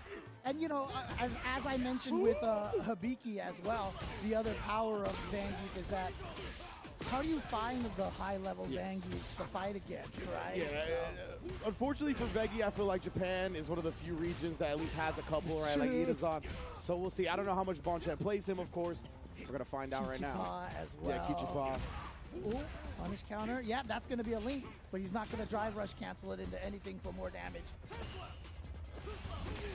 Oh, what was he went for the wheel kick? Yeah. That was a weird timing to go for the wheel kick. Interesting indeed. Bonchan still in the first round. Just walking up, pressing the mic button, see what he's doing with it. Cut him off on the running bear grab attempt. There's that meaty heavy kick. Jump back, no anti-air. Oh, wow. How often do you see that target combo? Yeah. Ooh, the wax off and parry. then the reset, but that was a true combo, so it wasn't going to wall splat. Maybe just attacking the drive gauge. That's true, that's true. I love the fact that Bonchan has barely been throwing Sandblast. Right. He's like, I'm so confident in my ground game, and look at that. Why wouldn't you be when you got the money button backing you? But he knows, and the backdash. He knew Veggie was going to get frisky on the wake up. That's what why do you do regular command though? But yeah, he knows that Sandblast is a way for him to instantly lose the game if it gets jumped in on, right? All it takes is Veggie to jump in on one Sandblast, and that whole round could be gone. Yeah, exactly. How deep do the players sleep tonight? Sandblast is a great Probably not too good, to be against honest. Zangief. You know, if you're I would imagine winning most the players ground have trouble game, sleeping. then why bother, right? Why bother? If you got other tools that are going to net you success, Spine Buster, that's like plus 30. Yeah. But if you got other tools that are going to net you success with less risk, then you don't have to use the risky option. Exactly. A lot of people make the mistake is if they're winning, they try to show off all their tricks because we're all so used to playing ranked, right? Yeah, but if you're winning using all your just like plan A's, keep using plan A until they force you to use the plan B. Yep. Oh, that's punishable. Oh, Bonchan. Surgical on this match here. Gonna side switch. Exploder suplex. That wasn't even a combo. No, it was not. Oh yeah, he took that hit because he didn't want to get burnt out. Right. But nonetheless, still very dangerous, and it ended up paying off because he took that hit. He had the drive rush cancel available. Bonchan on set point. Shout out to you. 4 glasses of wine. Oh, crouch medium punch counter hit. The money button, it's ringing. Oh boy, and yeah, he's just gonna go for the entire cash out at this point. This sounds silly, but one of Zangief's best resources is his life. Because he's not expected to hold on to that life. You have to take hits here and there to open up certain paths. Oh man, the sniper Bonchan with the op crouch medium kick. What are we doing with it next? Just did the safe jump, Veggie, no parry attempt. Oh man. Oh. Oh, and then again, bro, the op. Just keep buying them round after round. This man Bonchan don't miss. Dude, Bonchan controlled that range so well. It was so scary. His Luke just standing there, barely wiggling back and forth was so frightening because of how surgical he was with his, not only just which buttons he picked, but the timing of his buttons. Everything. Shout out Tasty Steve. Man, it was ridiculous for sure. Like, the way he established the ground game early, just so confident with, as you said, the way he would, just the minute movements in and out, utilizing almost every tool in the Luke's playbook, not just the crouch medium punch. We saw him forward advance with the stand jab, the stand heavy punch, the stand medium punch, the way he didn't sandblast at first, the way he started sprinkling it in later. Like, he is just a top-level fighting game player in every sense. Yeah, I mean, he may have won some big tournaments like Evo, I think it was. I think you might have heard of Evo before or something, But again, there's a reason why Bonchan is, a favorite amongst fans, and a reason why Bonchan is just, considered one of the greatest players coming out of Japan. He's got one of the most advanced ground games there is in fighting games, you know what I mean? Like, he pays attention to the very small aspects. I remember watching footage of when Big Bird and the Birds went over to Japan and they played a set with Bonchan. There was first of all, Big Bird was just like, how is Bonchan confirming every crouch medium kick, like we just saw there as well. But beyond that, there was a tech throw situation where after the tech throw, Bonchan just walked forward for a few frames and baited Big Bird into pressing stand medium punch, thinking he would walk forward and press his own, right, or something like that. And then instead of pressing, he just jumped and immediately punish countered that button. Like, he has these little tricks in the ground game that not a lot of people have. All right, well, here we go. This is to make it out on the loser's side to find out who our 16th player is to get into the top 16, which will be playing out tomorrow. He actually spins the extra OD bar right there. Maybe he gets some further space out of the corner. I'm not sure. Oh, and there's that link. It wasn't a punish counter, just a counter hit, so that's why he went for the up kicks instead. Wow, the damage that this character unleashed. Oh, again. For real, man. Look at this. Spending all that time praising Bonchan, and Shen's like, he's just another Johnny Donut to me. Just another body to go in a bag. Again, last year, Zen taking out big everybody. Names. He took out Keto. He took out. Then he was just saying, "Wow, I can beat all of these players." And so, yeah, he has no reason to be scared of a player like Bonchan. He's kind of over that Wong factor problem. Yeah, you know? exactly. Yeah, he don't get the jitters. Oh, you press the button, and yeah, you're That's not not fair, bro. There's the side switch that we saw Fudo use so much. Man, and that's what we talked about. Bro, right? that's DJ, we're rooting for Zen. The light sequence we talk about all the time in this game. Usually, but man, his character is so annoying. After the third light, you're going to be out of range, so the defensive player tries to take their turn. But DJ has the privilege of canceling that third light into a sway. It's a funky slicer, which whip punishes so many people's button attempts. Not only that, but the funky slicer can be triggered during the entirety of the Just Cool sway. So you can change the timing of it. So if you know they're going to go for slower buttons, you can actually delay it and still get the punish counter. Yeah, it's really good. That's why you got to do the things like John Takeuchi did, right? The forward advancing moves, the jumps, stuff like that. Bonchan here. Oh, he tried the backdash. We see Zen do it all the time. Ended up catching the recovery of it, though. Yeah, but it was a back throw, so unfortunately it got Zen out of the corner. Oh, boy. And look at this. Zen's like, thank you for Oh, he's tense. The meaty combo right there. You're going to die right here. That was OD. I don't think I've ever seen that. The meaty stand medium. So super needed. Yeah, this man, he's got damage falling out every orifice, James. That's how he goes. Character doesn't even need to spend a single bar to drain all that health. That was nuts. I'm gonna look that one up, actually. It's so much damage. It's like I said, even on one level, I think you can get up to 6,000 damage in the corner like that. Ooh, the short hop knee ended up catching him in front. I'm pretty sure Bonchan expected that to hit behind. Yeah, DJ's a mental stack nightmare. He's got all the feints. He's got drive rush. He's got the jumping knee shot. He's got so many ways to come in on you. Yeah, and I really like that. He's just throwing him after the air slasher, but we're back to mid-screen anyway. Didn't bite on the funky slicer this time. Oh my goodness, the whip cancels. The green is on the screen. Challenge problem X. All right, just goes for the funky slicer there. Oh, wow, Bonchan went for the jump. Oh, the spacing trap from Zen. Post soul bot. No, the money button is not in range. Whip punishes it perfectly. Zen qualifies. And Zen beat Higuchi and Bonchan? Good shit. So as I said, he definitely knows the situation. He's been here before. He wasn't able to take out John Takeuchi, but he has qualified here on the losers side of the bracket.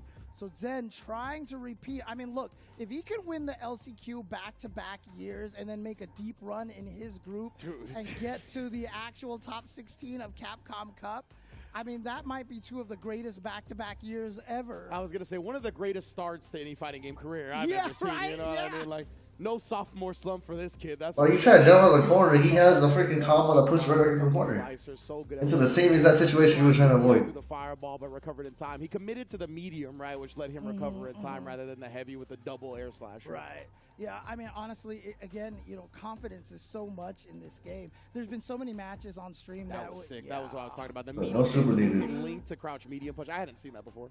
Yeah, we were talking about, you know, so many of the players that we were like, maybe this person was, you know, a little starstruck when fighting this player. You know, again, the confidence, the belief that you can beat. Noah versus Zen? The FGC is so. They played recently, actually. Val versus Aqua, JP Gamer. I think Val gets that. Hibiki versus Random. Players make these kind of right? And Mope versus Vivo. I mean, it was what? Super Street Fighter 4 when an unknown player named GamerBee came out of nowhere and beat Justin Wong with the 8-on, right? Absolutely. So, that's something that the fighting game community really has an advantage of or an appeal of over a lot of other esports, a lot of other competitive atmospheres, is the fact that, like you said, we have these large open bracket tournaments. Also, that means Random beat Mizua twice. Like, Jen coming out of nowhere and just putting everybody on notice. Like, it's so cool that we have so many of these stories and people have gotten discovered because they go to their first tournament. Random. He was like, it's my first offline tournament. Look at him. He's in top 16 losers side in the most stacked tournament, probably besides Evo itself. But like, it's so cool. Look, we're gonna obviously you're looking at the losers bracket right now. We're gonna analyze this bunch in just a bit. After the break, we're gonna do a Steel Series daily spotlight. But before we go to that, one more time, want to give a shout out to Pagoda. You've been seeing them sponsoring this event, feeding all the players in the casual area all day long, you know. And again, check your freezer aisle in the supermarket right there. You can find, I mean, obviously we've got the egg rolls over here, but they've got all sorts of stuff, hot stickers as well, for example. So crush your cravings with the Pagoda snacks. Check them out. And again, we're going to go on a very quick break, but when we come back, it is the Kakaru is looking like a spotlight. We're going to take a look at the winner side and the loser side of this top 16 him versus JB. I think he won that. Who we think I think he beats Problem and Julio. This LCQ, don't go anywhere just yet. Keto John, I think Taquito wins this. Punk got on YouTube, man. That's so hard. Hopefully Punk wins that one.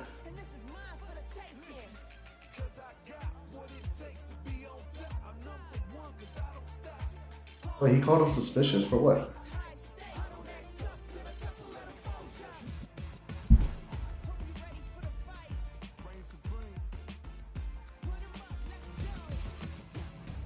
Oh, his perfect parodies? That's funny.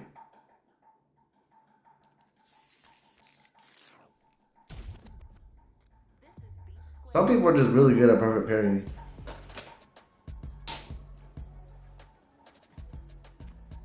That's just how it is. Seriously? I'm not interested in whatever you're pitching. You really want me to punch a hole through you? All right, Matt. Have a good night, yo. Stop pissing me off!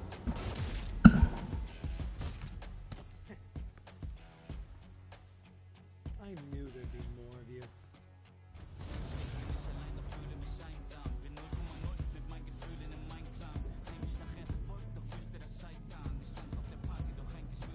Let's go! Ring the bell!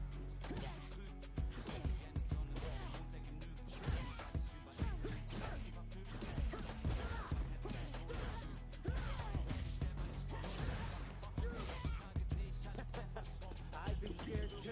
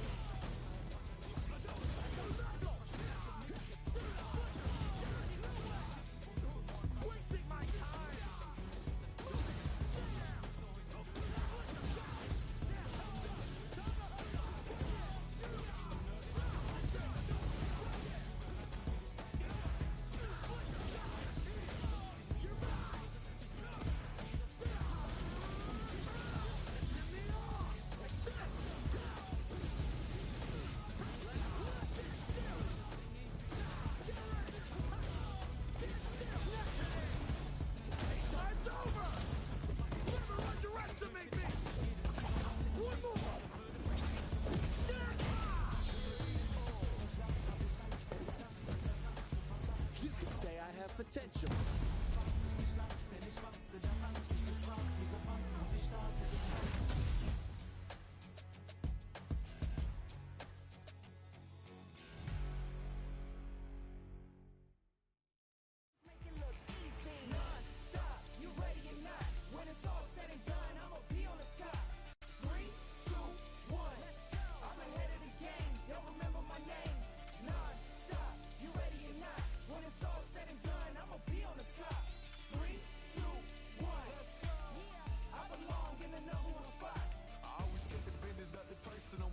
see nothing, I just barely scratch the surface. Throw me in the rain, let me do my thing. That they hit me down, fight it through the pain. When I'm in the zone, I ain't never say much, but you see me up top. You see my numbers healthy, the pressure don't stop. Until I'm in the top, see the bottom seeds watch. They almost see me. Thank you guys for sticking around for the Steel Series Daily Spotlight. We're going to highlight the brackets coming up for the LCQ Top 16 Finals tomorrow. Just also want to say shout outs to the Ed theme with the German rap. I think that's actually pretty sick. But really cool. He's a fully Japanese-born person in Germany, right? I believe that's what I heard. Oh, okay. So Is that that's the really lore? cool. Okay, Yeah, okay. really cool. Yeah. Yeah. Oh, the singer. The actual artist. Yeah. I was like, Ed doesn't look Japanese at all. No, not Ed. The actual artist of the song. All right, let's get to the bracket over here. Let's get to the bracket. It's late. I'm tired. Okay. Oh, I'm weak.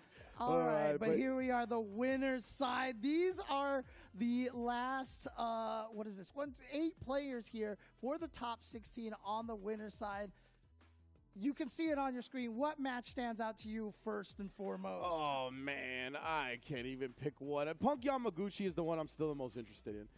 I've been interested in it since I've seen that it's going to be Punk versus one of the best DJs, right? Because, like I said, at SFL US, Jen was one of the only players to defeat Punk in a set before the finals, of course, where that all played out how it did. So I want to see if Punk, and because he's so optimal, he's so good at taking his turn when he's supposed to, and DJ can kind of use that against you, I want to see what he does. Is he going to chase down the Just Close with like a spin knuckle? Is he going to prevent himself from going with crouch medium kick? But all of these are bangers. What about you, James? I mean, honestly, one of the ones that I'm curious about is that Problem X Julio Fuentes match. Because Problem X, I mean, he's been looking on fire. Julio Fuentes has been looking on fire. I mean, Rob TV was talking about, like, those two players were cooking this entire day, this entire weekend here. But the weird factor for me is, you know, what does Problem X feel about this matchup with JP? Is he going to go with the Blanca, or do you think he might actually go with a Marisa?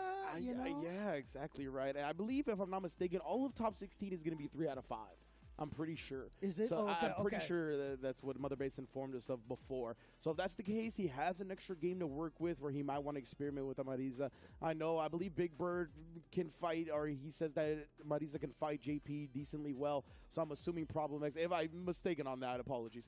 But I'm assuming Problem X will maybe want to try that out as first. But he's been on such fire with the Blanca that I honestly don't even want to see him play any other character. And of course, the other two matches we have, fan favorite Tokido going up against John Takeuchi. So that's going to be a Ken and a Rashid matchup here. And again, people. Okay, from what we saw, there's 2 JPs up here, not a surprise, but 2 Rashids up here as well. So John Takeuchi's Rashid going up against Tokido's Ken. And you've been hearing Jammers, he said he's been talking to a lot of the top players of Rashid, of just in general in Street Fighter 6, and they're saying that Rashid's got what it takes. He's just newer than a lot of the other characters, right? So the narrative surrounding him, it's not definitive yet, but those that are in the know, he's like an extremely strong character. Shout outs to Logan Sama, by the way. Who was like, he knew from the beginning. He was 3 weeks in. He was like, this character's going to be top tier. 100%, I remember. So Tokido and John Takeuchi, as you said, Ken versus Rashid, 2 characters that really like to slug it out in close corners. They got the -1 jabs. They got the 7-frame crouch medium kicks.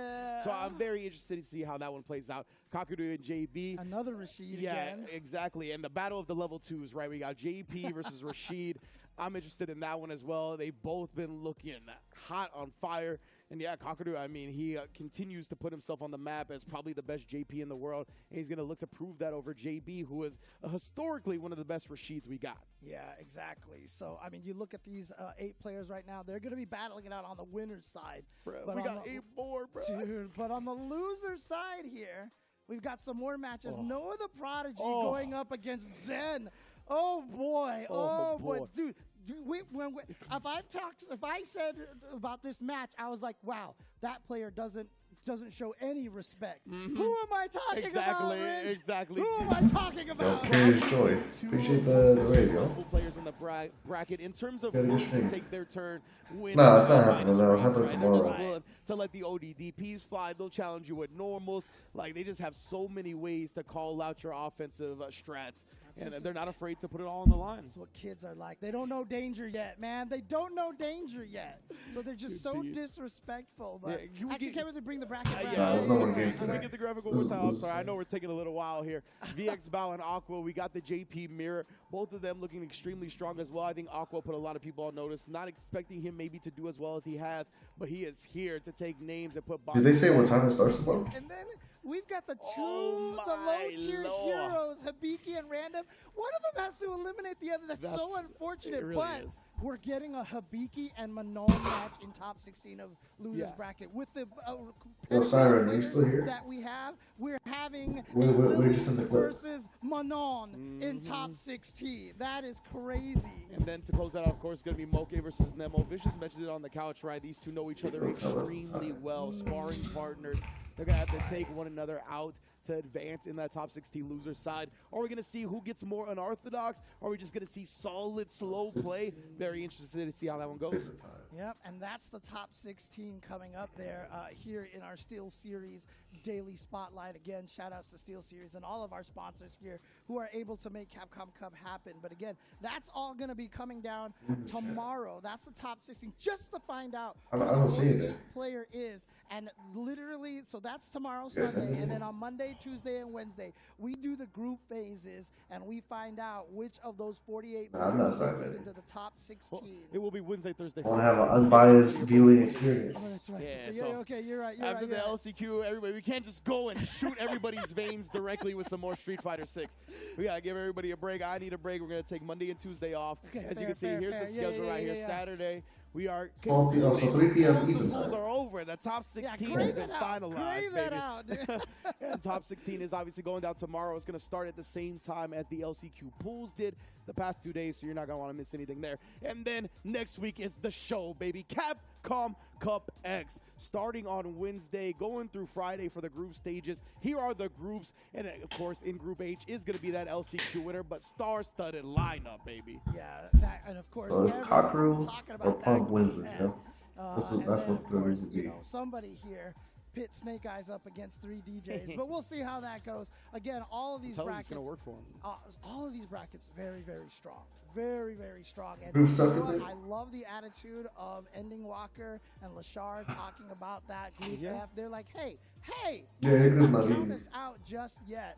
I mean, that bracket, that group right there is just. I mean, Hey, it's Nero time the to show Boxer up, as man. well. Sorry, Nero the Boxer also shouting out, hey, look, just I'm not coming in here just to fold, okay? Can I just say, I've been a fan of the way all of those players have handled being in this group. Like, it is a tough draw to have this happen to you. And the way Two. that One makes it out winners, one makes it out talking about losers. going to war with his brother Kaba, with his Habibi Angry Bird, Right, right? wasn't Angry Bird also pretty much reciprocating that notion. Ending Walker and Lashar, as you mentioned, like, hey, do not forget about us. We can run away with this group. Nero the Boxer's like, I'm coming to put bodies in bags. You may not know me, but you're going to get to know me very soon. So I love the fact that Hey, everyone on everybody's YouTube, trying feel to free give to it their join. all to get No, I that. haven't seen it yet, Siren. Yeah, I legit don't see any. has a lot of killers in there as well, and this is the opportunity for a lot of these players to shine. Some of these players, remember last year, didn't make it. I mean, they made it to Capcom Cup, but it was their